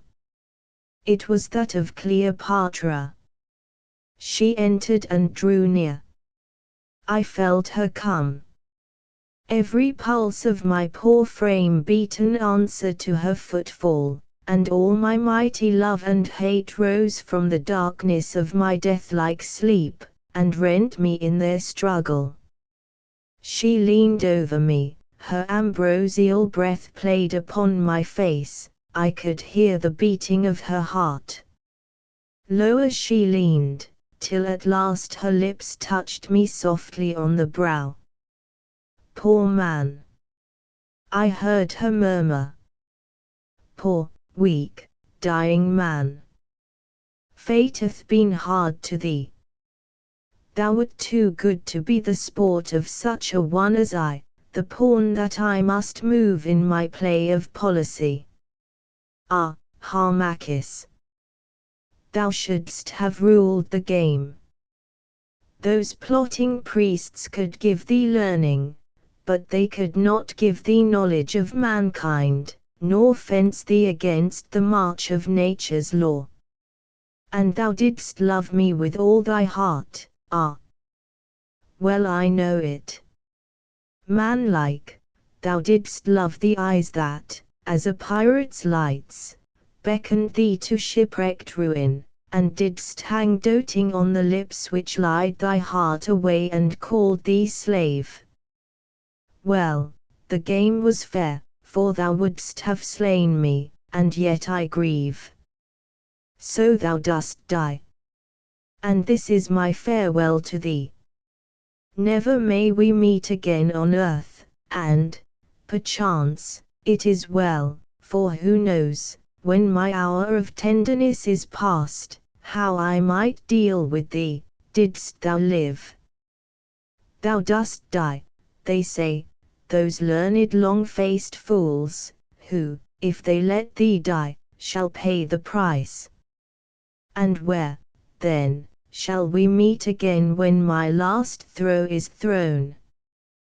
We shall be equal there, in the kingdom that Osiris rules. A little time, a few years, perhaps tomorrow, and we shall meet, then, knowing all I am, how wilt thou greet me? Nay, here, as there, still must thou worship me. For injuries cannot touch the immortality of such a love as thine. Contempt alone, like acid, can eat away the love of noble hearts, and reveal the truth in its pitiful nakedness. Thou must still cling to thee, Harmachis, for, whatever my sins, yet I am great and set above thy scorn. Would that I could have loved thee as thou lovest me. Almost I did so when thou slewest those guards, and yet, not quite. What a fenced city is my heart, that none can take it, and, even when I throw the gates wide, no man may win its citadel. Oh, to put away this loneliness and lose me in another's soul. Oh, for a year, a month, an hour to quite forget policy, peoples, and my pomp of place, and be but a loving woman. Harmachis, fare thee well. Go join great Julius whom thou art called up from death before me, and take Egypt's greetings to him. Ah well! I fooled thee, and I fooled Caesar. Perchance before all is done fate will find me, and myself I shall be fooled. Harmachis, fare thee well. She turned to go, and as she turned I heard the sweep of another dress and the light fall of another woman's foot. Ah, it is thou, Charmian. Well, for all thy watching the man dies. She answered, in a voice thick with grief. O Queen, so the physicians say. 40 hours has he lain in stupor so deep that at times his breath could barely lift this tiny feather's weight, and hardly could my ear, placed against his breast, take notice of the rising of his heart. I have watched him now for 10 long days, watched him day and night, till my eyes stare wide with want of sleep, and for faintness I can scarce keep myself from falling. And this is the end of all my labor. The coward blow of that accursed Brennus has done its work, and Harmachis dies. Love counts not its labor, Charmian, nor can it weight its tenderness on the scale of purchase. That which it has it gives, and craves for more to give and give, till the soul's infinity be drained. Dear to thy heart are these heavy nights of watching, sweet to thy weary eyes is that sad sight of strength brought so low that it hangs upon thy weakness like a babe to its mother's breast. For, Charmian, thou dost love this man who loves thee not, and now that he is helpless thou canst pour thy passion forth over the unanswering darkness of his soul, and cheat thyself with dreams of what yet might be. I love him not, as thou'st proof, O Queen. How can I love one who would have slain thee, who art as my heart's sister? It is for pity that I nurse him. She laughed a little as she answered, Pity is love's own twin, Charmian. Wondrous wayward are the paths of woman's love, and thou hast shown thine strangely, that I know. But the more high the love, the deeper the gulf whereinto it can fall, and thence soar again to heaven, once more to fall. Poor woman! Thou art thy passion's plaything, now tender as the morning sky, and now, when jealousy grips thy heart, more cruel than the sea. Well, thus are we made. Soon, after all this troubling, nothing will be left thee but tears, remorse, and memory. And she went forth. Chapter 14 of the tender care of Charmian, of the healing of Harmachis, of the sailing of the fleet of Cleopatra for Cilicia, and of the speech of Brennus to Harmachis. Cleopatra went, and for a while I lay silent, gathering up my strength to speak. But Charmian came and stood over me, and I felt a great tear fall from her dark eyes upon my face, as the first heavy drop of rain falls from a thunder cloud. Thou goest, she whispered, thou goest fast whither I may not follow. O Harmachis, how gladly would I give my life for thine. Then at length I opened my eyes, and spoke as best I could. Restrain thy grief, dear friend, I said, I live yet, and, in truth, I feel as though new life gathered in my breast. She gave a little cry of joy, and I never saw aught more beautiful than the change that came upon her weeping face. It was as when the first lights of the day run up the pallor of that sad sky which veils the night from dawn.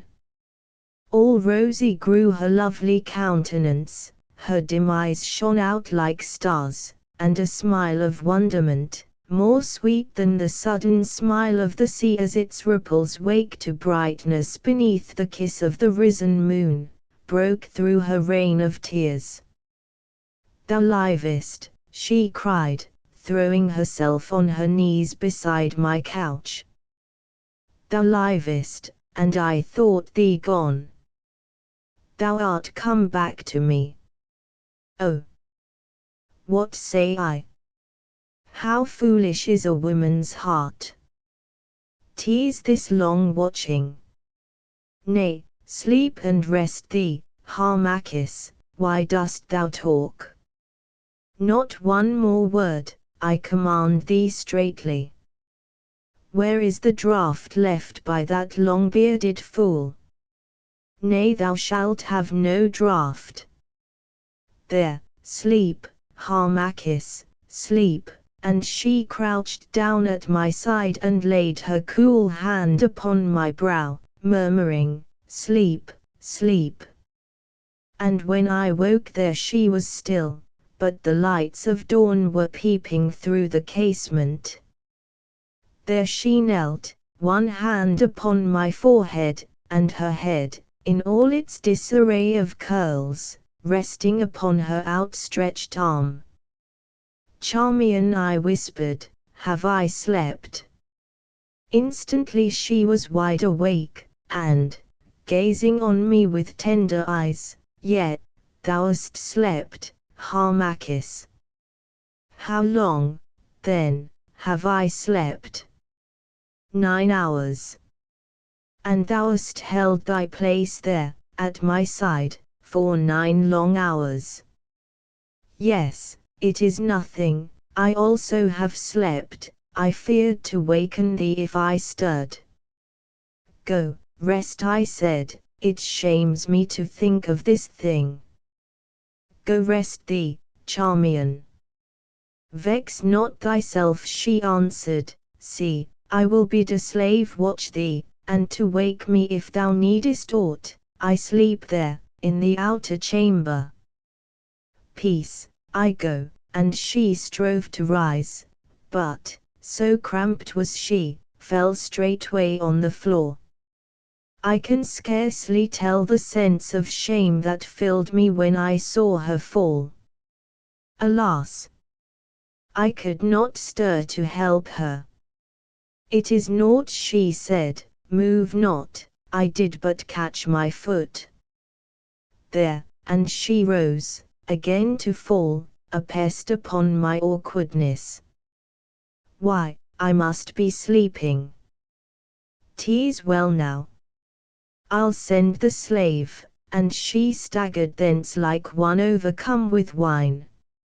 And after that, I slept once more, for I was very weak. When I woke it was afternoon, and I craved for food, which Charmian brought me. I ate. "Then I die not," I said. "Nay," she answered, with a toss of her head, "thou wilt live." "In truth, I did waste my pity on thee." "And thy pity saved my life," I said wearily, for now I remembered. "It is nothing," she answered carelessly. "After all, thou art my cousin, also, I love nursing, it is a woman's trade." Like enough I had done as much for any slave. "Now, too, that the danger is past, I leave thee." "Thou hadst done better to let me die, Charmian," I said after a while, "for life to me can now be only one long shame." "Tell me, then, when sails Cleopatra for Cilicia?" "She sails in 20 days, and with such pomp and glory as Egypt has never seen. Of a truth, I cannot guess where she has found the means to gather in this store of splendor, as a husbandman gathers his golden harvest." But I, knowing whence the wealth came, groaned in bitterness of spirit, and made no answer. "Goest thou also, Charmian?" I asked presently. "I and all the court." "Thou, too, thou goest?" "I go." "Nay, Why is this? Because thou art Cleopatra's slave, and must march in gilded chains behind her chariot, because she fears to leave thee here in Chem, because it is her will, and there is an end. Charmian, can I not escape? Escape, thou poor sick man. Nay, how canst thou escape? Even now thou art most strictly guarded. And if thou didst escape, whither wouldst thou fly? There's not an honest man in Egypt but would spit on thee in scorn. Once more I groaned in spirit, and, being so very weak, I felt the tears roll down my cheek. Weep not, she said hastily, and turning her face aside. Be a man, and brave these troubles out. Thou hast sown, now must thou reap, but after harvest the waters rise and wash away the rotting roots, and then seed time comes again. Perchance, yonder in Cilicia, a way may be found, when once more thou art strong, by which thou mayst fly, if in truth thou canst bear thy life apart from Cleopatra's smile, then in some far land must thou dwell till these things are forgotten. And now my task is done, so fare thee well. At times I will come to visit thee and see that thou needest nothing. So she went, and I was nursed thenceforward, and that skillfully, by the physician and 2 women slaves, and as my wound healed so my strength came back to me, slowly at first, then most swiftly. In 4 days from that time I left my couch, and in 3 more I could walk an hour in the palace gardens, another week and I could read and think, though I went no more to court. And at length one afternoon Charmian came and bade me make ready, for the fleet would sail in 2 days, first for the coast of Syria, and thence to the Gulf of Ischus and Cilicia. Thereon, with all formality, and in writing, I craved leave of Cleopatra that I might be left, urging that my health was so feeble that I could not travel. But a message was sent to me in answer that I must come. And so, on the appointed day, I was carried in a litter down to the boat, and together with that very soldier who had cut me down, the Captain Brennus, and others of his troop, who, indeed, were sent to guard me, we rowed aboard a vessel where she lay at anchor with the rest of the great fleet. For Cleopatra was voyaging as though to war in much pomp, and escorted by a fleet of ships, among which her galley, built like a house and lined throughout with cedar and silken hangings, was the most beautiful and costly that the world has ever seen. But I went not on this vessel, and therefore it chanced that I did not see Cleopatra or Charmian till we landed at the mouth of the river Cydnus. The signal being made, the fleet set sail, and, the wind being fair, we came to Joppa on the evening of the 2nd day. Thence we sailed slowly with contrary winds up the coast of Syria, making Caesarea, and Ptolemy, and Tyrus, and Berytus, and past Lebanon's white brow crowned with his crest of cedars, on to Heraclea and across the Gulf of Ischus to the mouth of Cydnus. And ever as we journeyed, the strong breath of the sea brought back my health, till at length, save for a line of white upon my head where the sword had fallen, I was almost as I had been. And one night, as we drew near Cydnus, while Brennus and I sat alone together on the deck, his eye fell upon the white mark his sword had made, and he swore a great oath by his heathen gods. "An thou hadst died, lad," he said, "methinks I could never again have held up my head." Ah! That was a coward stroke, and I am shamed to think that it was I who struck it, and thou on the ground with thy back to me. Knowest thou that when thou didst lie between life and death, I came every day to ask tidings of thee? And I swore by tyrannies that if thou didst die I'd turn my back upon that soft palace life and then away for the bonny north. "Nay, trouble not, Brennus," I answered, "it was thy duty." "Mayhap, but there are duties that a brave man should not do, nay, not at the bidding of any queen who ever ruled in Egypt. Thy blow had dazed me or I had not struck. What is it, lad, art in trouble with this queen of ours? Why art thou dragged a prisoner upon this pleasure party? Knowest thou that we are strictly charged that if thou dost escape our lives shall pay the price?" "In sore trouble, friend," I answered, "ask me no more."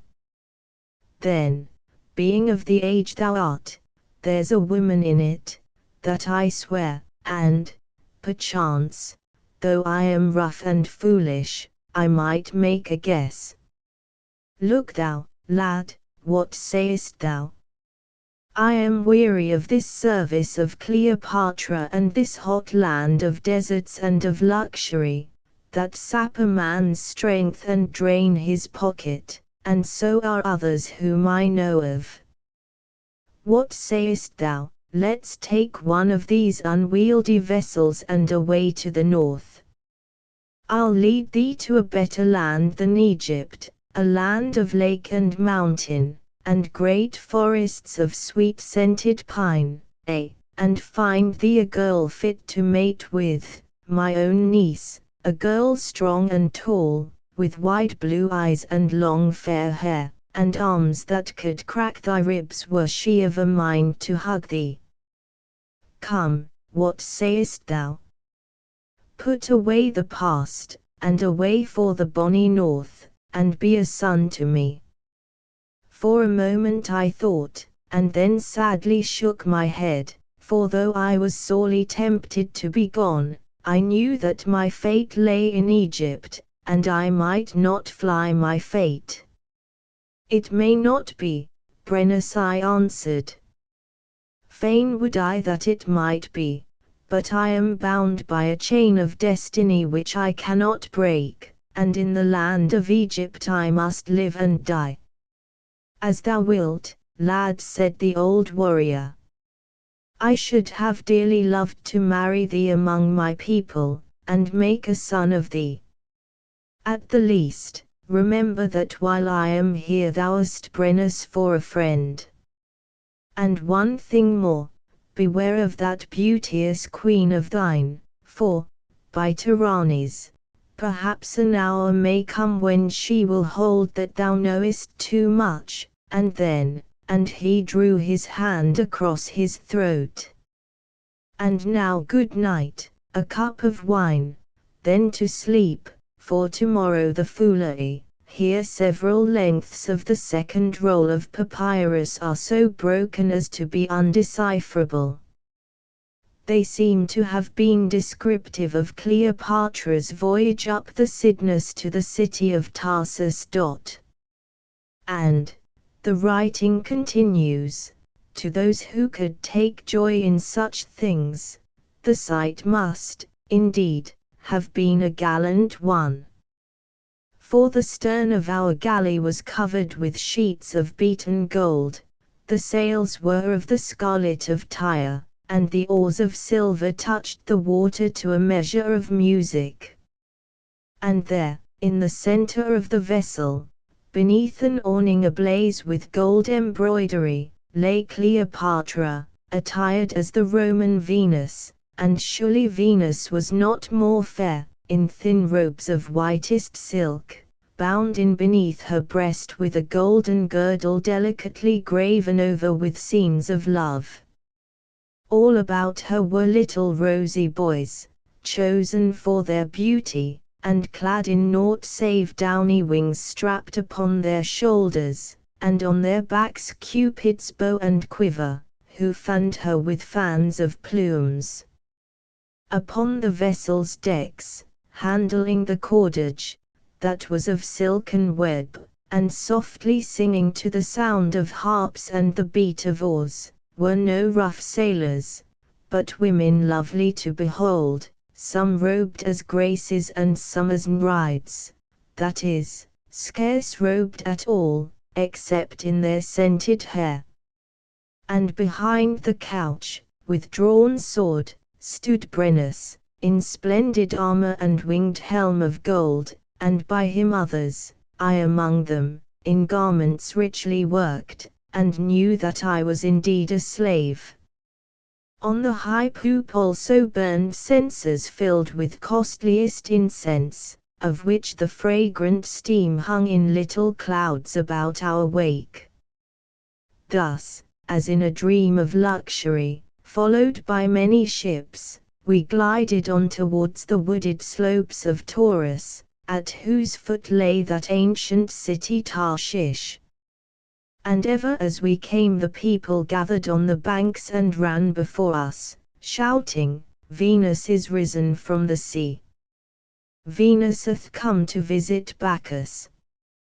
We drew near to the city, and all its people, everyone who could walk or be carried, crowded down in thousands to the docks, and with them came the whole army of Antony, so that at length the triumvir was left alone upon the judgment seat. Dellius, the false-tongued, came also, fawning and bowing, and in the name of Antony gave the Queen of Beauty greeting, bidding her to a feast that Antony had made ready. But she made high answer, and said, "Forsooth, it is Antony who should wait on us, not we on Antony. Bid the noble Antony to our poor table this night, else we dine alone." Dellius went, bowing to the ground. The feast was made ready, and then at last I set eyes on Antony. He came clad in purple robes, a great man and beautiful to see, set in the stout prime of life, with bright eyes of blue, and curling hair, and features cut sharply as a Grecian gem. For he was great of form and royal of mien, and with an open countenance on which his thoughts were so clearly written that all might read them, only the weakness of the mouth belied the power of the brow. He came attended by his generals, and when he reached the couch where Cleopatra lay he stood astonished, gazing on her with wide-opened eyes. She, too, gazed on him earnestly. I saw the red blood run up beneath her skin, and a great pang of jealousy seized upon my heart. And Charmian, who saw all beneath her downcast eyes, saw this also and smiled. But Cleopatra spoke no word, only she stretched out her white hand for him to kiss, and he, saying no word, took her hand and kissed it. "Behold, noble Antony," she said at last in her voice of music, "thou hast called me, and I am come." "Venus has come," he answered in his deep notes, and still holding his eyes fixed upon her face. "I called a woman, a goddess hath risen from the deep. To find a god to greet her on the land," she laughed with ready wit. "Well, a truce to compliments, for being on the earth even Venus is our hungered. Noble Antony, thy hand." The trumpets blared, and through the bowing crowd Cleopatra, followed by her train, passed hand in hand with Antony to the feast. Here there is another break in the papyrus. Chapter 15 of the Feast of Cleopatra, of the melting of the pearl, of the saying of Harmachis, and of Cleopatra's vow of love. On the third night the feast was once more prepared in the hall of the great house that had been set aside to the use of Cleopatra, and on this night its splendor was greater even than on the nights before. For the 12 couches that were set about the table were embossed with gold, and those of Cleopatra and Antony were of gold set with jewels. The dishes also were all of gold set with jewels.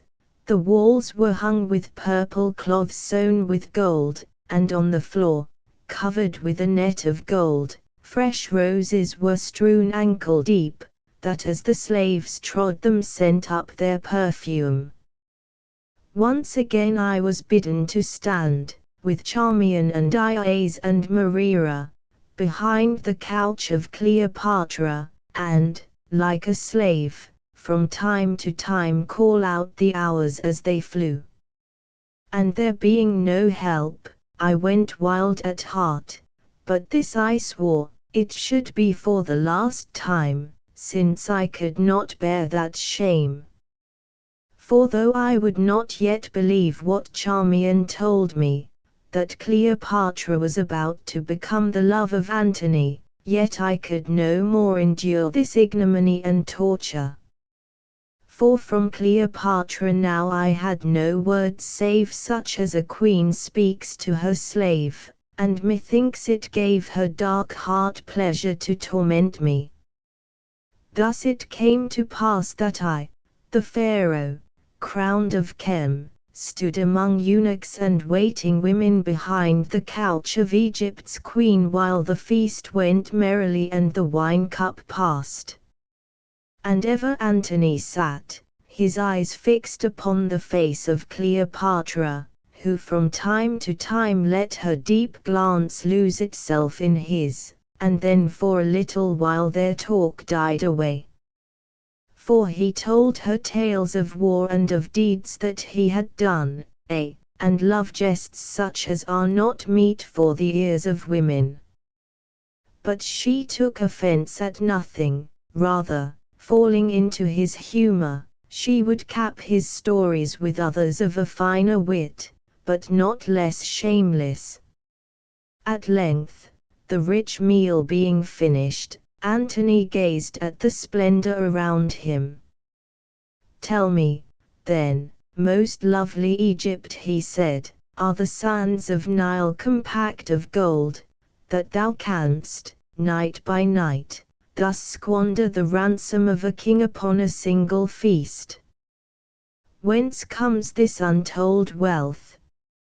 I bethought me of the tomb of the divine Menkaura, whose holy treasure was thus wickedly wasted, and looked up so that Cleopatra's eye caught mine, but, reading my thoughts, she frowned heavily. 'Why, noble Antony,' she said, 'surely it is nothing. In Egypt we have our secrets, and know whence to conjure riches at our need. Say, what is the value of this golden service, and of the meats and drinks that have been set before us?' He cast his eyes about, and hazarded a guess. 'Maybe 1,000 sestertia. About 8,000 pounds of English money. Editor. Thou hast understated it by half, noble Antony. But such as it is I will give it thee and those with thee as a free token of my friendship. And more will I show thee now, I myself will eat and drink 10,000 sestertia at a draught.' 'That cannot be, fair Egypt.' She laughed, and bade a slave bring her white vinegar in a glass. When it was brought she set it before her and laughed again, while Antony, rising from his couch, drew near and set himself at her side, and all the company leant forward to see what she would do. And this she did.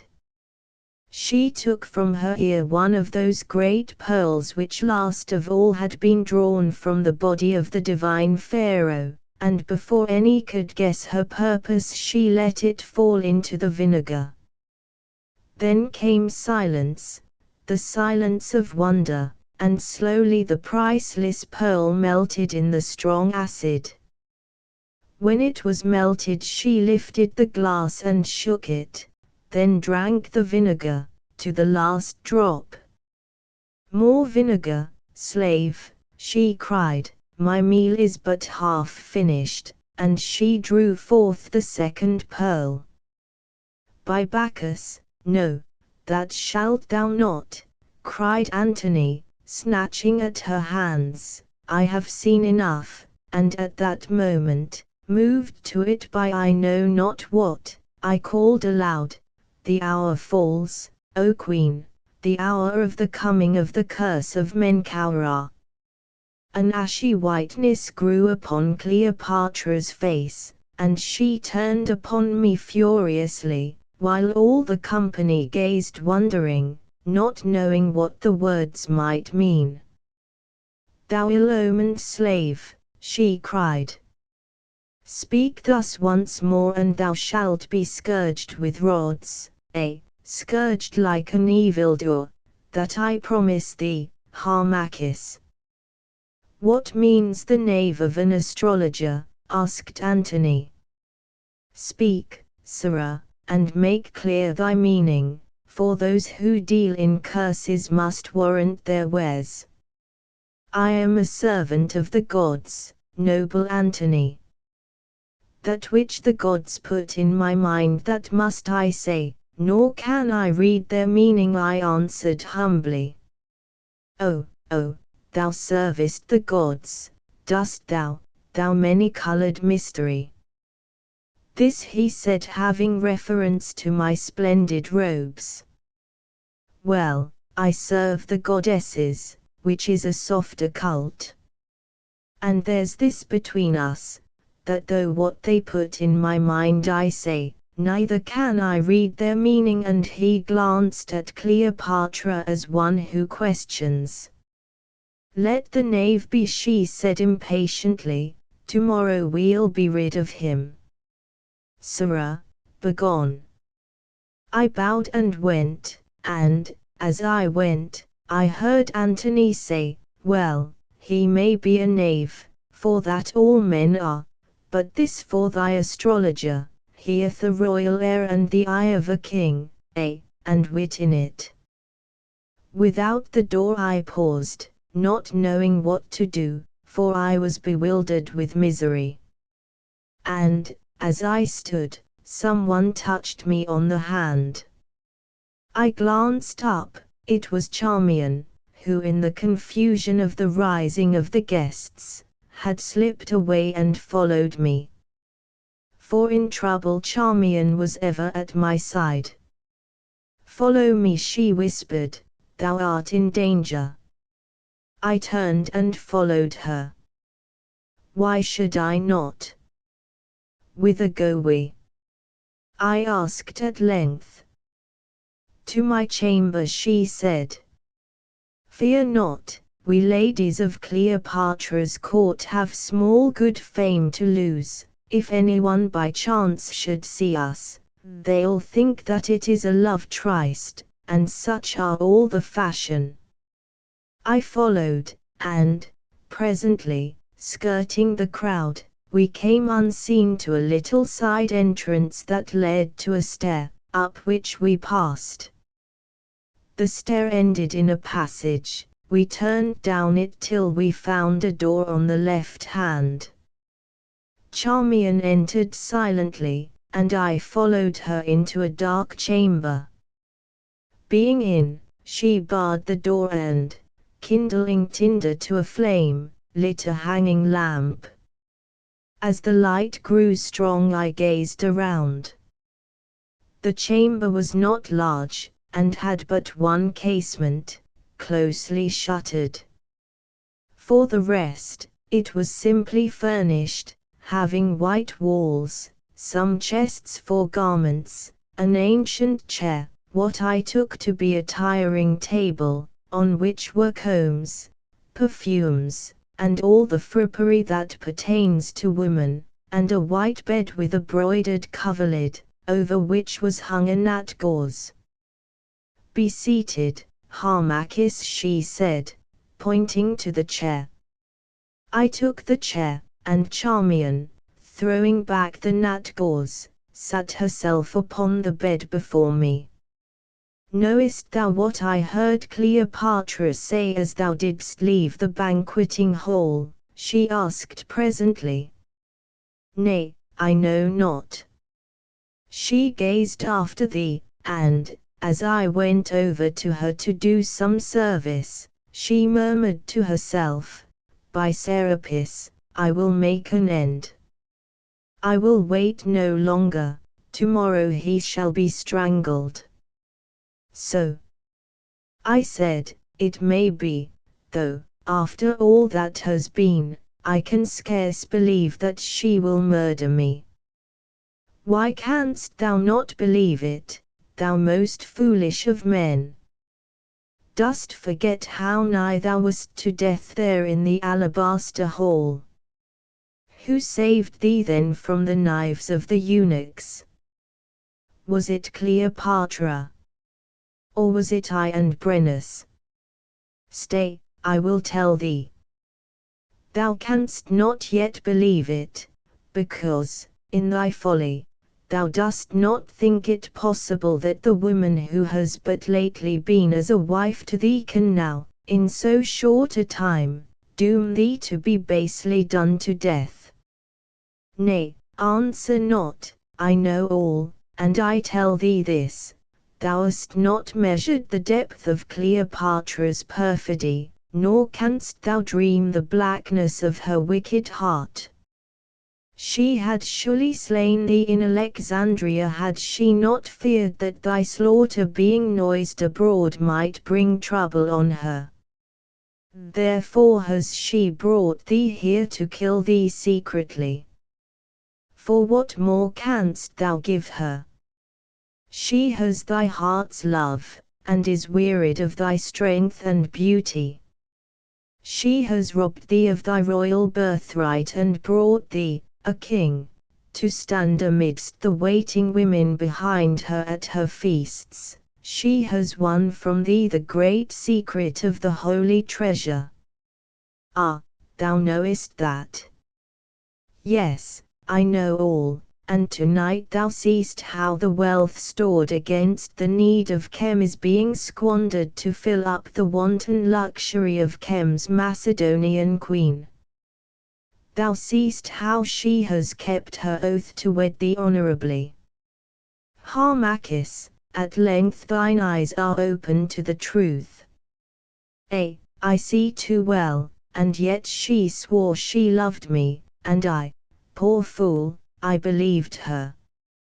She swore she loved thee, answered Charmian, lifting her dark eyes, now I will show thee how she loves thee. Knowest thou what was this house?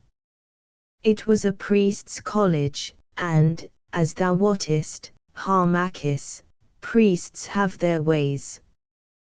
This little room aforetime was the room of the head priest, and the chamber that is beyond and below was the gathering place of the other priests.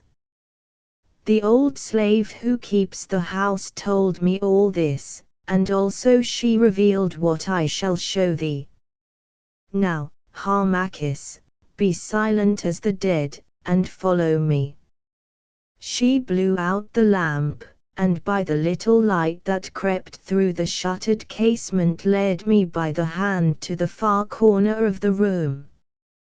Here she pressed upon the wall, and a door opened in its thickness. We entered, and she closed the spring. Now we were in a little chamber, some 5 cubits in length by 4 in breadth, for a faint light struggled into the closet, and also the sound of voices, I knew not whence. Loosing my hand, she crept to the end of the place, and looked steadfastly at the wall, then crept back and, whispering silence, led me forward with her. Then I saw that there were eye holes in the wall, which pierced it, and were hidden on the farther side by carved work in stone. I looked through the hole that was in front of me, and I saw this: 6 cubits below was the level of the floor of another chamber, lit with fragrant lamps, and most richly furnished. It was the sleeping place of Cleopatra, and there, within 10 cubits of where we stood, sat Cleopatra on a gilded couch, and by her side sat Antony.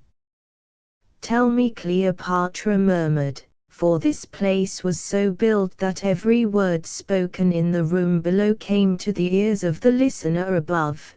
"Tell me, noble Antony, wast pleased with my poor festival?" He answered in his deep soldier's voice, Egypt, I have made feasts, and been bidden to feasts, but never saw I aught like thine. And I tell thee this, though I am rough of tongue and unskilled in pretty sayings such as women love, thou wast the richest sight of all that splendid board. The red wine was not so red as thy beauteous cheek, the roses smelled not so sweet as the odor of thy hair, and no sapphire there with its changing light was so lovely as thy eyes of ocean blue. What? Praise from Antony. Sweet words from the lips of him whose writings are so harsh. Why, it is praise indeed. He went on, it was a royal feast, though I grieve that thou didst waste that great pearl, and what meant that our calling astrologer of thine, with his ill-omened talk of the curse of Menkaura. A shadow fled across her glowing face. I know not, he was lately wounded in a brawl, and methinks the blow has crazed him. He seemed not crazed, and there was that about his voice which rings in my ears like some oracle of fate. So wildly, too, he looked upon thee, Egypt, with those piercing eyes of his, like one who loved and yet hated through the love. He is a strange man, I tell thee, noble Antony, and a learned. Myself, at times, I almost fear him, for he is deeply versed in the ancient arts of Egypt. Knowest thou that the man is of royal blood, and once he plotted to slay me?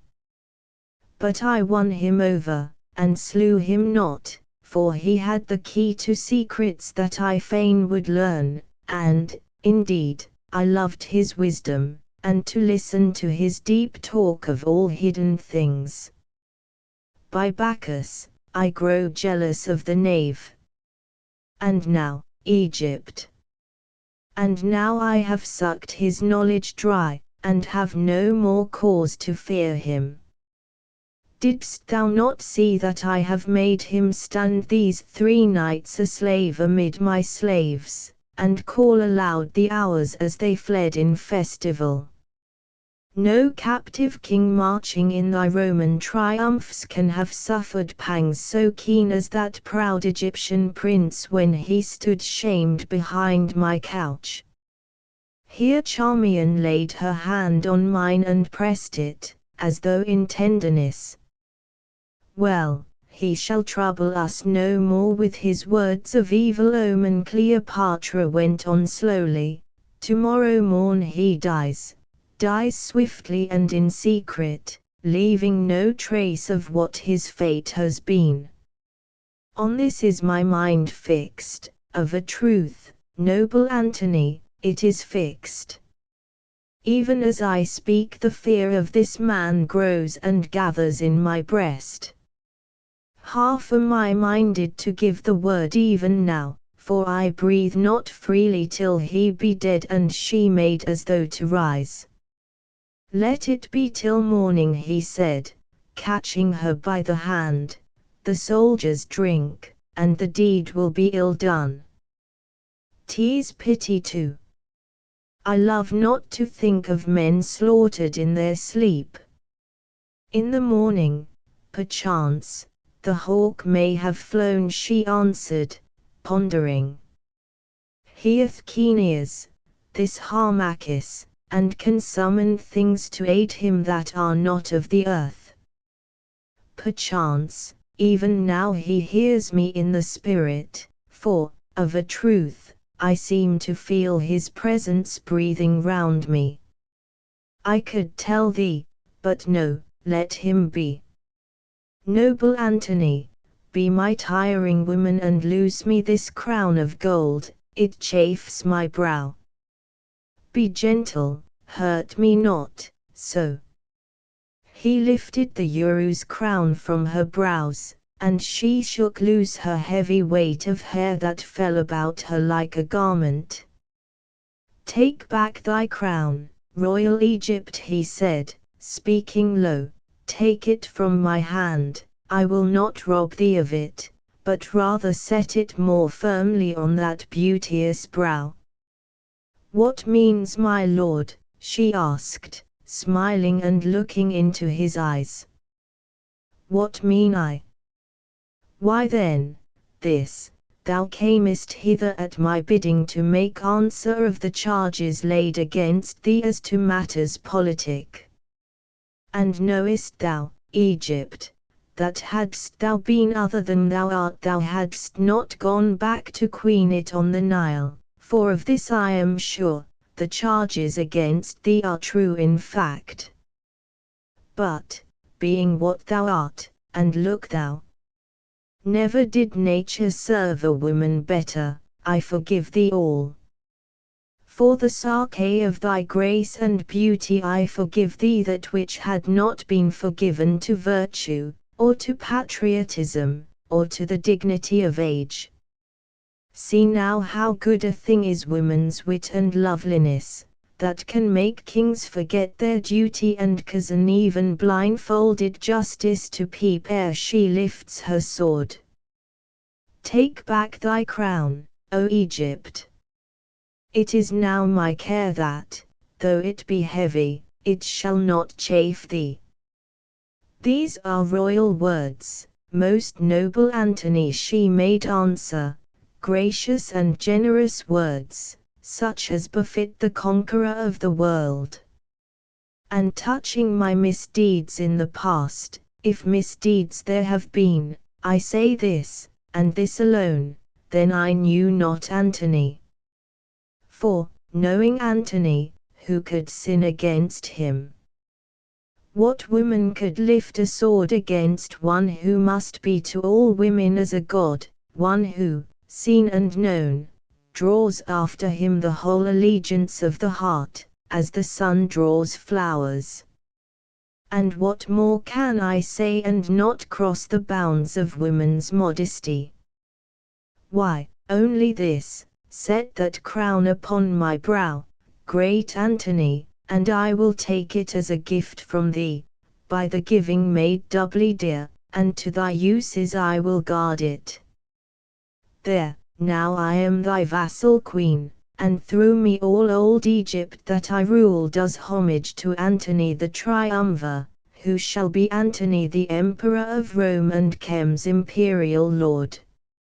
And, having set the crown upon her locks, he stood gazing on her, grown passionate in the warm breath of her living beauty, till at length he caught her by both hands and drawing her to him kissed her thrice, saying, Cleopatra, I love thee, sweet, I love thee as I never loved before. She drew back from his embrace, smiling softly, and as she did so the golden circlet of the sacred snakes fell, being but loosely set upon her brow, and rolled away into the darkness beyond the ring of light. I saw the omen, and even in the bitter anguish of my heart knew its evil import. But these twain took no note. Thou lovest me, she said, most sweetly, how know I that thou lovest me? Perchance it is Fulvia whom thou lovest, Fulvia, thy wedded wife. Nay, it is not Fulvia, 'tis thou, Cleopatra, and thou alone.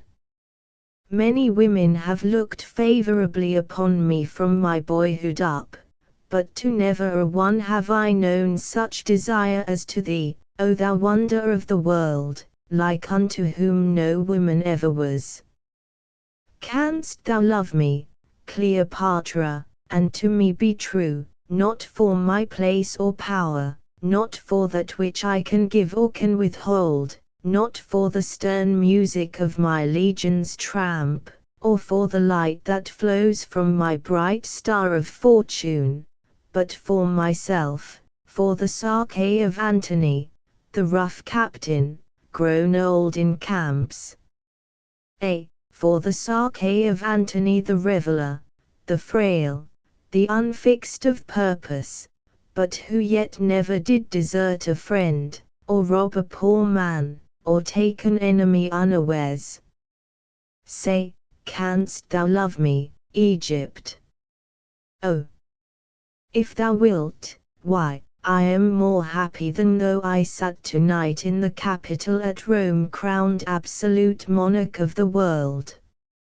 And, ever as he spoke, she gazed on him with wonderful eyes, and in them shone a light of truth and honesty such as was strange to me. Thou speakest plainly, she said, and thy words are sweet to mine ears. They would be sweet, even were things otherwise than they are, for what woman would not love to see the world's master at her feet? But things being as they are, why, Antony, what can be so sweet as thy sweet words? The harbour of his rest to the storm-tossed mariner, surely that is sweet.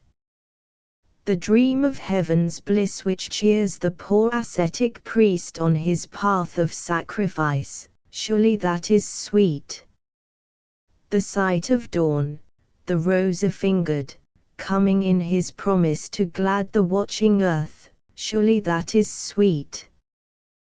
But, not one of these, nor all dear delightful things that are, can match the honey-sweetness of thy words to me, O Antony.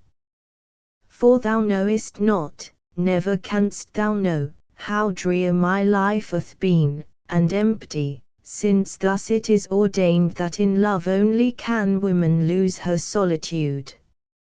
And I have never loved, never might I love, till this happy night.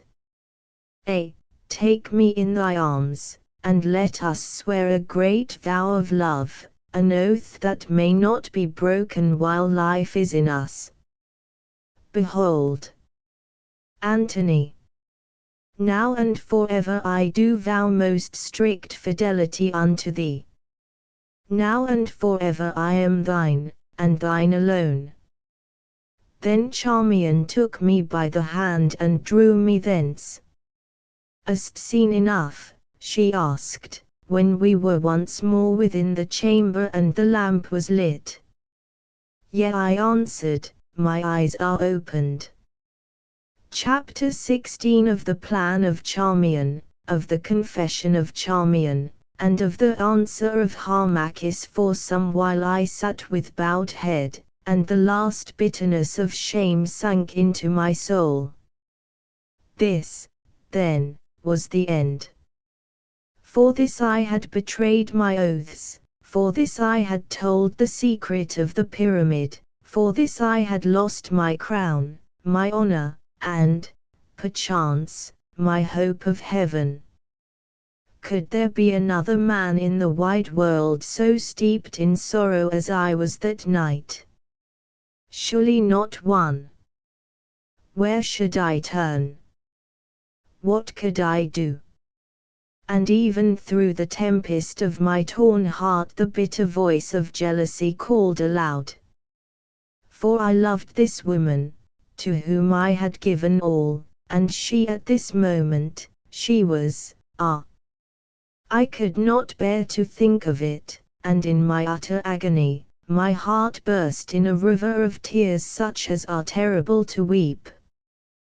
Then Charmian drew near me, and I saw that she, too, was weeping. "Weep not, Harmachis," she sobbed, kneeling at my side.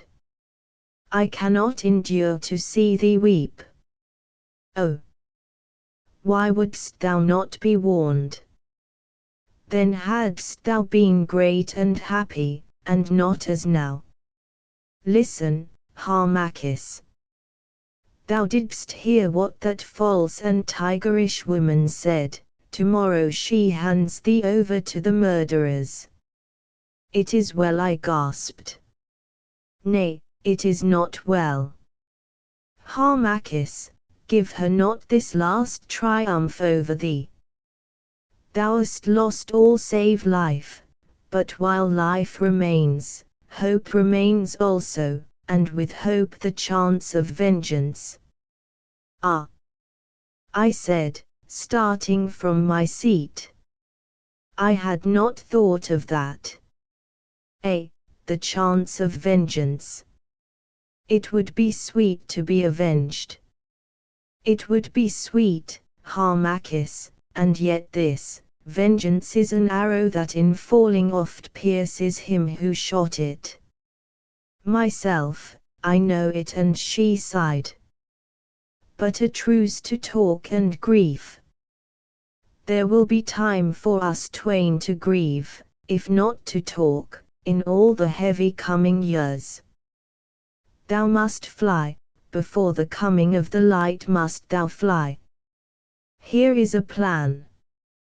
Tomorrow, ere the dawn, a galley that but yesterday came from Alexandria, bearing fruit and stores, sails thither again, and its captain is known to me, but to thee he is not known. Now, I will find thee the garb of a Syrian merchant, and cloak thee, as I know how, and furnish thee with a letter to the captain of the galley. He shall give thee passage to Alexandria, for to him thou wilt seem but as a merchant going on the business of thy trade. Brennus is officer of the guard tonight, and Brennus is a friend to me and thee. Perhaps he will guess somewhat, or, perhaps, he will not guess. At the least, the Syrian merchant shall safely pass the lines. What sayest thou?" "It is well," I answered wearily, "little do I reck the issue. Rest thou, then, here, Harmachis, while I make these matters ready, and, Harmachis, grieve not overmuch, there are others who should grieve more heavily than thou." And she went, leaving me alone with my agony which rent me like a torture bed. Had it not been for that fierce desire of vengeance which from time to time flashed across my tormented mind as the lightning over a midnight sea, methinks my reason had left me in that dark hour. At length I heard her footstep at the door, and she entered, breathing heavily, for she bore a sack of clothing in her arms. "It is well," she said. "Here is the garb with spare linen, and writing tablets, and all things needful. I have seen Brennus also, and told him that a Syrian merchant would pass the guard an hour before the dawn. And though he made pretense of sleep, I think he understood, for he answered, yawning, that if they but had the password, Antony 50 Syrian merchants might go through about their lawful business. And here is the letter to the captain. Thou canst not mistake the galley, for she is moored along to the right, a small galley, painted black, as thou dost enter on the great quay, and, moreover, the sailors make ready for sailing. Now I will wait here without, while thou dost put off the livery of thy service and array thyself. When she was gone, I tore off my gorgeous garments and spat upon them and trod them on the ground. Then I put on the modest robe of a merchant, and bound the tablets round me, on my feet the sandals of untanned hide, and at my waist the knife. When it was done, Charmian entered once again and looked on me. "Too much art thou still the royal Harmachis," she said. "See, it must be changed." Then she took scissors from her tiring table, and, bidding me be seated, she cut off my locks, clipping the hair close to the head. Next she found stains of such sort as women use to make dark the eyes, and mixed them cunningly, rubbing the stuff on my face and hands and on the white mark in my hair where the sword of Brennus had bitten to the bone. "Now thou art changed, somewhat for the worse, Harmachis," she said, with a dreary laugh. "Scarce myself should I know thee. Stay, there is one more thing," and, going to a chest of garments, she drew thence a heavy bag of gold. "Take thou this," she said, "thou wilt have need of money." "I cannot take thy gold, Charmian." "Yes, take it. It was Separ who gave it to me for the furtherance of our cause, and therefore it is fitting that thou shouldst spend it. Moreover, if I want money, doubtless Antony, who is henceforth my master, will give me more. He is much beholden to me, and this he knows well. There, waste not the precious time in haggling o'er the pelf. Not yet art thou all a merchant, Harmachis," and, without more words, she thrust the pieces into the leather bag that hung across my shoulders. Then she made fast the sack containing the spare garments, and, so womanly thoughtful was she, placed in it an alabaster jar of pigment, with which I might stain my countenance afresh, and, taking the broidered robes of my office that I had cast off, hid them in the secret passage. And so at last all was made ready. "Is it time that I should go?" I asked. "Not yet a while. Be patient, Harmachis, for but one little hour more must thou endure my presence, and then, perchance, farewell forever." I made a gesture signifying that this was no time for sharp words. "Forgive me my quick tongue," she said, "but from a salt spring bitter waters well. Be seated, Harmachis, I have heavier words to speak to thee before thou goest." "Say on," I answered, "words, however heavy, can move me no more." She stood before me with folded hands, and the lamplight shone upon her beauteous face. I noticed idly how great was its pallor and how wide and dark were the rings about the deep black eyes. Twice she lifted her white face and strove to speak, twice her voice failed her, and when at last it came it was in a hoarse whisper. "I cannot let thee go," she said, "I cannot let thee go unwitting of the truth. Harmachis, 'twas I who did betray thee." I sprang to my feet, an oath upon my lips, but she caught me by the hand. "Oh, be seated," she said, "be seated and hear me, then, when thou hast heard, do to me as thou wilt. Listen. From that evil moment when, in the presence of thy uncle Separ, for the second time I set eyes upon thy face, I loved thee, how much, thou canst little guess. Think upon thine own love for Cleopatra, and double it again, and perchance thou mayst come near to my love's mighty sum. I loved thee, day by day I loved thee more, till in the end for thee alone I seemed to live. But thou wast cold, thou wast worse than cold. Thou didst deal with me not as a breathing woman, but rather as the instrument to an end, as a tool with which to grave thy fortunes.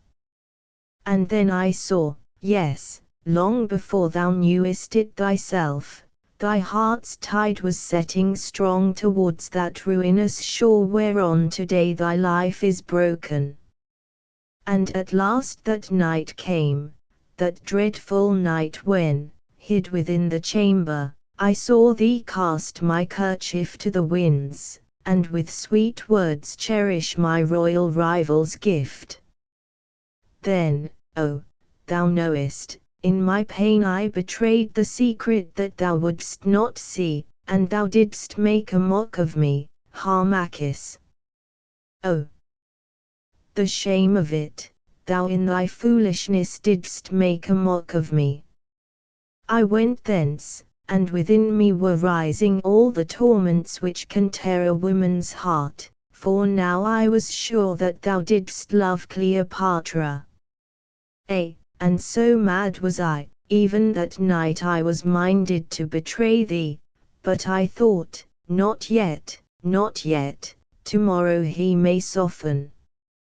Then came the morrow, and all was ready for the bursting of the great plot that should make thee Pharaoh.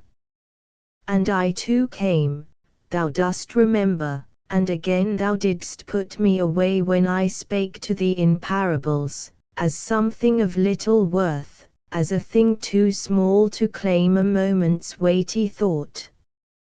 And, knowing that this was because, though thou knewest it not, thou didst love Cleopatra, whom now thou must straightway slay, I grew mad, and a wicked spirit entered into me, possessing me utterly, so that I was myself no longer, nor could control myself. And because thou hadst scorned me, I did this, to my everlasting shame and sorrow. I passed into Cleopatra's presence and betrayed thee and those with thee, and our holy cause, saying that I had found a writing which thou hadst let fall, and read all this therein. I gasped and sat silent, and gazing sadly at me she went on, when she understood how great was the plot, and how deep its roots. Cleopatra was much troubled, and, at first, she would have fled to Sais or taken ship and run for Cyprus, but I showed her that the ways were barred. Then she said she would cause thee to be slain, there, in the chamber, and I left her so believing, for, at that hour, I was glad that thou shouldst be slain, even if I wept out my heart upon thy grave, Harmachis. But what said I just now? Vengeance is an arrow that oft falls on him who looses it. So it was with me, for between my going and thy coming Cleopatra hatched a deeper plan.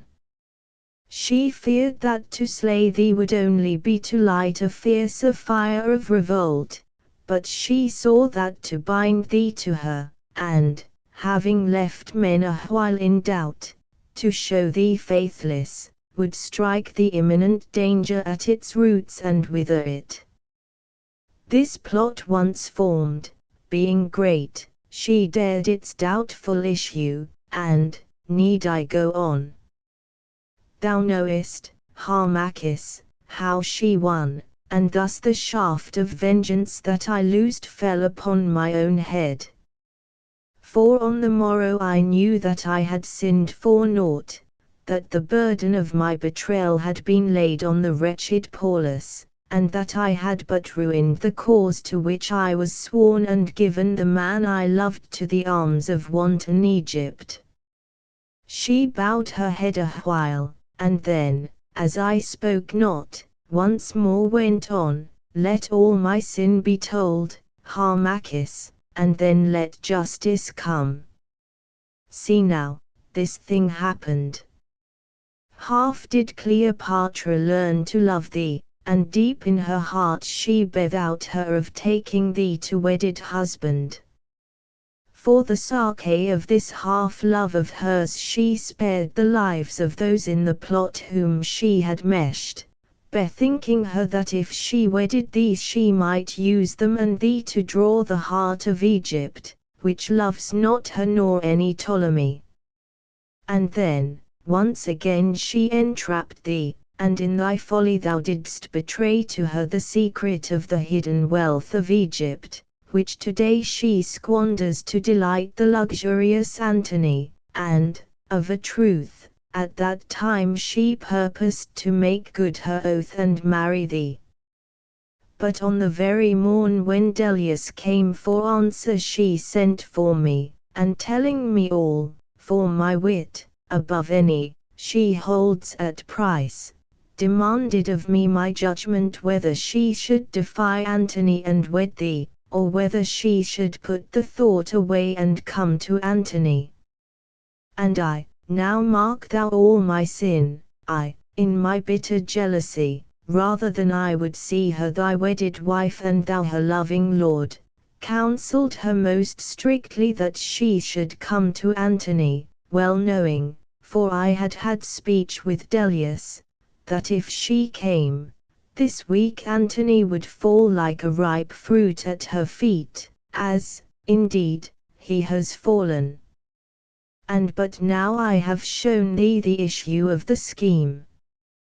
Antony loves Cleopatra and Cleopatra loves Antony, and thou art robbed, and matters have gone well for me, who of all women on the earth tonight am the wretchedest by far. For when I saw how thy heart broke but now, my heart seemed to break with thine, and I could no longer bear the burden of my evil deeds, but knew that I must tell them and take my punishment. And now, Harmachis, I have no more to say, save that I thank thee for thy courtesy in hearkening, and this one thing I add. Driven by my great love I have sinned against thee unto death. I have ruined thee, I have ruined Chem, and myself also I have ruined.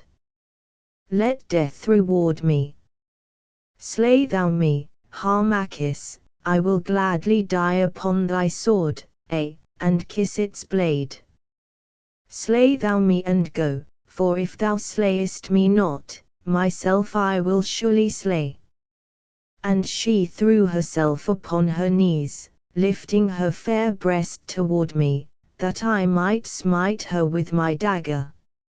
And, in my bitter fury, I was minded to strike, for, above all, I thought how, when I was fallen, this woman, who herself was my cause of shame, had scourged me with her whip of scorn. But it is hard to slay a fair woman, and, even as I lifted my hand to strike, I remembered that she had now twice saved my life. Woman, thou shameless woman! I said, arise. I slay thee not. Who am I, that I should judge thy crime, that, with mine own, doth overtop all earthly judgment? Slay me, Harmachis, she moaned, slay me, or I slay myself. My burden is too great for me to bear. Be not so deadly calm. Curse me, and slay. What was it that thou didst say to me just now, Charmian, that as I had sown so I must reap? It is not lawful that thou shouldst slay thyself, it is not lawful that I, thine equal in sin, should slay thee because through thee I sinned. As thou hast sown, Charmian, so must thou also reap. Base woman! Whose cruel jealousy has brought all these woes on me and Egypt, live on, and from year to year pluck the bitter fruit of crime. Haunted be thy sleep by visions of thy outraged gods, whose vengeance awaits thee and me in their dim Amenti. Haunted be thy days by memories of that man whom thy fierce love brought to shame and ruin, and by the sight of Cem a prey to the insatiate Cleopatra and a slave to Roman Antony.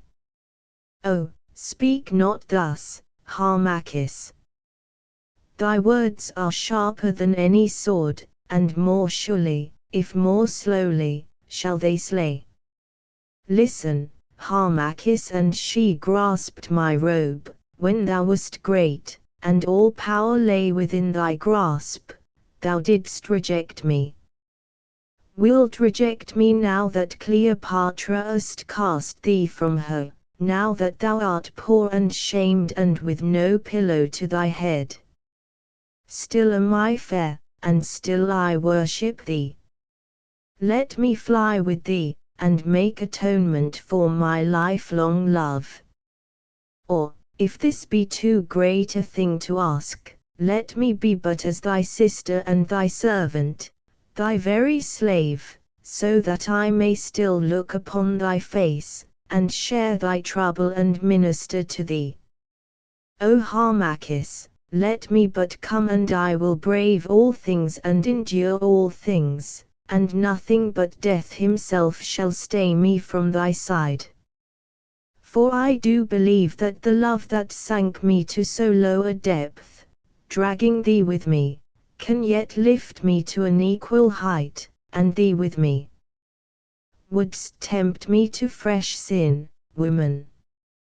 And dost thou think, Charmian, that in some hovel where I must hide, I could bear, day by day, to look upon thy fair face, and seeing, remember that those lips betrayed me? Not thus easily shalt thou atone. This I know even now, many and heavy shall be thy lonely days of penance. Perchance that hour of vengeance yet may come, and perchance thou shalt live to play thy part in it. Thou must still abide in the court of Cleopatra, and, while thou art there, if I yet live, I will from time to time find means to give thee tidings. Perhaps a day may dawn when once more I shall need thy service. Now, swear that, in this event, thou wilt not fail me a second time. I swear, Harmachis, I swear. May everlasting torments, too hideous to be dreamed, more hideous, even, by far, than those that wring me now, be my portion if I fail thee in one jot or tittle, though I wait a lifetime for thy word. It is well, see that thou keep the oath, not twice may we betray. I go to work out my fate, abide thou to work out thine. Perchance our divers threads will once more mingle ere the web be spun. Charmian, who unasked didst love me, and who, prompted by that gentle love of thine, didst betray and ruin me, fare thee well. She gazed wildly upon my face, she stretched out her arms as though to clasp me, then, in the agony of her despair, she cast herself at length and grovelled upon the ground. I took up the sack of clothing and the staff and gained the door, and, as I passed it, I threw one last glance upon her. There she lay, with arms outstretched, more white than her white robes, her dark hair streaming about her, and her fair brows hidden in the dust. And thus I left her, nor did I again set my eyes upon her till 9 long years had come and gone. Here ends the second and largest roll of papyrus. Book 3, The Vengeance of Harmachis. Chapter I of the Escape of Harmachis from Tarsus, of his being cast forth as an offering to the gods of the sea, of his sojourn in the Isle of Cyprus, of his return to Abouthes, and of the death of Amnemat. I made my way down the stair in safety, and presently stood in the courtyard of that great house. It was but an hour from dawn, and none were stirring. The last reveller had drunk his fill, the dancing girls had ceased their dancing, and silence lay upon the city. I drew near the gate, and was challenged by an officer who stood on guard, wrapped in a heavy cloak. "Who passes?" said the voice of Brennus. "A merchant, may it please you, sir, who, having brought gifts from Alexandria to a lady of the Queen's household, and, having been entertained of the lady, now departs to his galley," I answered in a feigned voice. He growled. "The ladies of the Queen's household keep their guests late. Well, it is a time of festival. The password, sir shopkeeper." "Without the password you must needs return and crave the ladies' further hospitality."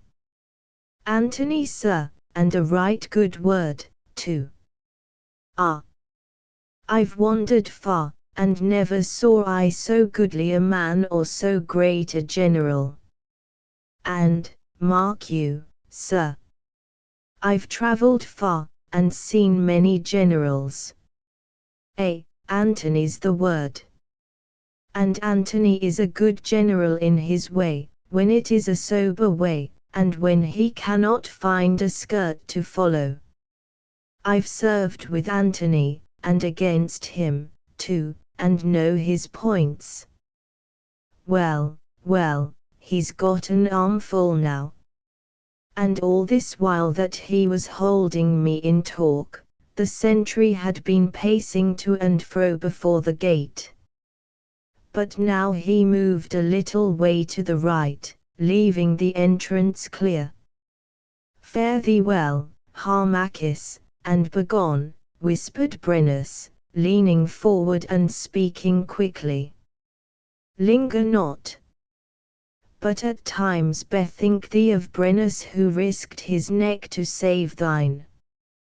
"Farewell, lad, I would that we were sailing north together." And he turned his back upon me and began to hum a tune. "Farewell, Brennus, thou honest man," I answered, and was gone. And, as I heard long afterwards, when on the morrow the hue and cry was raised because the murderers could not find me, though they sought me everywhere to slay me, Brennus did me a service.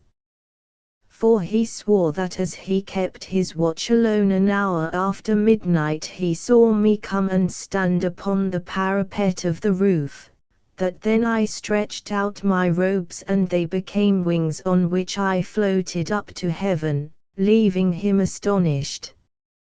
And all those about the court lent ear to this history, believing in it, because of the great fame of my magic, and they wondered much what the marvel might portend. The tale also travelled into Egypt, and did much to save my good name among those whom I had betrayed, for the more ignorant among them believed that I acted not of my will, but of the will of the dread gods, who of their own purpose wafted me into heaven. And thus to this day the saying runs that when Harmachis comes again Egypt shall be free. But alas, Harmachis comes no more. Only Cleopatra, though she was much afraid, doubted her of the tale, and sent an armed vessel to search for the Syrian merchant, but not to find him, as shall be told. When I reached the galley of which Charmian had spoken, I found her about to sail, and gave the writing to the captain, who conned it, looking on me curiously, but said nothing. So I went aboard, and immediately we dropped swiftly down the river with the current. And having come to the mouth of the river unchallenged, though we passed many vessels, we put out to sea with a strong favouring wind that before night freshened to a great gale. Then the sailor men, being much afraid, would have put about and run for the mouth of Cydnus again, but could not because of the wildness of the sea. All that night it blew furiously, and by dawn our mast was carried away, and we rolled helplessly in the trough of the great waves.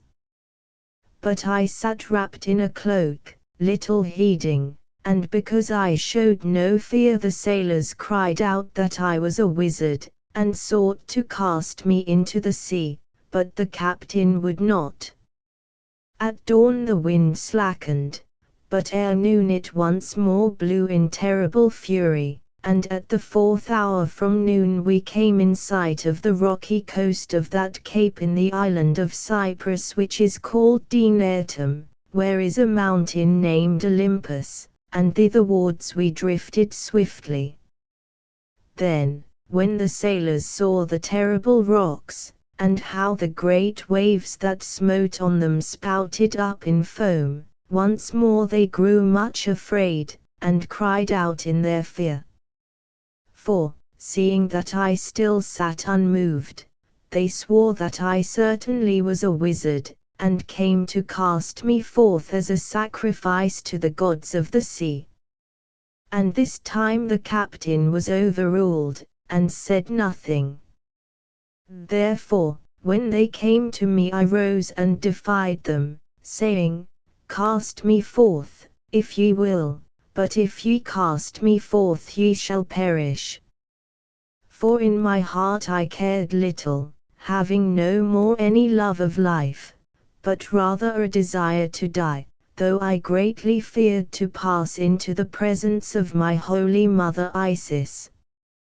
But my weariness and sorrow at the bitterness of my lot overcame even this heavy fear, so that when, being mad as brute beasts, they seized me and, lifting me, hurled me into the raging waters, I did but utter one prayer to Isis and made ready for death. But it was fated that I should not die, for, when I rose to the surface of the water, I saw a spar of wood floating near me, to which I swam and clung. And a great wave came and swept me, riding, as it were, upon the spar, as when a boy I had learned to do in the waters of the Nile, past the bulwarks of the galley where the fierce-faced sailors clustered to see me drown. And when they saw me come mounted on the wave, cursing them as I came, and saw, too, that the color of my face had changed, for the salt water had washed away the pigment, they shrieked with fear and threw themselves down upon the deck. And within a very little while, as I rowed toward the rocky coast, a great wave poured into the vessel, that rolled broadside on, and pressed her down into the deep, whence she rose no more. So she sank with all her crew. And in that same storm also sank the galley which Cleopatra had sent to search for the Syrian merchant. Thus all traces of me were lost, and of a surety she believed that I was dead. But I rowed on toward the shore. The wind shrieked and the salt waves lashed my face as, alone with the tempest, I rushed upon my way, while the sea-birds screamed about my head. I felt no fear, but rather a wild uplifting of the heart, and in the stress of my imminent peril the love of life seemed to waken again. And so I plunged and drifted, now tossed high toward the lowering clouds, now cast into the deep valleys of the sea, till at length the rocky headland loomed before me, and I saw the breakers smite upon the stubborn rocks, and through the screaming of the wind heard the sullen thunder of their fall and the groan of stones sucked seaward from the beach. On high throned upon the main of a mighty billow, 50 cubits beneath me the level of the hissing waters, above me the inky sky. It was done. The spar was torn from me, and, dragged downwards by the weight of the bag of gold and the clinging of my garments, I sank struggling furiously. Now I was under. The green light for a moment streamed through the waters, and then came darkness, and on the darkness pictures of the past. Picture after picture, all the long scene of life was written here. Then in my ears I only heard the song of the nightingale, the murmur of the summer sea, and the music of Cleopatra's laugh of victory, following me softly and yet more soft as I sank away to sleep. Once more my life came back, and with it a sense of deadly sickness and of aching pain. I opened my eyes and saw a kind face bending over me, and knew that I was in the room of a builded house. How came I hither? I asked faintly. Of a truth, Poseidon brought thee, stranger, answered a rough voice in barbarous Greek. We found thee cast high upon the beach like a dead dolphin and brought thee to our house, for we are fisher folk. And here, methinks, thou must lie a while, for thy left leg is broken by the force of the waves. I strove to move my foot and could not. It was true, the bone was broken above the knee. Who art thou, and how art thou named? Asked the rough-bearded sailor. I am an Egyptian traveler whose ship has sunk in the fury of the gale, and I am named Olympus, I answered, for these people called a mountain that we had sighted Olympus, and therefore I took the name at hazard. And as Olympus I was henceforth known. Here with these rough fisher folk I abode for the half of a year, paying them a little out of the sum of gold that had come safely ashore upon me. For it was long before my bones grew together again, and then I was left somewhat of a cripple, for I, who had been so tall and straight and strong, now limped, one limb being shorter than the other.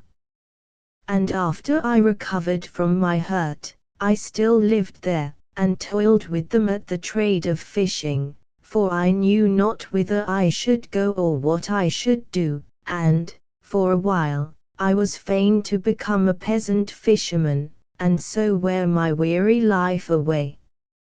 And these people entreated me kindly, though, as others, they feared me much, holding me to be a wizard brought hither by the sea. For my sorrows had stamped so strange an aspect on my face that men gazing at me grew fearful of what lay beneath its calm. There, then, I abode, till at length, one night as I lay and strove to sleep, great restlessness came upon me, and a mighty desire once more to see the face of Sihor. But whether this desire was of the gods or born of my own heart, not knowing, I cannot tell. So strong was it, at the least, that before it was dawn I rose from my bed of straw and clothed myself in my fisher garb, and, because I had no wish to answer questions, thus I took farewell of my humble hosts. First I placed some pieces of gold on the well-cleaned table of wood, and then taking a pot of flour I strewed it in the form of letters, writing, "This gift from Olympus, the Egyptian, who returns into the sea." Then I went, and on the third day I came to the great city of Salamis, that is also on the sea. Here I abode in the fishermen's quarters till a vessel was about to sail for Alexandria, and to the captain of this vessel, a man of Paphos, I hired myself as a sailor. We sailed with a favoring wind, and on the 5th day I came to Alexandria, that hateful city, and saw the light dancing on its golden domes. Here I might not abide. So again I hired myself out as a sailor, giving my labor in return for passage, and we passed up the Nile.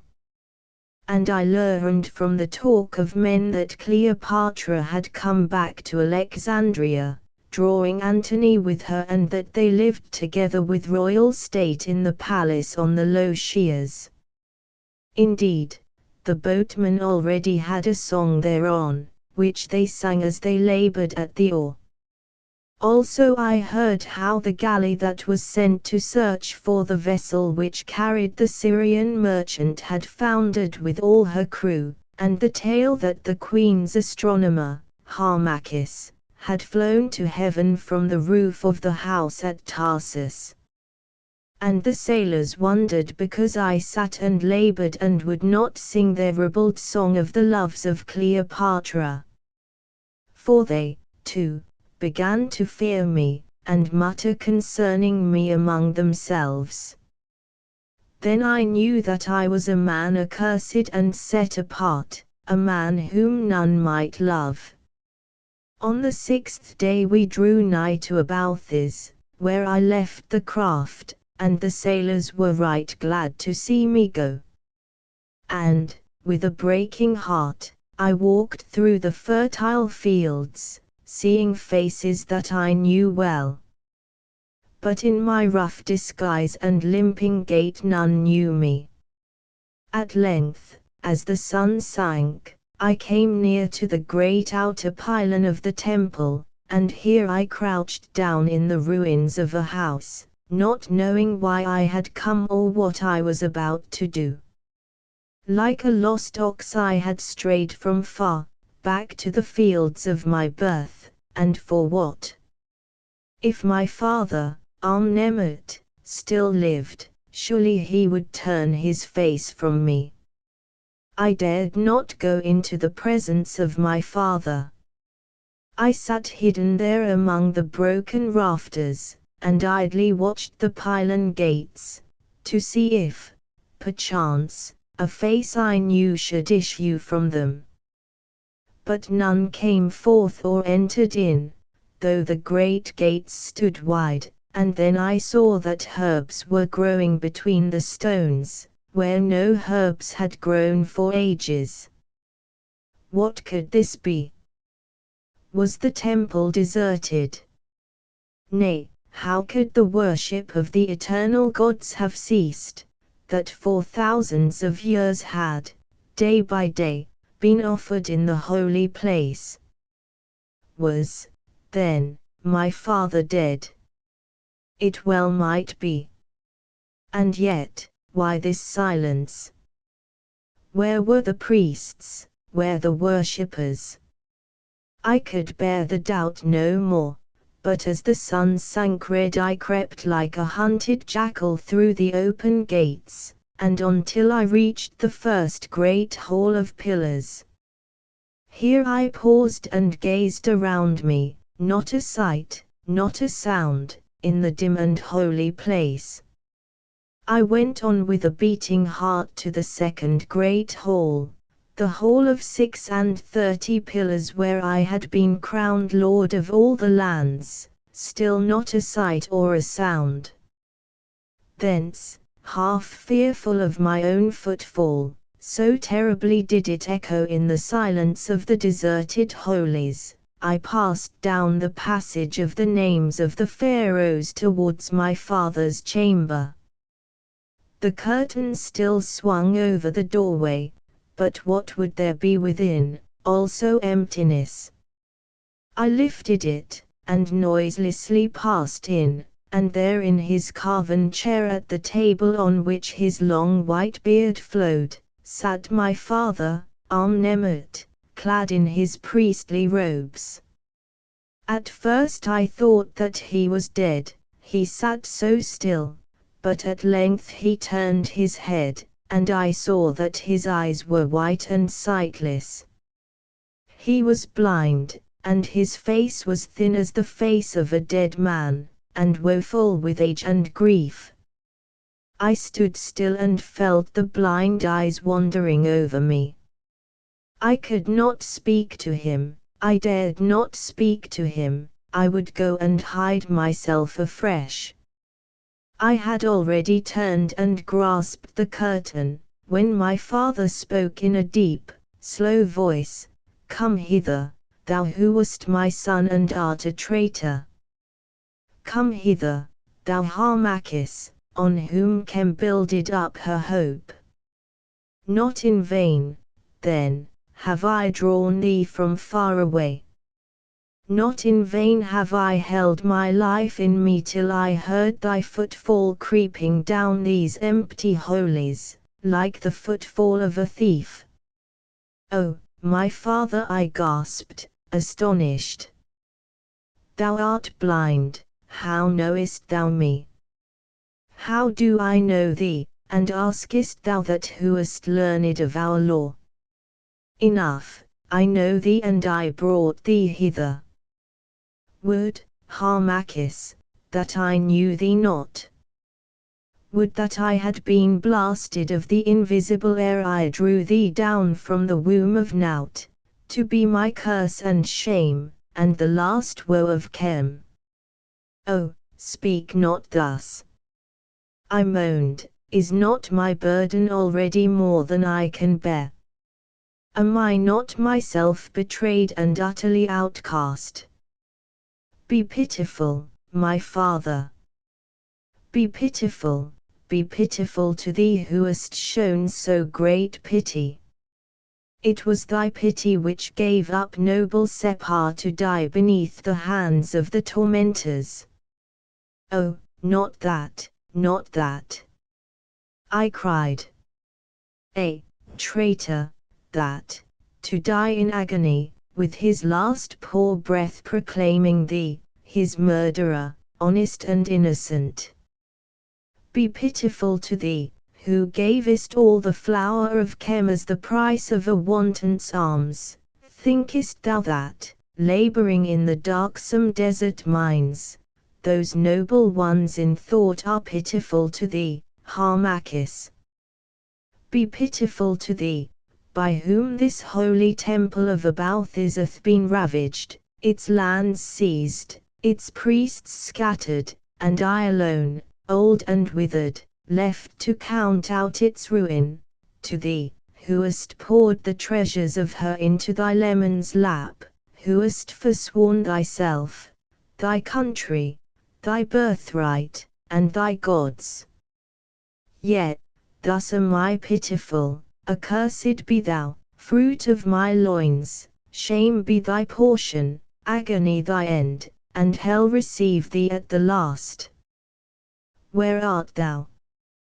Yet, I grew blind with weeping when I heard the truth. Sure, they strove to hide it from me. "Let me find thee that I may spit upon thee, thou renegade. Thou apostate. Thou outcast."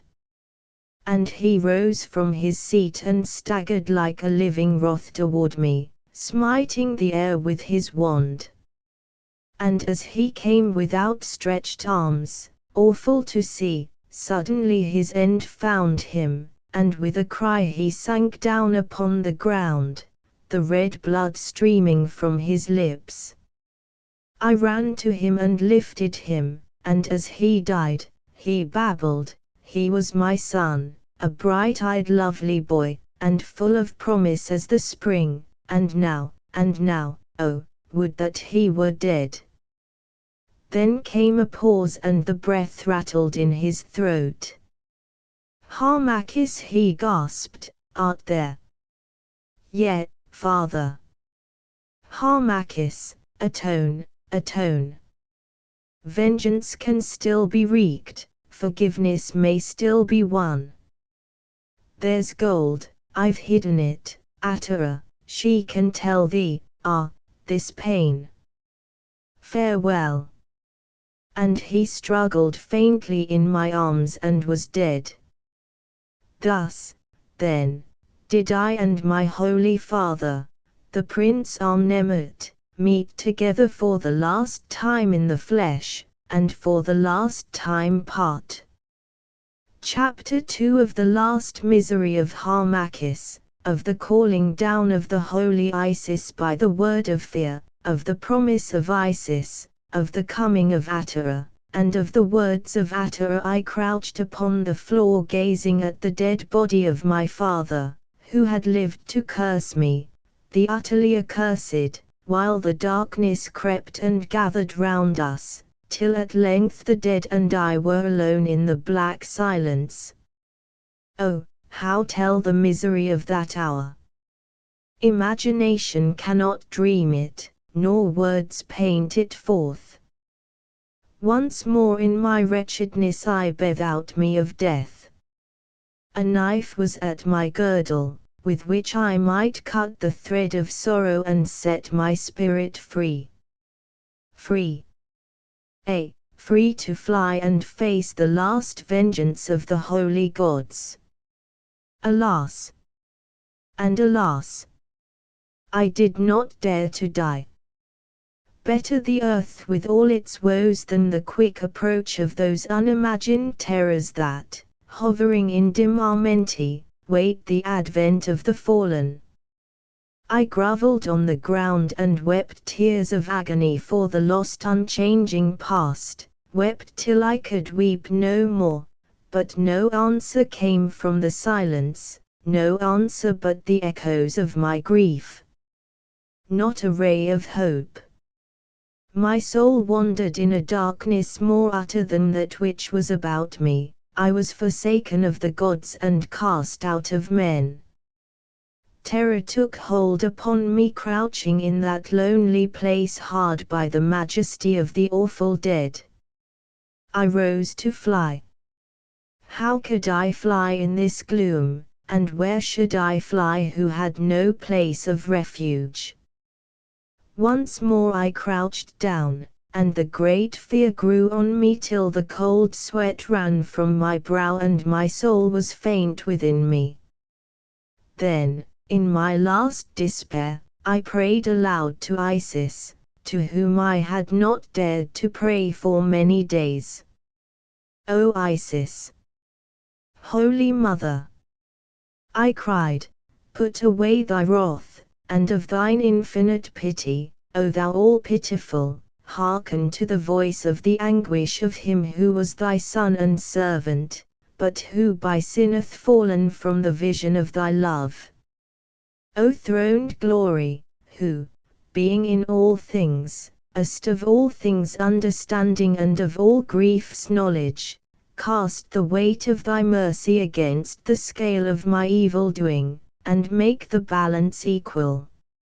Look down upon my woe, and measure it, count up the sum of my repentance and take thou note of the flood of sorrow that sweeps my soul away.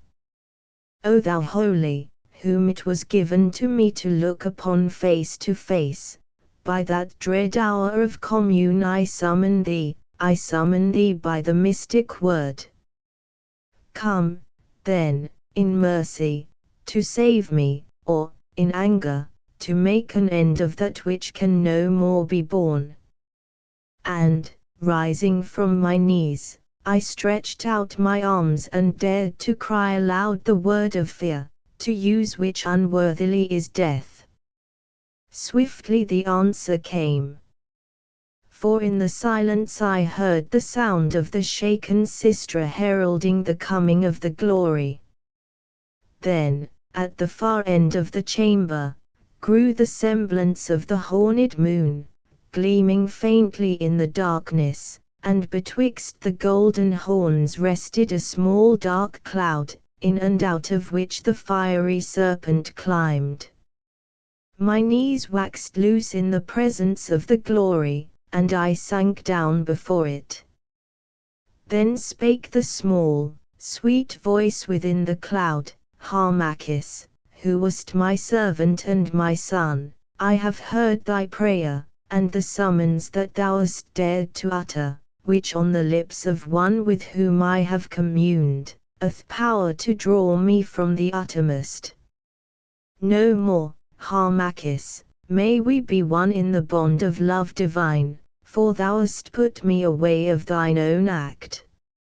Therefore, after this long silence I come, Harmachis, clothed in terrors, and, perchance, ready for vengeance, for not lightly can Isis be drawn from the halls of her divinity.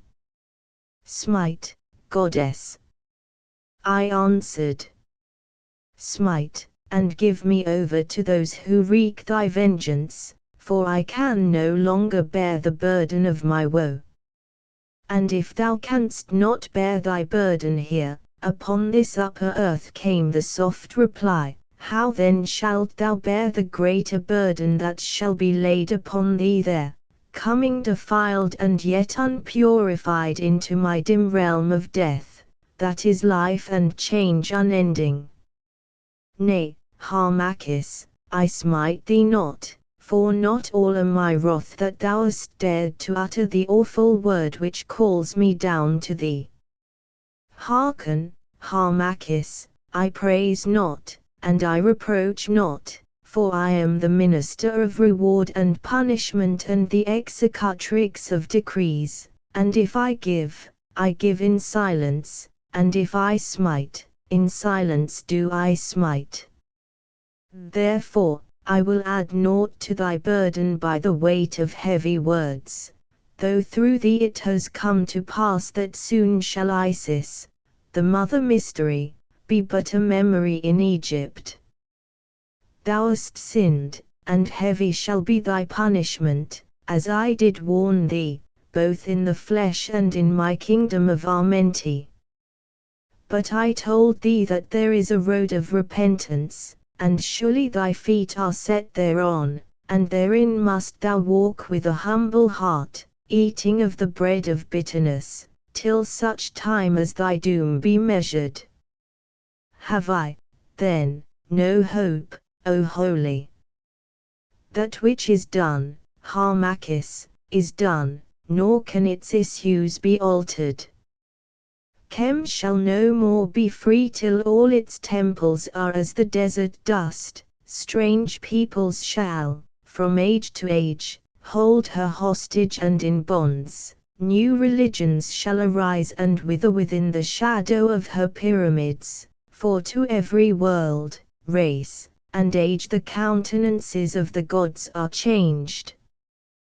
This is the tree that shall spring from thy seed of sin, Harmachis, and from the sin of those who tempted thee. Alas! I am undone. I cried.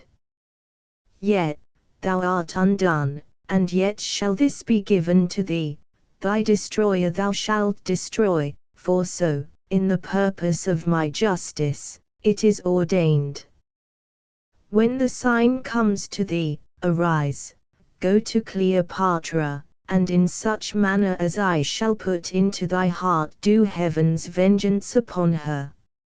And now for thyself one word, for thou hast put me from thee, Harmachis, and no more shall I come face to face with thee till, cycles hence, the last fruit of thy sin hath ceased to be upon this earth. Yet, through the vastness of the unnumbered years, remember thou this, the love divine is love eternal, which cannot be extinguished, though it be everlastingly estranged. Repent, my son, repent and do well while there is yet time, that at the dim end of ages thou mayest once more be gathered unto me. Still, Harmachis, though thou seest me not, still, when the very name by which thou knowest me has become a meaningless mystery to those who shall be after thee, still I, whose hours are eternal, I, who have watched universes wither, wane, and, beneath the breath of time, melt into nothingness, again to gather, and, reborn, thread the maze of space. Still, I say, I shall companion thee. Wherever thou goest, in whatever form of life thou livest, there I shall be.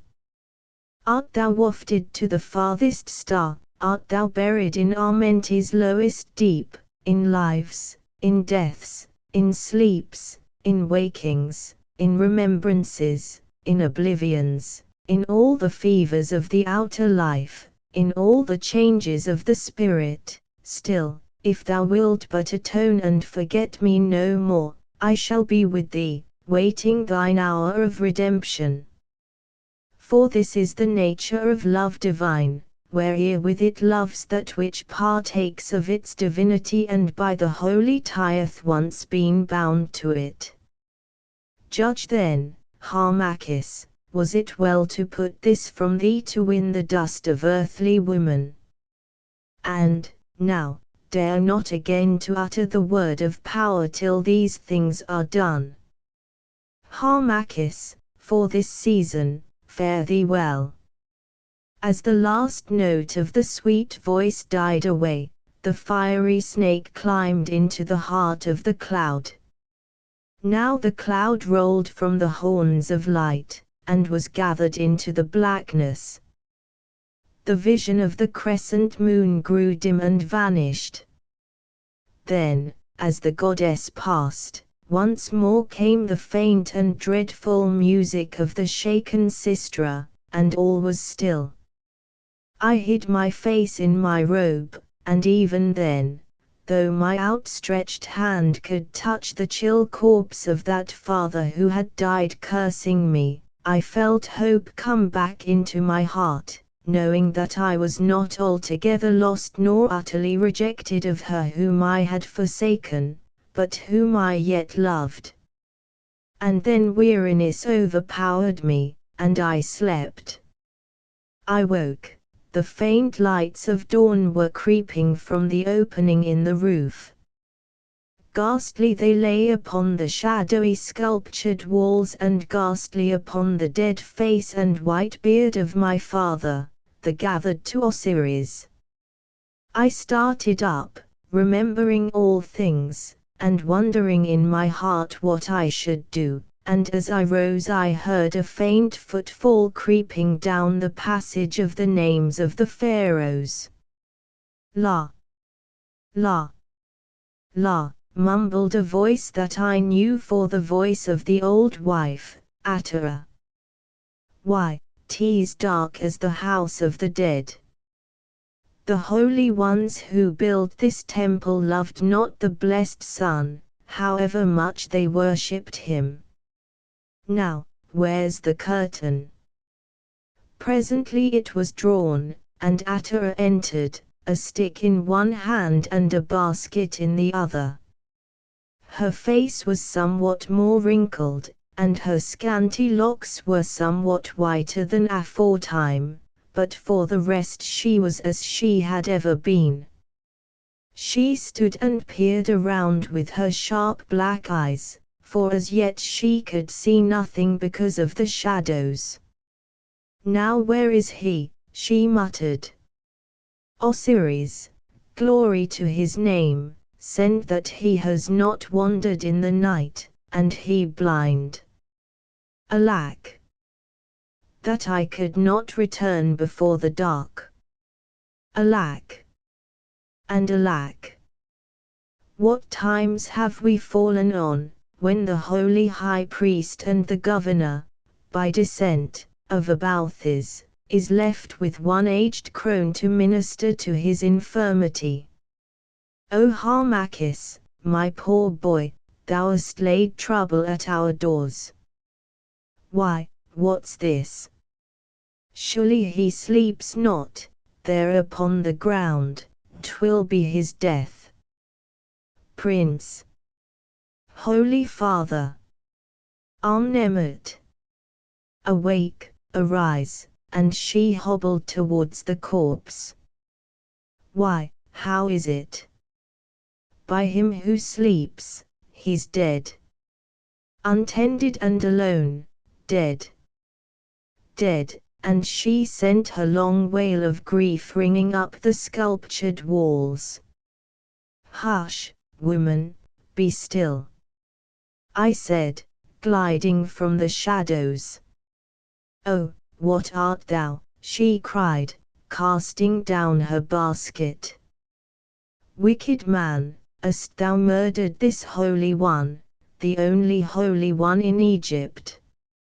Surely the curse will fall on thee, for though the gods do seem to have forsaken us now in our hour of trial, yet is their arm long, and certainly they will be avenged on him who hath slain their anointed.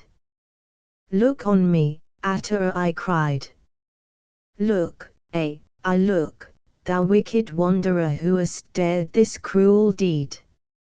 Harmachis is a traitor and lost far away, and Amnemet his holy father is murdered, and now I'm all alone without kith or kin. I gave them for him. I gave them for Harmachis, the traitor. Come, slay me also, thou wicked one. I took a step toward her, and she, thinking that I was about to smite her, cried out in fear, Nay, good sir, spare me. 86. By the holy ones, 86. Come next flood of Nile, and yet I would not die, though Osiris is merciful to the old who served him. Come no nearer, help. Help. Thou fool, be silent, I said, knowest thou me not? Know thee? Can I know every wandering boatman to whom Sebek grants to earn a livelihood till Typhon claims his own? And yet, why, 'tis strange, that changed countenance, that scar, that stumbling gait. It is thou, Harmachis, 'tis thou, O my boy. Art come back to glad mine old eyes? I hoped thee dead. Let me kiss thee, nay, I forget. Harmachis is a traitor, and a murderer. Here lies the holy Amnemet, murdered by the traitor, Harmachis. Get thee gone. I'll have none of traitors and of parricides. Get thee to thy wanton, it is not thou whom I did nurse. Peace, woman, peace. I slew not my father, he died, alas, he died even in my arms. Surely, and cursing thee, Harmachis. Thou hast given death to him who gave thee life. La. La. I am old, and I've seen many a trouble, but this is the heaviest of them all. I never liked the looks of mummies, but I would I were one this hour. Get thee gone, I pray thee. Old nurse, reproach me not. Have I not enough to bear? Ah, yes, yes, I did forget. Well, and what is thy sin? A woman was thy bane, as women have been to those before thee, and shall be to those after thee. And what a woman! La! La! I saw her, a beauty such as never was, an arrow pointed by the evil gods for destruction. And thou, a young man bred as a priest, an ill training, a very ill training. 'Twas no fair match. Who can wonder that she mastered thee? Come, Harmachis, let me kiss thee. It is not for a woman to be hard on a man because he loved our sex too much. Why, that is but nature, and nature knows her business, else she had made us otherwise. But here is an evil case. Knowest thou that this Macedonian queen of thine hath seized the temple lands and revenues, and driven away the priests, all, save the holy Amnemut, who lies here, and whom she left, I know not why, and caused the worship of the gods to cease within these walls. Well, he's gone, he's gone. And indeed he is better with Osiris, for his life was a sore burden to him. And hark thou, Harmachis, he hath not left thee empty-handed, for, so soon as the plot failed, he gathered all his wealth, and it is large, and hid it, where, I can show thee, and it is thine by right of descent.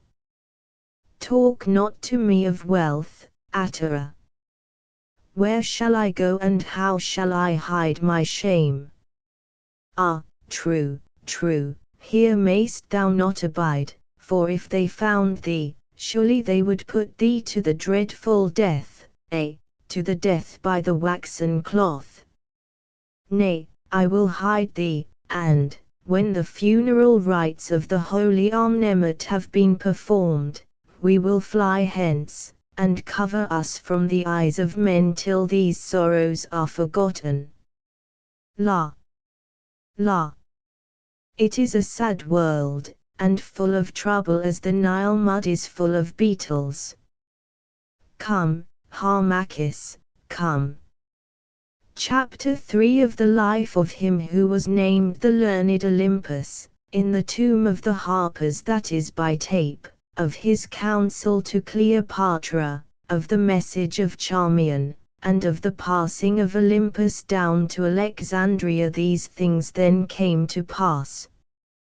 For 80 days I was hidden of the old wife, Atara, while the body of the prince, my father, was made ready for burial by those skilled in the arts of embalming.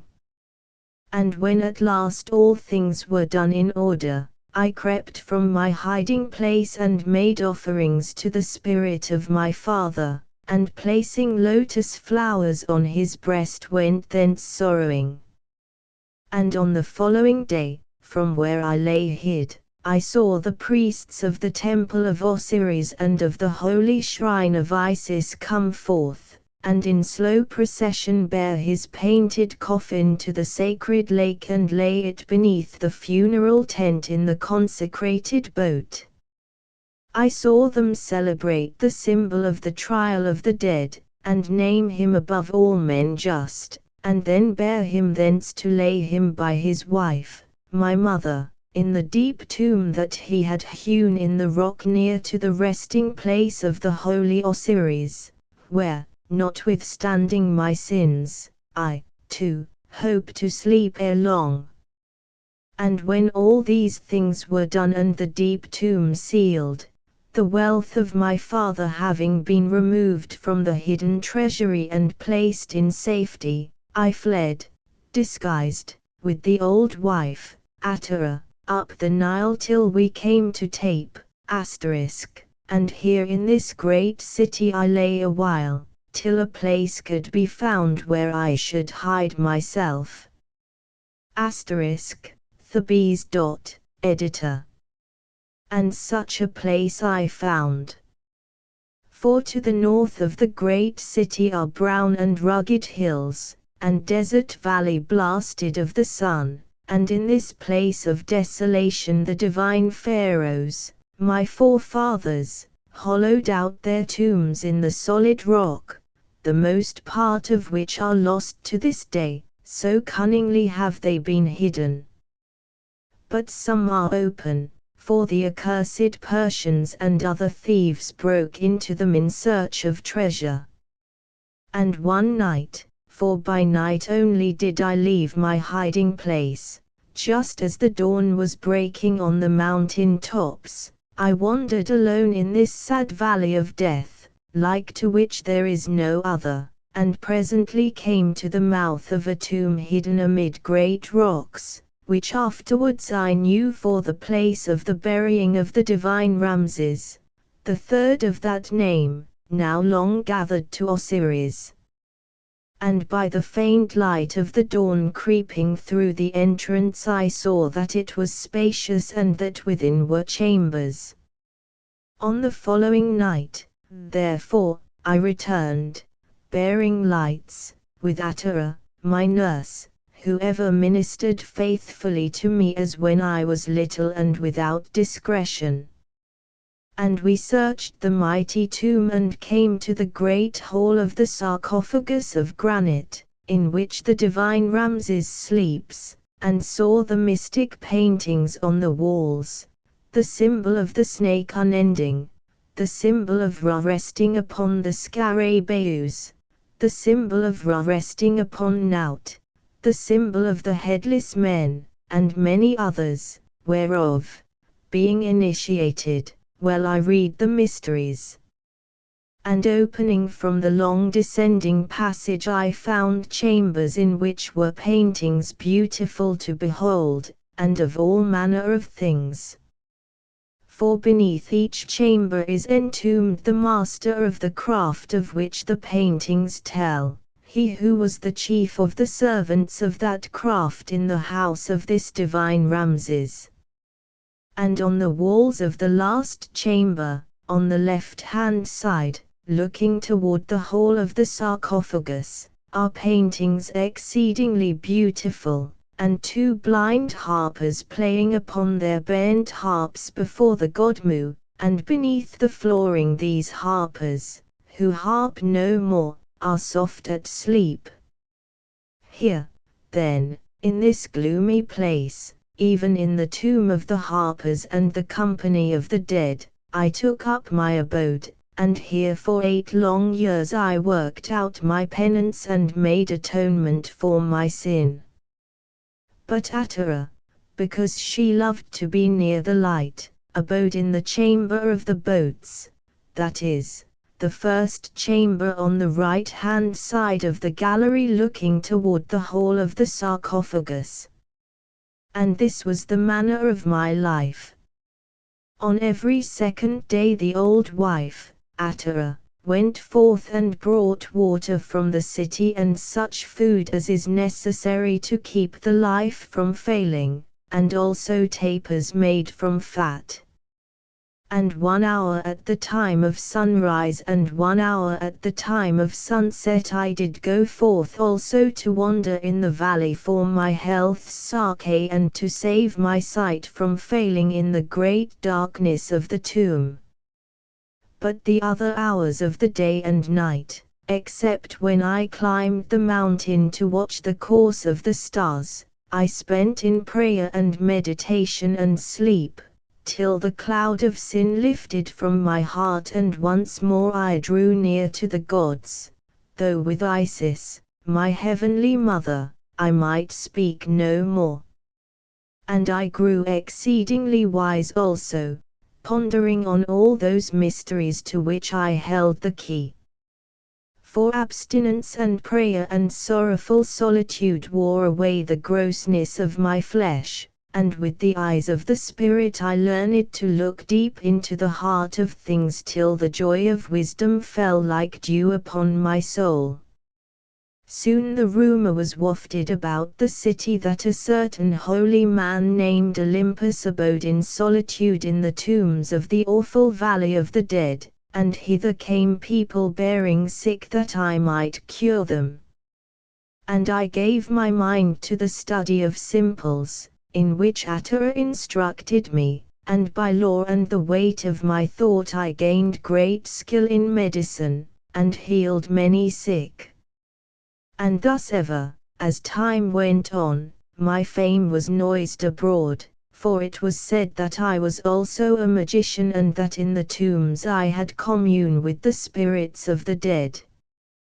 And this, indeed, I did, though it is not lawful for me to speak of these matters. Thus, then, it came to pass that no more need Atara go forth to seek food and water, for the people brought it, more than was needful, for I would receive no fee. Now at first, fearing lest some in the hermit Olympus might know the lost Harmachis, I would only meet those who came in the darkness of the tomb. But afterwards, when I learned how it was held through all the land that Harmachis was certainly no more, I came forth and sat in the mouth of the tomb, and ministered to the sick, and at times calculated nativities for the great. And thus my fame grew continually, till at length folk journeyed even from Memphis and Alexandria to visit me, and from them I learned how Antony had left Cleopatra for a while, and, Fulvia being dead, had married Octavia, the sister of Caesar. Many other things I learned also. And in the 2nd year I did this, I dispatched the old wife, Atera, disguised as a seller of simples, to Alexandria, bidding her seek out Charmian, and, if yet she found her faithful, reveal to her the secret of my way of life. So she went, and in the 5th month from her sailing returned, bearing Charmian's greetings and a token. And she told me that she had found means to see Charmian, and, in talk, had let fall the name of Harmachis, speaking of me as one dead, at which Charmian, unable to control her grief, wept aloud. Then, reading her heart, for the old wife was very clever, and held the key of knowledge, she told her that Harmachis yet lived, and sent her greetings. Thereon Charmian wept yet more with joy, and kissed the old wife, and made her gifts, bidding her tell me that she had kept her vow, and waited for my coming and the hour of vengeance. So, having learned many secrets, Atera returned again to Tape.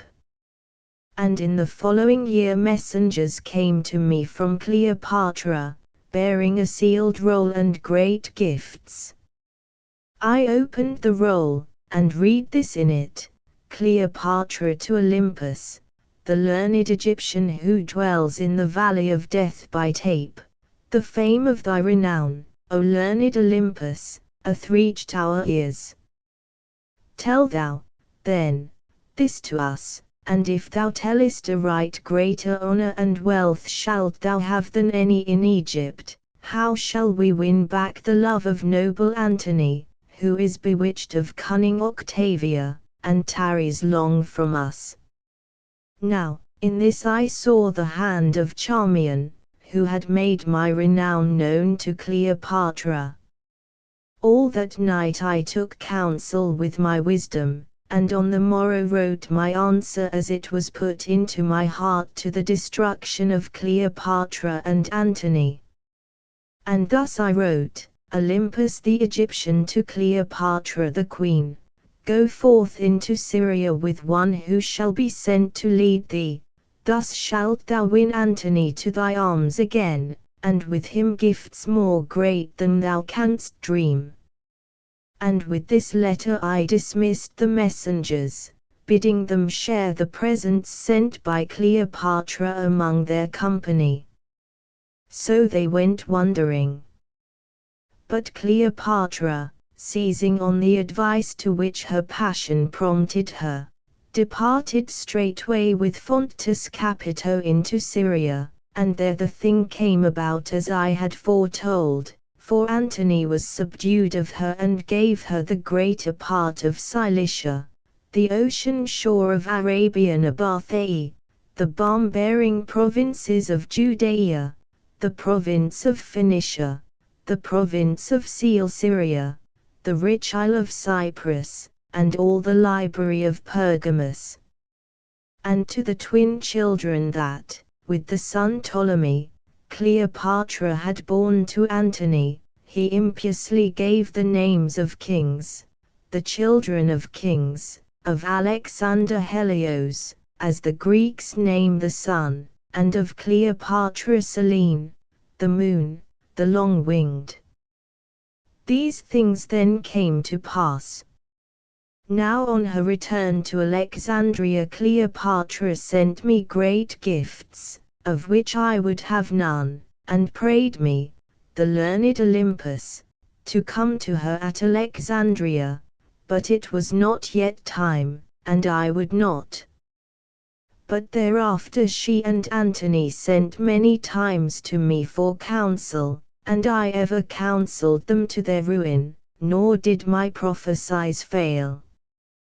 Thus the long years rolled away, and I, the hermit Olympus, the dweller in a tomb, the eater of bread and the drinker of water, by strength of the wisdom that was given me of the avenging power, became once more great in Chem. For I grew ever wiser as I trampled the desires of the flesh beneath my feet and turned my eyes to heaven. At length 8 full years were accomplished.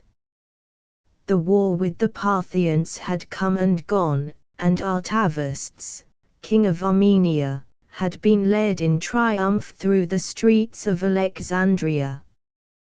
Cleopatra had visited Samos and Athens, and, by her counseling, the noble Octavia had been driven, like some discarded concubine, from the house of Antony at Rome.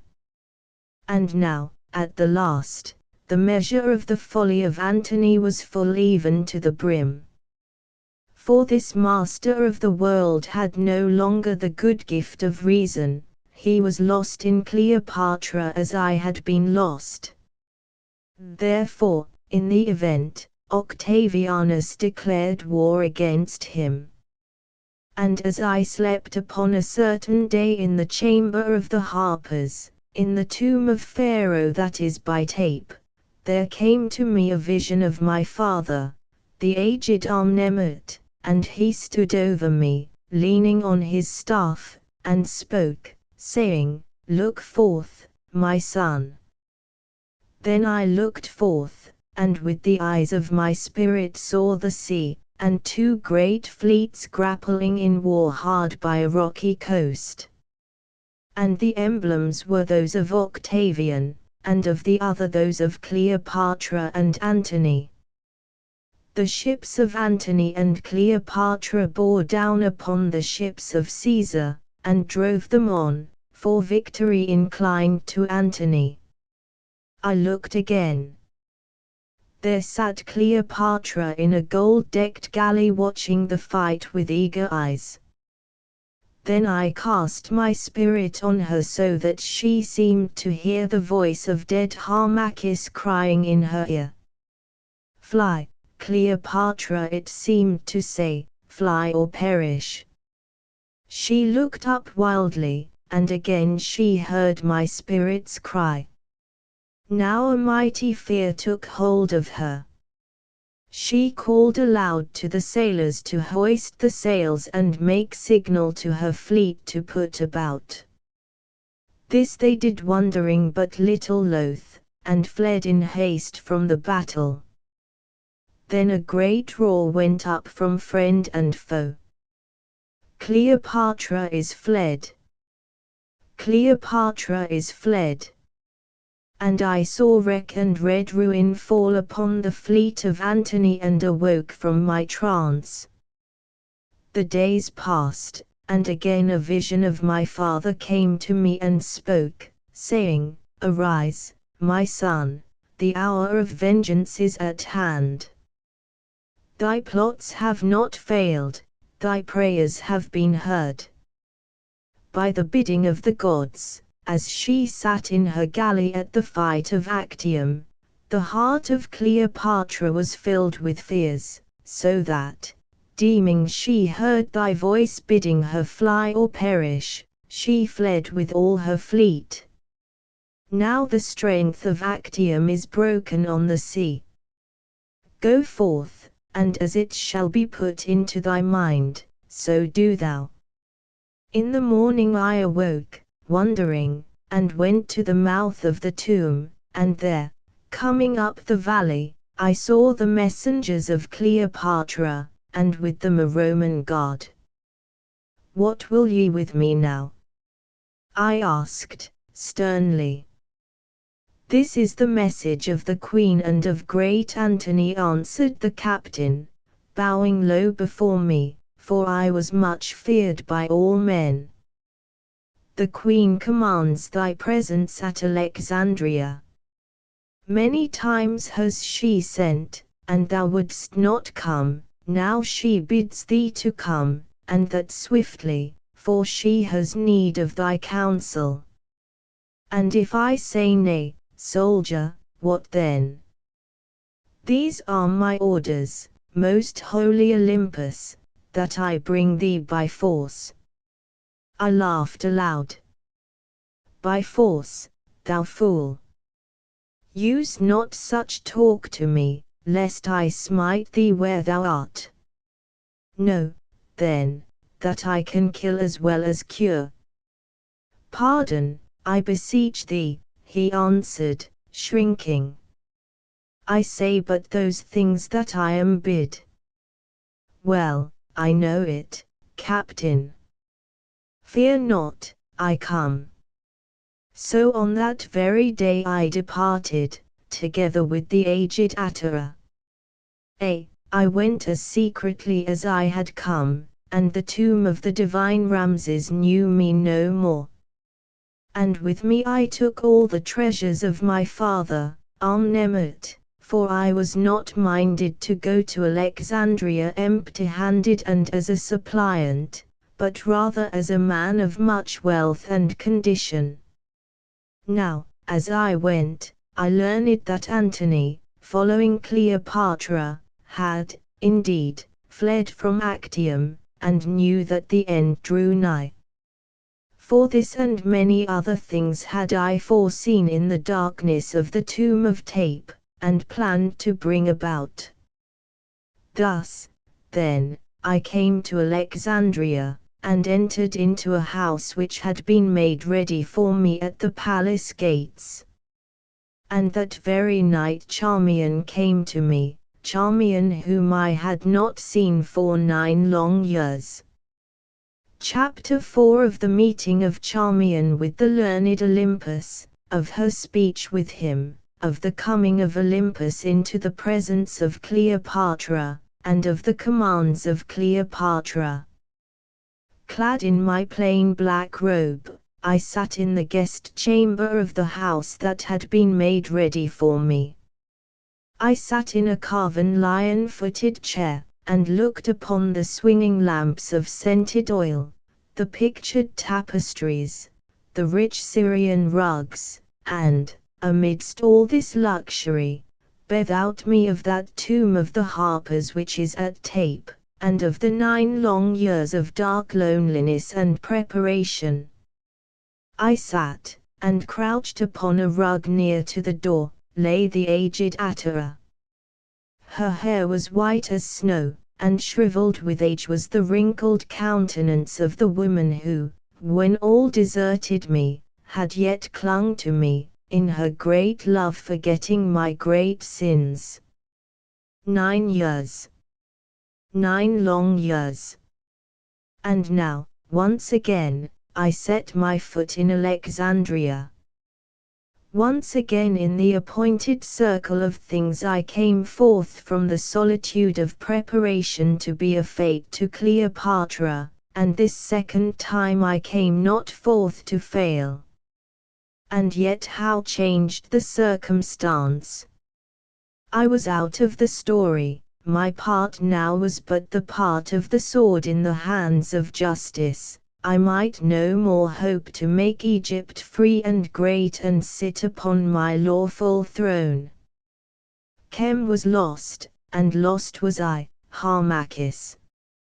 In the rush and turmoil of events, the great plot of which I had been the pivot was covered up and forgotten, scarce a memory of it remained.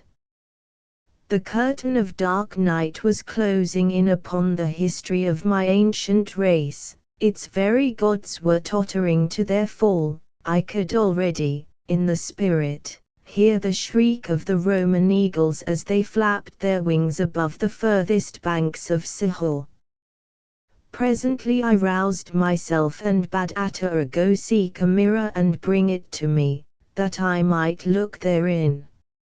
And I saw this, a face shrunken and pallid, on which no smile came, great eyes grown wan with gazing into darkness looking out beneath the shaven head, emptily, as the hollow eye pits of a skull, a wizened halting form wasted by abstinence, sorrow, and prayer, a long wild beard of iron grey, thin blue-veined hands that ever trembled like a leaf, bowed shoulders and lessened limbs. Time and grief had done their work indeed, scarce could I think myself the same as when, the royal Harmachis, in all the splendour of my strength and youthful beauty, I first had looked upon the woman's loveliness that did destroy me. And yet within me burned the same fire as of yore, yet I was not changed, for time and grief have no power to alter the immortal spirit of man.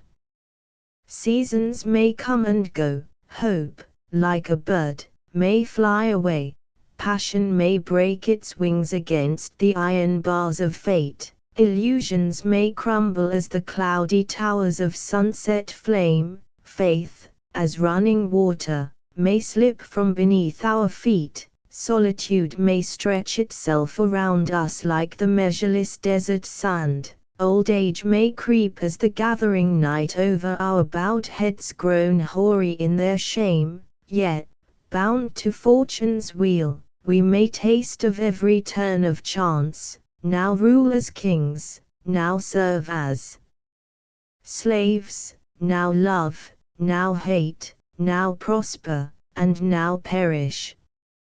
But still, through all, we are the same, for this is the marvel of identity. And as I sat and thought these things in bitterness of heart, there came a knocking at the door. "Open, Atara," I said. She rose and did my bidding, and a woman entered, clad in Grecian robes. It was Charmian, still beautiful as of old, but sad-faced now and very sweet to see, with a patient fire slumbering in her downcast eyes. She entered unattended, and, speaking no word, the old wife pointed to where I sat, and went. "Old man," she said, addressing me, "lead me to the learned Olympus.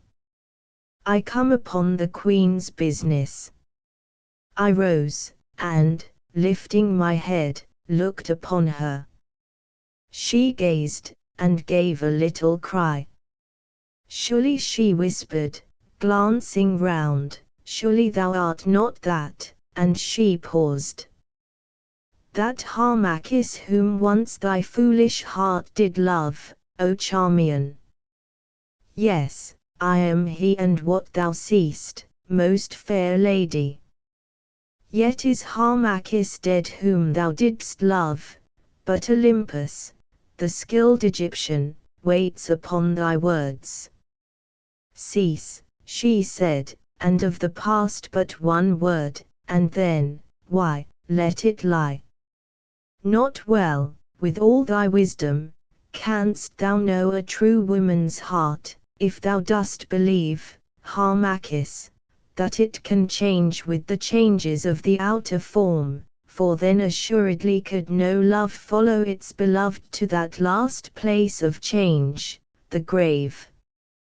Know thou, learned physician, I am of that sort who, loving once, love always, and being not beloved again, go virgin to the death." She ceased, and having naught to say, I bowed my head in answer. Yet though I said nothing, and though this woman's passionate folly had been the cause of all our ruin, to speak truth, in secret I was thankful to her who, wooed of all and living in this shameless court, had still through the long years poured out her unreturned love upon an outcast, and who, when that poor broken slave of fortune came back in such unlovely guise, held him yet dear at heart. For what man is there who does not prize that gift most rare and beautiful, that one perfect thing which no gold can buy, a woman's unfeigned love? I thank thee that thou dost not answer, she said, for the bitter words which thou didst pour upon me in those days that long are dead, and far away in Tarsus, have not lost their poisonous sting, and in my heart is no more place for the arrows of thy scorn, new venomed through thy solitary years. So let it be. Behold, I put it from me, that wild passion of my soul, and she looked up and stretched out her hands as though to press some unseen presence back. I put it from me, though forget it I may not. There, 'tis done, Harmachis, no more shall my love trouble thee. Enough for me that once more my eyes behold thee, before sleep seals thee from their sight. Dost remember how, when I would have died by thy dear hand, thou wouldst not slay, but didst bid me live to pluck the bitter fruit of crime, and be accursed by visions of the evil I had wrought and memories of thee whom I have ruined? Charmian, I remember well. Surely the cup of punishment has been filled. Oh!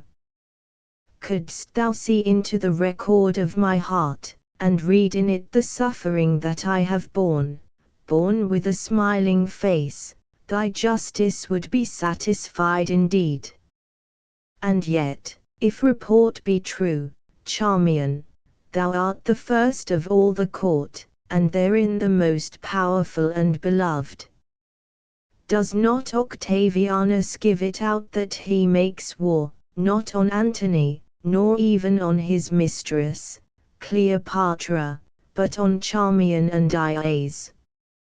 Yes, Harmachis, and think what it has been to me thus, because of my oath to thee, to be forced to eat the bread and do the tasks of one whom so bitterly I hate, one who robbed me of thee, and who, through the workings of my jealousy, brought me to be that which I am, brought thee to shame, and all Egypt to its ruin.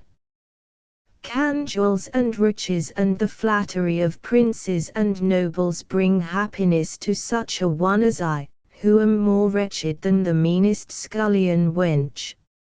Oh, I have often wept till I was blind, and then, when the hour came, I must arise and tire me, and, with a smile, go do the bidding of the queen and that heavy Antony.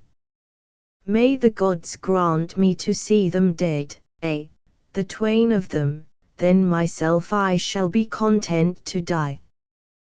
Thy lot has been hard, Harmachis, but at least thou have been free, and many is the time that I have envied thee the quiet of thy haunted cave. I do perceive, O Charmian, that thou art mindful of thy oaths, and it is well, for the hour of vengeance is at hand. I am mindful, and in all things I have worked for thee in secret, for thee, and for the utter ruin of Cleopatra and the Roman.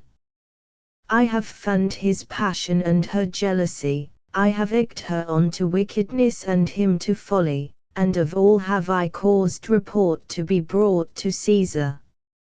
Listen. Thus stands the matter. Thou knowest how went the fight at Actium. Thither went Cleopatra with her fleet, sorely against the will of Antony. But, as thou sentest me word, I entreated him for the queen, vowing to him, with tears, that, did he leave her, she would die of grief, and he, poor slave, believed me. And so she went, and in the thick of the fight, for what cause I know not, though perchance thou knowest, Harmachis, she made signal to her squadron, and, putting about fled from the battle, sailing for Peloponnesus. And now, mark the end. When Antony saw that she was gone, he, in his madness, took a galley, and deserting all, followed hard after her, leaving his fleet to be shattered and sunk, and his great army in Greece, of 20 legions and 12,000 horse, without a leader. And all this no man would believe, that Antony, the smitten of the gods, had fallen so deep in shame. Therefore for a while the army tarried, and but now tonight comes news brought by Canidius, the general, that, worn with doubt and being at length sure that Antony had deserted them, the whole of his great force has yielded to Caesar. And where, then, is Antony?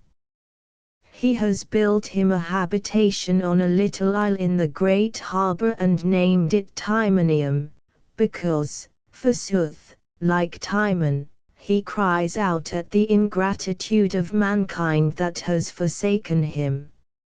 And there he lies smitten by a fever of the mind, and thither thou must go at dawn, so wills the queen, to cure him of his ills and draw him to her arms. For he will not see her, nor knows he yet the full measure of his woe.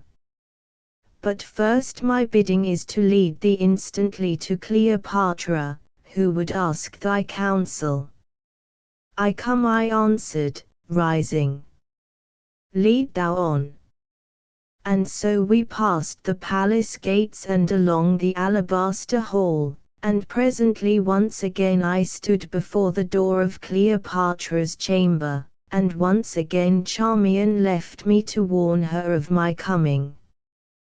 Presently she came back and beckoned to me. Make strong thy heart, she whispered, and see that thou dost not betray thyself, for still are the eyes of Cleopatra keen. Enter. Keen, indeed, must they be to find Harmachis in the learned Olympus. Had I not willed it, thyself thou hadst not known me, Charmian, I made answer.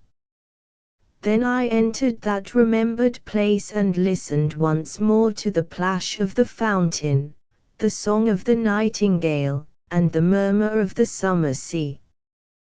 With bowed head and halting gait I came, till at length I stood before the couch of Cleopatra, that same golden couch on which she had sat the night she overcame me. Then I gathered my strength, and looked up. There before me was Cleopatra, glorious as of old, but, oh! How changed since that night when I saw Antony clasp her in his arms at Tarsus. Her beauty still clothed her like a garment, the eyes were yet deep and unfathomable as the blue sea, the face still splendid in its great loveliness. And yet all was changed. Time, that could not touch her charms, had stamped upon her presence such a look of weary grief as may not be written. Passion, beating ever in that fierce heart of hers, had written his record on her brow, and in her eyes shone the sad lights of sorrow. I bowed low before this most royal woman, who once had been my love and destruction, and yet knew me not. She looked up wearily, and spoke in her slow, well-remembered voice, So thou art come at length, physician. How callest thou thyself, Olympus? 'Tis a name of promise, for surely now that the gods of Egypt have deserted us, we do need aid from Olympus. Well, thou art a learned heir, for learning goes not with beauty. Strange, too, there is that about thee which recalls what I know not. Say, Olympus, have we met before? Never, O Queen, have my eyes fallen on thee in the body, I answered in a feigned voice. Never till this hour, when I come forth from my solitude to do thy bidding and cure thee of thy ills. Strange, and even in the voice, pshaw! 'Tis some memory that I cannot catch. In the body, thou sayest. Then, perchance, I knew thee in a dream. O Queen, we have met in dreams. Thou art a strange man, who talkest thus, but, if what I hear be true, one well learned, and, indeed, I mind me of thy counsel when thou didst bid me join my lord Antony in Syria, and how things befell according to thy word. Skilled must thou be in the casting of nativities and in the lore of auguries, of which these Alexandrian fools have little knowledge. Once I knew such another man, one Harmachis, and she sighed, but he is long dead, as I would I were also, and at times I sorrow for him. She paused, while I sank my head upon my breast and stood silent. Interpret me this, Olympus. In the battle at that accursed Actium, just as the fight raged thickest and victory began to smile upon us, a great terror seized my heart, and thick darkness seemed to fall before my eyes, while in my ears a voice, the voice of that long-dead Harmachis, cried, "Fly, fly, or perish," and I fled. But from my heart the terror leapt to the heart of Antony, and he followed after me, and thus was the battle lost. Say, then, what god brought this evil thing about? Nay, O Queen, I answered, it was no god, for wherein hast thou angered the gods of Egypt? Hast thou robbed the temples of their faith? Hast thou betrayed the trust of Egypt? Having done none of these things, how, then, can the gods of Egypt be wroth with thee? Fear not, it was nothing but some natural vapor of the mind that overcame thy gentle soul, made sick with the sight and sound of slaughter, and as for the noble Antony, where thou didst go needs must that he should follow. And as I spoke, Cleopatra turned white and trembled, glancing at me the while to find my meaning. But I well knew that the thing was of the avenging gods, working through me, their instrument. Learned Olympus, she said, not answering my words, my lord Antony is sick and crazed with grief. Like some poor hunted slave he hides himself in yonder sea-girt tower and shuns mankind, yes, he shuns even me, who, for his Sake, endure so many woes. Now, this is my bidding to thee. Tomorrow, at the coming of the light, do thou, led by Charmian, my waiting lady, take boat and row thee to the tower and there crave entry, saying that ye bring tidings from the army. Then he will cause you to be let in, and thou, Charmian, must break this heavy news that Canidius bears, for Canidius himself I dare not send. And when his grief is past, do thou, Olympus, soothe his fevered frame with thy draughts of value, and his soul with honeyed words, and draw him back to me, and all will yet be well.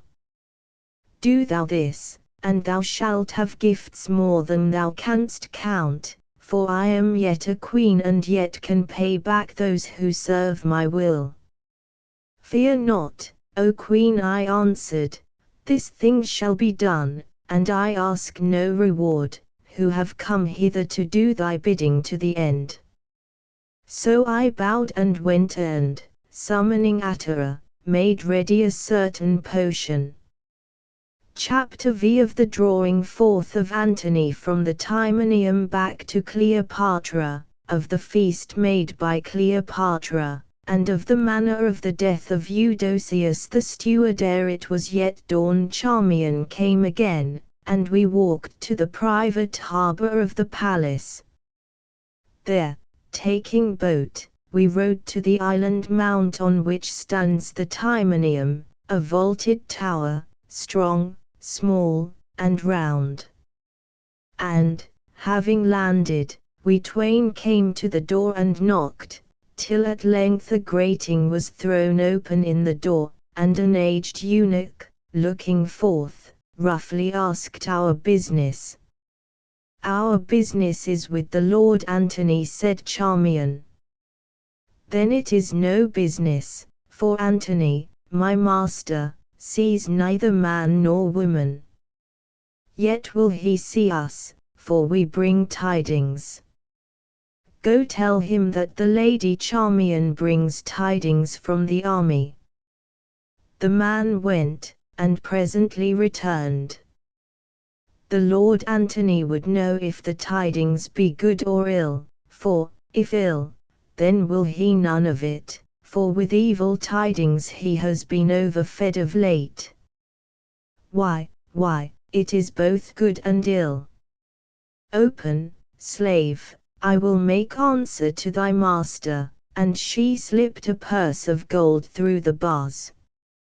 Well, he grumbled, as he took the purse, "the times are hard, and likely to be harder, for when the lion's down who will feed the jackal? Give thy news thyself, and if it do but draw the noble Antony out of this hall of groans, I care not what it be. Now the palace door is open, and there's the road to the banqueting chamber." We passed on, to find ourselves in a narrow passage, and, leaving the eunuch to bar the door, advanced till we came to a curtain. Through this entrance we went, and found ourselves in a vaulted chamber, ill-lighted from the roof. On the further side of this rude chamber was a bed of rugs, and on them crouched the figure of a man, his face hidden in the folds of his toga.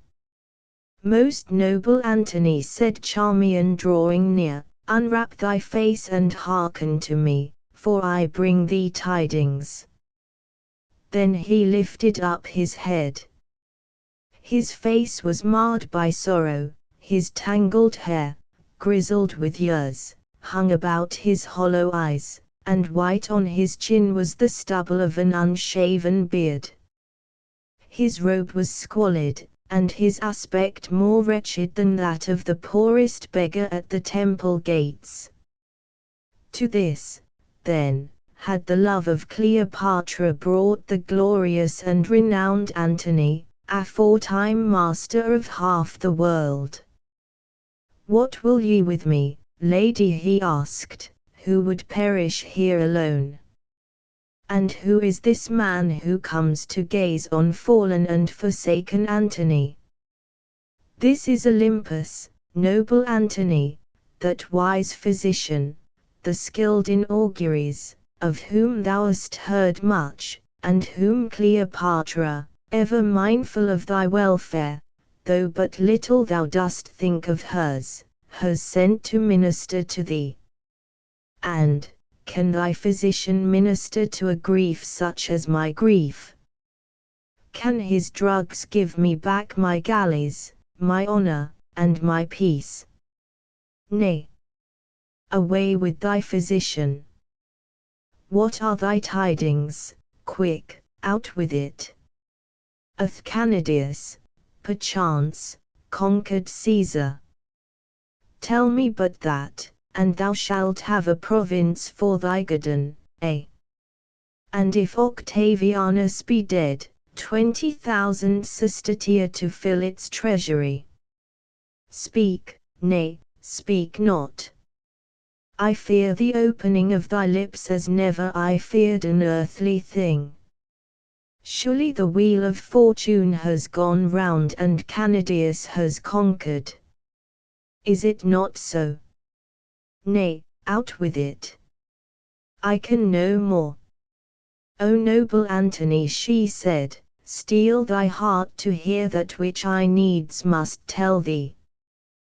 Canidius is in Alexandria. He has fled far and fast, and this is his report. For 7 whole days did the legions wait the coming of Antony, to lead them to victory, as aforetime, putting aside the offers of the envoys of Caesar. But Antony came not. And then it was rumored that Antony had fled to Taenarus, drawn thither by Cleopatra. The man who first brought that tale to the camp, the legionaries cried shame on, and beat him to the death. But ever it grew, until at length there was no more room to doubt, and then, O Antony, thy officers slipped one by one away to Caesar, and where the officers go there the men follow. Nor is this all the story, for thy allies, Bocchus of Africa, Tarcondemotus of Cilicia, Mithridates of Commagene, Adulas of Thrace, Philadelphus of Paphlagonia, Archelaus of Cappadocia, Herod of Judea, Amyntas of Galatia, Palemon of Pontus, and Malchus of Arabia, all have fled or bid their generals fly back to whence they came, and already their ambassadors crave cold Caesar's clemency. Hast done thy croakings, the raven in a peacock's dress, or is there more to come? Asked the smitten man, lifting his white and trembling face from the shelter of his hands. Tell me more. Say that Egypt's dead in all her beauty, say that Octavianus lowers at the Canopic gate, and that, headed by dead Cicero, all the ghosts of hell do audibly shriek out the fall of Antony. Yet, gather up every woe that can o'erwhelm those who once were great, and loose them on the hoary head of him whom, in thy gentleness, thou art still pleased to name the noble Antony. Nay, my lord, I have done. And so have I done, quite done.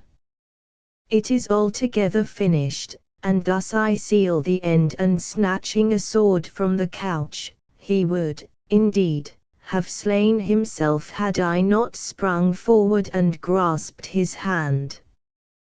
For it was not my purpose that he should die as yet, since had he died at that hour Cleopatra had made her peace with Caesar, who rather wished the death of Antony than the ruin of Egypt. Art mad, Antony? Art, indeed, a coward, cried Charmian, that thou wouldst thus escape thy woes, and leave thy partner to face the sorrow out alone. Why not, woman? Why not? She would not be long alone. There's Caesar to keep her company. Octavianus loves a fair woman in his cold way, and still is Cleopatra fair. Come now, thou Olympus. Thou hast held my hand from dealing death upon myself, advise me of thy wisdom. Shall I, then, submit myself to Caesar, and I, triumvir, twice consul, and aforetime absolute monarch of all the East, endure to follow in his triumph along those Roman ways where I myself have passed in triumph? Nay, sire, I answered. If thou dost yield, then art thou doomed.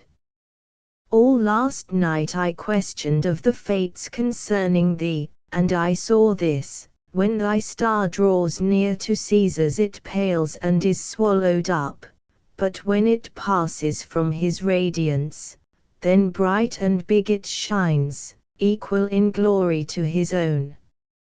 All is not lost, and while some part remains, everything may be regained. Egypt can yet be held, armies can still be raised. Caesar has withdrawn himself, he is not yet at the gates of Alexandria, and perchance may be appeased. Thy mind in its fever has fired thy body, thou art sick and canst not judge aright. See, here, I have a potion that shall make thee whole, for I am well skilled in the art of medicine and I held out the phial. A potion, thou sayest, man, he cried. More like it is a poison, and thou a murderer, sent by false Egypt, who would fain be rid of me now that I may no more be of service to her. The head of Antony is the peace offering she would send to Caesar, she for whom I have lost all.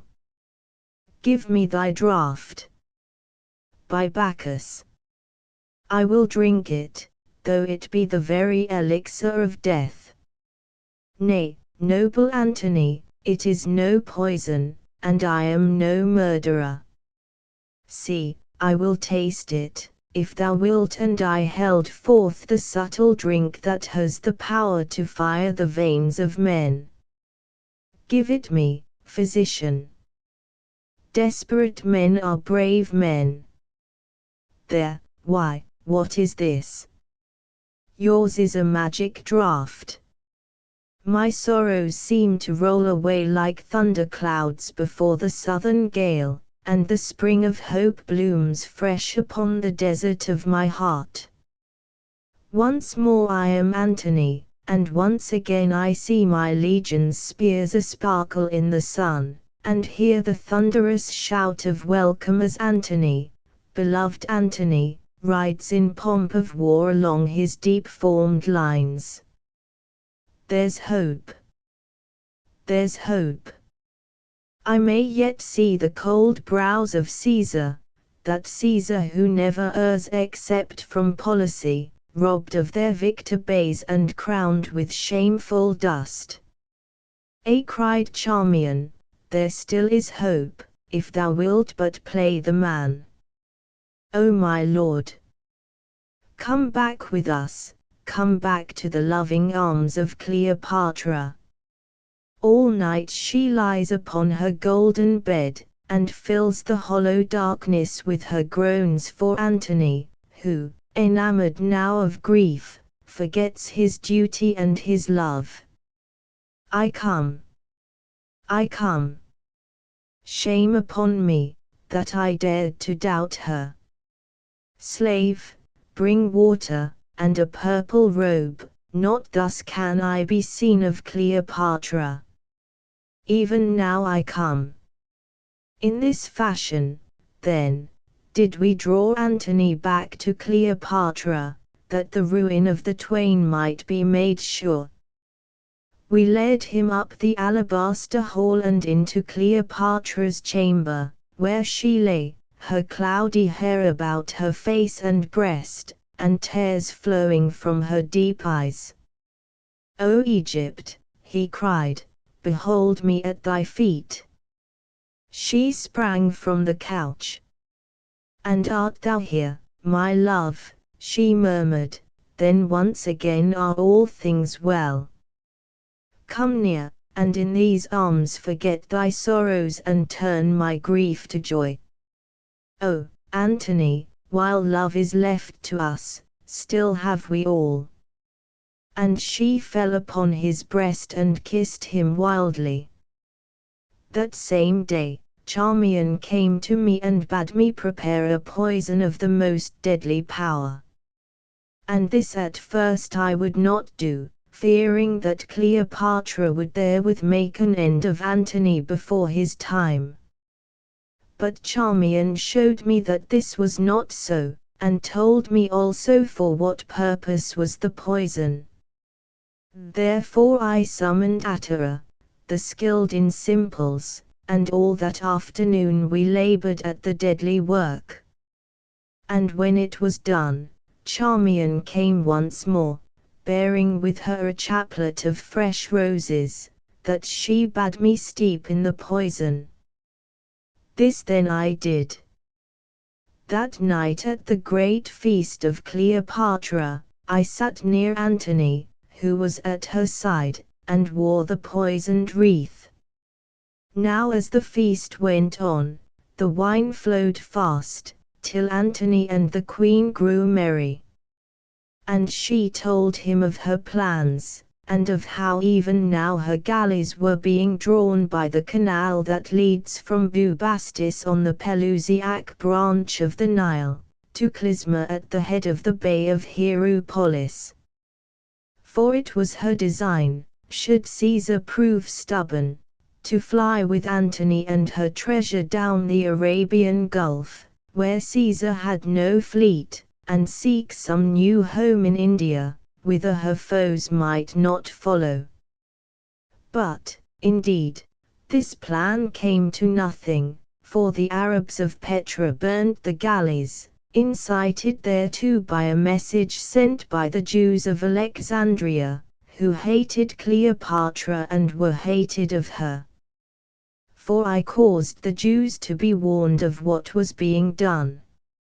Now, when she had made an end of telling him, the queen called on him to drink a cup with her, to the success of this new scheme, bidding him, as she did so, steep his wreath of roses in the wine, and make the draught more sweet.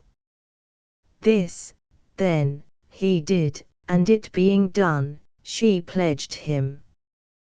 But when he was about to pledge her back, she caught his hand, crying "Hold," whereat he paused, wondering.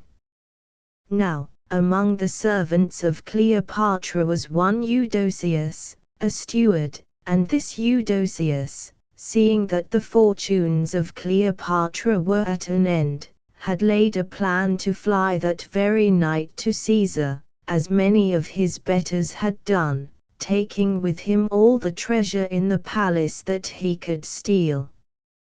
But this design being discovered to Cleopatra, she determined to be avenged upon Eudoceus.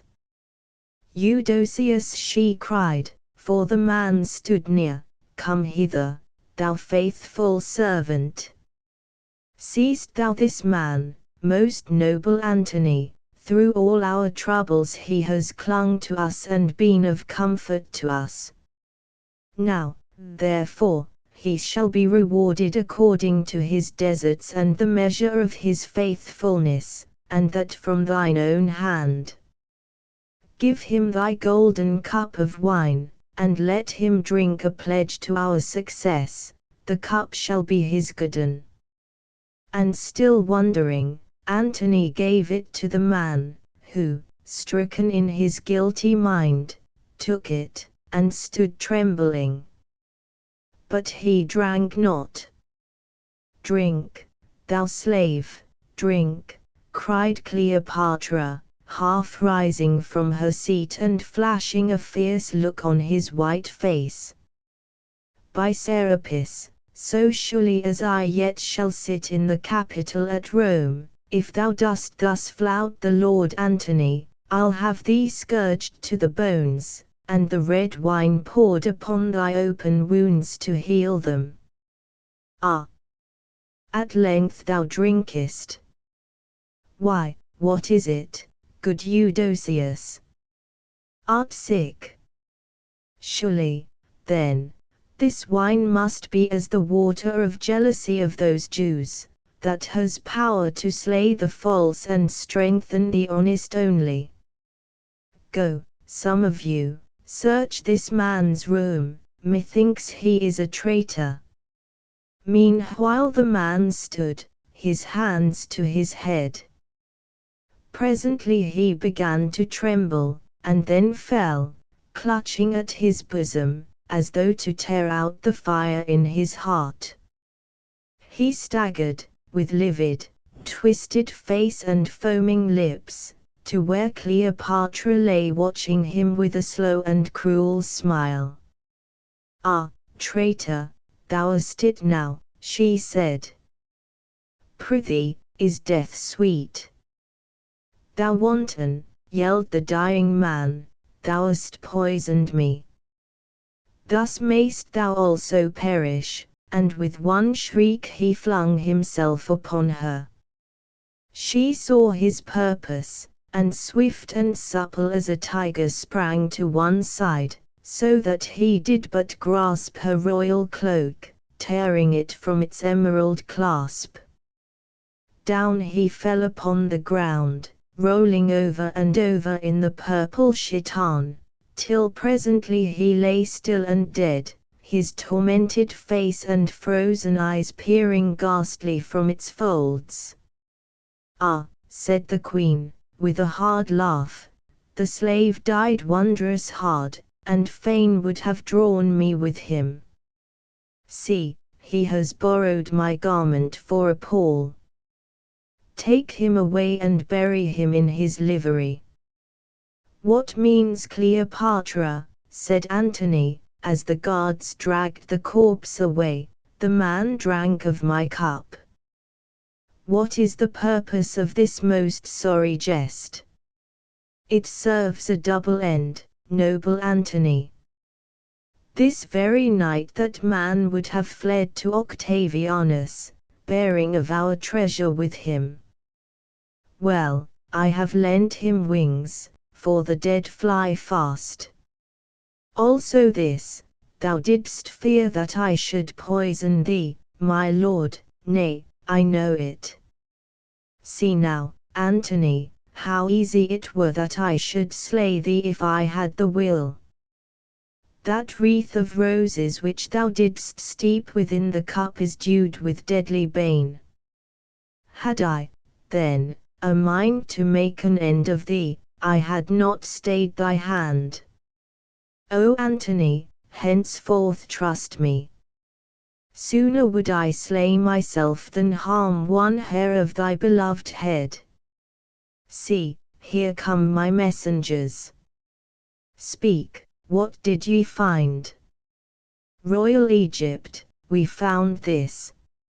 All things in the chamber of Eudoceus are made ready for flight, and in his baggage is much treasure. Thou hearest, she said, smiling darkly. Think ye, my loyal servants all, that Cleopatra is one with whom it is well to play the traitor? Be warned by this Roman's fate. Then a great silence of fear fell upon the company, and Antony sat also silent.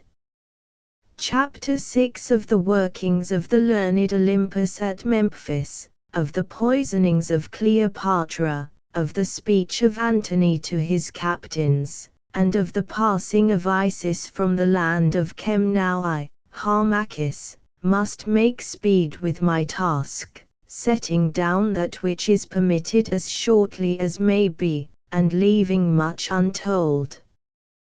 For of this I am warned, that doom draws on and my days are well nigh sped. After the drawing forth of Antony from the Timonium came that time of heavy quiet which heralds the rising of the desert wind. Antony and Cleopatra once again gave themselves up to luxury, and night by night feasted in splendor at the palace. They sent ambassadors to Caesar, but Caesar would have none of them, and, this hope being gone, they turned their minds to the defense of Alexandria. Men were gathered, ships were built, and a great force was made ready against the coming of Caesar. And now, aided by Charmian, I began my last work of hate and vengeance. I wormed myself deep into the secrets of the palace, counseling all things for evil. I bade Cleopatra keep Antony gay, lest he should brood upon his sorrows, and thus she sapped his strength and energy with luxury and wine. I gave him of my draughts, draughts that sunk his soul in dreams of happiness and power, leaving him to wake to a heavier misery. Soon, without my healing medicine he could not sleep, and thus, being ever at his side, I bound his weakened will to mine, till at last he would do little if I said not it is well. Cleopatra, also grown very superstitious, leaned much upon me, for I prophesied falsely to her in secret. Moreover, I wove other webs. My fame was great throughout Egypt, for during the long years that I had dwelt in Tape it had spread through all the land. Therefore many men of note came to me, both for their health's sake and because it was known that I had the ear of Antony and the Queen, and, in these days of doubt and trouble, they were fain to learn the truth. All these men I worked upon with doubtful words, sapping their loyalty, and I caused many to fall away, and yet none could bear an evil report of what I had said. Also, Cleopatra sent me to Memphis, there to move the priests and governors that they should gather men in Upper Egypt for the defense of Alexandria. And I went and spoke to the priests with such a double meaning and with so much wisdom that they knew me to be one of the initiated in the deeper mysteries. But how I, Olympus the physician, came thus to be initiated none might say. And afterwards they sought me secretly, and I gave them the holy sign of brotherhood, and thereunder bade them not to ask who I might be, but send no aid to Cleopatra. Rather, I said, must they make peace with Caesar, for by Caesar's grace only could the worship of the gods endure in Chem. So, having taken counsel of the holy Apis, they promised in public to give help to Cleopatra, but in secret sent an embassy to Caesar. Thus, then, it came to pass that Egypt gave but little aid to its hated Macedonian queen. Thence from Memphis I came once more to Alexandria, and, having made favorable report, continued my secret work. And, indeed, the Alexandrians could not easily be stirred, for,